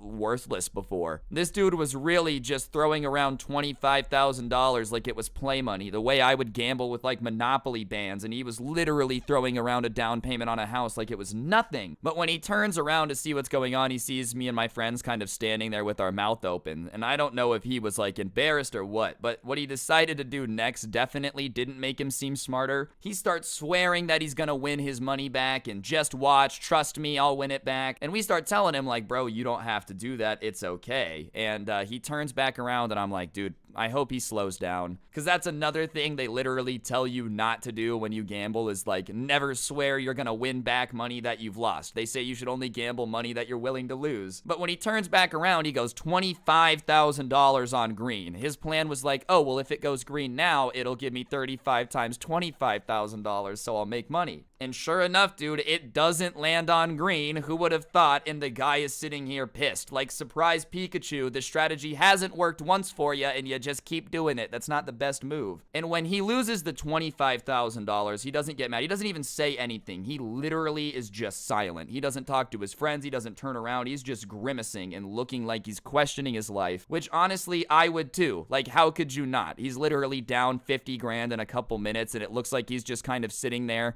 trying to think about how he's going to explain this to his wife. But instead of deciding at that point to relax or like calm down, he goes 50,000 on green. And he says it with confidence, almost like he thought he was in a movie, you know, like it was a James Bond movie. And if he just said it with enough confidence, the dealer would like press the button and let him win. So he loses the 50 grand. So now he's down $100-something thousand, and the entire table is silent. None of his friends are laughing. The dealer's not laughing. We're not laughing. Like, these guys were in a great mood before we sat down, and now this guy looks pissed. And I don't blame him for being pissed. I really don't. And I think at this point, we all all expected him to stop. Like, there's no way he's gonna keep going. He really just gambled away a mortgage, like $600,000 eventually, but at this point he's at $100,000. $100,000 is a house in a lot of parts of the country. You know what I mean? Like, he was literally gambling a house. He probably was pissed, yeah. So at this point, the guy's just desperate, bro. He's just chasing a win of any type, and he puts $100,000 on red to try to win something, which at that point, half the roulette is black, half is red. I mean, there is like 2 green circle thingies. I don't know what to call them. So it's basically a coin flip, dude. This guy is doing a $100,000 50-50 situation, and it's intense to watch, bro. That's a lot of money on the line. And sure enough, this guy takes a ginormous L. Like, he must have punched a nun that day. That's the only way to be this unlucky. But apparently this guy hadn't had enough yet, because as soon as that one goes down, he's like, well, I want to put $100,000 on black. Like, he's just chasing his winnings so bad. It's hard to watch, but his friends aren't stopping him. And I don't know this dude. I've never been in a situation like this before. It's just hard to watch. Like, we're like, what is going on? He's just being really irrational, and sure enough, dude, he loses another $100,000 because it goes on red. Like, it was basically just doing the opposite of whatever he wanted it to do. And the guy at this point still hasn't had enough, bro. He still decides to go be more of a moron. Another $100,000, but this time he's like, oh, okay, so $100,000 on red didn't work. $100,000 on black didn't work. Let's put it on green. Even lower odds. Like, really, it's even lower odds. This guy was just trying to be broke, maybe. I'm not too sure. But when he loses this time, I see a single tear like rolling down his cheek, dude. And I'm like, all right, well, now he's crying. I've just witnessed him lose all this money. There's no way he's gonna keep going. Well, you would think so, but sadly, sometimes people's brains apparently just shut off when they're gambling. Because he does it again, bro. He does it again for good measure. I've never seen someone as unlucky as this dude. And me and my friends are literally just standing behind this table, like mouths gaping open, not knowing what to do. We really had just watched this guy lose like $600,000 in 20 minutes, maybe, in front of our eyes. But the guy still isn't done. He just lowers the amount. I think he lowered it back down to like 5,000. Keeps going, keeps going, keeps going. Finally hits something, wins some money or whatever, nowhere near as much as he lost. And he gets up, dude, and I've never seen someone look more defeated. Like, this guy honestly looked like he had just been punched in the face by Mike Tyson. Like, he just found out that his daughter has a Belle Delphine fan page. And he kind of like starts walking over to us, and when he turns around, the defeated look kind of turns into a grimace, and he's like kind of storming over to us, and he gets over and he's like, did you guys just see me lose all that money? I lost, you know, over $500,000 over there. Did you guys see that? And we're like, yeah, dude, I know. I'm super sorry. Like, that looked like it sucked because, hey, I've never lost $500,000 in a night. I don't have $500,000 to lose, but I'm gonna guess that it really sucks. You know, hey, call me crazy. I know. Scrubby with the crazy hot takes. Losing hundreds of thousands of dollars in a single night probably does not feel good. Alright guys, I'm going to interrupt the video for just 1 second. On screen now is actually a PlayStation gift card. I give one of these away every single day here on the channel as a way to just say thank you to all of you guys for being subscribed with notifications on and supporting the channel. So yeah, if you wouldn't mind taking a second to subscribe, turn on notifications, it does help out a lot, and I literally give away free money so you got nothing to lose. On that note, I'll shut up so you guys can get back to the story time. Thank you very much and have a good one. And at that point, he's like, well, it's all your fault that I lost that many times. And obviously, we have no clue what this dude is talking about. And he starts saying that, like, we're bad luck charms and we were probably sent to from the hotel to, like, make him lose and get in his head and, you know, what type of voodoo we did to him to mess up his luck. And obviously, none of us know anything about voodoo. I don't think I look like the type of guy who would know anything about voodoo. So we start laughing, thinking that this guy is kidding. Like, obviously, it's not our fault that you bet on green 12 times in a row. But when we start laughing, he doesn't start laughing. He gives us a look as if, like, he's very serious, dude. And at that point, we're like, oh, this guy's not kidding. He's unironically trying to blame us for him being just an absolute moron. And that's when he says something that y'all won't believe whatsoever. He starts saying that because we're bad luck charms and it's, like, our fault that he's lost all this money, we have to help him get his money back. Like, we have to give him money so he can go gamble and win it back. And listen, dude, YouTube pays me pretty well, but I really do not not have an extra $600,000 laying around to give to this no-brain. And even then, you want me to give you money to go gamble when I just watched you lose $600,000? Yeah, no. So we tell this dude, like, look, I'm sorry you lost a bunch of money, but that's on you. We're not gonna help you. Like, just, it was tough love, but I don't know this dude at all. And he seriously thought that we had, like, put a curse on him, man. We were not gonna help him give him his money back. We weren't gonna give him his money. Like, it wasn't our fault that he had gambled it away. And even then, you didn't lose it to me. You lost it to the casino, bro. And he really thought that, like, you know, what he decided to do next was gonna get us to be on his team somehow. So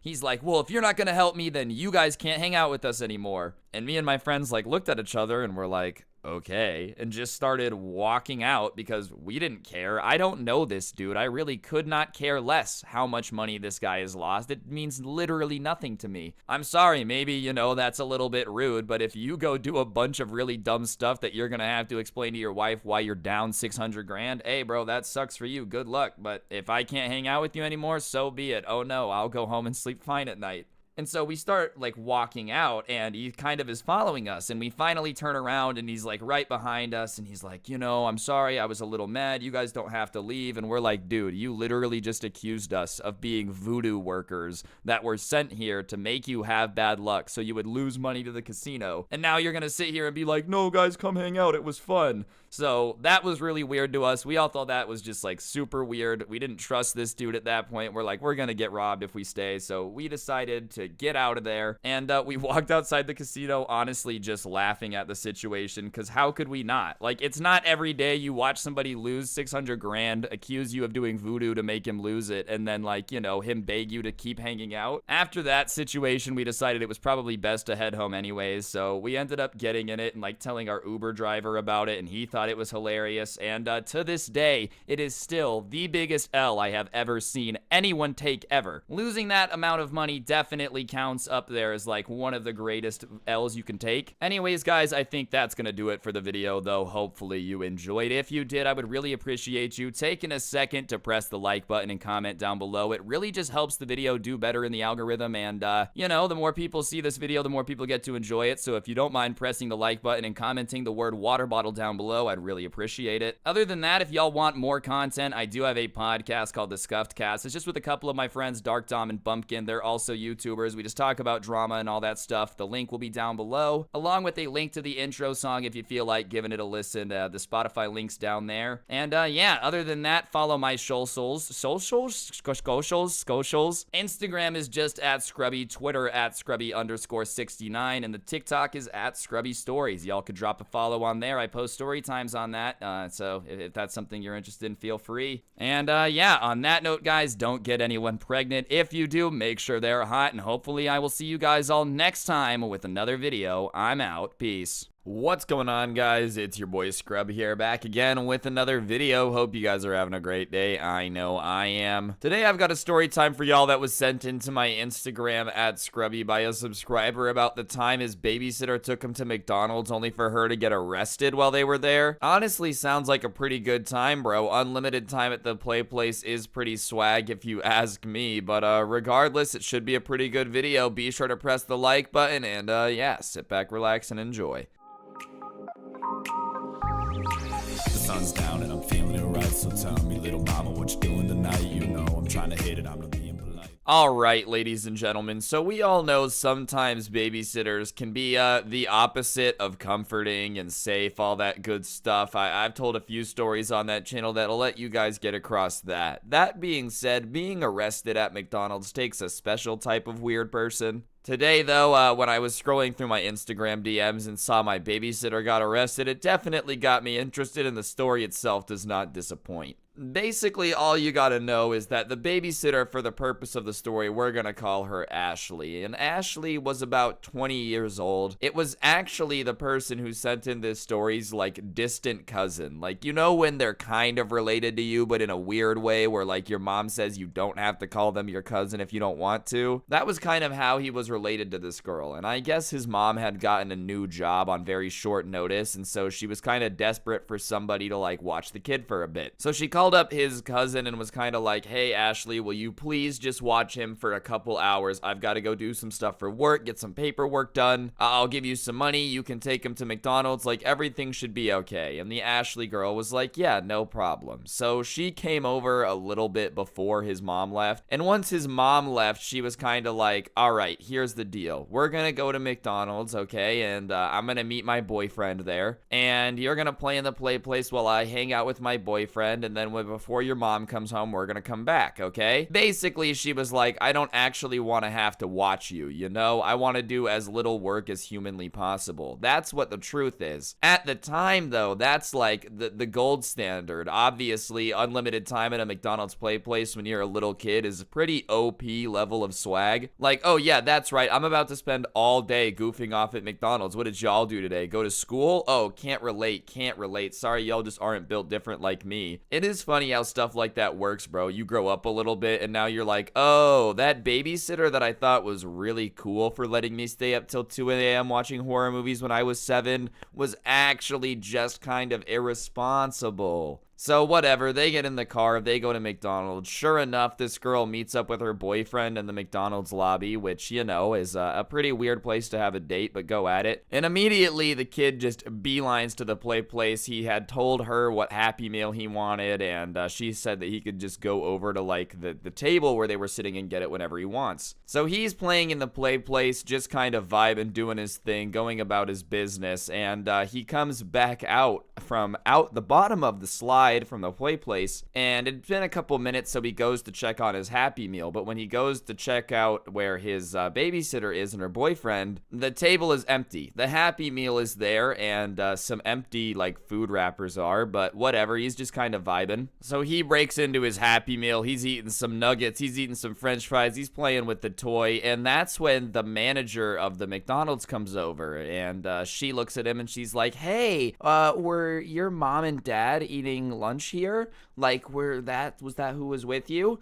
And the kid is obviously a little bit confused, but it's the McDonald's manager, so he trusts her, and he's like, nah, that's my babysitter. My mom's at work today. I was just playing at the play place, but now I'm eating my Happy Meal, da-da-da-da-da. And the manager is kind of like, okay, well, when you're done, you go back and play in the Happy Meal, but if I come down to the bottom and I say this magic word, like, I want you to come out of the play place. And he's like, all right, no problem, deal. And so he kind of finishes his food, goes back up into the play place, and the way this play place was situated, there was this big like room in the top of the play place that kind of had a window that you could look out into the parking lot. And he's up there and he decides to just overlook his kingdom, obviously, because you're just in full imagination mode. He's probably pretending to like be in Minecraft or something, and he overlooks, and when he looks out, he sees 2 cop cars parked in the McDonald's parking lot, and 2 people sitting on like the outside of the McDonald's curb, like not outside of the McDonald's, but in the parking lot on the curb. And he's like, huh, that's funny. That kind of looks like my babysitter and her boyfriend. And then he kind of is looking more, and he's like, oh my god, that's my babysitter and her boyfriend. Keep in mind, he's a little younger, so it might have been taken a little longer than that, but he very quickly is like, oh my god, that's my babysitter getting arrested. So homie gets to the bottom of the play place in record time, goes down some slides, jungle gyms his way down, literally just monkey fists his way out of the jungle gym, and like runs out there.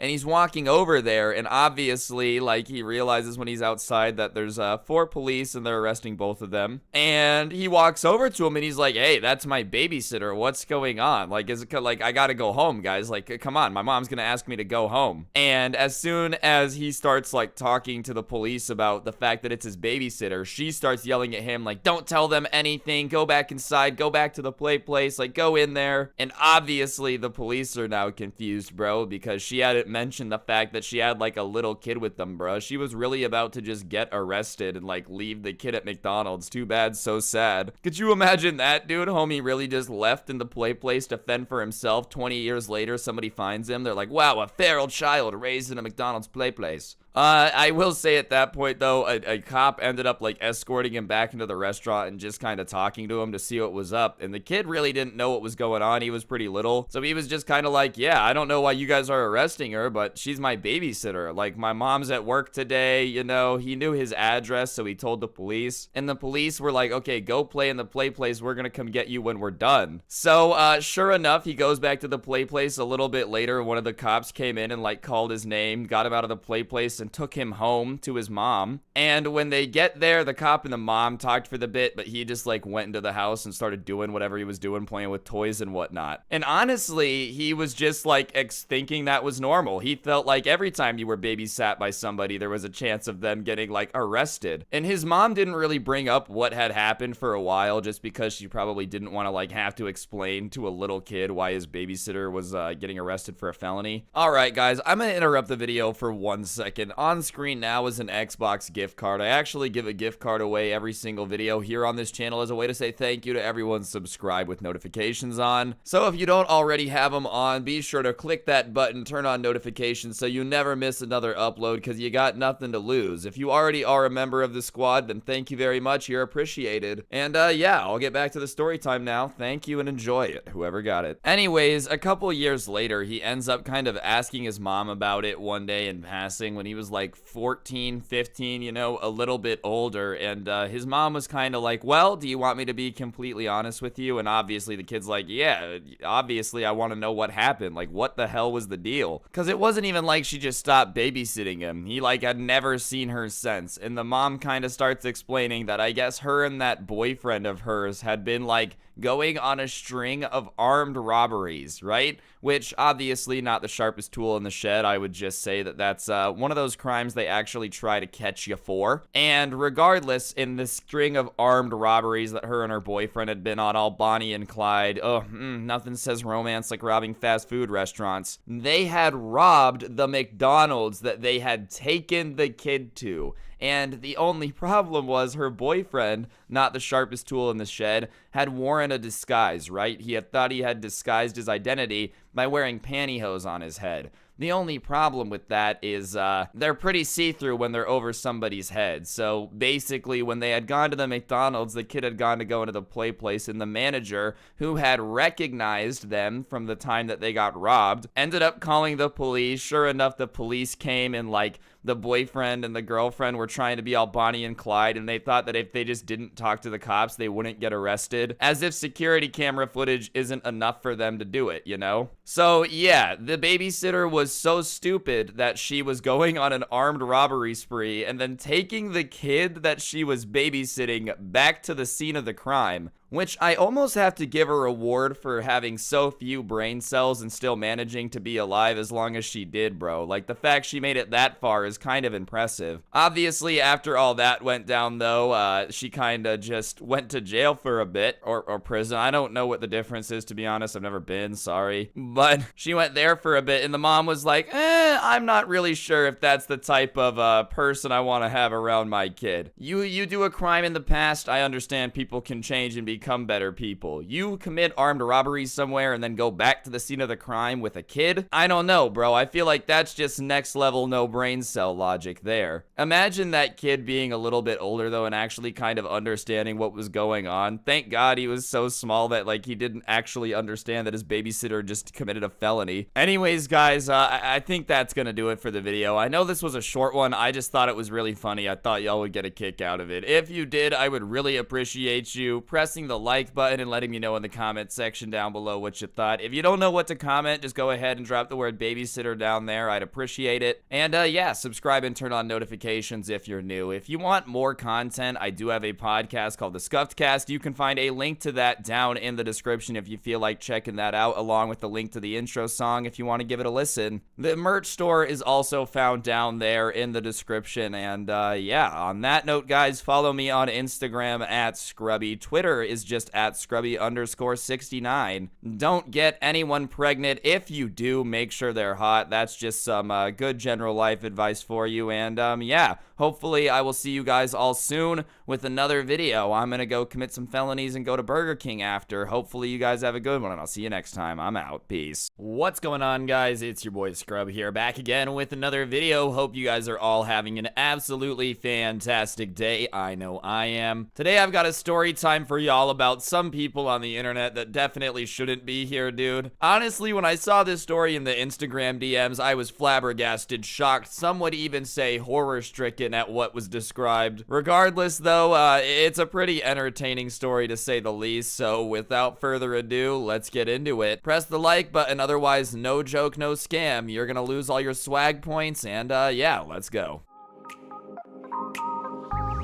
The sun's down and I'm feeling it right, so tell me, little mama, what you doing tonight? You know I'm trying to hit it, I'm being polite. Alright, so as I said, this is a subscriber story that was sent in to my Instagram, which is at Scrubby. I graduated high school well before, like, the COVID thing happened, so I'm not really too sure how, like, the online school thing is going. Obviously, my brothers told me about it, y'all have sent me in some stories, but that's basically all I'm going off of here. But I guess for some reason now, there's, like, school Discord servers, which honestly sounds like the worst thing ever. The last thing I would ever want to do after school is hang out on Discord with the people I went to school with. I don't know if the vibes changed or what, but I'm gonna guess that it's one of those things that like a teacher made because he thought kids would really love it and no one actually uses it. But regardless, the person who sent in this story, I guess people weren't really active in his server except for the type of kids you would expect. I'm not gonna single them out, bro. I'm not gonna say what they were involved in, but we'll just put it this way. It was the type of people that definitely were hyped about having a high rank in a school Discord server. And this small group of people, once they started to kind of rank up in the school server, really started to like be toxic to everybody else in there. A couple of the teachers that had helped set up the Discord server, you know, like the cool young teachers that thought it was really cool, had kind of made it mandatory for you to be in there and do something like once a week just to show how you learn different apps or something. I don't know, bro. Teachers really be coming up with ways to make assignments make sense that really don't. You get the idea though. And I guess all these kids that had like sweated all these levels out in the school Discord server started flexing on everybody about how, you know, they were higher ranks than them. And whenever somebody would level up in chat, they'd be like, LOL, low level, absolute bot, and like flex their rank in their school Discord server. Which, let me say this now, bro. If you ever flex your Discord rank on me, bro, if you ever flex your Discord level in a server on somebody, you automatically lose the fight. Like, 100%. I'm sorry. You cannot open an argument with,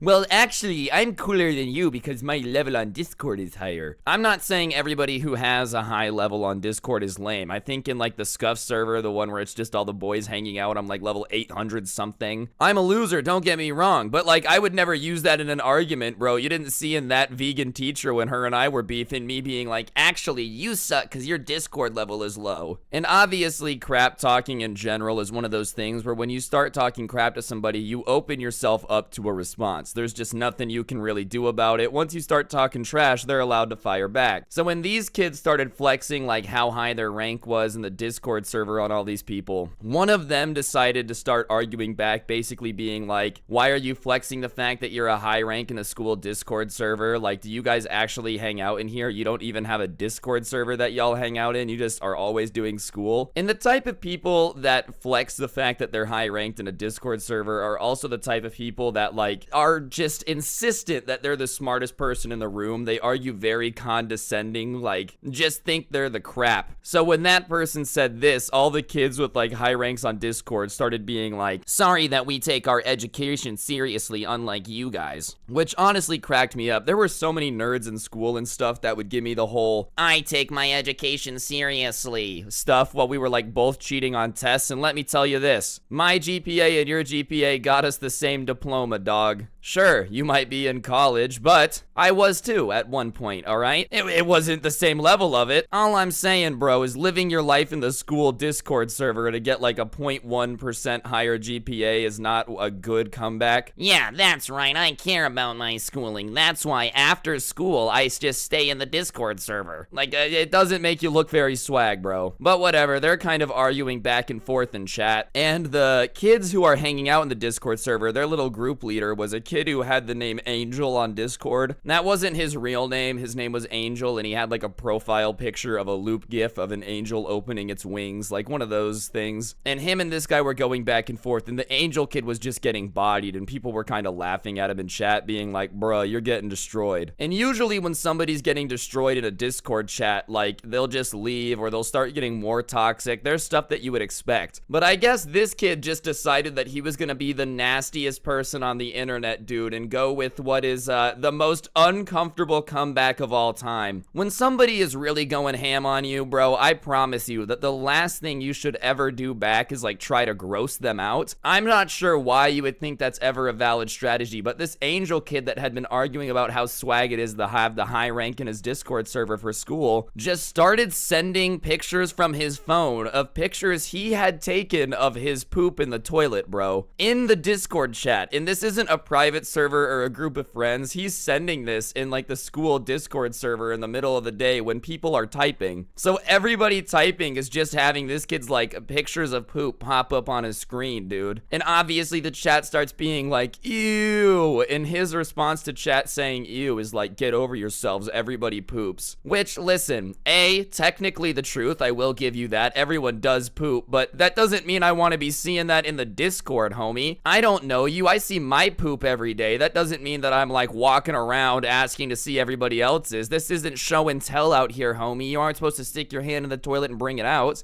And so when everybody started saying like it was gross regardless, instead of apologizing, being like, yeah, that was kind of weird, he doubled down and was like, you guys are being over dramatic, and started sending just like more pictures of gross stuff, going out of his way online to just look up like gore, gross images, like all that type of stuff. And he's just flooding the Discord with them. And honestly, he was probably in a Discord call with his buddies like, dude, this is so sick. Like, isn't this so funny, bro? Like, they're getting totally owned. The only problem is when you're just spamming pictures of like poop and gore in your school Discord server is it's really easy for somebody to just grab a screenshot of you doing it. So whatever, the kid finally stops and the server is just like, what the hell? I'm gonna be honest, that's definitely the weirdest way to reply to beef, bro. Like, you're getting bodied in the Discord server. Do not start sending pictures of your poop. That is disgusting, and I guarantee you it's gonna backfire. If I was roasting someone and they sent me a picture of their poop, it would just give me more ammunition. I'd be like, I'm insulting you and you're just sending me pictures of your dookie, dog. Like, what is this? Is that your comeback? It's literally crap. Like, your comeback is literally crap, dude. By definition, that is all that was sent, was a picture of poop, which would make it literally crap. Anyways,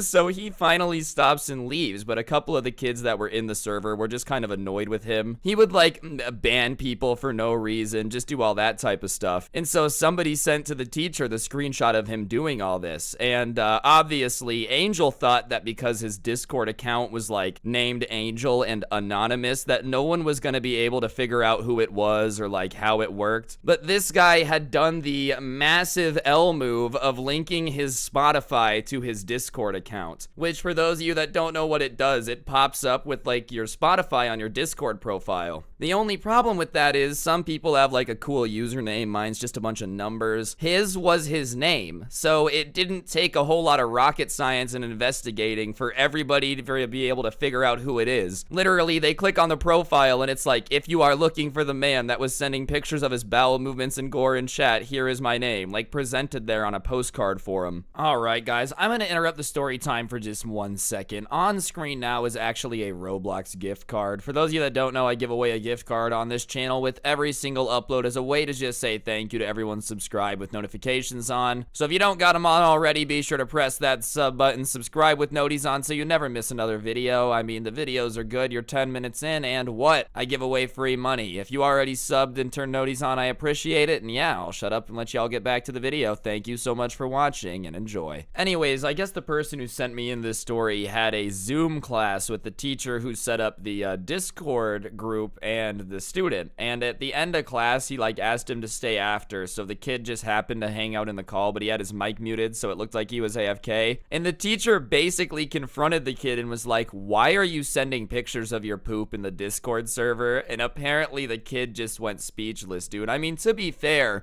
What are you gonna say if a teacher asks you that, bro? They ask you to stay after class. You think they're gonna ask about your grade if everything's all right at home? Ayo, homie, straight up, why you sending dookie pics in chat? And apparently the kid was like so embarrassed. He started talking about how he had no clue that he was gonna see it and like da-da-da-da-da. Which honestly, now you're gonna get embarrassed. Now it's embarrassing. When your teacher sees your poop pics, that cool. The entire 7th grade sees it, that's sick. The entire 12th grade sees it, even better, they're going to college traumatized. Like, how are you not embarrassed the whole time, bro? Maybe it's just me, but the idea of accidentally posting a picture of my dookie on Instagram, like, genuinely could keep me up at night, bro. This guy's out here like, oh, now it's embarrassing. Up until this point, it was all cool. So, obviously, the kid is kind of embarrassed, but the one thing he keeps asking to the teacher over and over again isn't like, oh my god, can you not ban me? It's, how did you know it was me? How did you know it was me? And the teacher, instead of like being honest with him and being like, well, you're not very smart and you linked your Spotify to your Discord account, so all I had to do was da-da-da-da-da. No, the teacher starts messing with him and saying that like he pulled data locations from the picture and then reversed the coordinates to find the print point, and then he used the city records to figure out who owns the house. Like, the teacher's making it sound like he did all this insane detective work to catch him, and obviously this is making the kid even more nervous because he's like, oh no. And so the kid is sitting there just profusely apologizing now, probably crapping himself, this time literally in the call, not on camera. And the only thing he's repeating now after he figures out like, oh, he's busted, is please don't tell my parents. And the teacher is like, why should I not? Do you really think it's appropriate to be posting pictures of your poop in your school Discord server? Which is quite the sentence, dude. Like, who would have thought that you were a teacher doing that? Imagine going to school for 4 years, you get all the way through college, and now you're sitting here having to lecture a teenager on why you shouldn't post pictures of your poop in chat. Regardless, the kid is like, oh, I know I shouldn't have, I'm sorry, but just please don't tell my mom. Which, to be fair,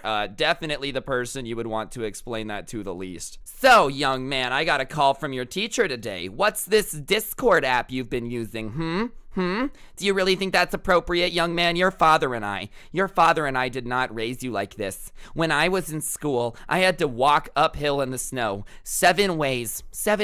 I had to walk back to school and forth 3 times because or my dad would hit me with 80 belts at a time. And this is how you treat me? Sending pictures of your poop in the group chat. I'll have you know that your great-grandfather was a prisoner of war in Siberia in 1943, and he himself had to poop in the snow. So remember that next time you take your toilet for granted, Anthony. And you're like, how did my mom manage to guilt trip me that hard over this situation? Probably not what you want to explain to your mom. That and your parents are just gonna be very disappointed in you, dude. Like, your kid gets in trouble for cheating on a test. You're not proud of them, obviously, but you're probably not very surprised. Your kid gets kicked out of a class because he can't just stop sending gross stuff in the Discord chat. That one's a little bit harder to explain to the police. So this dude is sitting here like begging him not to tell his mom. And at that point, the kid who sent me the story laughs. And I guess he thought he was muted, but he wasn't. And when he laughs, the teacher's like, who else is in here? And the kid just immediately leaves the Zoom, right? Like, just clicks the button immediately. And obviously, he gets a message from like his teacher basically being like, I knew you were in there, don't tell anyone what you saw. If you do, like, I'll contact your parents, basically threatening him. But as far as he could tell, he didn't tell the kid's parents because the kid stayed in the Discord server. His tone definitely changed. He went from like entitled brat who's just sending weird stuff in chat and making fun of people for only being a low level in the school Discord server to suddenly very nice to everybody, almost like, you know, he had a good reason to change his act. Anyways, guys, that's gonna do it for the video. As I said, it's just a pretty funny story. Moral of the story, don't be the nasty guy in your school Discord, because chances are no one's a big fan of that guy. If you enjoyed, I would really appreciate you taking a second to press the like button. Let me know in the comment section down below what you thought, and subscribe if you're new. If you don't know what to comment, just go ahead and comment the word Discord down below. Anything helps. Other than that, if y'all want more content, I do have a podcast called The Scuffed Cast, which you can find a link to down below, along with the link to the intro song down in the description if you want to go boogie to it. It would definitely help me out. The link to the merch store is also down there. The Instagram is at Scrubby. Twitter is just at Scrubby_69. And on that note, don't get anyone pregnant. If you do, make sure they're hot. Hopefully I'll see you guys next time, and I'm out. Peace.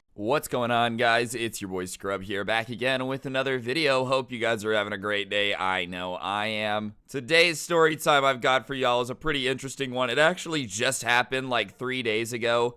Basically, I almost got jumped while I was out skating in the morning. I waited a couple days to tell this story, just to make sure I wasn't going to be like too over dramatic about it, but realistically, I think it's something that you guys will enjoy. And it's been a while since we told a little bit more of a scary story, so press the like button or you're going to get pregnant. And without further ado, let's get into it. Sit back, relax, and enjoy.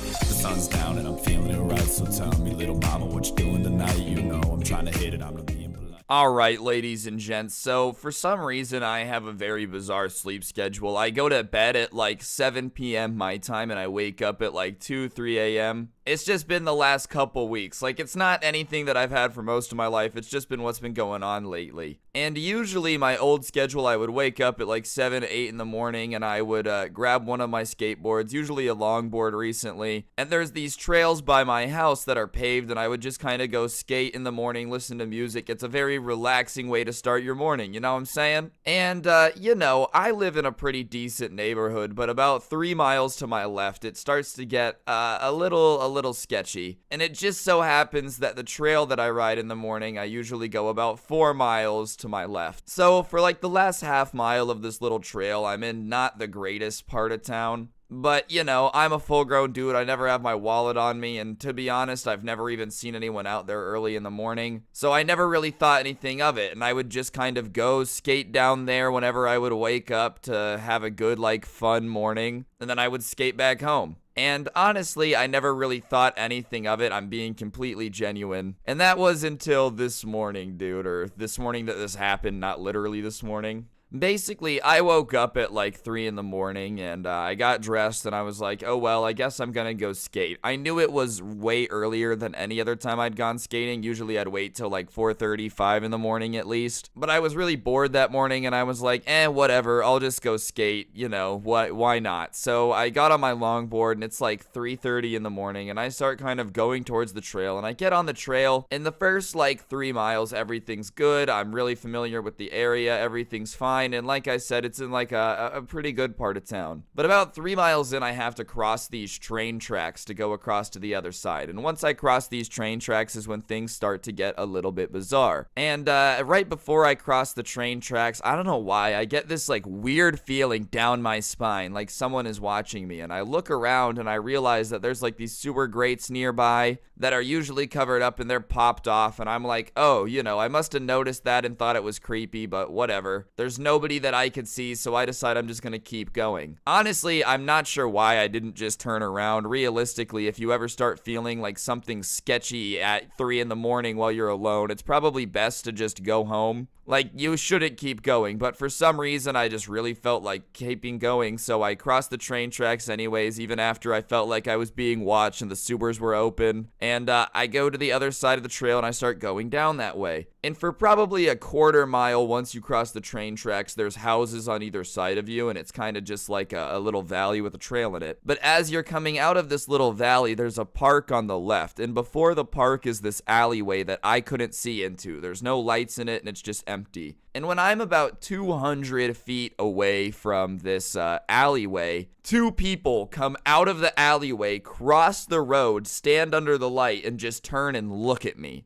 And honestly, I had never seen anyone out even at like 4 or 5 in the morning, so I immediately just stop. And like I said, I'm probably 200-300 feet away from these guys. And it's 2 like fully grown men that both have their hoods on. They have face masks on. You can't see who they are. And I immediately am like, okay, something is very wrong here, bro. Because when they cross the street, they don't keep walking. It wasn't like they just crossed, looked at me, waited a second, and then kept walking. They're still just standing there staring at me, and I'm staring back at them. And I had AirPods in and I was listening to a song, and for about a minute straight, me and these 2 dudes are just staring at each other, and I'm not moving. I don't know if they thought that like if they stood and stared at me long enough I was gonna go ride past them, but I'm by myself at 3 in the morning and I can't see what they look like. They're hiding their faces, and it's just weird to come out of an alleyway right when I was coming, you know what I'm saying? So I'm like, I'd rather not. So I'm just kind of sitting there. And finally, after about a minute of us just looking at each other the entire time, just not breaking eye contact, like just kind of sizing each other up, they both turn and start walking down the trail away from me, like where I was going. And at that point, I'm just like, all right, I'm gonna get out of here. I just felt super sketch, bro. And honestly, I'm usually not the type of person to feel sketchy. Like, I don't really freak out a whole bunch about this type of stuff. But I just had this feeling in my gut that was like, run, get out of here, dude. So as soon as they started walking the other direction that I wasn't going, I'm like, all right, well, now's my opportunity to get out of here. So I flip my longboard around and I just start riding back towards the house. I'm like 3.5 miles away, 3.25 mile-ish, because I didn't go all the way to the end. But I just turn around and start going back. And for some reason, after about 3 pushes back towards the house, I get this feeling, I'm like, I should turn around and look. I don't know why I had this feeling to turn around and look, but I do. And when I look back, one of the guys is gone. He's just disappeared. I have no clue where he is.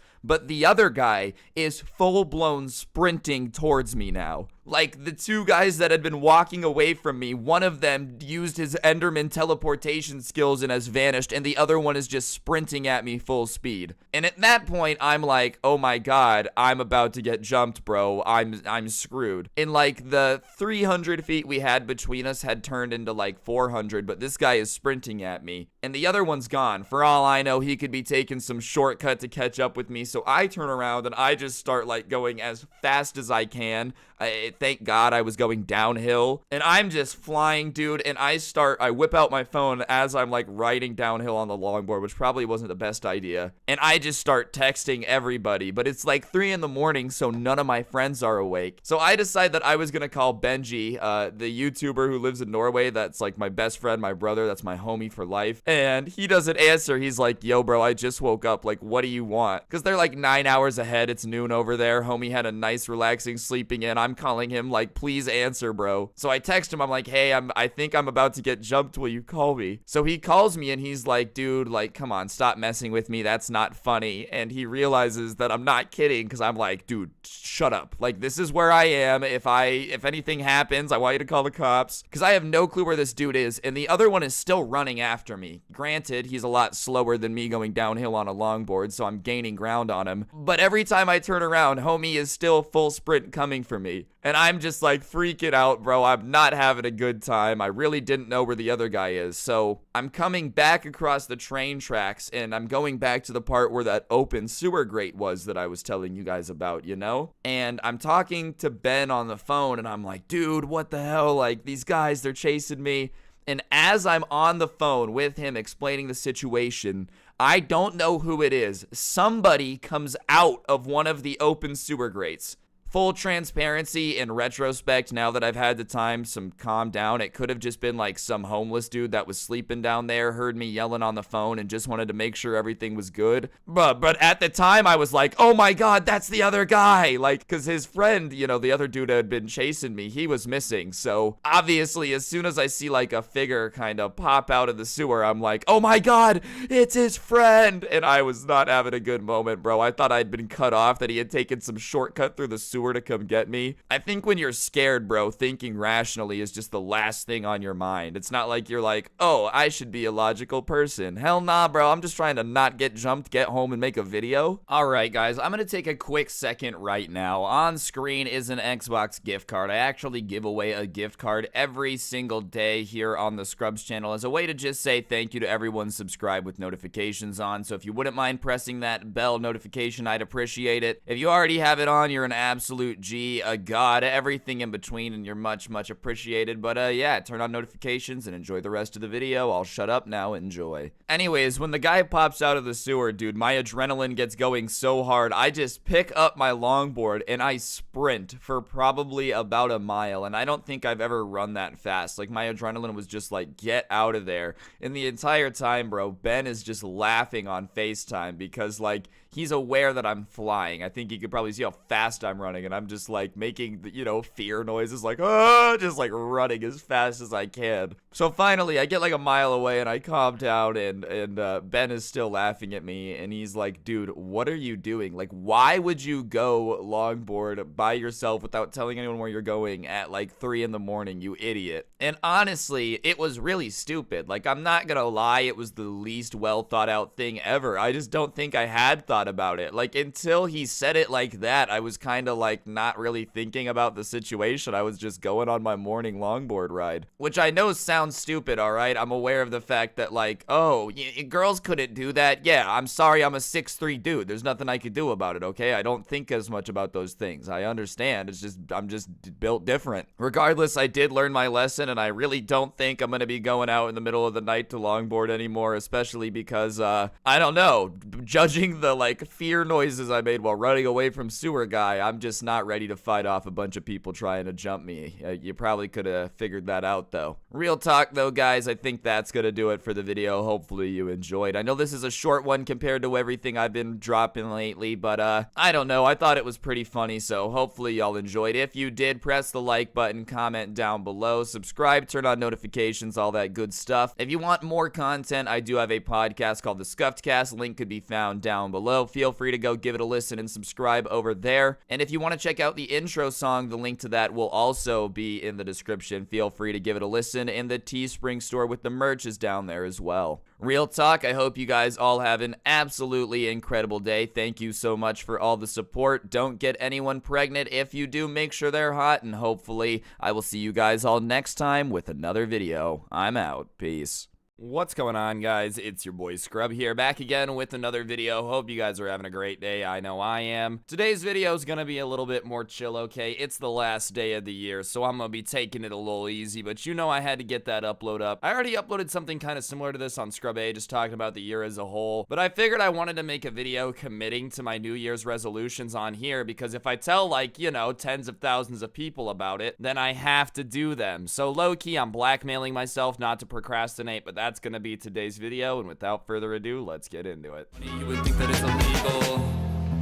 I'm getting quiet now. Laying low when you're rich, so I'm wiping out. Making out, stack the bread, cause you love the sound. Just so I'm Alright, ladies and gentlemen, so I'm actually a pretty corny believer in New Year's resolutions, bro. I don't know what it is, but something about the date January 1st just makes me actually able to do all the things that I've said I'm gonna be doing for quite some time, you know what I mean? Realistically, though, bro, this year has sucked, so anything should be better than this year. Next year, let's keep it $150. First things first, though, dog, I gotta learn how to cook. I am a 21-year-old man whose most complex cooking meal is macaroni and cheese. I'm really out here living the life of like a Disney Channel sitcom character. Cook? I don't know how to do that. I feel embarrassed at the lack of culinary skills I have, bro. I'm not gonna lie. It's so bad that my Uber Eats drivers, like, straight up, know me on a first name basis now. And I know it tells them that, but, like, they unironically are like, hey, Ryan, how are you doing today? I'm just kind of flopping, bro. I did get myself a cookbook, man. I don't know about that Hello Fresh stuff. I feel like that's honestly what I should do. Because when it comes to, like, knowing what I'm doing, dude, that's where I get really lost. I'm just intimidated by cooking, man. So I'm gonna be working on that. I got the cookbook, dude. I'm gonna try to become a chef next year to get that culinary flow. We all know I can't become a trophy husband if I'm out here not knowing how to cook. I'm trying to get Jeff Bezos' ex-wife to make me her little sugar baby. And I know I've got to be able to whip up some culinary masterpieces if I'm gonna be able to do that, dude. Next up, man, I want to sleep better. I don't really know what the deal is with my sleep schedule. I'm sure it's been messed up this year for everybody. My stuff is a revolving door. Some days I go to bed at 6 p.m. and wake up at 1 in the morning. Some days I go to bed at 4 in the morning and wake up at 2 p.m., bro. There's just like no consistency in it. So that kind of sucks, man. I'm just tired a lot, bro. I just don't like feeling tired all the time. You know what I'm saying, bro? You ever just been in one of those moods where everything you do is just the most exhausting thing on the planet? Like, you're just, ugh. Some days it's just like that, man. And I feel like if I slept better and drank a lot less G Fuel, use code Scrubby, by the way, before I went to bed, I'd probably be better off. All right, this next one is kind of corny, okay? I'm not gonna lie, dude. I want to go on a run every day. I'm a big skater right now. That's like how I stay healthy, you know. I actually bought a longboard about a year ago, and there's this bike trail by my house, just longboarding for like an hour or two in the morning. It's really fun. That being said, I feel like I should run, bro. I just feel like it's better for you. Maybe not a long run, you know. I'm not trying to be Usain Bolt out here, but I feel like I gotta get healthier, dog. I've been smoking too much. I gotta take care of my lungs. I don't smoke cigarettes, don't worry. But like, I don't know, dude. I just feel like when it comes to the physical side of my health is where I struggle, man. I'm built like a bean. Actually, I don't know what a bean is built like. I'm just built super skinny, dog. I'm trying to get running, man. Maybe use my super speed to like make story times even faster. I don't know what the deal is. All I know is I'm gonna try to be a little bit healthier, There's nothing wrong with like not running and whatnot, bro. I just feel like if I could run and cook, I would basically be the next president. No one would be able to stand in my way because the powers that I have would be a little bit too elite. I'm gonna be honest with you. If I was ever in a presidential debate and somebody was talking trash, if I was good at running, I would simply be able to challenge them to a foot race outside of the debate stage, and it's elementary school rules, so whoever is faster obviously wins the election. Everybody knows that. As for like YouTube goals and stuff, I already talked about it in a video on the Scrubby channel, but whatever, I'll go over it really quick right now. I think the daily uploads on this channel, sadly guys, is gonna be coming to an end. That doesn't mean that the amount of stories is gonna change. Like, I think I'm still gonna be posting the same time of content. I think I'm just gonna focus on making longer videos instead, to be honest. I'm not gonna lie, I'm running out of stories, and I just have a lot more fun with the longer videos. I don't know, it's a lot more of a challenge to tell a story for 30 minutes than it is to do it for like 10. And you guys seem to like them more too. All jokes aside, the longer videos get a lot more likes and whatnot, so that's probably what I'm gonna focus on. There still is gonna be a lot of content, okay? Like, don't get it twisted, y'all know I'm about that grind. And if you are gonna want daily content, like all the time, I am planning on posting on my third channel like 2-3 times a day next year, so check that out if you want. If you don't already, it's Scrubby. But yeah, dude, I don't know, that's the goal here on this channel. I'm sure the videos will be good. You know, I hope so at least. I can't go into this saying that it's gonna suck, otherwise that would just be unconfident. But that's my plan for the channel next year, guys. Other than that, that's gonna do it for the video. I know this was a really short one. I didn't really know what to post today, bro. I'm not gonna lie, I'm trying to relax and just vibe for the day. So yeah, this way I can't back out of any of the stuff that I said because now I've officially told it to all of you guys. But let me know in the comments section down below, do you guys have any New Year's resolutions, anything you guys are hoping next year brings? I'd love to hear about it. And real talk, on a corny note, thank you guys for making this year so great. I really love telling stories. It is one of my biggest passions in life, so the fact that I get to do it for my job and have a million people that like to watch them really does mean the world to me. I'm a very, very lucky person, and I wouldn't be able to do this without you guys every day, and I want you to know that, like, that's not lost on me, okay? I'm not out here pretending that somehow I'm not one of the luckiest people in the world. I know I am, and I really appreciate everything you guys have done for me. Next year, obviously, we're gonna try to grind harder. You know what? I'm gonna say it, bro. Here's the goal. 2 million subs on this channel by the end of 2021. Is it possible? Maybe. We'll find out on the next episode of Dragon Ball Z. Anyways, guys, as I've said, very grateful for all y'all. Hope you guys have a great New Year's Eve. Spend it with your family, and I hope 2021 is a great year. I don't want there to be mid-rolls on this video, so I'm gonna end it now. Don't get anyone pregnant. If you do, make sure they're hot. Like, comment, subscribe, all that good stuff, and yeah, maybe I will see you guys tomorrow with another video, depending on the state of how I feel in the morning. I really do love all y'all. Follow me on TikTok at Scrubby Stories, and yeah, this has been the last video of 2020 here on this channel. Thank you guys very much, and I'm out. Peace. What's going on, guys? It's your boy Scrub here, back again with another video. Hope you guys are all having an absolutely fantastic day. I know I am. Today I've got a story time for y'all about some people on the internet that definitely shouldn't be here, dude. Honestly, when I saw this story in the Instagram DMs, I was flabbergasted, shocked, some would even say horror-stricken at what was described. Regardless, though, it's a pretty entertaining story to say the least, so without further ado, let's get into it. Press the like button. Otherwise, no joke, no scam. You're gonna lose all your swag points, and yeah, let's go.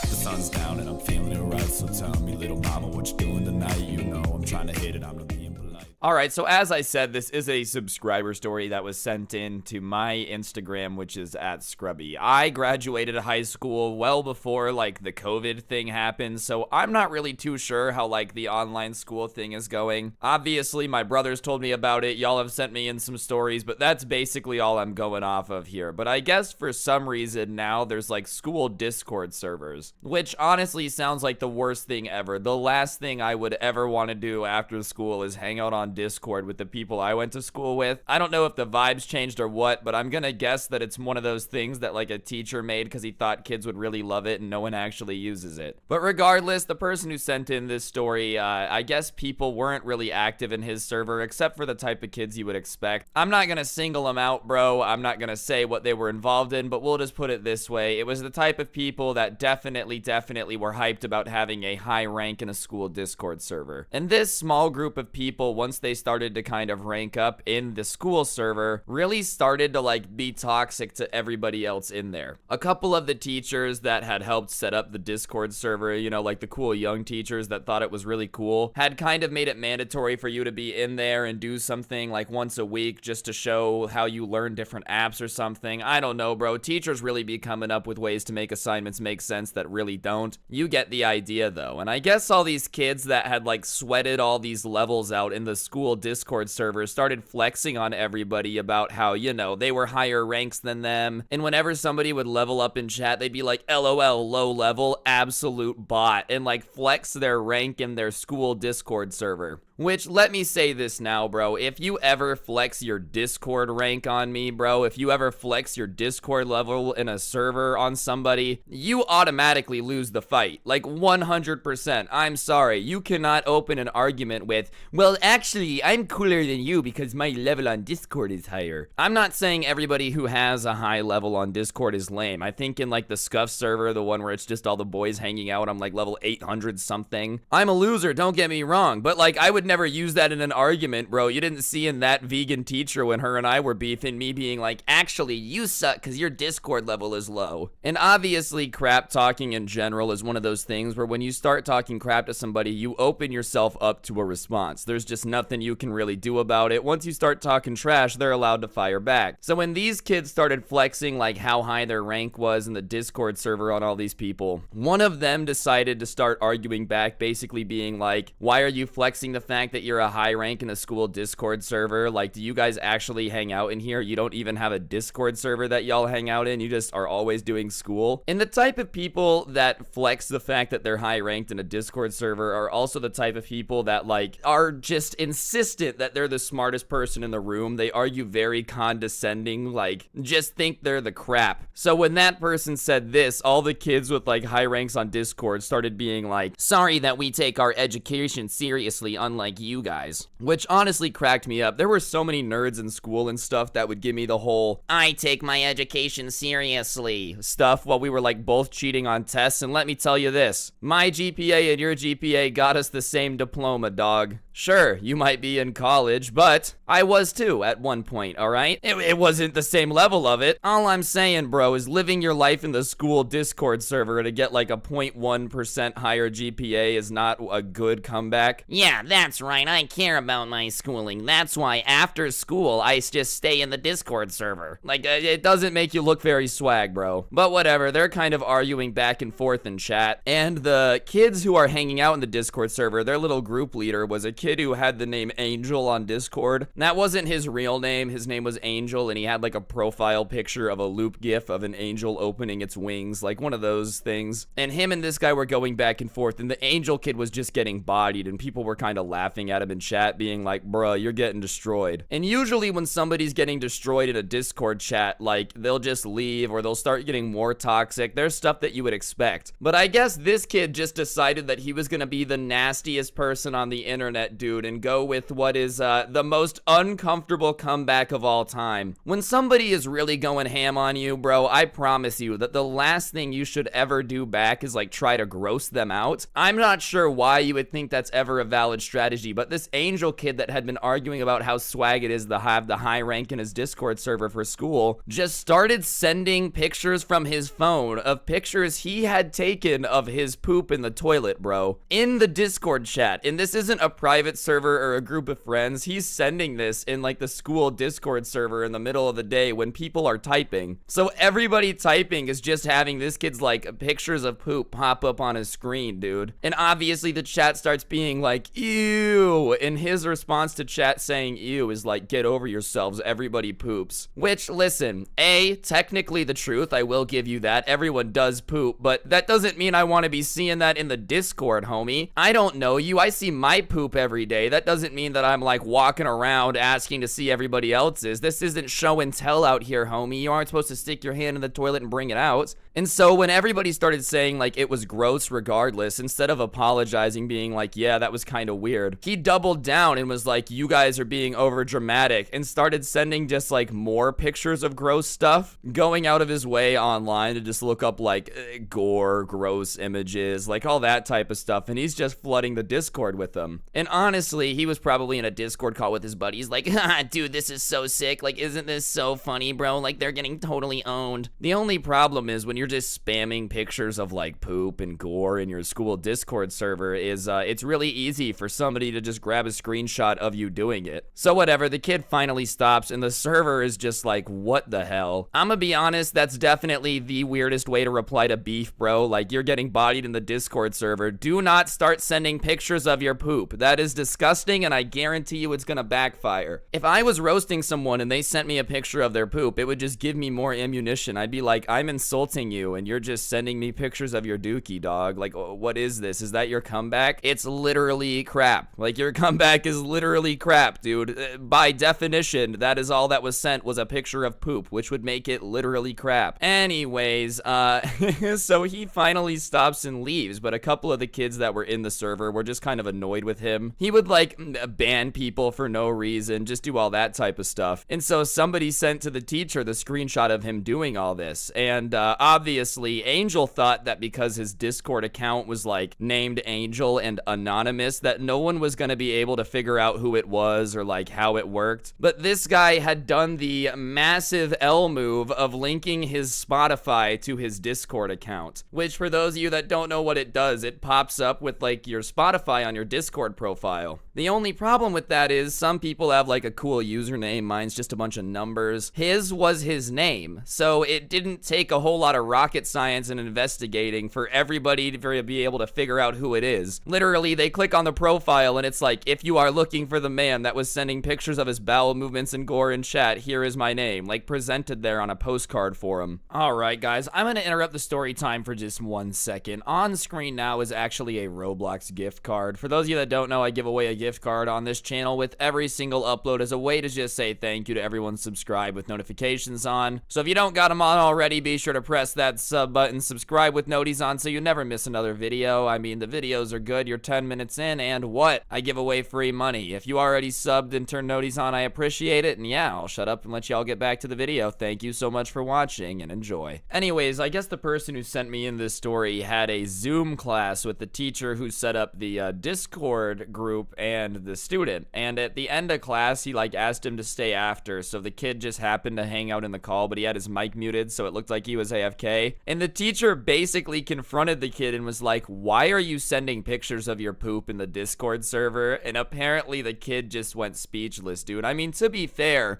what are you gonna say if a teacher asks you that, bro? They ask you to stay after class. You think they're gonna ask about your grade if everything's alright at home? Ayo, homie, straight up, why you sending dookie pics in chat? And apparently the kid was like so embarrassed. He started talking about how he had no clue that he was gonna see it and like da-da-da-da-da. Which honestly, now you're gonna get embarrassed. Now it's embarrassing. When your teacher sees your poop pics, that cool. The entire 7th grade sees it, that's sick. The entire 12th grade sees it, even better, they're going to college traumatized. Like, how are you not embarrassed the whole time, bro? Maybe it's just me, but the idea of accidentally posting a picture of my dookie on Instagram, like, genuinely could keep me up at night, bro. This guy's out here like, oh, now it's embarrassing. Up until this point, it was all cool. So, Obviously, the kid is kind of embarrassed, but the one thing he keeps asking to the teacher over and over again isn't like, oh my god, can you not ban me? It's, how did you know it was me? How did you know it was me? And the teacher, instead of like being honest with him and being like, well, you're not very smart and you linked your Spotify to your Discord account, so all I had to do was da-da-da-da-da. No, the teacher starts messing with him and saying that like he pulled data locations from the picture and then reversed the coordinates to find the print point, and then he used the city records to figure out who owns the house. Like, the teacher's making it sound like he did all this insane detective work to catch him, and obviously this is making the kid even more nervous because he's like, oh no. And so the kid is sitting there just profusely apologizing now, probably crapping himself, this time literally in the call, not on camera. And the only thing he's repeating now after he figures out like, oh, he's busted, is please don't tell my parents. And the teacher is like, why should I not? Do you really think it's appropriate to be posting pictures of your poop in your school Discord server? Which is quite the sentence, dude. Like, who would have thought that you were a teacher doing that? Imagine going to school for 4 years, you get all the way through college, and now you're sitting here having to lecture a teenager on why you shouldn't post pictures of your poop in chat. Regardless, the kid is like, oh, I know I shouldn't have, I'm sorry, but just please don't tell my mom. Which, to be fair,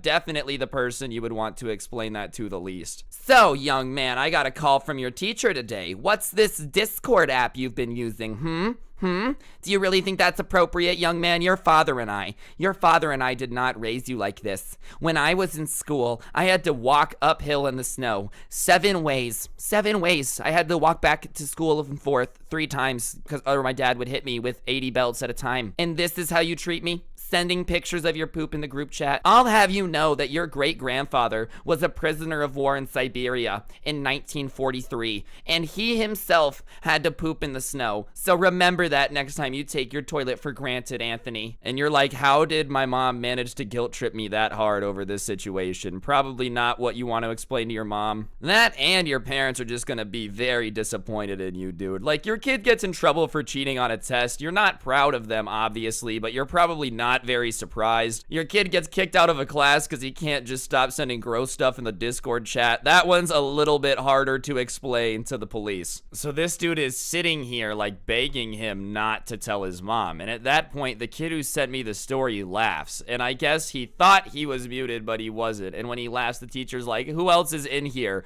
And the kid just immediately leaves the Zoom, right? Like, just clicks the button immediately. And obviously he gets a message from like his teacher basically being like, I knew you were in there, don't tell anyone what you saw. If you do, like, I'll contact your parents, basically threatening him. But as far as he could tell, he didn't tell the kid's parents because the kid stayed in the Discord server. His tone definitely changed. He went from like entitled brat who's just sending weird stuff in chat and making fun of people for only being a low level in the school Discord server to suddenly very nice to everybody, almost like, you know, he had a good reason to change his act. Anyways, guys, that's gonna do it for the video. As I said, it's just a pretty funny story. Moral of the story, don't be the nasty guy in your school Discord, because chances are no one's a big fan of that guy. If you enjoyed, I would really appreciate you taking a second to press the like button. Let me know in the comment section down below what you thought, and subscribe if you're new. If you don't know what to comment, just go ahead and comment the word Discord down below. Anything helps. Other than that, if y'all want more content, I do have a podcast called The Scuffed Cast, which you can find a link to down below, along with the link to the intro song down in the description if you want to go boogie to it. It would definitely help me out. The link to the merch store is also down there. The Instagram is